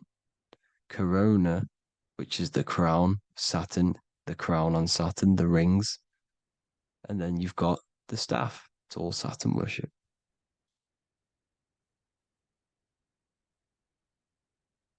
Is the black cubes of 9/11. 2 black cubes. This was a ritual for Saturn. It's all ritualistic. And look at the Star of David, the Star of Saturn. It's not the Star of David. Creates IXXI, the sigil of Saturn. IXXI means 9/11 in Roman numerals. 9/11.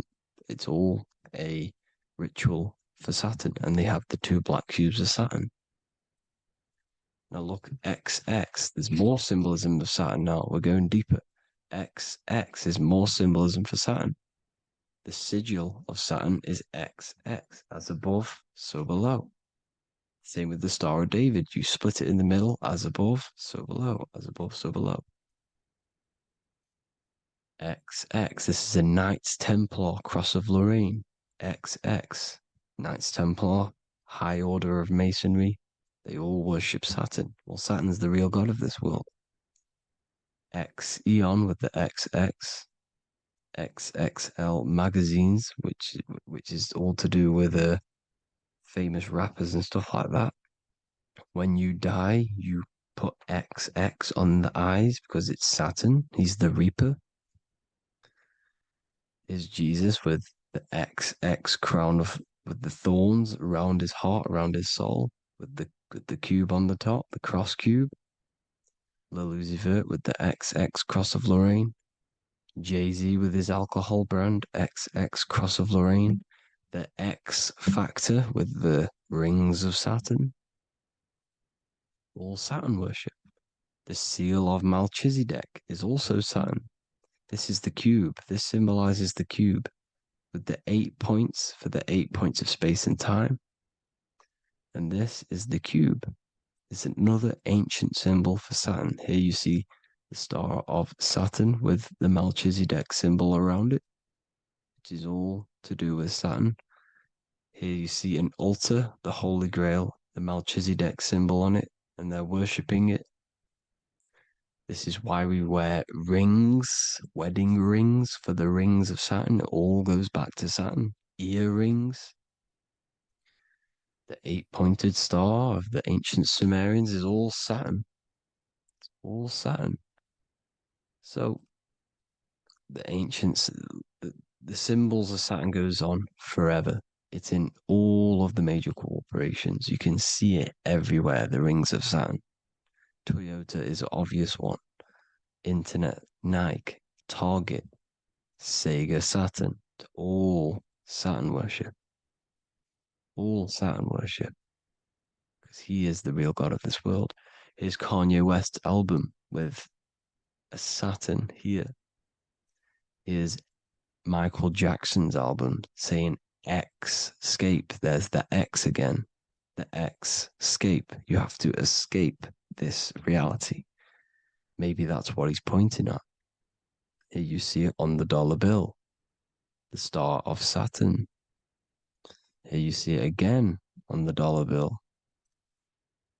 So that is it for today's people.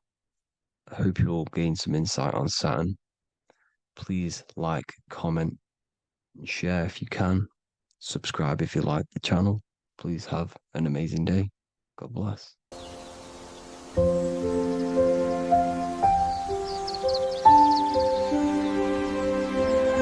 bookofwisdom.com. Visit today.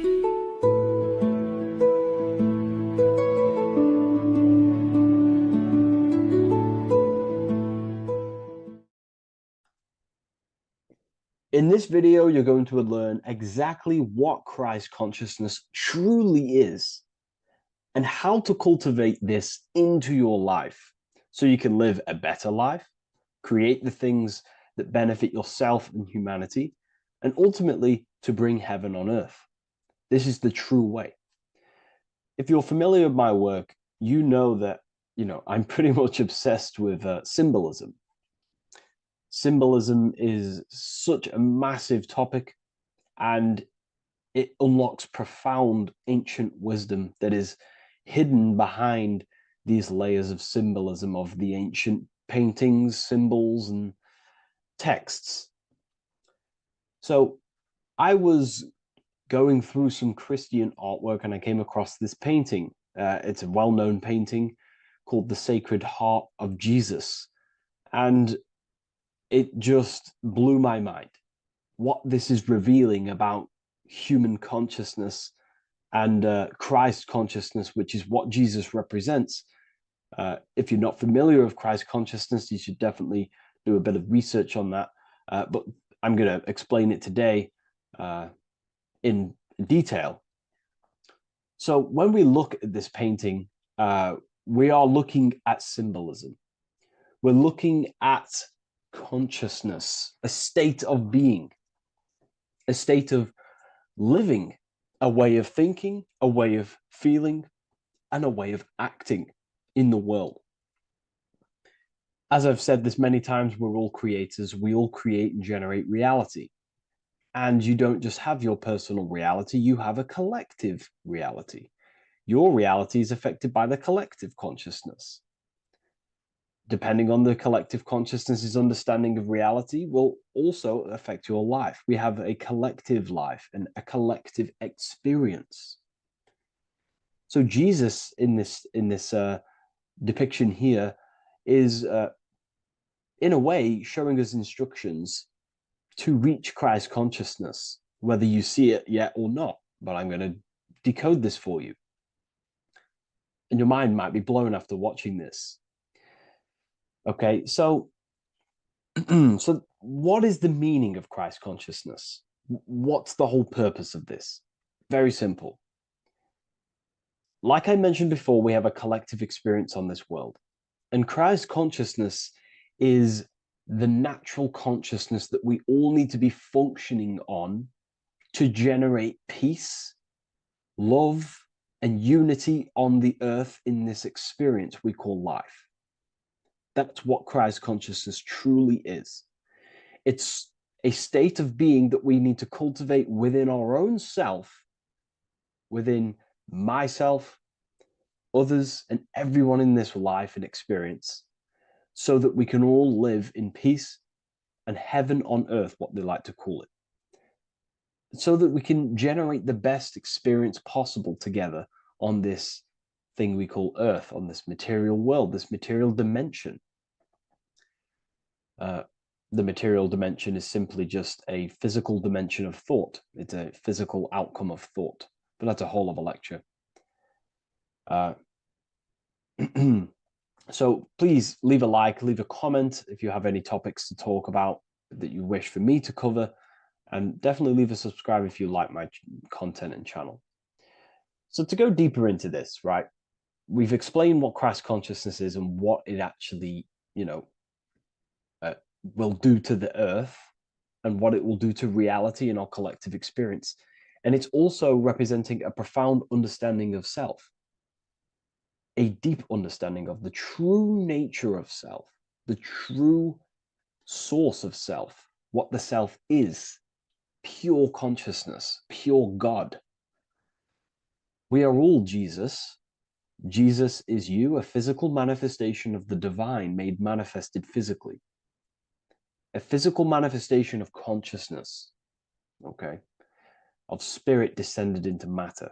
However, Jesus is a symbol that should not be worshipped, but something that we need to cultivate, maybe look up to, and cultivate within our own mind and hearts and actions. So he is someone that we should embody into our own very own being. We need to reach a level of intellect, the mind, a level of emotional understanding, and ultimately this creates Christ consciousness. Okay, and now I know that was very, very vague what I just said, but I'm going to explain it a bit more. I don't want to give it fully away yet because you need some more information, more keys.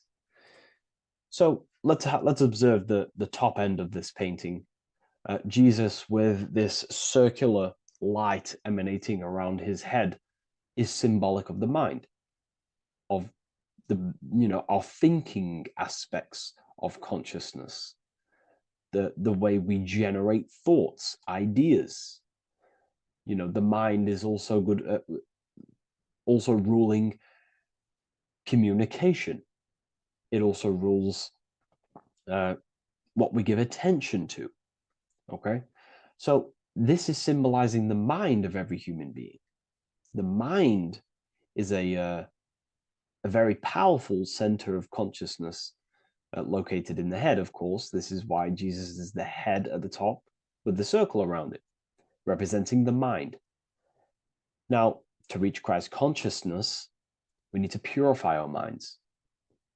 Purification of the subconscious mind. The subconscious mind is the hidden aspect of our mind with all of our memories, belief systems, and everything we've ever experienced is stored within there. We have traumas there, we have bad belief systems that hold us back. So it's about reprogramming the subconscious and aligning the subconscious with higher consciousness, with higher understanding of self. Removing any mental blockages from the mind. Because in today's world, most people's minds, including myself before I, purified myself, and I'm still continually purifying myself. That's not to say I'm perfect, because I'm definitely not. But what I was saying was purifying the mind so we can have a powerful mind. Because like I was saying, most people's minds are not their own friend. They let their mind control them. They let their thoughts create negative influence on them, negative emotions. They let their mind destroy their confidence, destroy themselves. We do not want a mind like this. We need a mind that is our best friend, that receives powerful thoughts, that gives someone power. We do not want our mind taking away our power. Okay, so in this specific image here of Jesus, this represents a light mind, a powerful mind, enlightenment. The word enlightenment means light and ment coming from mental or mind, light in the ment. This means a powerful mind. Light is also symbolic of knowledge, information. When someone's very intelligent, you call them a bright person. It's a bright mind. It's knowledge of self. So the mind is conscious of self. That's another thing. We need to be conscious. A lot of people are not conscious, including myself before I did this, before I woke up. Most people are not conscious of their actions. They're not conscious when they're actually awake in the day. They do things unknowingly. Are we conscious of our thoughts, emotions, and actions, what we're giving attention to in our mind? Because ultimately this shapes our experience. There's a great quote, I think it's Julius Caesar or one of the Roman emperors, who says the quality of your life is dependent on the quality of your thoughts. Something along them lines. I don't know if I'm 100% correct there, but it's very true. Our thoughts dictate our happiness. So to cultivate Christ consciousness, we need to be conscious of our actions, conscious of our thoughts that we're giving attention to. There is a level of mastery that we can achieve within ourselves where we become conscious of every single thought that enters our mind. That sounds easy, but it's definitely not. But that's a high level of mastery that we can achieve and cultivate within ourselves. So we're looking at a powerful mind here from Jesus, a powerful mind, a purified mind. And we purify the mind through, affirmations, meditations, ritual work. Rituals are things we do every single day with an intent in our mind and an emotion in our heart to impress that state of consciousness into our subconscious so it can slowly rewrite our consciousness and align our consciousness and sync it with higher thoughts and higher emotions with love. We can sync our consciousness with love, which is ultimately what Christ consciousness truly is. Well, now we're going to go on to that now. So we've gone over the mind. Now we go over the heart. Now notice before we go into the heart, Jesus is revealing. He's pulling back the robe, symbolizing opening the heart, revealing the heart, revealing the soul, the light of the heart. Our authentic self lies in the heart. Our pure intentions, our love, our soul needs to be shining through our heart. And our soul is unconditional love. Now, that's not to say that we can get corrupted hearts. We surely can have corrupted hearts, for sure. We can love sick and twisted things, and that's evident in today's world. People love killing people. People love hurting people, manipulating people. People love power. Now, that's obviously an inversion of natural, the natural state of consciousness for humans.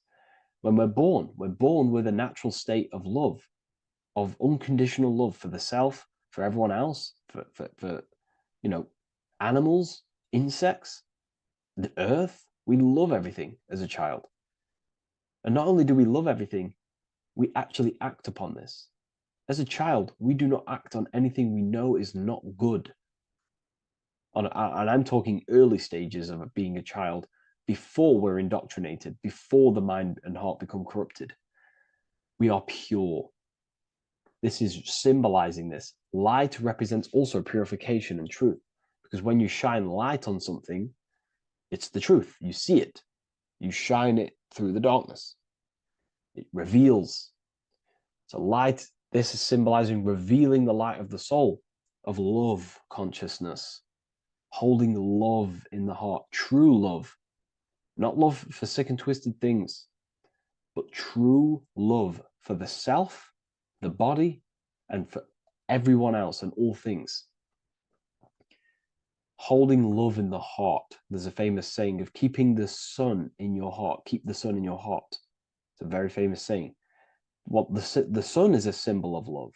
What does the sun do? It gives abundantly. All it does is give light, give energy, power, light to the earth, and everything is feeding off this source. The sun expects nothing back. It just abundantly gives. It's a symbol of love. This is the love principle of creation. Now, the heart is also governing our actions. What we think about, in our mental field of consciousness, is directly corresponded and observed in our hearts. What we think about directly corresponds with what's going on and what we feel in our hearts.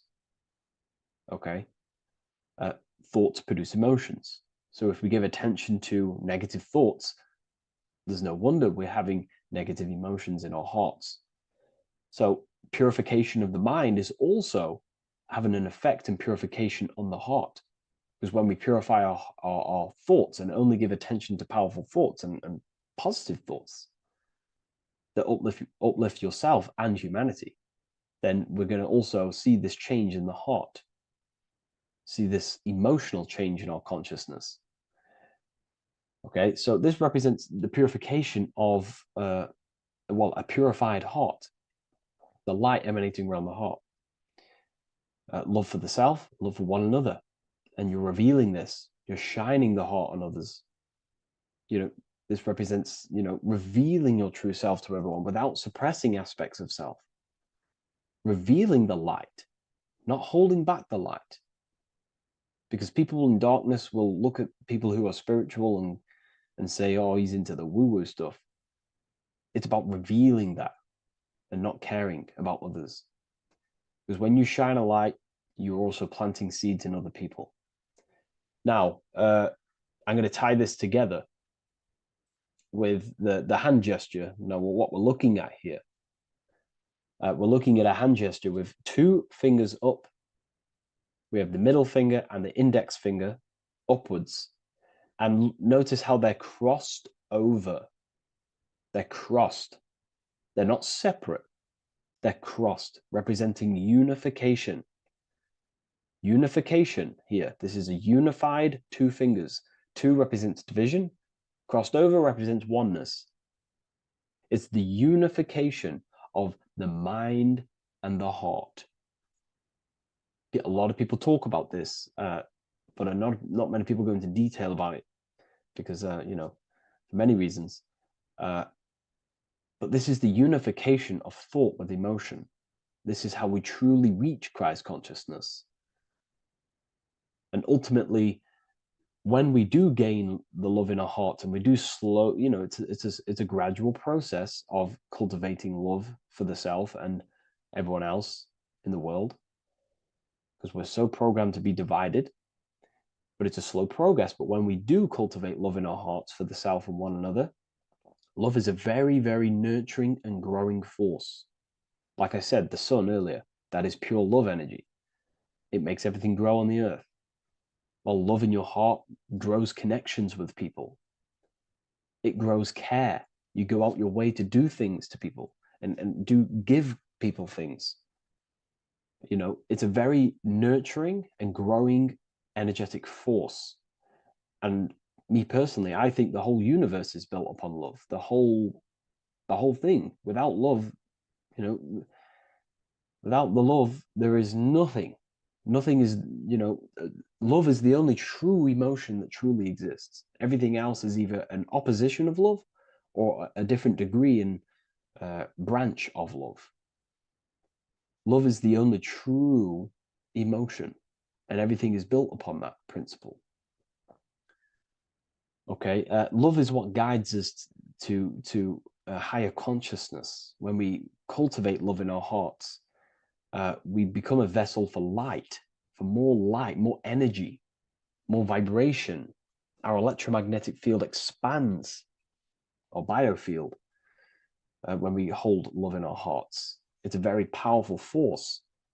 And when we do cultivate a strong spiritual compass within our heart, because that's what our heart truly is, it's a spiritual compass. It tells us, well, it doesn't tell us, it knows what is right at all times. If you think something, your heart tells you whether that is right or that is wrong, whether you should act upon it or whether you should not. The heart knows what's good and evil. No one told you this as a child. As a child, you already knew this. You came into the world, you knew what was right and wrong. You knew it was wrong to hurt people. So this unification that he's doing with his hand symbolizes thinking with the love of the heart, represents thinking with love of the heart, thinking with love of the heart for the self and the collective. Now, ultimately, what this does is give birth to perfect action. Why? Why does this give birth to perfect action? Think about it. Every time you've taken an action, why did you take the action? You probably, well, you would have thought about it, you had a feeling towards it, a care energy, and you took action. Why do we go to work? We care about paying the bills and stay in our house. We go to work to earn money. We think, we care, we act. Everything you see in front of your reality, on the screen that you're seeing right now, you called your eyes, everything is in front of you because you care. It's the heart energy that leads the body. Okay? And that's even present in the body. Have a look at the body. We have the head, thought, then emotion, then our feet is at the bottom, and our feet take action. Thought, emotion, action. Thought, emotion, action. So even the body is basically a blueprint of how creation is manifested. So we receive thoughts from the divine planes, from the higher planes of consciousness. We receive them.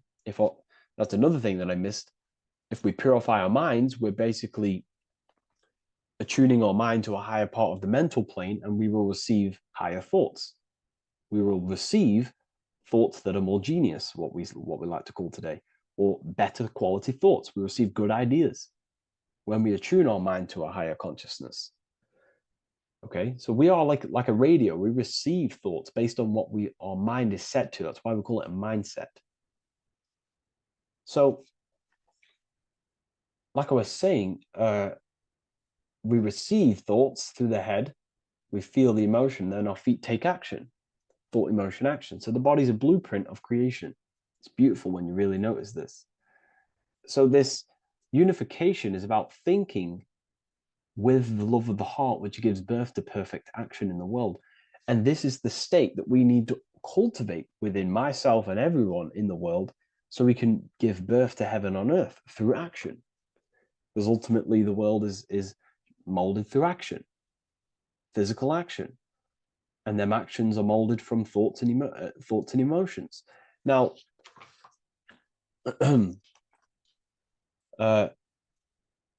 just to have a little announcement, I am now opening 10 more spaces inside my Symbolism Masterclass. With 10 more spaces, you're going to learn about a lot more about symbolism. It's very affordable. I'll leave the link in the description if you wish, if you care about gaining more information and learning the ability to read symbols. So what is the inversion of this? What is the inversion of this consciousness? Well, that's what we call satanic consciousness. Satanism. Satanism on its true level is the opposite, the opposing the natural state of consciousness that we are born into. It's about thinking with no emotion, thinking and acting. This is what the Skull and Bones represents here. So the Skull and Bones Secret Society, this is their main logo. Again, we have the skull, which represents thought, and the bones, which represent action. The bones take action in the physical body. We're looking at thought and action with no emotion, no empathy, no love for one another, only love for the self, the inverted love. Okay? We're looking at gray. Gray is a symbol of dullness, death. There's no emotion in gray because colors provoke emotion. When we look at a color, it invokes an emotion. Gray has no emotion. So we're looking at dullness of the emotions. I'm not going to go too deep on this subject. I'm going to create a whole new lecture for that. In fact, I think we have a great lecture inside Ethereal University on Satanism. We're going very into depth of what Satanism is and what Satanism consciousness truly is. And again, it's just the cross inverted. Satanism is just it's the invertation of, I don't know if that's a word, but it's the inverse of natural law, natural consciousness, of love consciousness that we are born into. Okay, so ultimately the message in this video was to create love in our minds, love in our hearts, think with the love of the heart, think with the care for one another, and that gives birth to perfect action. And when we align, when we do truly act out what our heart is telling us, and I know this from first-hand experience. This is what happened to me. I woke up, I started to follow my inner guidance. I always took action on it. I was saying yes to it every single time. And it led me, this is, I'm getting goosebumps actually saying this. It led me to where I am. Like that action, me saying yes to my heart, to that knowingness of goodness within me, was like a domino effect. And that domino effect, every time I did it, it was just opening more and more doors, not physically, but mentally. I was receiving more information. I was receiving more opportunity physically.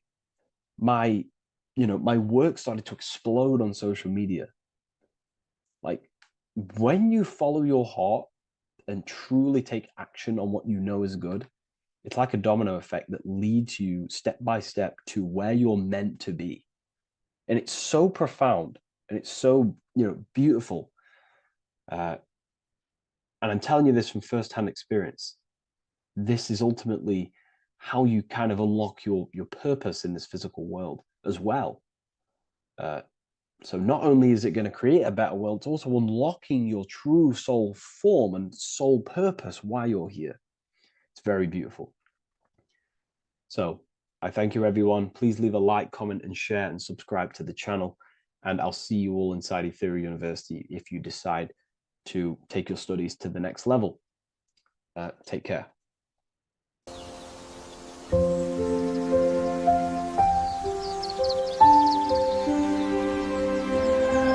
bookofwisdom.com. Visit today.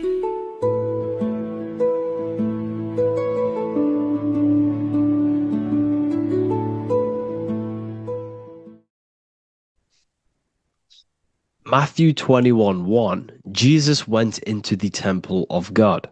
Corinthians 3:16, do you not know that you are the temple of God? Now what is this telling you? That God is within you. Hence why in Luke 21:12 it tells you the kingdom of God is within you. And the side of your head region is called a temple for a reason. because the brain encapsulates the mind. The brain is a physical manifestation of the mind. The heart is a physical manifestation of emotion. So we have these different layers of our consciousness. We have an intellectual, communicative aspect of our consciousness, which we would call the mind. We have an emotional aspect of our consciousness, which is the heart. And to communicate with the divine, it's all to do with the mind. Hence why the ancients always symbolize the mind being God. This is why Michelangelo always placed God inside of the brain on top of Sistine Chapel in the middle of the Vatican. He understood that God is in the brain. God is within you, not outside of you. The church tells you that God is in the sky because they are creating a externalization of the truth to create a business and a distraction, so that you don't find the divinity within you, so that you don't find your power. Now you have Adam, the physical man, the physical body, the ego, the lower self. And he is resting. He's not trying to reach to God, but God is reaching, because the higher consciousness within you is always trying to communicate with you. It's always trying to wake you up to your divinity. But the lower mind, the lower self, Adam, the physical self, is always in ignorance of truth, always in ignorance, and stays in a materialistic way of thinking, which is the lower animal self. And this is what we call a sleep, or an NPC. This is the lower mind of man. But all you have to do is to move your finger to touch God. You have to look within yourself, within the brain, meditate, and you can find God. This is why in the Bible we see many references to the human body and anatomy to truly connect with God. Kings 6:8, the door to the middle chamber was in the right side of the house, which is the right hemisphere of the brain. The middle chamber is the pineal gland, where the seat of your consciousness is, where the seat of your higher consciousness is, the mind. And they went up the winding stairs, which is your spinal column, into the middle chamber, and out of the middle chamber into the third. So they went up the winding stairs. This represents raising your consciousness up the winding stairs. Your spinal column acts as a stairway of consciousness. Depending on what sort of consciousness you are operating in, depends on what part of the spinal column you are using. Because the spinal column ascends and descends consciousness. What do I mean?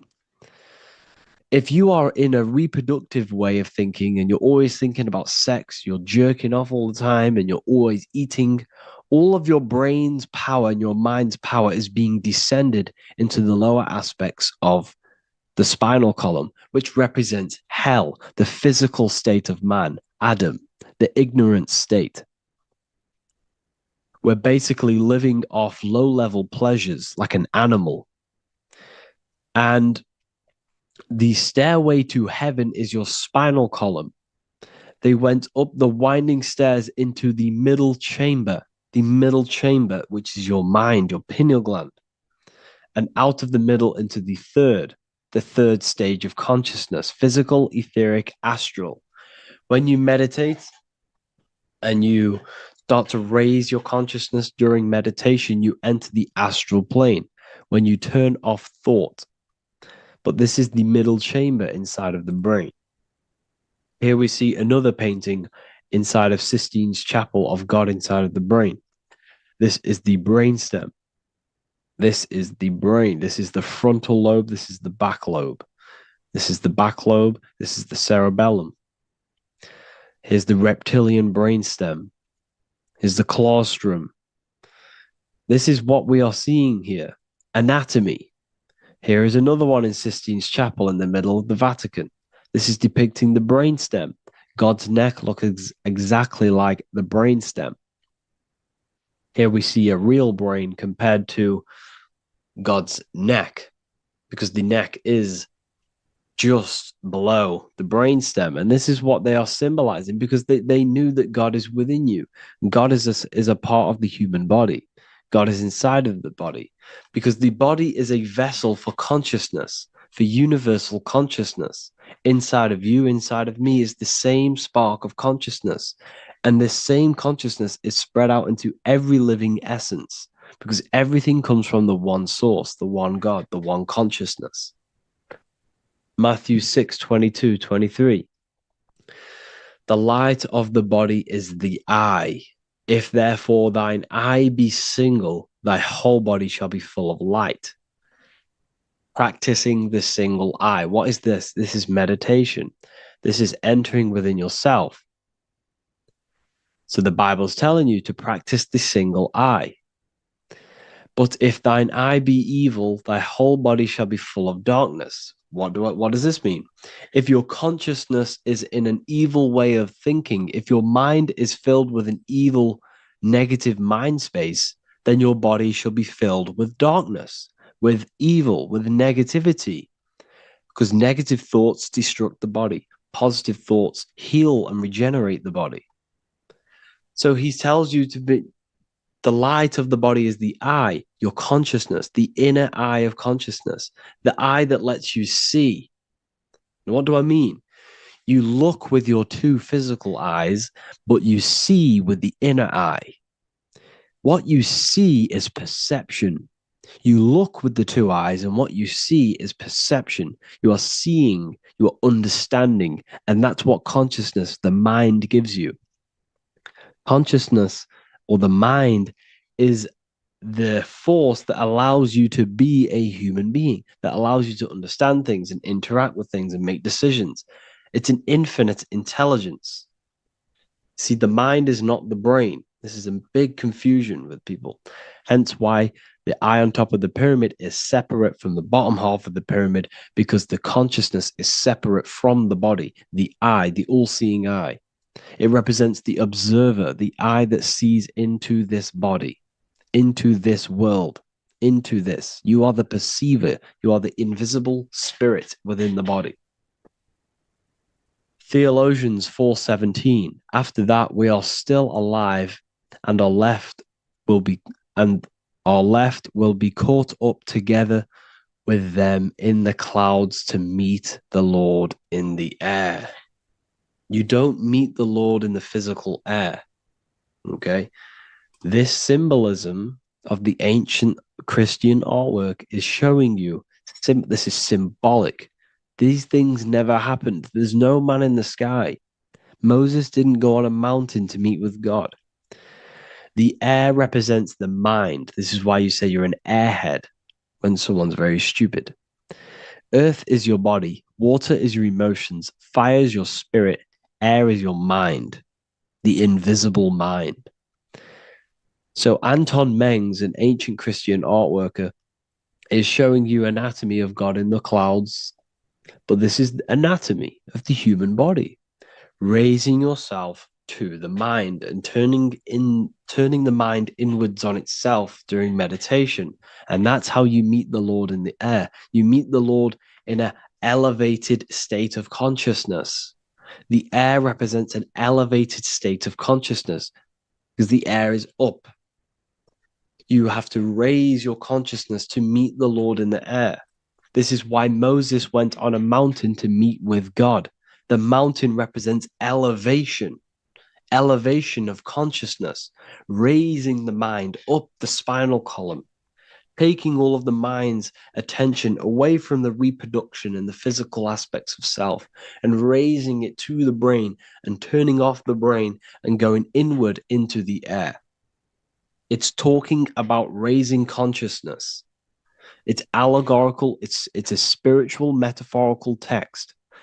The side of your head's called a temple because inside that where that temple is, right in the middle of where you call the temple, is the inner chamber, the open room, the holies of holies in the Bible, or the land flowing with milk and honey, or Mount Zion. There's so many different names for the brain, or the upper room where Jesus meets his 12 disciples, the 12 cranial nerves in your brain. This is the temple of God. Your body is a temple of consciousness. It encapsulates the consciousness. It encapsulates the mind and soul. John 10:30, Jesus states, I and the Father are one. Psalms 46:10, be still and know that I am God. He's talking about the I am within you, not within Jesus. Everyone refers to ourselves as I. I am God. When you say I, you're referring to the highest aspect of yourself, the aspect that is above all thought, above all emotion, and above all things. When you say I, you're referring to your pure awareness, your pure consciousness, the highest aspect of yourself. And anything after I is egotistical. I is God. The letter I is the Roman numerals for one, because there is one God, one consciousness. The letter I is one line, just like the number one. Matthew 6:3-4, take no thought. Therefore, take no thought. Take no thought. He says this 5 times because you must turn off the 5 senses and take no thought to connect with God. Be still. This is telling you to meditate and know that I am God. The I am within you. I and the Father are one. I and God are one. You, who you think you are, is a completely wrong. The body is matter. Your name isn't you. Your job isn't you. Your reputation, your trauma, your memories, your friends, family, worries, bills, interests, dislikes, goals, passions, anything to do with the thinking mind is not you. Who you think you are is a part of your thinking aspect of consciousness. But once you remove thought, you are no longer your name. You are no longer your body. You're no longer your reputation. You are the I. You are pure awareness, pure consciousness. Pure consciousness. And this pure consciousness has latched on to this name, this job, the body, and your traumas. Your pure consciousness has attached itself to this character who you're playing in the physical world. And this is essentially who you think you are, but you are not. You are the I, you are the self, you are pure awareness. So, in order for you to detach from these things, you must learn how to detach from your name, your job, your reputation. And you do this through meditation by turning off the thinking mind. Turning off the thinking mind allows other aspects of your consciousness to open up. What do I mean? Your whole life you've been thinking, and all of these thoughts has attached you to this physical body. You haven't allowed your consciousness to open up. And you can only do this by taking no thought. That's why Jesus tells you, take no thought. When you turn off the thinking mind, other aspects of your consciousness starts to open up. Other aspects of your being can open up. And this is how you astral project. This is how you do all these mystical things and things to do with consciousness. It's taking no thought. Imagination, emotions, thought, and memory are all to do with consciousness. These things are not physical. You can't touch thought. You can't touch emotions. You can't touch these things because they are not a physical thing. So you must turn off these things for other aspects of your consciousness to open up. Okay? So essentially, the Bible is a metaphorical, astrological, numerological, metaphysical, spiritual, encoded text that talks about human anatomy, spirituality, and the true nature of the human experience. Everything they would teach you in school is to make you think that you are this body. Everything they teach you in church is the externalization of the true teachings of Jesus. Jesus was telling you to meditate. Jesus was telling you to practice the single eye. Jesus was telling you to look within yourself and find God. He wasn't telling you to pray to him. Mark 16:19, he was taken up to heaven and sat at the right hand of God. the right hemisphere of your brain. John 21:6, cast the net onto the right-hand side of the boat and ye shall find fish. Fish is understanding. The boat is your body, your brain. Cast your awareness into the right side of your brain and you will find understanding, because the right side of your brain is all to do with the creative aspect and the intuition and the spiritual sides of your consciousness. This is why God is here. This is why Michelangelo depicted God in the right hemisphere of your brain, because this is all human anatomy. And I speak about all of this in the brand new Book of Wisdom, Volume 2, which is now available. The start of the revolution has begun. This book is truly going to change the way people see the world. It's got so many more topics than the last one. It's truly a revolution. It's written in so much detail. It's very practical. I cannot wait to share this one with you. I just want to say thank you for the opportunity for me to create this book, because without you, I couldn't have created this. And I just love sharing my work with you. And I thank every single one of you for the support, the watch, like the views and the likes, everything, especially the people who have joined the university and stuff like that. And for people who have joined the university, you do get a free Book of Wisdom paperback if you just go to the general chat and follow the description, follow what the instructions that I gave you in the chat, and you'll be able to order a free Book of Wisdom if you are inside of the university. Plus, you get all of my other books, 2 books, and over 45 occult books on occult and esoteric things. You get lectures, live calls, a community, a manifestation mastery course, and a whole library and reoccurring updates every month, every week. So yeah, I hope you all enjoyed this video.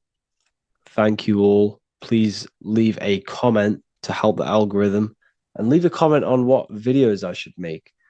And yeah, I'll get to uploading on the YouTube a lot more now the second book is now released. I have a lot more time on my hands. No longer using my energy to create the book. I am now going to redirect this mental energy into the YouTube. So there will be a lot more content coming. So I need some content ideas. So feel free to comment some ideas, some YouTube videos that I can create. Thank you all, people. Have an amazing day.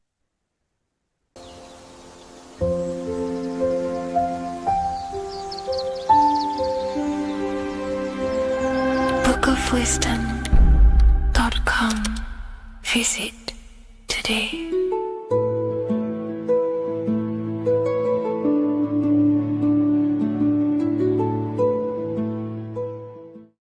What if I told you that the seasons don't just change the external world, they also change your internal world? They have a psychological and a spiritual effect on your consciousness. If you're new to esotericism, you may not really understand this. But if you have some deep understanding of as above, so below, you already know this. But today we're going to be explaining it in great detail. So tune in, take a pen and paper, maybe make some notes. So we have 4 seasons. The sun is the main source of life on the earth, and it changes the circumstances on the earth in 4 different ways. Of course, we have spring, summer, winter, and autumn. These are the 4 states of the earth due to the sun's cycle. Not only do they take place on the earth, they also take place on you, your body, your mind, your spirit, your consciousness. They change things internally and externally. The first thing we need to understand is that we have a dual nature. We have a mind, and in that mind, we have an internal self. That's what we call the spiritual self.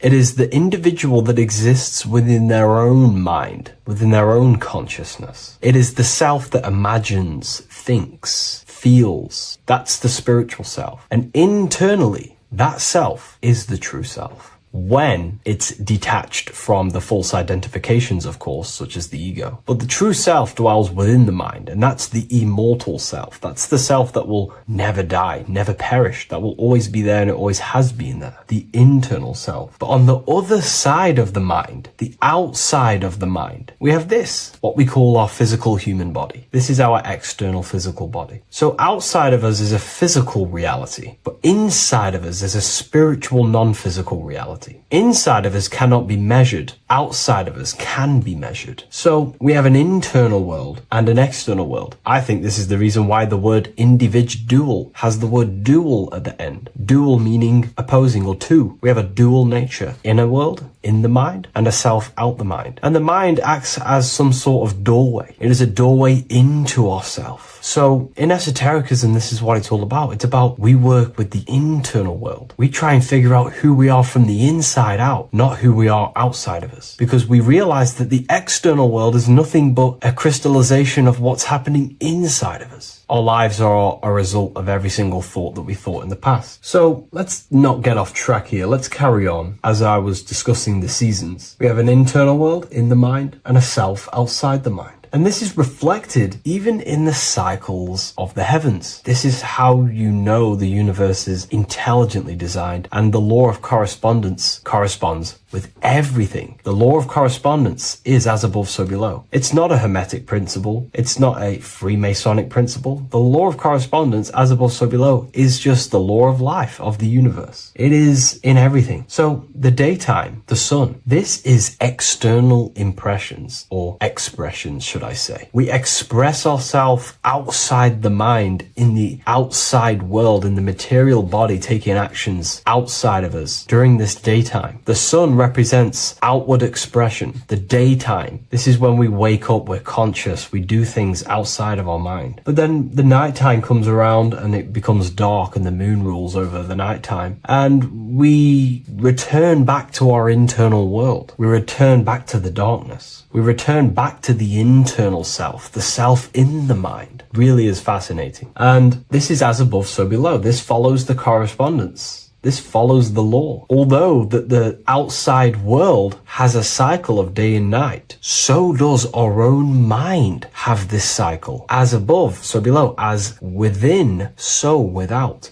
What's happening outside of us is also happening inside of us. The mind is also going in a cycle. Because in the daytime, the mind wakes up and we express things externally. But when the sun goes away and the electromagnetic rays of the sun are not very strong, our brainwave decreases, our body activity decreases. It slows down and we return to the internal self. The body switches off and we return to the internal self in the mind. We enter in the doorway of the mind and return to the internal, the spiritual self. And when the body is less active, this is when we are more connected to the internal world, our spiritual true self. So as above, so below corresponds with the day and night, the sun and the moon. The moon represents our internal world, the world inside our mind, the self inside the mind. And the sun represents the external self in the external world. So not only are these cycles happening in nature, the darkness outside of us when the sun goes away is the same darkness that we go within ourselves when we go to sleep. It's the same cycle. Our bodies are in the cycle of the external world also, as above, so below. But then we can even take this even further. This fractals down even further. If we look at the cycle of the yearly cycle of the sun, which is what we call the 12 zodiac signs, we notice that these 4 seasons also take place in every single cycle of the day. So a yearly cycle can be seen as a big version of a daily cycle, or a daily cycle can be seen as a smaller version of a yearly cycle. For example, we look at Aries, which is spring. This is when the sun springs everything back to life in the spring. This is when the crops start to spring up and start to grow again. But we could see that at 6 a.m. in the morning, when the sun rises and just cracks over the horizon and starts to bring light into our day. Aries is associated with the morning time also as spring. Morning time is a smaller version of spring. Then we look at the summertime. The summertime is midday, when the sun is at the top of the middle of the sky. This is when the sun is most powerful, most radiant in our day. This could be seen as the summertime. Then when the sun starts to set, this is associated with autumn. Autumn time is the sunset. Then the winter time is associated with the nighttime, the midnight, when everything's very dark. So a daily cycle is basically a smaller version of a yearly cycle. And just how I explained how the cycle of the sun outside of us also happens inside of us with our consciousness falling asleep when the sun goes away, is also happening to us on a yearly cycle also. So the daytime is associated with the summer and the nighttime is associated with the winter. The winter is like the inhale. The summer is like the exhale. It's the breath of the universe, just like how we breathe in and out of our lungs. Everything takes this rhythm and polarity, okay? So winter is associated with the self and the world inside of ourselves, inside of our mind, the spiritual self, the internal. Because the winter is when the sun's rays, electromagnetic rays, are not very powerful. And this decreases brainwave activity, making us more connected to our internal world, inside the mind. But the summer's the complete opposite. The summer is when the sun is very, very powerful.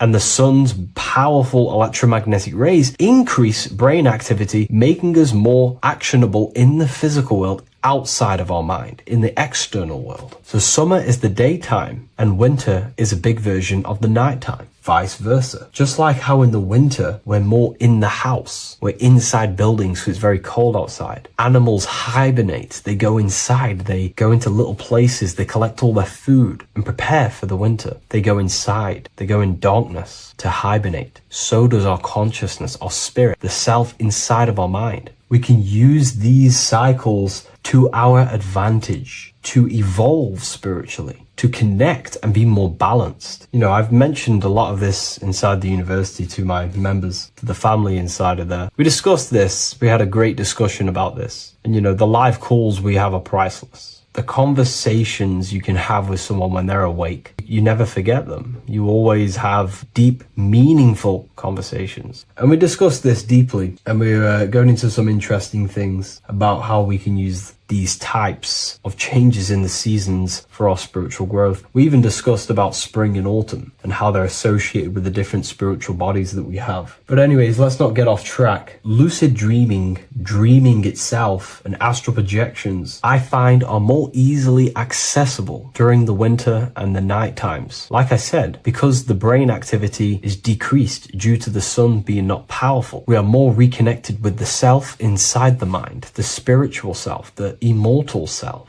Wintertime is a great time to work on yourself, to start to gaining discipline, to meditating, to really working on the subconscious. Because spiritual work is harder than any physical labor. You really got to dig deep within yourself and be honest and true with yourselves. I think this is the reason why, you know, a lot of people convert to spirituality from religion. They come into spirituality and then they go back to religion because they realize spirituality is it's difficult. You have to be honest with yourself. You have to really face the traumas, the negative aspects of yourself, the dark side of yourself, and bring it to light and transform it. And that sort of work is a lot more difficult to do than any physical labor. So the winter time is the time that we go inside ourselves. We reflect a lot more. We need to work on ourselves, on our mind, on our negative habits, on our dark traits, on our things that we have been pushing away and not controlling. The winter time is that time we can really start to connect with the internal self, work on our imagination,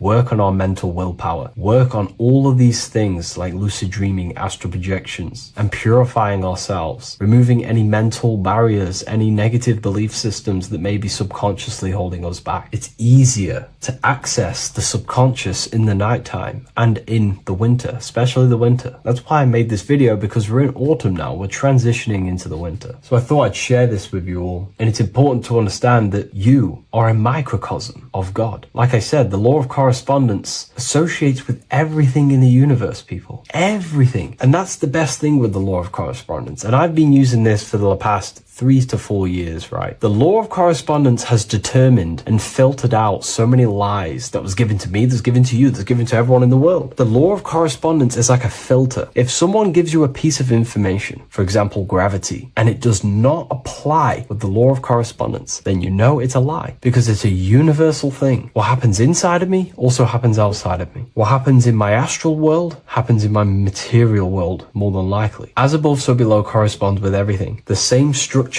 in my veins, in my nervous system, is the same structure in the trees, in galaxies, in everything. As above, so below, the universe is a fractal universe. Therefore, the point that I was getting at is that you are a microcosm of God. The same mind that God manifested things through thinking. He thought the stars, the earth, nature, the human body, designed everything with the God mind. He thought everything into existence. And that mind, them powers that God used to manifest everything into physical existence through the power of thought is the same mind that you possess, but on a smaller scale. God manifested the macrocosm through thought, as the universe is a mental universe. Everything you see around you was thought, then manifested into physical reality. God manifested the macrocosm, the world, through thought, and that same force of thought you use to create the microcosm, to create your own world. You think your life into reality, your world into reality. Your body is a microcosm, a miniature universe. Every thought you think commands 50 trillion cells in your body, and your cells religiously execute on every command that you give it. You're in charge of 50 trillion cells. You're literally commanding a whole civilization inside your body.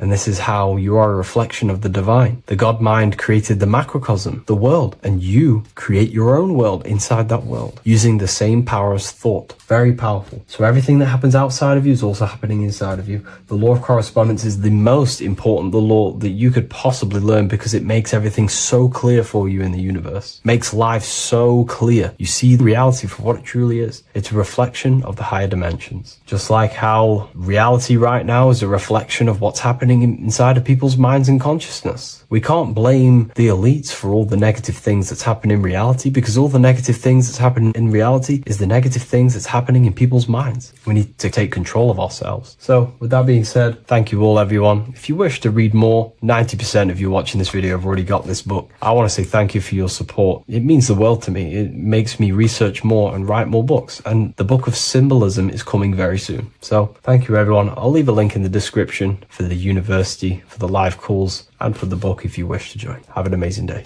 Welcome to Revival of Wisdom. Welcome people, we're back with another video.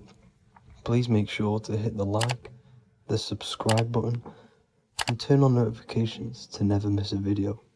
The Vatican is a giant key from a bird's eye view, and it also contains an 8-pointed star. The Anunnaki Sumerian gods also depicted this 8-pointed star. The sky god Anu from the Anunnaki also uses the 8-pointed star for his symbol. And even Freemasons depict an 8-pointed luminary with a ladder and a key. This is symbolizing the key to ascension up to the 8-pointed star, which is Polaris. Polaris is always depicted as an 8-pointed star. Polaris is the standstill star at the very center of our realm, which is perfectly aligned with the North Pole. The Earth is a giant torus field, and at the center is where the most electromagnetic energy is stored. This is why all compasses point to the north. Hence why a compass is an 8-pointed star, because it points you to Polaris, which is the North Pole, the center of this realm. The 8 points of the 8-pointed star symbolize the 8 points in space and time.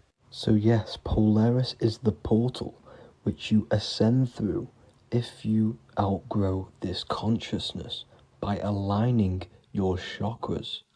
Our earthly realm is a macrocosmic reflection of us, and we as humans are the micro reflection, with the earth containing its 7 chakras as well as us. The North Pole is the 7th chakra, which is the crown chakra. So the key to ascension is held by the Vatican, hence why it's a giant key, because they mislead the masses through their religions, which teaches the masses to look outside of themselves. As stated in the 20,000-year-old emerald tablets, written by the Egyptian god Thoth. On Earth, man is in bondage, bound by space and time to the Earth plane. Encircling each planet, a wave of vibration binds him to his plane of unfoldment. Yet within man is the key to releasement. Within man may freedom be found. So the 7 planets are associated with each 7 chakras. The lowest chakra being the root chakra, which is associated with Saturn. This is why the elites love Saturn and reflect it in all of their symbols. Because the chakras are an ascension of spiritual principles, starting from the material and ascending up to the spiritual, the crown chakra. However, evil love bondage, and they are trapping souls in the physical realm by stopping and provoking the ascension process. They do this by abusing the energy of Saturn, and Saturn is associated with the lowest chakra. The lower 3 chakras are associated with survival mode, which keeps the consciousness in a constant state of fear and only aware of its surroundings. Once you start to ascend up your chakras, you become more consciously aware of spiritual deeds. And this is the process of returning back to your true spiritual form. Going back to Polaris and its connection to ascension, Kanye West symbolizes this on his music video 24. As you see him rise up into the sky, you see an 8-pointed shape around him, which symbolizes the 8-pointed star, as you see the beam of light. And even NASA symbolize this in their Space Delta logos, a bear holding a key with an arrow up to Polaris, the 8-pointed star. Here's another NASA logo of an arrow from the Earth to Polaris. The series Lock and Key on Netflix is all about portals and doorways, and they have the Kundalini energy as one of their keys. Kundalini energy is the energy which rises up the spine, the 33 vertebrae, and activates the third eye. The third eye is the spiritual gland, which connects humans to other spiritual realms. We are not the body. Our spirit, our soul inhabits the body. We exist physically, spiritually, and mentally. Therefore, we are multidimensional. The intellectual and spiritual inhabit the body. Therefore, this is just an avatar within this timeline. However, within each and every one of us, we all have the key to releasement, as says in the Emerald tablets. This releasement is ascension, up until higher states of consciousness. As stated in the Emerald tablets, man is in process of changing to forms that are not of this world. Grows he in time to the formless, a plane on a cycle above. And another one saying, man is a flame bound to a mountain, but we in our cycle shall ever be free. Know ye, O man, that when ye have progressed into the cycle that lengthen above, life itself will pass to the darkness, and only the essence of the soul shall remain. That's it for this video. I hope you all enjoyed. Please feel free to leave a like, subscribe, and comment any subjects you want me to talk about. God bless you all.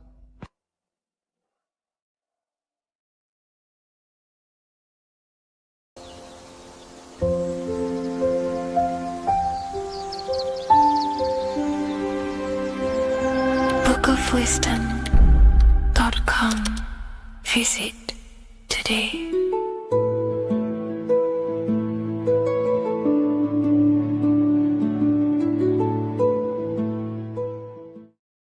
Hello, Seeker. Welcome to Revival of Symbolism, a channel devoted to the language of esoteric symbolism, guiding you to discover yourself and expand your consciousness into deeper realms of thought.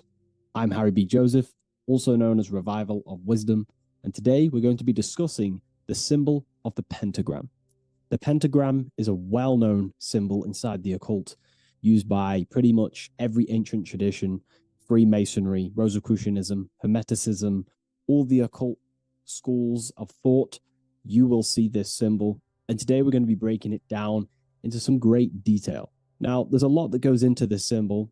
It's basically a 5-pointed star. Now, if you notice that the star is one line continuously, you can draw this symbol continuously with one line without taking your pen or pencil off the piece of paper. So it's actually symbolizing one, and one expressing through 5 ways. So if we look at this symbol and each one of their points, we're looking at the 5 elements that create life, the universe, or creation itself. So the element of spirit simply represents the divine, the unseen world, the things that we can't really put our hands on, we can't feel, touch, taste, or see, but they hold influence over the material plane. So spirit covers a large category of things such as spiritual forces that drive physical existence. So it's one of the elements. Now, what are the elements? Well, they make up the entirety of physical creation. Air, water, earth, fire. These are the 4 tangible that we can see, feel elements that make up physical creation. They create the whole universe. However, the spirit is the invisible forces, the invisible element that creates the visible, tangible world.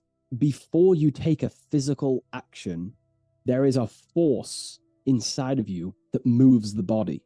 There is an intention, which is a spiritual force, an invisible, intangible force that makes a physical action be taken in the world of manifestation called Earth. This is the element of the divine. The divine comes down creating the world. Okay? So, as I previously mentioned, how this pentagram is one line. It's a one continuous line. So if we draw this pentagram together, let me make this a little bit thicker for you. If we draw this pentagram together, it goes from spirit to fire, to air, to water, to earth, back to spirit. So it's one continuous line. And the elements are always in their proper place. These elements always have to be in this specific order. This is the correct order. If you see air down here, then the pentagram is incorrect. Okay? So it always goes spirit, water, fire, earth, air. This is the correct order of the elements. Now, this is highly symbolic, which is what we'll break down in just a minute. But before we go into the deeper aspects of this, I will explain pretty much what it means on a basic level. So we'll come back to this drawing. So spirit is on the top, which means spirit over or more superior or more dominated over the earthly elements. Now, what does this mean to an individual, to yourself or me? If I wear this pentagram, I am basically saying my spiritual divine self, my internal self, is more superior than anything the material world can pretty much give me. My spiritual journey is more superior. My spiritual self is more dominant over the earthly world and the material things. Okay? Now, not many people are like that in today's society. Most people chase the material things, which means they're ignorant of their spirit. They're ignorant of their divine nature. They're ignorant to consciousness and their internal world. They have no connection with their internal world. All of their thought, emotion, and action, their 3 creative powers, is totally expressed only on material gain and external things. However, if you see an upright pentagram, you're seeing someone who is basically saying, my spiritual nature is more important than my earthly nature. My spirit comes first before anything material. And ultimately, this is how you become more happy and fulfilled in life, by chasing, well, not chasing, but putting your spirit first, putting your internal world first. You know, seeking the things that are untangible. For example, knowledge. I'm addicted to knowledge. You know, I would rather chase knowledge because knowledge is power. Knowledge of self is so important. When we die, it is the only thing that matters in the end. When you die, you are immortal. And if you have no knowledge of yourself, then you're going to struggle in the afterlife. If you have no self-control over your thoughts and emotions and desires, then you will suffer in the afterlife because you have no control of your thoughts, and your thoughts will be creating your reality in the realm of imagination or the astral plane. But that's a whole other lecture. But this symbol is pretty much saying placing the invisible over the visible. So there's many different avenues we can go with this. So this symbol is also used in magic. We could use the symbol for manifestation. It represents controlling the inner world to produce then effect inside of the external world. You see? So we have to put this first in magic spirit. We have to change the internal so we can produce change in the external. Reality is created from the inside out. Okay? So this symbol is heavily associated with magic as well, which is a whole other lecture. In this lecture, I'm going to give you a good detailed explanation, but this symbol is so vast and wide, it would take many breakdowns to go into each meaning of the symbol. So it's representing the divine element of spirit coming down and manifesting the physical plane through that process of this. So as I mentioned earlier that I'd come back to this, what we're looking at is the process of spirit turning into matter. This is the process of how spirit condenses into a material form, how higher energy, higher forms, which are invisible, come down and manifest and crystallize into a physical object or a physical reality. So this pentagram is explaining the process of creation. So it comes from the higher realm, spirit, the source, the emanation. An emanation is a thought or an emotion or a desire, which comes down to fire first. Fire represents the will. This is the willpower. This is the willpower. It's still kind of more of an invisible force, but fire is the closest element that represents spirit. This is why we light candles in magic and rituals, because it's literally opening a doorway to spirit. It's the closest element to spirit. So this is why sometimes in alchemical artworks, they use fire to represent spirit. Because, it's quite difficult to use a symbol for spirit because it's totally invisible. So it goes down to fire first, the will. Then it goes up to the air, which represents intellect, the intelligence of the mind. This is thinking, mind, intellect, logic. Then it goes down to water. This is emotion. This is intuition. And then it goes into the earth, which is physical body action. Okay? So spirit represents an emanation. So an emanation is something descending out of the void, out of the nothingness. And the first thing that descends is will, then intellect, then emotion, then a physical action. Then everything returns back to spirit from earth. So it's showing you how spirit manifests into matter. It's also showing you the macrocosm, how the world is created. So ultimately, it's a symbol of the microcosm also. It's a symbol of you. If you put your body outwards, you would see your body in this 5-pointed star shape. So it's a symbol of the microcosm, because you yourself are a microcosm. You contain all of the elements: spirit, fire, earth, water, and air. You breathe air, you drink water, fire in your nervous system, which is electricity, and earth is your physical body. So you are a microcosm of the universe. And this is what the circle, when we see the circle around, this is representing the macrocosm, the circle. So why are you a microcosm? Because you know how the sun changes the earth with its different electromagnetic rays, depending on how far away the sun is to the earth when it's rotating. Well, depending on what model you believe anyway, the electromagnetic rays produce change on the earth. So when the sun is further away from the earth, or whatever model you believe, when the sun is further away, then the electromagnetic rays of the sun are weaker, which means that's what the winter is. The winter is the death and the death of the electromagnetic rays of the sun. We still get sun, but it's just not as powerful as summertime. So nature dies.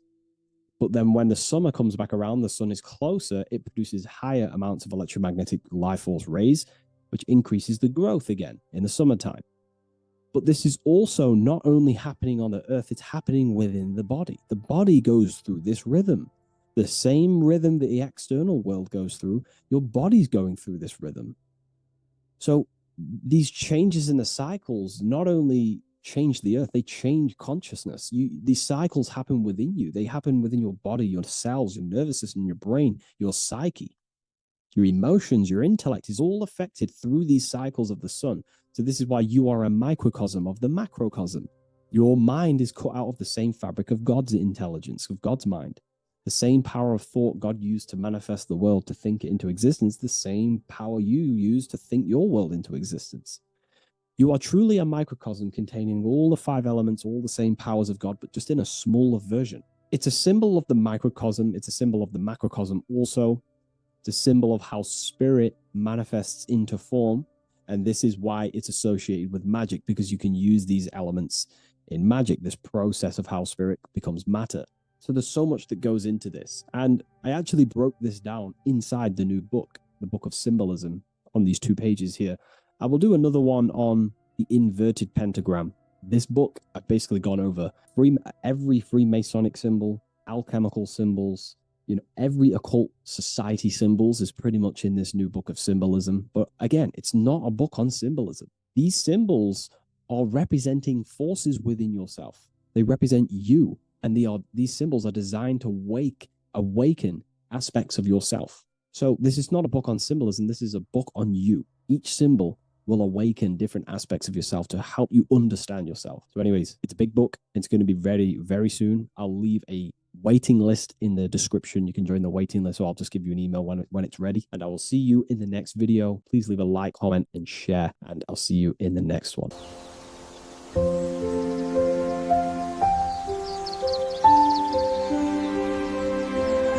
bookofwisdom.com. Visit today.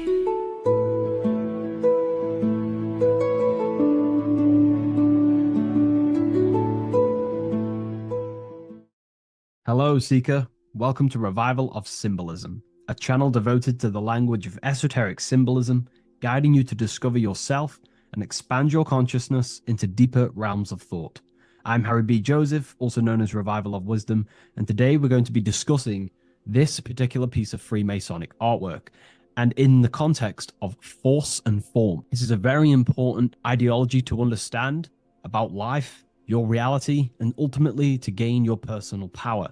So if you want to gain your personal power, you have to understand force and form, which is one of the most basic understandings and teachings within the occult schools of thought. So if we look at this piece of artwork that we have here on this Freemasonic drawing or painting, whichever it is, we see in this context force and form. Now, there is a lot going on in this piece of symbolism. There's so much more than just force and form. However, in this video, we're just going to be breaking down the force and form aspects so you can gain an understanding. Here at the very top, we have light rays. This represents force. Here below, you have the physical manifested plane, form, force and form. All creation is force and form. It is the interplay of force and form. Force is the invisible energy that moves, and form is the pattern that contains and directs that movement. Force without form is chaos. Form without force is lifeless. So without any force, there would be no movement or manifestation. Without form, there would just be chaotic forces within the universe. So force and form are the opposites in duality, force and form, okay? So without any force, which is your spiritual life force, your consciousness, which is force, your body wouldn't even exist, because your body is the formation of the spiritual forces. Your life is a creation of your forces, such as thought, emotion, imagination, desire. We're going to be breaking that down in detail so you can use these forces in your life, okay? So we have light rays here. This is a force. This is light emanations coming down from above into the world of form. We have to understand, no physical action on the physical plane, there is no force. All force takes place within the astral and etheric realm. So that's what we must understand. Force takes place in a higher dimension. What you see in the material realm is the formation of that force. So every movement in the material is made manifest through the invisible forces. When you take an action, there is a reason why you are moving the body. And for me, for example, I've written the new book of Symbolism, and it's out November 17th. The force that driven me to build that, to take the actions to build that, is a force, and that is an emotion or a desire. So that we all have a desire, which is the force that moves us. And that desire is not a chemical reaction within your nervous system. That desire is, in essence, a spiritual force what takes place within the astral plane. So we have the mental plane. Below you have the astral plane. Below that you have the etheric plane. And then below that you have the physical plane. All creation begins in the mental plane, what we think about. But then if we have a desire about a specific thought, we have a specific emotion towards a specific thought, such as, I don't know, making money. We all have a desire to make money, right? That desire then focuses down the mind, because you can think any thoughts you wish, but if you do not have a desire or an emotion towards it, the mind will not be narrowed down to one specific thought. So then that thought has an emotion or desire behind it, which then manifests itself. The thought descends into an astral form. The thought takes the body of an astral desire or imagination. That imagination and desire feeds the human heart. That human heart feeds the force through the physical brain, through the nervous system, and then allows the body to take physical actions. So each one of us has forces. So it's very, very important that these forces, such as desires, are not random and they are controlled. Because if you desire many different things, you are uncontrolled, you will have many issues in your life. You will have, if you have uncontrolled desires of lust, uncontrolled desires of vanity, uncontrolled desires of low pleasurable things of the flesh, your desire will not be controlled. Therefore, your force is scattered. So in order to gain self-mastery and to get what you want out of your reality, you have to control your desires, your force. So you have force and form. This is why down here you have people taking physical actions. You have, people running around taking action. And up here you have the forces. So it is the astral forces that is in constant rotation and interplay with the physical material realm, force and form. Force originates in the higher planes of consciousness and descends through the mental and astral into the physical. Within the mental plane, force takes the shape of thought. Thought is the first outline of form, the archetype that gives structure to creative currents. When one conceives an idea, the pure spiritual energy flowing through the consciousness becomes clothed in mental matter. This mental form is the mold through which all subsequent energies must pass. It defines the direction of movement and determines the quality of the outcome. Within the astral plane, the same force becomes emotion, desire, and vitality. Here, the mental pattern receives life. The astral body, being composed of the substance of feeling and magnetism, fills the thought form with motion and color. Force in the astral plane is dynamic, fluid, and responsive to rhythms of desire. If desire is pure and unified, it directs energy faithfully into the form conceived by the mind. If desire is scattered or conflicted, the astral force distorts the form, producing confused results in the physical world, confused actions, chaotic actions, if you do not have your desires and your heart under control and your emotions under control. Thus, the quality of one's emotional life determines how effectively forces passes through the pattern of thought. So the emotional quality of life, of your life, is determining your actions, because we all take action on what we care about, on the force that is driving us. So we must unify our heart with the higher mind, with higher thought, thoughts that are not selfish, thoughts that are not egotistical. In the mental plane, there are three subplanes. We have higher mental plane, middle mental plane, and lower mental plane. Higher mental plane is higher thought. This is what people call the higher mind. A lot of people say the higher mind, but they don't know truly what it is. A lot of spiritual people will just throw these words around. The higher mind is simply the mind that exists within the higher mental plane where higher thoughts take place.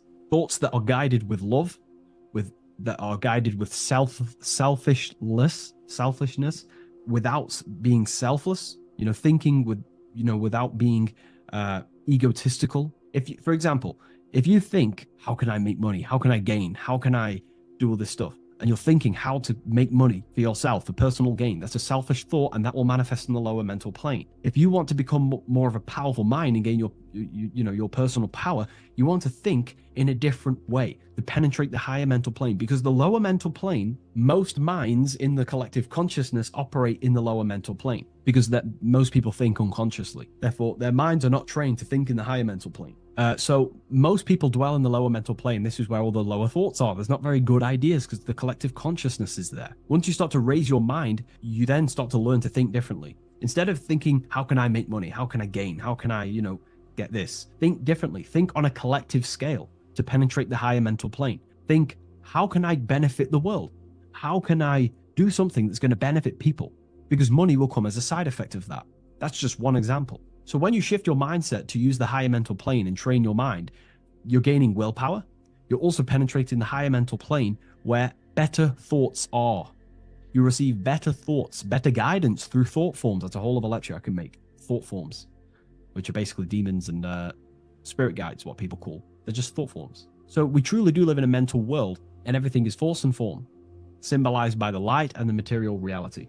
The individual who understands this relationship between force and form begins to work consciously with the descent of energy through the different planes of consciousness: mental, astral, etheric, physical. When you hold a clear mental image, you create the form. You fill that image with emotion and desire, you generate the force.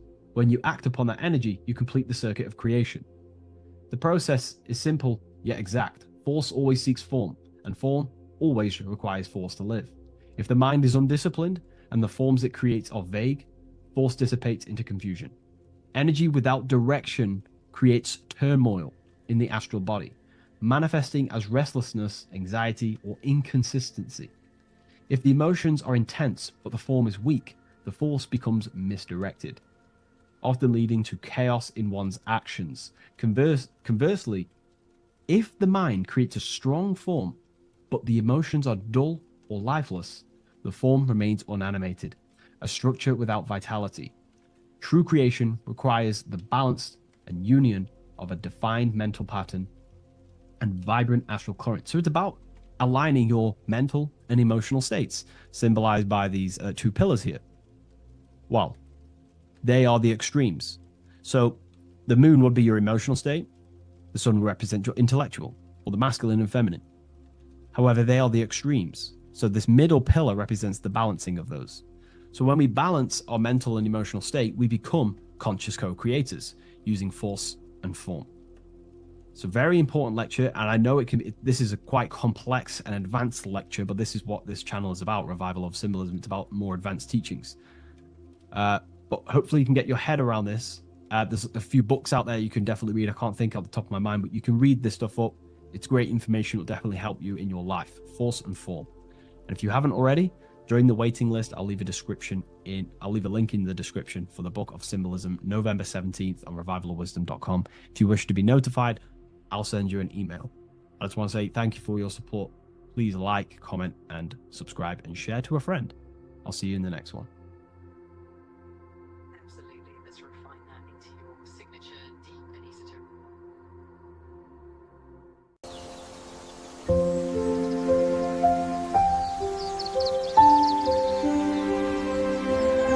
bookofwisdom.com. Visit today.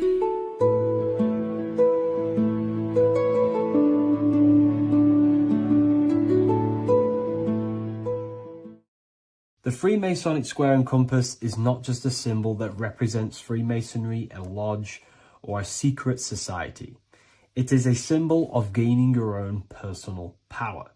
Now, in this video, I'm going to be breaking down this symbol in the most detail I can possibly go into. Most people live in a state of illusion.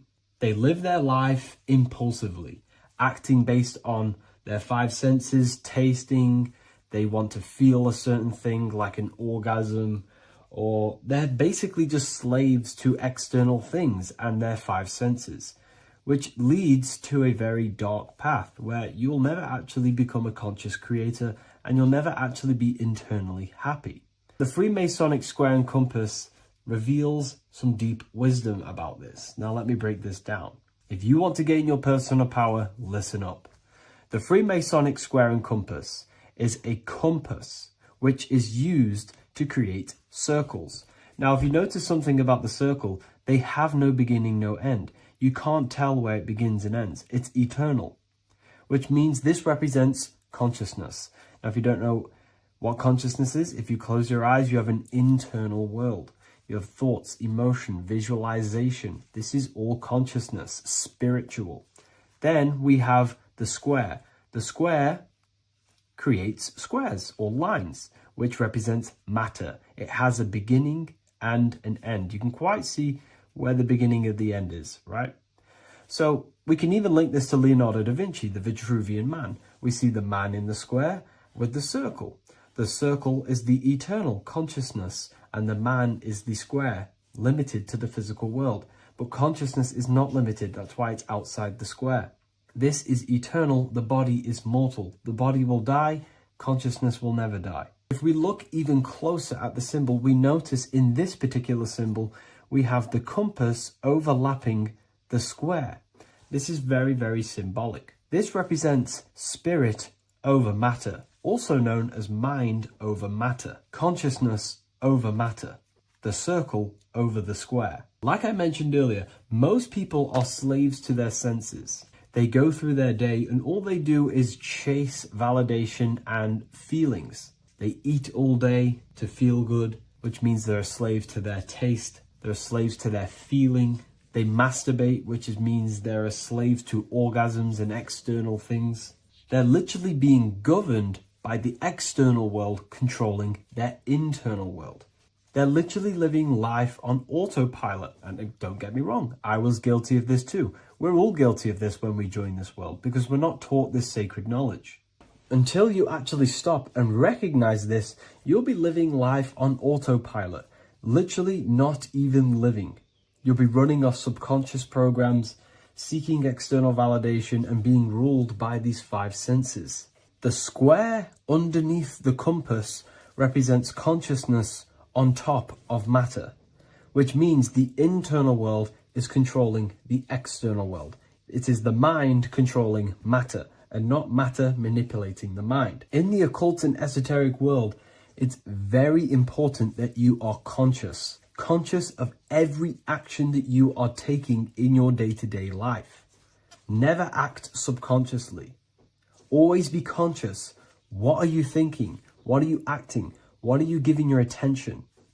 All of this is contributing towards creating because you are a creator. Consciousness is a creative force. You need to make sure that the compass is on top of the square, that your inner world is controlling the outer world and not the outer world controlling the inner. As I've mentioned in many videos before, the internal world of consciousness is what's producing the external world. Your life is just a result of every thought and emotion that you felt in the past. Everything you own, everything you possess, your friends are all reflections of your consciousness. They're all reflections of what you are thinking about. When you change your thinking, your external world starts to rearrange itself. On a basic level, this symbol represents the combination of spirit and matter. You are a spiritual being and a material being.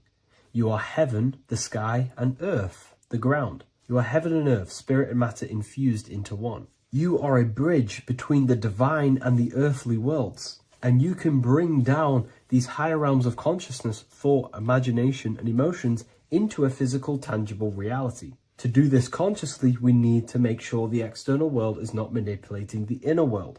Because if your internal world is being controlled by external circumstances, for example, you have a circumstance happen in your reality, an emotion triggers inside of you, and that emotion is a command to create more of that. And the thoughts that you think are creating more of that negativity. So it's a constant cycle of negative manifestation if you let the external world control your internal world of consciousness. So we need to make sure the compass is on top of the square, that the internal world are commands and not reactions to create your external reality. And not only just to create, but to actually enjoy life. If we let the external world bother our internal world, this means that we have some sort of mental or emotional attachment to the external world. We need to detach from the external world. Why do I say that? Because it's temporary. It's an illusion. We are going to die one day, and none of this will matter. You need to understand that everything in this world is temporary. You have to be okay with losing things, losing family, losing things in this world, because it's guaranteed to be temporary. We need to make sure the internal world is order and not chaos, commands and not reactions. Now, at the back of the Book of Wisdom, Volume 2, the book that I've wrote here, I go over the different meanings of the different arrangements of the square and compass. Sometimes we see the square overlapping the compass, which is the opposite of what we've just broken down. Or sometimes we see one leg of the compass on top of the square and one leg of the square on top of the compass. These are all highly symbolic. When we see the square overlapping the compass, this pretty much represents the beginning of the Freemasons' journey, when their internal world is being controlled by the external. They have a lot of spiritual growth and a lot of learning and inner work to do. Now, when we see half and half, one leg of the square on top and one leg of the compass on top, this represents the Masons' gradual emergence from the material realm into the spiritual. This interplay of symbols reflects the process of gaining greater light and knowledge as the Masons ascend from material concerns towards spiritual enlightenment. And of course, we've just broken down what this means. This represents spirit over matter. They're not chasing external physical things anymore. They're actually chasing and gaining validation and happiness from spiritual growth, more knowledge and deeper understanding of consciousness and themselves. Most people chase external material things, which actually don't make you happy in the long run. You could be given £1 million today. In a week's time, you would be back to the same original state of consciousness and actually chasing more and more millions of pounds. It's because nothing physical in this tangible world will ever satisfy your internal world of consciousness. So through spiritual growth, we can actually become happy and seek higher understanding, higher consciousness, which actually satisfies us eternally. So when we see the compass on top of the square, it symbolizes the triumph of spirit over matter. This arrangement not only signifies the mastery of spirit over the material realm, but also represents the resurrection, ascent, and dominion of spiritual principles over all earthly conditions. It's all about gaining personal power and spiritual growth. It's all about spiritual evolution, going from matter to spirit. The external world controlling the internal world, to the internal world ruling over the external world, where the mind becomes a powerful tool to actually create and command reality. The mind cannot create and command reality if it's being governed and tossed all over the place by external circumstances and thoughts. Here's a quick tip on how to know if your mind is controlling you. If your phone notification goes off and you're working on something, and you instantly go to reach and pick up the phone as soon as the notification goes off, that is an indication that your mind is controlling you and you are not controlling it. The mind is the direction of consciousness. The direction, it directs the flow of your attention, your energy, your consciousness. So to practice to gain mind over matter is simply just meditation, allowing the mind to sit still and focus on one thing for long periods of time. And over time, this will gain mastery over your attention and your mind. If you are on your spiritual path, this should be your goal. Your internal world becoming the master. The mind becoming a vessel for you and not a vessel controlling you. It needs to become a command center and not a reaction. Please like, share this with a friend, and subscribe to the channel if you're new. Leave a link in the description for the Book of Wisdom Volume 2.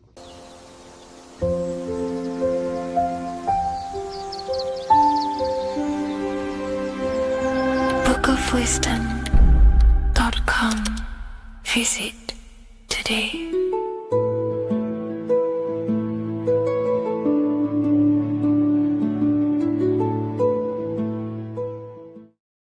What if I told you the devil is closer than you think, and it's not actually a real person, force, or spiritual entity outside of you, but a being and an aspect of your own mind and psyche? In this video, you will learn exactly what the devil is and the true esoteric meaning of the devil. The first thing we need to understand is that the universe is a mental universe. Look around you. Every action, every building, everything you see around you was begun first as thought in the mind, then manifested. We use the mind to build and shape our reality. The universe, the world, only exists inside of our mind. Therefore, God and the devil exist inside of our own psyche. So first of all, the devil is not a literal being, but a symbol of the lower self. It represents the unmastered, ego-driven part of the human mind, a symbol of destructive thoughts, emotions, behaviors, lives in realms of chaos, fear, hatred, lust, and ignorance. This is why we see the devil as red, because red is the lowest vibrational color on the color spectrum. It also corresponds with the root chakra, which is all to do with survival instincts. Red represents chaotic and intense emotions like hatred and anger. When we are angry, our face turns red. The devil represents our animalistic fundamental needs, our instinctual needs, our survival state of consciousness. We have a survival state of consciousness and a godly state of consciousness. Our godly state of consciousness is creating, not just experiencing in the animal state, but consciously creating reality.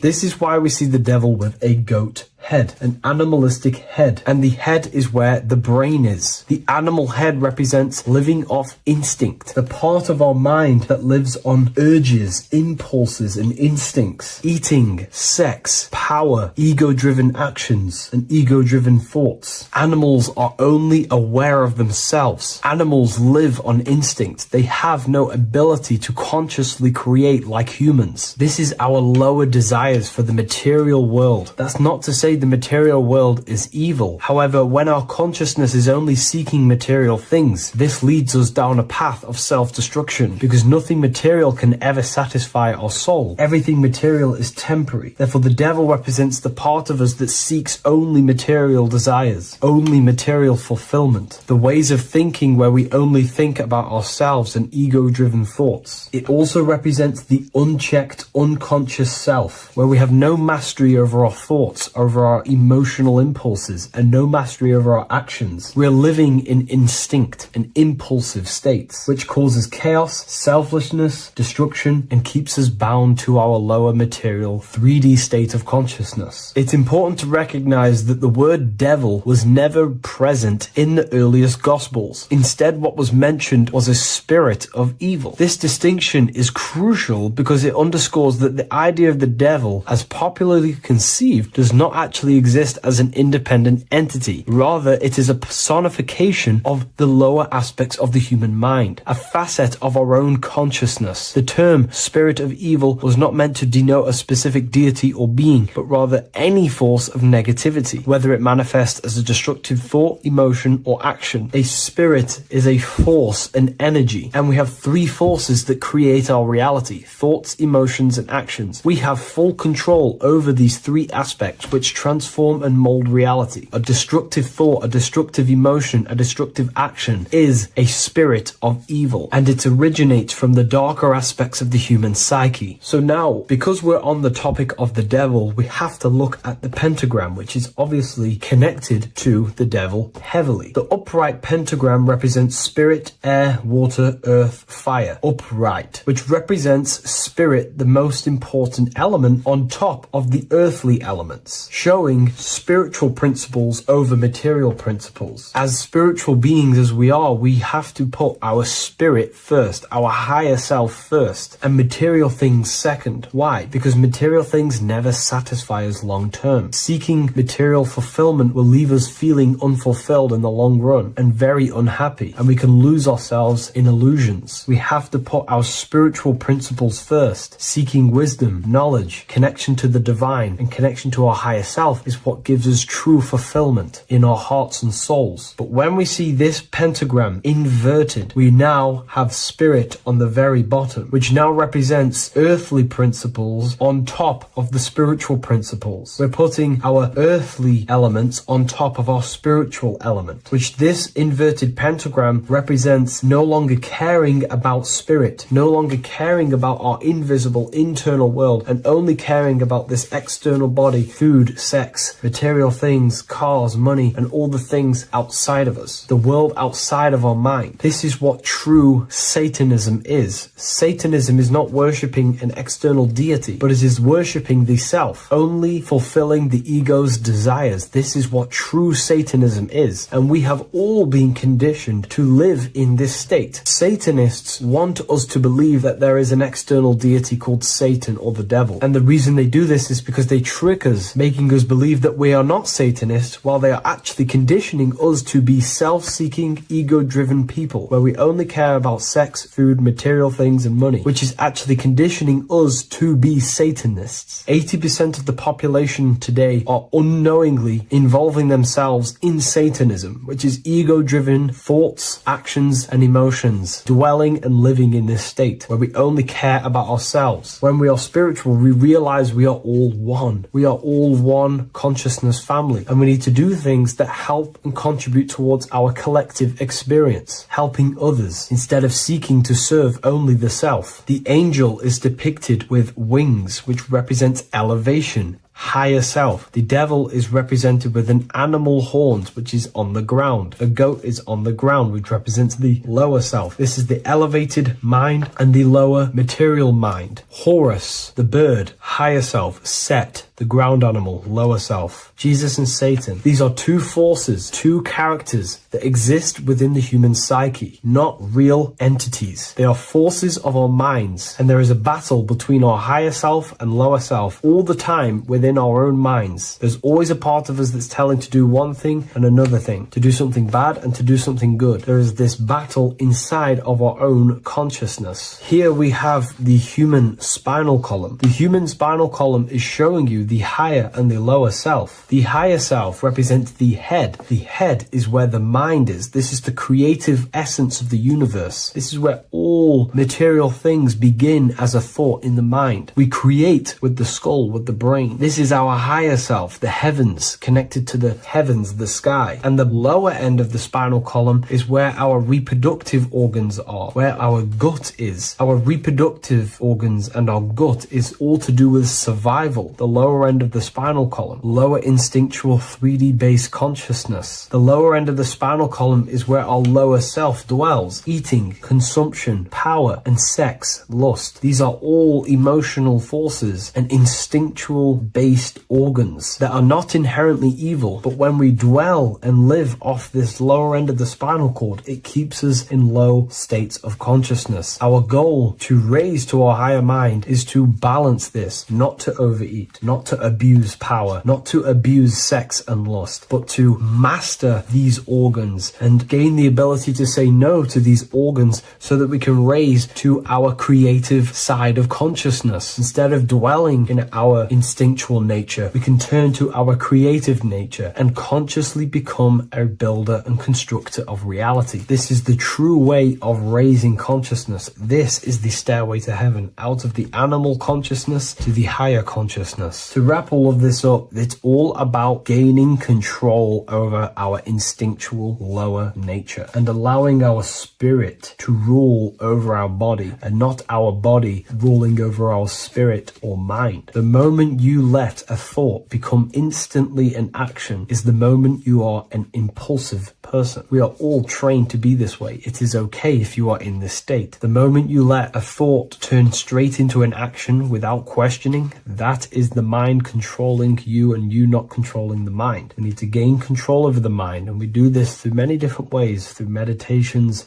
affirmations, and discipline, we slowly gain control over our minds. And once we gain control over our minds, we gain control over our thoughts, and we gain control over the attention that we give certain thoughts. We can then start to uplift our mind, our thoughts, out of our instinctual state to the higher mind. If you wish to learn more about consciousness, I'll leave a link in the description for the Book of Wisdom, Volume 2.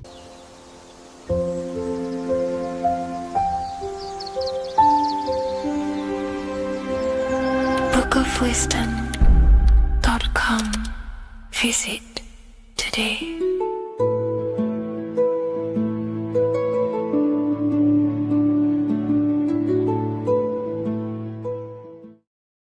The earth has become a realm in order to trap souls within so that they can harness our electricity, our energy. Even the Bible is talking about how this realm is controlled by the wicked one in John 5:19. We know that we are the children of God and that the whole world is under the control of the evil one. Ephesians 6:12.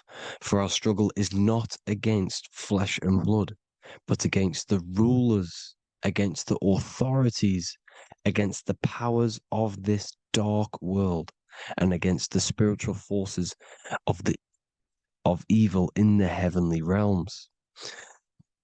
So the Bible is telling us that this is not the only world. There are other worlds, there are other realms that we can go to, considered as heaven.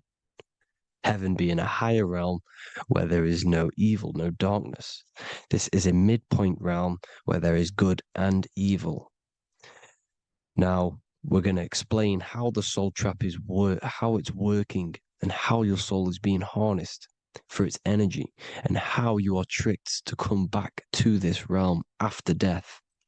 What you need to understand is first is that you are the invisible intelligence behind the physical body. You are the mind and soul. The soul is the true you, the good you. It is pure love, pure bliss, eternal, never dies. The mind can be corrupted though. The mind is the intelligence of the soul. It is invisible. It has no true form. The intelligence inhabits the brain. The brain is the computer to control the electrical machine called the nervous system, which is choice, program, and action. You are the invisible intelligence behind the body, and this will prove it even more. You do not even see into the external world. You are seeing an image produced by the brain because the light is being sucked through the retinas of the eyes. The image is produced in the visual cortex at the back of the brain. What does this mean? This means that we are the consciousness in the center of the brain, in the pineal gland, that is experiencing the program being ran by the central nervous system in the brain. This is the sigil of Lucifer. Lucifer in Latin is Lucy. Lucy is light in Latin. Lucifer is known as the light bearer. This is how the eyes work, people. It's not a demon or a devil. The sigil for Lucifer is how the eyes work and how the left eye is controlled by the right brain. The right eye is controlled by the left brain. There is a crossover. It's the same with the body. The left side of the body is controlled by the right brain. The right side of the body is controlled by the left brain. There's a crossover with our hemispheres in the brain. Now, this empty chamber in the center of the brain is where this universal cosmic intelligence is held, known as the most holy place in the Bible, the throne of God. Okay? This is above the 33 vertebrae on the spine. As you can see here, you are the being in the center of this point. All of the nerves are being sent back to this one particular point, which is the seat of our invisible intelligence. You can see it's an empty chamber. our consciousness, our intelligence is not a physical thing.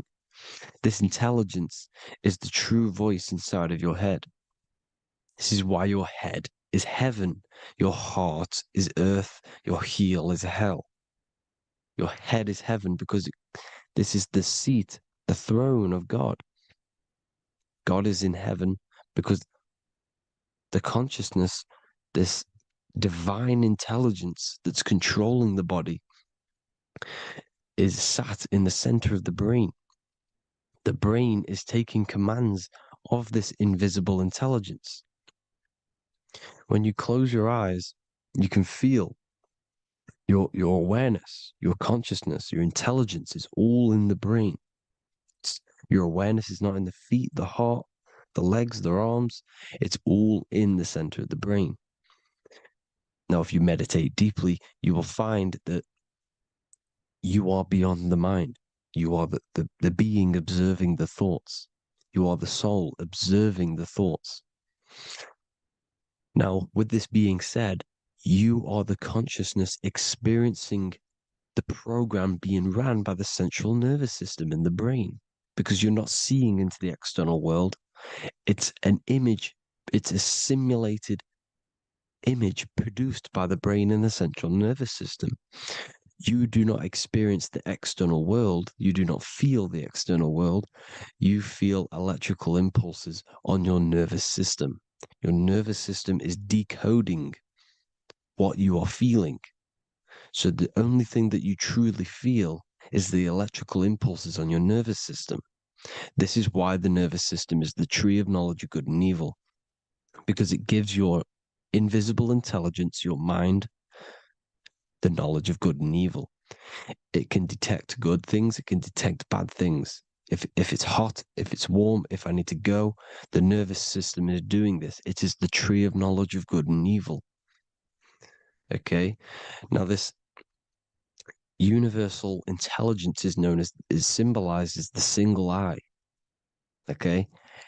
Matthew 18:9. It is better for you to enter life with one eye than to have two eyes and to be thrown into the fire of hell. What does this mean? It's symbolic, it's metaphorical, people. It is metaphoric. Your universal intelligence is the single eye, the one eye. It's the balance between the two poles, between the left and the right, the good and the evil. It knows the right thing to do all the time. This is our inner guide. The inner self is the inner guide. And when you are operating your life off duality, using your two eyes, you'll be thrown into the fire of hell, lower states of consciousness. Because you're split. You need to live in oneness, even, balance. Matthew 6:22, the light of the body is the eye. The light of the whole body is the eye. You are a light being. Human. Hue means an attribute of a color. Man is the word manifested. We are light manifested into physical form. Depending on your vibration is depending on what color that you are vibrating on, which is a hue, a human. If therefore thine eye be single, thy whole body should be full of light. Again, it's talking about the single eye, oneness, completeness. When you balance the hemispheres of the brain, we'll go over that later. But anyways, the body is the earth. This is what we need to understand, people. The body is running the simulation, the program that our consciousness is experiencing. So when we leave the body during death and astral projection, we leave the earth. This is how it works. The body is the vehicle for the earth, for this realm. Everything exists within our mind. You have the soul, mind, and body. The soul is the observer, the watcher, the true being. This is why she has many different heads, because the soul inhabits different bodies. This is the serpent, which means knowledge, which is the mind, wisdom. And this is the body. soul, mind, and body, Brahma, Vishnu, Shiva. The mind is the bridge between the soul and the body. So what do I mean? When you astral project, you are using your mind to project your awareness, your observing consciousness outside of the physical body. The mind is the projector, projecting consciousness. By using your mind, you can project your consciousness outside of the body, which is known as the astral realms, which is known as walking on water. Jesus was never walking on physical water, people. It's metaphorical. Believing the physical body. The water is the ether, which is the veil between the physical and the astral realm. It's a fluid substance. It's on either side. It's physical and astral. The ether is the fifth element that they hide from us. Why? Because they're trapping you in the physical. They are hiding all of these realms. Etheric, astral, and mental. People think their mind is their brain. It's two separate dimensions. These are completely different dimensions. The mind is way more intelligent. The mind is formless. There is no form to the mind. You can think anything you want. You can manifest anything you want within your mind. It is not a physical object. The physical realm is being controlled by the mind. Everything's being controlled by the mind. Everything exists within the mind. This is why the Egyptian says the universe is mental. So when we project our consciousness outside of the physical, we go to the astral. The ether is the water that Jesus is walking on. This is the veil between the physical and the astral world. The word together has ether within it because it joins the two worlds together, together, the astral and the physical. The word either is ether because the ether is on either side, physical and astral, physical and spiritual, physical and non-physical. In the astral realm, the mind can manifest anything we want. We incarnate to restrict our minds. This is why Saturn, if you go and watch my video on Saturn, how Saturn is this simulation, okay? Our minds can manifest anything we want in the astral plane in the click of a finger. However, when we incarnate in matter, we now have to labor for our manifestations. This is why Saturn's known as the great teacher in astrology, because he teaches you a lesson. When your mind incarnates into matter, it's teaching your mind a lesson, the knowledge of good and evil. This is why the Bible says you shall be gods and know the knowledge of good and evil. When you incarnate here, you have to know the knowledge, you need to know the knowledge of good and evil to become a god. Okay? Now, the square is the physical plane. The triangle's the ethereal plane. The circle's the eternal plane. The circle has no beginning, no end. It's eternal. The physical plane is the square. It's limited. The square is limited. The cube is the geometric shape which gives rise to matter. Now, the term think outside the box has truth in plain sight. You have to think outside the box to project your consciousness, use your mind to project your consciousness outside of the box, the physical plane, into the astrals. The astral realm is the realm of the stars. Above us is the stars. Through the stars is the astral plane. This is why astral has the word star within it. The devil is the de-veil. When you sell your soul to the devil, quote unquote, it's metaphorical. The devil exists in the physical plane. It's the lowest state of consciousness. The de-veil, you de-veil yourself into the physical when you are the devil. The de-veil. The ethereal plane. Now, we all know what the famous symbol of the all-seeing eye, right? The all-seeing eye with the eye in the triangle. Look at the Masonic artwork showing you the triangle above in the sky. This is symbolizing the ethereal planes.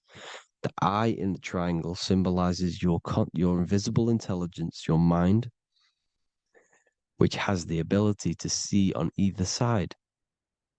Because the triangle's the ethereal plane. The eye is your consciousness, your intelligence. And this intelligence has the ability to see in the physical plane and to see in the ethereal planes, in the astral planes. This is why it's above the earth, it's above the ground. Because it can see here, it can see in the heavenly realms. Now, the stars are, well, this is known as heaven, the realms of the astral planes. This is some quotes from the Emerald Tablets of Thoth. Out of the darkness ye must rise upwards, one with the light and one with the stars. Man is in process of changing to forms that are not of this world. Grows he in time to the formless, a plane on the cycle above. So there's other worlds. The Bible's telling you there's other worlds, there's other realms. Know ye must become formless before ye are one with the light, the astral light above, which shining through the stars. Not of the earth are ye, earthy, but a child of the infinite cosmic light. You are the invisible intelligence controlling the physical body. The body's not you. It's the vehicle that your soul lands in when your mind projects your consciousness into that realm. Free from the body, I flashed through the night. Unlocked at last for me was the star space. Wow, that's powerful. The star space, the astral planes. This is what it's talking about. We are all a star. We descended from the astrals, which is the star. We are all a star. Look at the ancient paintings of Jesus' birth. It's the star beaming his consciousness down into the physical plane. Here's another one. Here's some Freemasonic artwork showing you, again, the ether, that invisible intelligence, the eye, manifesting itself inside of here, in the physical realm, where the people are. You see? It's the same here. This is Jesus. Here's the bird symbolizes the Holy Spirit, your invisible intelligence, descending into the waters, the ether, the ethereal, everything. The ether's the base of all physical matter. Here's Truth in Plain Sight. Mr. Bean, the famous TV program in England, in the UK. He begins the program like we all begin the program from falling from the stars. He falls down with a beam of light. And this is truth in plain sight. This is false. The aliens don't exist. They're a lie, alien. But this symbolizes the star beaming our consciousness. And when we die, this star will suck us back up. Just like this UFO is doing. It's truth in plain sight. So, this is some more Freemasonic artwork going from duality to singularity. Sun, moon, masculine, feminine. Right hemisphere, feminine, left hemisphere, masculine. The consciousness in the center, the balance point. Here's another more Freemasonic artwork. The two pillars, left and right hemispheres, and the invisible intelligence between the left and right hemispheres, the light of the body. This is why light's coming off it. Because it's light, it's pure light. The blazing star. The stairs go from the checkered board, the duality, up to oneness, in between the sun and the moon, the masculine and the feminine. This is symbolizing going into oneness. What did the Emerald Tablet say? You've got to become one with the stars, one with the one with the self. Balancing the two hemispheres so that you can gain, because when the two hemispheres are balanced, you can gain a more deeper connection with your invisible intelligence. Same with the chakras. When the chakras, the 7 seals in the Bible, these are 7 seals because when you conquer the 7 chakras, when you balance the 7 chakras, you then gain a more deeper connection with your internal self. because your mind is not filled, it's not being ran, it's not being dominated by these 7 deadly sins, the 7 seals, the 7 chakras. These are 7 energy centers which are concealing our true form. Balance makes us have a stronger connection with our true cosmic intelligence. Heaven is even. This is why Jesus is pointing at the heart. The even point is the heart. You got to balance the chakras and live from the heart, because the heart is the earth. You're in good and evil. The body manifests the lower and the higher self. The higher self is in the higher parts of the body. Wisdom, intuition, expression. The lower self is in the lower parts of the body. Sex, food, and power. This is how they are trapping your soul, people. Like I said, the mind is the bridge between the soul and the body. So by tricking the mind, not giving it the right knowledge, and keeping the mind stuck in the lower 3 centers, thinking about power, food, and sex, this is low vibrating energy. It's going to keep your mind addicted to the physical realms. Okay? This is why you need to go even, balance, heaven. Okay? I will explain the soul trap in a second, how it fully works. But I'm telling you all the science behind it so you can understand. When you are doomed, you are domed. This is the dome, the firmament, the firmament, the mind. Ment is mind, firm is firm.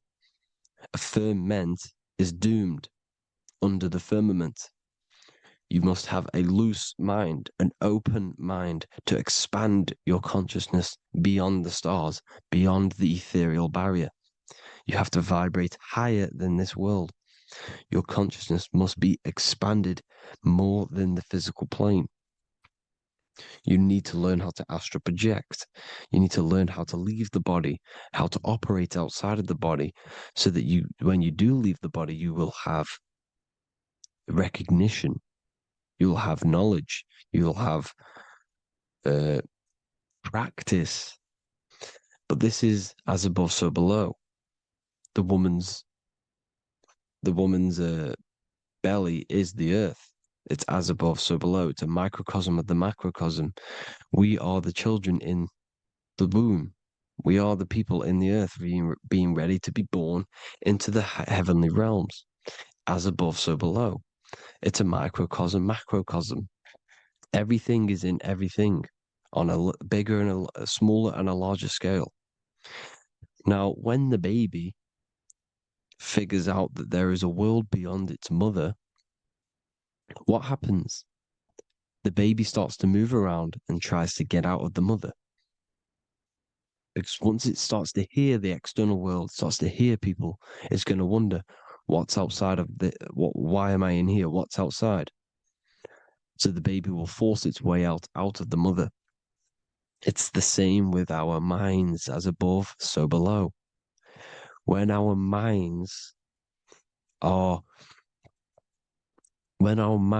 figure out that there are other realms beyond this world, we will seek a way out.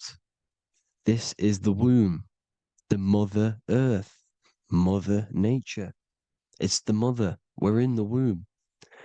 We can be born out of this world, which is being born again in the Bible. When you are doomed, you are domed under the dome, under the firmament, the firm mind. The firm mind will keep you under the firmament. Due to the law of polarity, there has to be other realms. There has to be. Because the law of polarity works in this world, and it will work on every scale possible. It's universal laws. These are universal laws. The law of polarity means that there are other realms polarizing this realm. There is a hell, there is a heaven. There is a midpoint, which is Midgard, which is the one we are in now. Earth, heart. Earth is the heart. Heart is the center, good and bad. The balance between good and bad. Your reality is your level of realization. your mind realizes other worlds, you will seek a way to them worlds. It's that simple. The soul trap is to keep you stuck in this physical body, which is the earth. This body is the earth. It's running the program, like I said at the beginning. It's running the simulation that your consciousness is experiencing. You are an electromagnetic being, and you're hidden in a cage, your rib cage, and you're stuck in cells, a prison cells. Look, you're in cells. We produce electromagnetic energy. Your soul produces this energy. And by trapping your consciousness inside of this physical realm, they harness this energy within the astral realms. They're using you to manifest demons, because your mind creates demons through emotions and mental thought energy, which is a whole nother video. I can make a video on that. You're manifesting everything for them because they're trying to create a hive mind. This is why they want everyone to believe in one belief system, one government, one belief system, one religion, because they're creating a hive mind. This hive mind will manifest and be summoned within the astral planes, because the mind manifests the astral plane. The astral plane is the realm of imagination. The mental plane is the realm of just thought alone. The etheric plane is the energy. The physical plane is the matter. So all of our minds together are manifesting these demons within these subconscious realms, the astral. Now, how are they keeping you stuck to this realm? Well, when you die and you're stuck in your lower three chakras, okay, when your mind and soul detaches from the body, which is the earth, when you leave the earth, you're still going to have these mental addictions to the food, the sex, the materialism, the phone, the cigarettes, everything. This is why they get you addicted to everything possible. The TikTok, the YouTube, they get you addicted to as many things possible. Because when your mind is addicted to these things, and when this mind leaves the physical body, you're still going to have these addictions. Okay? You're still going to have these thoughts. And you will be manifested into the lower astral realms because you're thinking materialistic, you're thinking negative, because your level of realization was your reality. You were manifesting hell on the earth. When you leave the body, you're going to manifest hell in the astral planes, which means you'll be vibrating on the very low, which will put you in the lower astral realms. So guess what? You're going to come back. You're going to come back into materialism. You're going to reincarnate. Because you haven't prepared for life after death. You must detach from the external world. Okay? Moon is mind. The sun is the soul. The earth is the body. The moon is the mind. This is why we say lunatic. In your mind, you have a specific mood. Moon. Money, M-O-N, is the moon. Money exists in the mind. They get you addicted to the money. The Bible's telling you this. Do not conform to the pattern of this world, but be transformed by the renewing of your mind. It's telling you. Of this world, but be transformed by the renewing of your mind. Who knew that the Bible was this deep? Matthew 16:26, what good will it be for someone to gain the whole world yet forfeit their soul? James 4:4, don't you know that friendship with this world means enmity against God? Therefore, anyone who chooses to be a friend of this world, of the world, becomes an enemy of God. John 4:4, dear children are from God and have overcome them, because the one who is in you is greater than the one who is in the world. It's talking about the invisible intelligence. It's greater than the physical world. John 2:15, do not love this world, nor the things it offers you, because this world will create you to, if your mind has attachments to what this world offers, sex, money, and power, pretty much, you will reincarnate here. You will come back here, because when you leave the body, your mind will still have these addictions. Do not love the world, nor the things it has to offer you. All of this is in my newly published book. The paperback versions are now available. Finally, for all the people who have been waiting, the Book of Wisdom. All of this knowledge is inside of the Book of Wisdom. The paperbacks are available. There's worldwide shipping. You can get it anywhere, pretty much, any country. My new website, it's amazing. There's going to be some amazing products coming on the new website. But I thank you all for the support. Before I leave, I need to explain what is going on with the soul trap. Like I said at the beginning, the mind's the bridge between the soul and the body. The body's the realm. By tricking your mind with false knowledge, they are keeping your soul stuck to this realm. They get you addicted to all the physical things, and that is it. As soon as you're addicted and you die, you're going to come back. So by tricking your mind, which is the bridge between the realms, they keep your mind stuck within this body. They keep you in physicality. They deveil you, the devil, the deveil. Thank you all for the support, people. If you do want to join the Academy, all the links will be posted below this video for the book, The Academy. Thank you all for the support, and have an amazing day.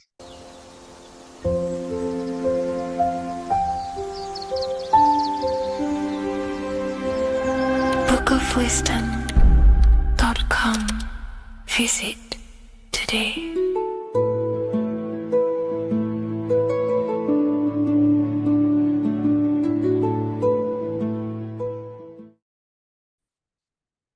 Hello and welcome to another lecture from Harry B. Joseph, also known as Revival of Wisdom, the author of the Book of Wisdom series from revivalofwisdom.com. In this lecture, you will learn how to decode Freemasonic symbolism, gain a deeper understanding of yourself, expand your awareness of consciousness and reality, and receive guidance to navigate life with greater clarity.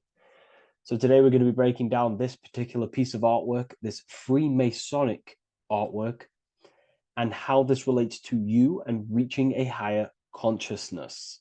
Ultimately, this is what it's about, okay? Freemasonry is considered a craft, and this craft is crafting a better brain and heart, crafting a higher consciousness, crafting a better self. Why? So we can operate in the world at a higher degree, operate in the world more efficiently, live a better experience in the world, and getting to know thyself, okay? So we're going to start from bottom to top, because this is important. Every placement of this symbolism is on purpose, has meaning, especially the placements of the symbols, okay?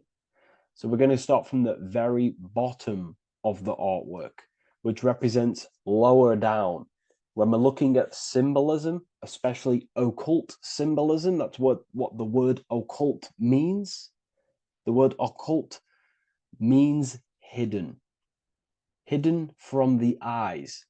It has its roots in the word oculus. I'm pretty sure that's Latin, which means eye. So the word occult comes from oculus, which means eye. And the word occult means hidden, from the eye, the unseen, studying the unseen aspects of self. We're studying the brain, we're studying consciousness, we're studying the body, the heart, we're studying the self, the hidden aspects of the human psyche and the hidden aspects of self, okay?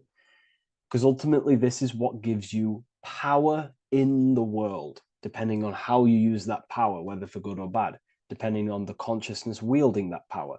This is why we say knowledge is power. I would actually say knowledge of self is power. Because when you know how you function, you gain power. You gain personal power. You gain mastery. Ultimately, this is what Masonry is about. Self-mastery. Crafting a higher consciousness. So at the very bottom of this artwork, we have a checkered board with a coffin. The coffin is the beginning of the artwork, the very base. This is the foundation of consciousness. The coffin symbolizes unconsciousness, the state that myself was in, maybe yourself, before we woke up and before we came conscious of our spirit, before we came conscious of ourselves. That ignorant state of acting without purpose, acting unconsciously, experiencing the world and not actively living in the world, simply reacting to external circumstances. This is an unconscious state where one is ignorant. 80% of the world is in this unconscious state. And this is symbolized as the darkness, the tomb. Look at how the tomb is fully blacked out, representing dull, no emotion, it's dark. This represents the darkness of self. The spirit is buried. The spirit is in the tomb. They're not even aware that they possess consciousness. They think they're the material body flying on a ball millions of miles per hour through space, and the sun is, they think they're a monkey evoluted. They've never questioned themselves. They stay in ignorance. They're in the spiritual darkness, okay? And they're furthest away from the light. Look at the top. This is the light sources. They're in the darkness, okay? They're in spiritual darkness. They're in ignorance. And they're in division. Their mind has no power. Their thoughts contradict themselves. They say they're going to do something, but then their mind tells them, oh, I'm going to fail. Or I want to do this, but my mind says this, and I believe this about myself. They want to, I don't know, they want to write a book, but their actions are scrolling on TikTok, and their emotions about, feeling about their past person in their life. That's division between the self. That's divided consciousness. They also have a divided brain hemisphere. They do not see reality through a true lens, because the brain acts as like a lens on how we perceive things. And if the brain hemispheres are not aligned, then we cannot see reality the way it actually is and truly presents itself, neutral. If we're left hemisphere dominated, we see everything as divided. Nothing's interconnected, nothing's a whole. But if they're, right hemisphere dominated, they see everything as a whole. We need to look in the middle of that, okay? So we'll go into that a bit later. But ultimately, they're in a divided state of consciousness. They're in ignorance. But the tomb, the tomb is symbolic of that. The tomb is, you're not even aware they are divided. They think everything's right in that state. I was like that. My family is like that. They're not even aware of themselves, and you try and say something to them, and they don't even know they're in division. They don't even recognize that they're in a bad, low, earth base consciousness. Okay? So when we get out of the tomb, which is representing by a spiritual awakening, we get out of the tomb, we realize, wow, I possess consciousness. I've woken up. You're waking up to the things in the world, and you wake up and start to see the world for what it truly is. When you become aware and you rise out the tomb, you're born again, you start to actually start looking within. You start to become conscious of your thoughts. You start to become conscious of your actions. You start to become conscious of the evil in the world. You start to become conscious of the things. You rise out the tomb. You start to become conscious of your intuition. You then step on the checkered board. The checkered board is now you realizing you're in a divided state. Okay, so you're now putting down the ego. Because remember, when you're in the tomb, the ego is fully in domination over consciousness, over your consciousness. It doesn't allow you to say that you are wrong. It doesn't allow you to think that there's evil in the world. It doesn't allow you to believe you have a spirit. It doesn't allow you to see that there is maniacs running the world and trying to control you. The ego is so stuck. But when we start to realize this is part of our awakening, we start to realize that the ego is trying to keep us safe at all times and keep us locked in that state of thinking and believing that we were in before. It's always seeking safety. Okay? So when we come out the tomb, we start to put down the ego and start to, how do I say this? We start to acknowledge that we were wrong about the world. And that is a lot about awakening. You have to acknowledge that you do not know everything. There are people with such higher knowledge. Okay? So when we come out the tomb, we put down the ego. We start to actually say, I was wrong about the world. I was a victim of mind control. I was in ignorance. I was in darkness. Spiritual dark. I'm divided. My thoughts, emotions, and actions are not aligned. My intuition and my action are not aligned. I'm not taking action on what I know is good. I'm taking actions against what I know is good. That's a sin.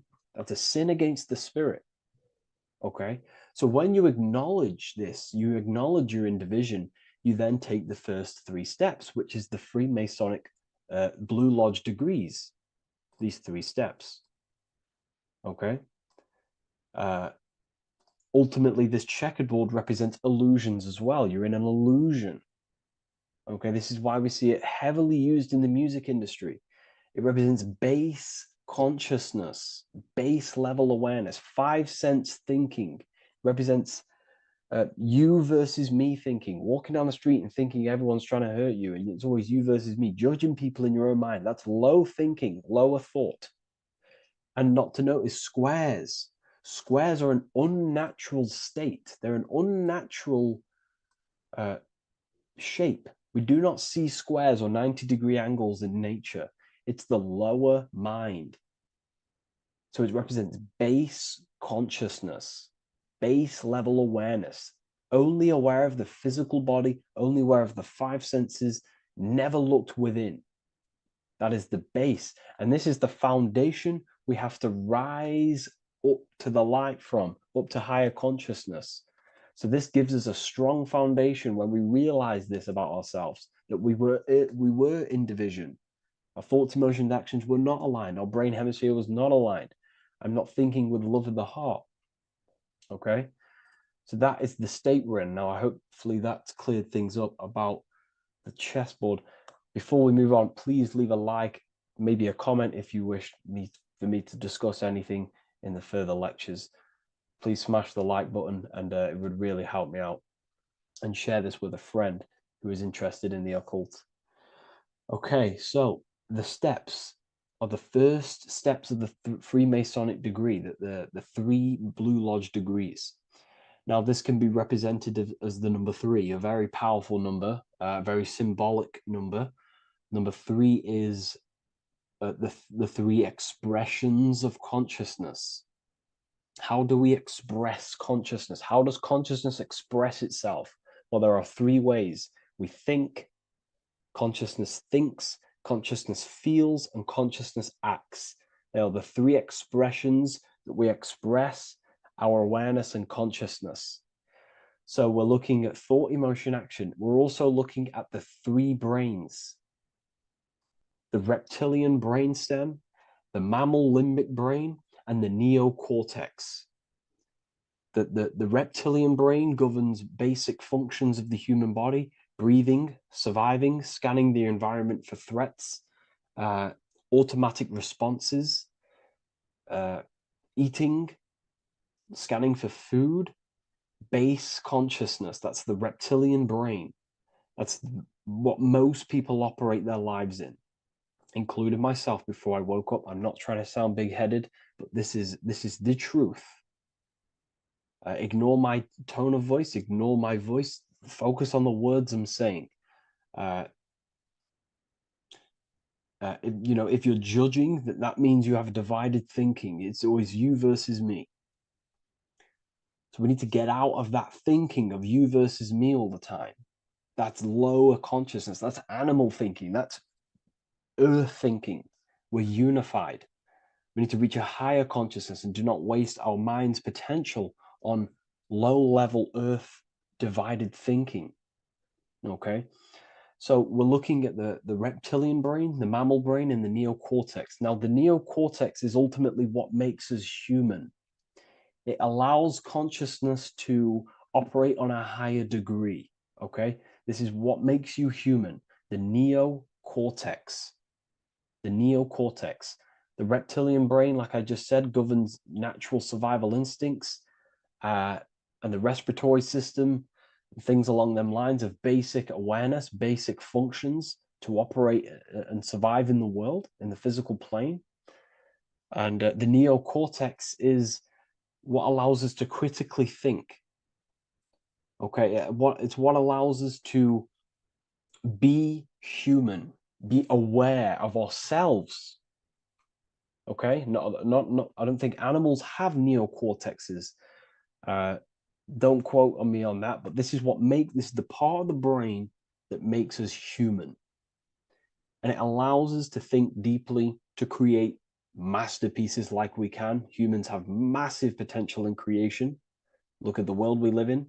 This is because of the neocortex. It allows us to critically think and self-reflect.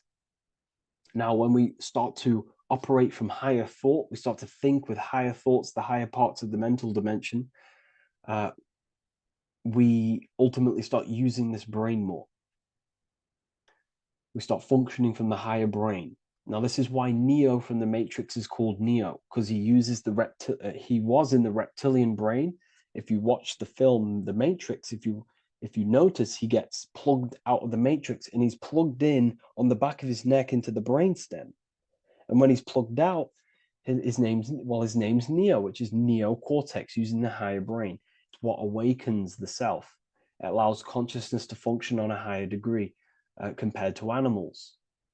Okay, so we're looking at thought, emotion, action. We're becoming conscious of thought, emotion, action. Becoming conscious, what am I thinking, what am I feeling, and what am I acting in the world? And what can I do to master these, to operate more efficiently in the world? How can I use these towards higher consciousness and use these actions, these thoughts, emotions, actions to reach a higher state of awareness of self? So when you go through the first 3 degrees, you enter the doorway. Now, this is symbolic of a doorway. Now, looking at this with a right hemisphere dominated view, you would see a doorway, right? The right hemisphere sees this as a holistic doorway, right? You see a door, you're gonna, you enter the stairs, you go through the door, right? But at the left hemisphere is now going to dissect and analyze each individual little part of this, right? So the right hemisphere sees the trees, the left hemisphere sees the woods. So to dissect this down on a right hemisphere, sorry, going back to the right hemisphere, we're entering the door. The door is symbolic of entering the unknown. You're entering a higher consciousness. You're entering the door. You're going beyond. See, this is the earth here in the background. This is the darkness. The darkness represents the abyss, the unknown. You're entering in the self. Okay? This door represents entering in the self, questioning internally. Most of us think externally. We have to, obviously, to operate in the world, but we never give time to think and question and reflect internally. What do I mean? Closing the eyes and questioning the self. Who am I? Where am I from? What's the voice in my head? If the voice in my head stopped using the language that I speak, what is it then? It's about going within, into the darkness, what you cannot see, and finding the light. Okay, it's about entering within the self. This is a doorway to higher knowledge, higher consciousness, higher self, and really digging deep for what you truly are beyond your human form. Okay, so we have, most importantly, I'm not going to go over every single one of these symbols here. I'm going to go over this on a basic, well, not a basic level, a very detailed level, but it's not going to go over every single symbol. We have a left pillar and a right pillar. The left pillar has the sun next to it. The sun is more electrical energy. It's very dominant. It's a very powerful masculine force. This represents the masculine quality of consciousness. The masculine qualities. We have many masculine qualities, such as actions, physical actions with the body. We have thinking. Thinking is a very masculine force. We have the left brain, analyzing brain, the brain that's very logical, that's trying to figure things out. That's the masculine pillar. Okay. So this is the masculine qualities of consciousness. It also represents what we can see, the sun. The sun allows us to see, to visually see in the world. So the sun represents the external world, the world outside the self. When we close our eyes, we have a self, an internal dialogue, an inner voice. We have an inner world, outer world. This represents the world we take physical action in, the material external world outside you. Okay? The world we can see. And then on the right pillar, we have the moon, which is associated with feminine qualities of consciousness. Now, the moon is in the night, what we cannot see. The moon is the nighttime. The darkness symbolizes what we can't see. So it's representing the internal world, the world of the self, the immortal world. Okay? The self in the mind is immortal. When you close your mind, you go in the mind, that self inside you is immortal. In the mind, you are immortal. Outside the mind, you are mortal. You will die. This body will die. Okay? So this is representing the internal world on a holistic understanding. It's also representing the right brain, the feminine brain. It's also representing intuition, emotion. They're linked. Intuition and emotion. They're a feminine force. Also, we're looking at the heart, the right pillar. So everything that is feminine falls under this right pillar. Now, don't get confused. I know a lot of people can get confused about what I've just said. So this represents the inner world, the outer world. It also represents everything masculine and feminine. So thought is, although it's an internal quality, it would fall under the left pillar, because thought is a masculine force. It's a penetrating force. So try not to get misunderstood with that. On a holistic scale, it's also represented inner world, outer world, and how they are reflections of each other. Now, these pillars, they're the same height, they're the same structure, but just different in sun and moon, which represents their reflections of each other. Their reflections, the inner world reflects in my outer world. My external world, what I see outside of me, is a reflection of my thoughts and my internal world. So the inner reflects the outer. The inner reflects the outer. As within, so without. So we're also looking at the right and left brain. I've already gone over that. So what we need to do is build the bridge between the two to reach higher awareness of self. Because ultimately, remember, we're still divided. We came from the checkered board, we entered up here, we've just entered within the self, started questioning the self. We're still divided. We need to build the bridge. And this is what they're crafting in Freemasonry. The bridge, the arc, the agreement, the great work. This is the crafting of aligning the left and right brain. We're also aligning intuition, feminine, with the actions. Because ultimately, the higher self is always guiding us. That's our true spirit guide. Our true spirit guide is our higher self. And the higher self ultimately exists in a higher dimension. This is going to sound crazy to some people, okay? But who you are is not your human body. And your higher self does not communicate through the language of the human material world. It doesn't communicate through English, doesn't communicate through thoughts. It communicates through intuition and communicates through dreams and symbolism. So it's all associated with the right pillar. This is the things we can't see. The higher self is always guiding us to awakening and to our purpose on the earth. Okay, so this left pillar also can symbolize what we're born into the world with, our circumstances, our external world. What are we born into? You know, our family, our current financial situation, where you're located in the world.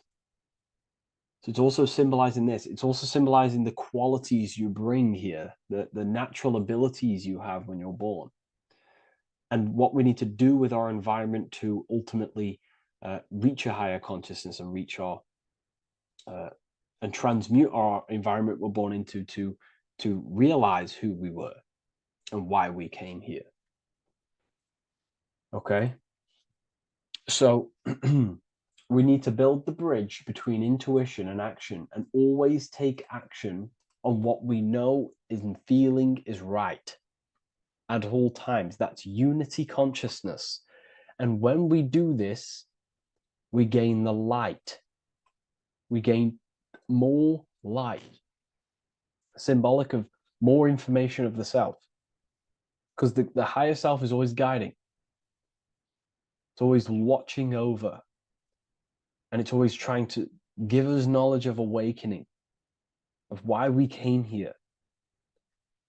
And when we take action on what we know and feel is right at all times, it's like a domino effect and a stepping stone that pushes you closer and closer towards your life purpose. Okay? We're also aligning the right and left brain to perceive the world in truth, to see the world in its true form, to see the world in what it actually is, instead of any distorted left or right hemisphere dominated beliefs or thoughts. We ultimately do that by acknowledging that, yes, you have a self, you have, you know, the left brain is more ego, this like divided thinking, everything's separate, and the right hemisphere is more holistic. So we need to see the world in the middle of this, in the middle, acknowledging the self and acknowledging the collective consciousness, and how my thoughts, emotions, actions contributing towards myself and the collective. We always need to keep the collective in mind. Why? Because we are experiencing this world together. It's not just you. And your actions also have a ripple effect on the collective. We're experiencing the world as a whole as well. Yes, there's yourself and there's the collective. We need to think, feel, and act towards the collective. and the self. So aligning our brain hemispheres allows us to do this. It allows us to think holistically and individually and see reality in this. And when we do align the left and right brain, what do? We gain higher insight, the eye. We build the bridge between the left and right pillars. We gain the eye. The eye is what? Insight. The eye requires light to perceive and see the material world. So this is symbolic. This is the inner eye, the inner self, consciousness. And when consciousness has light, which is symbolic of truth, knowledge, light is a massive symbol in Freemasonry.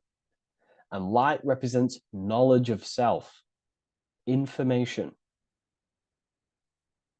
And when we gain information and knowledge of self, when we align our left and right hemispheres, our actions take action on our intuition, we gain higher light, higher knowledge of self, ultimately. And this is why we also have the square and the compass. Okay? We have a square and compass here. The square and the bottom, base consciousness, also representing masculine qualities. This is the masculine qualities because squares are masculine. And the compass creates circles. So we have the circle on top of a square. Circles are divine. This is oneness. The circle is one line. The square is 4 lines. It's divided. So we need oneness over division. We need to unify the masculine and feminine qualities. Masculine and feminine qualities, okay? This is in the middle because the compass would fall on the right pillar and the square would fall on the left pillar. And it's unifying. It's representing unification of these 2 pillars of masculine and feminine qualities of self to ultimately rise towards this light, out of the darkness and into the light. Okay. Let's go back. The G. This is very important. This is one of the most important teachings I could possibly give you about the G. The G is the generative principle, is what generates things. And the force within you that generates things is care and the heart energy. The heart ultimately expresses our actions. We think, if we care, we act. Everything in your external world is in front of you because your heart cares. You care about the video and gaining knowledge. You're now here watching this video. That's the care energy expressing actions. So in order for us to truly get out of this divided consciousness, we have to go through the G. We have to go from base consciousness, the square, divided, we go through the G, because we have to care. And if we care, we'll reach the higher mind and gain higher self-knowledge and master the self. You cannot do this if you do not care. And if you do care, you will take action towards it. If you're watching this and you don't actually truly deeply care, you won't take the action. You'll just gain the knowledge, which is ultimately useless. You have to take action on this knowledge. And if you do not, there's no point watching the video. It's difficult. It's difficult. It's not easy. And things, throw us off our path sometimes. I understand. I'm not saying I'm perfect, but we ultimately have to give care towards reaching higher knowledge. Seek and you shall find. If you have the care about reaching higher knowledge of self, you will seek it and you will take actions towards it. Okay. We see this everywhere, and I mean everywhere. The Temple of Solomon has the 2 pillars, Jachin and Boaz pillars, feminine and masculine qualities. Sol, O, Mon. Sol is sun, Mon is moon. It's building the temple, which is the temple is the inner self, ultimately. It's symbolic. The temple's not a real place. The temple of self, building the temple of Solomon and reconstructing the temple of Solomon, is about reconstructing the self through masculine and feminine qualities. We see it everywhere. And this is very symbolic, you know, like very symbolic. We have the two pillars, we have building the bridge, and we have a stairway that goes to what you can't see, because it's going to the unknown. You have to have faith. Okay? What I'm about to say is very important. You don't know what higher consciousness is, okay, until you get a little bit higher. This is hard to explain, but I didn't know what everyone talks about, what higher consciousness is.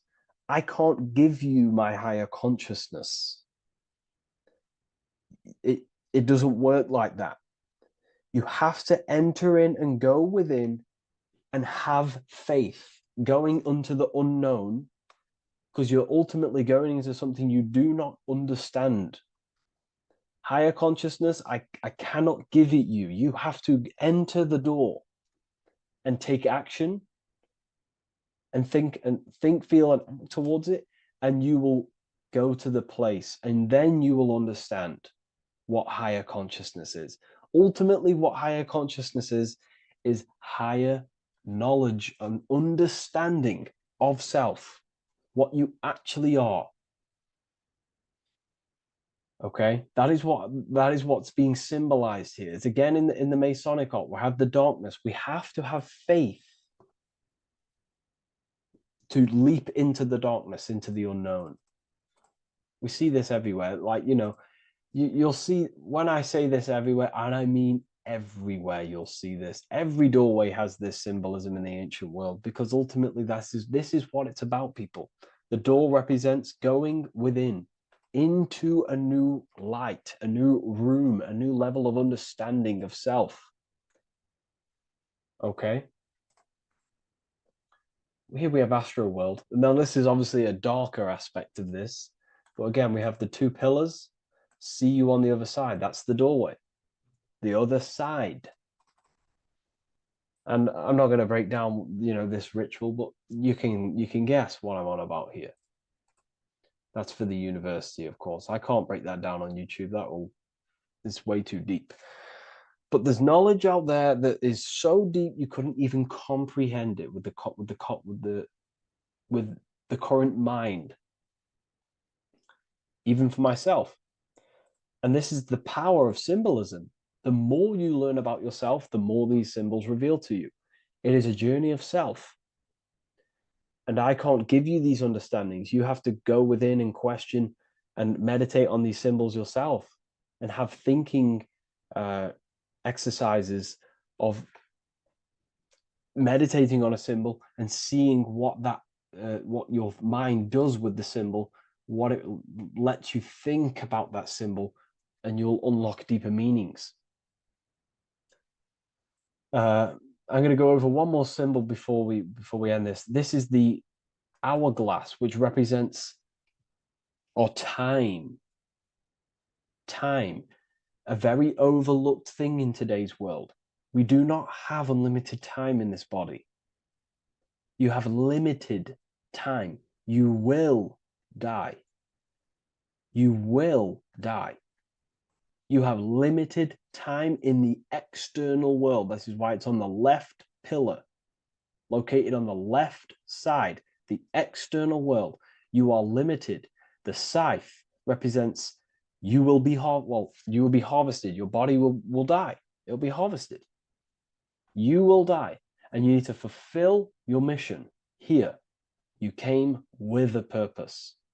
You have to find that purpose by going within the self and questioning and taking action on what you know and feel is right. Unity consciousness, aligning thought, emotion, action.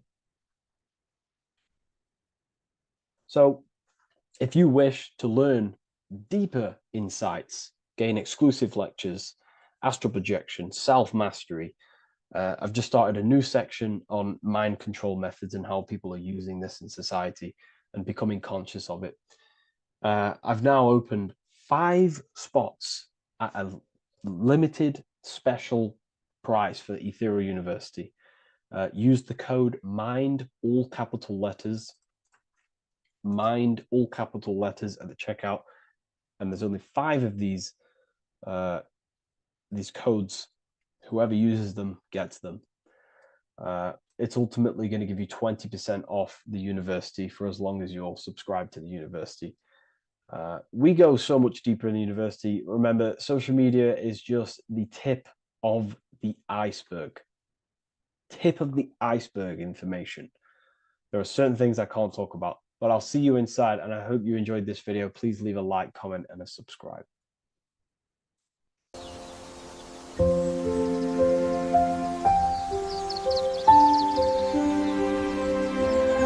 bookofwisdom.com.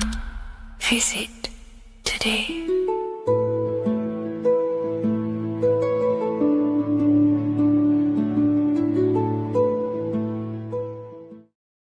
Welcome to Revival of Wisdom.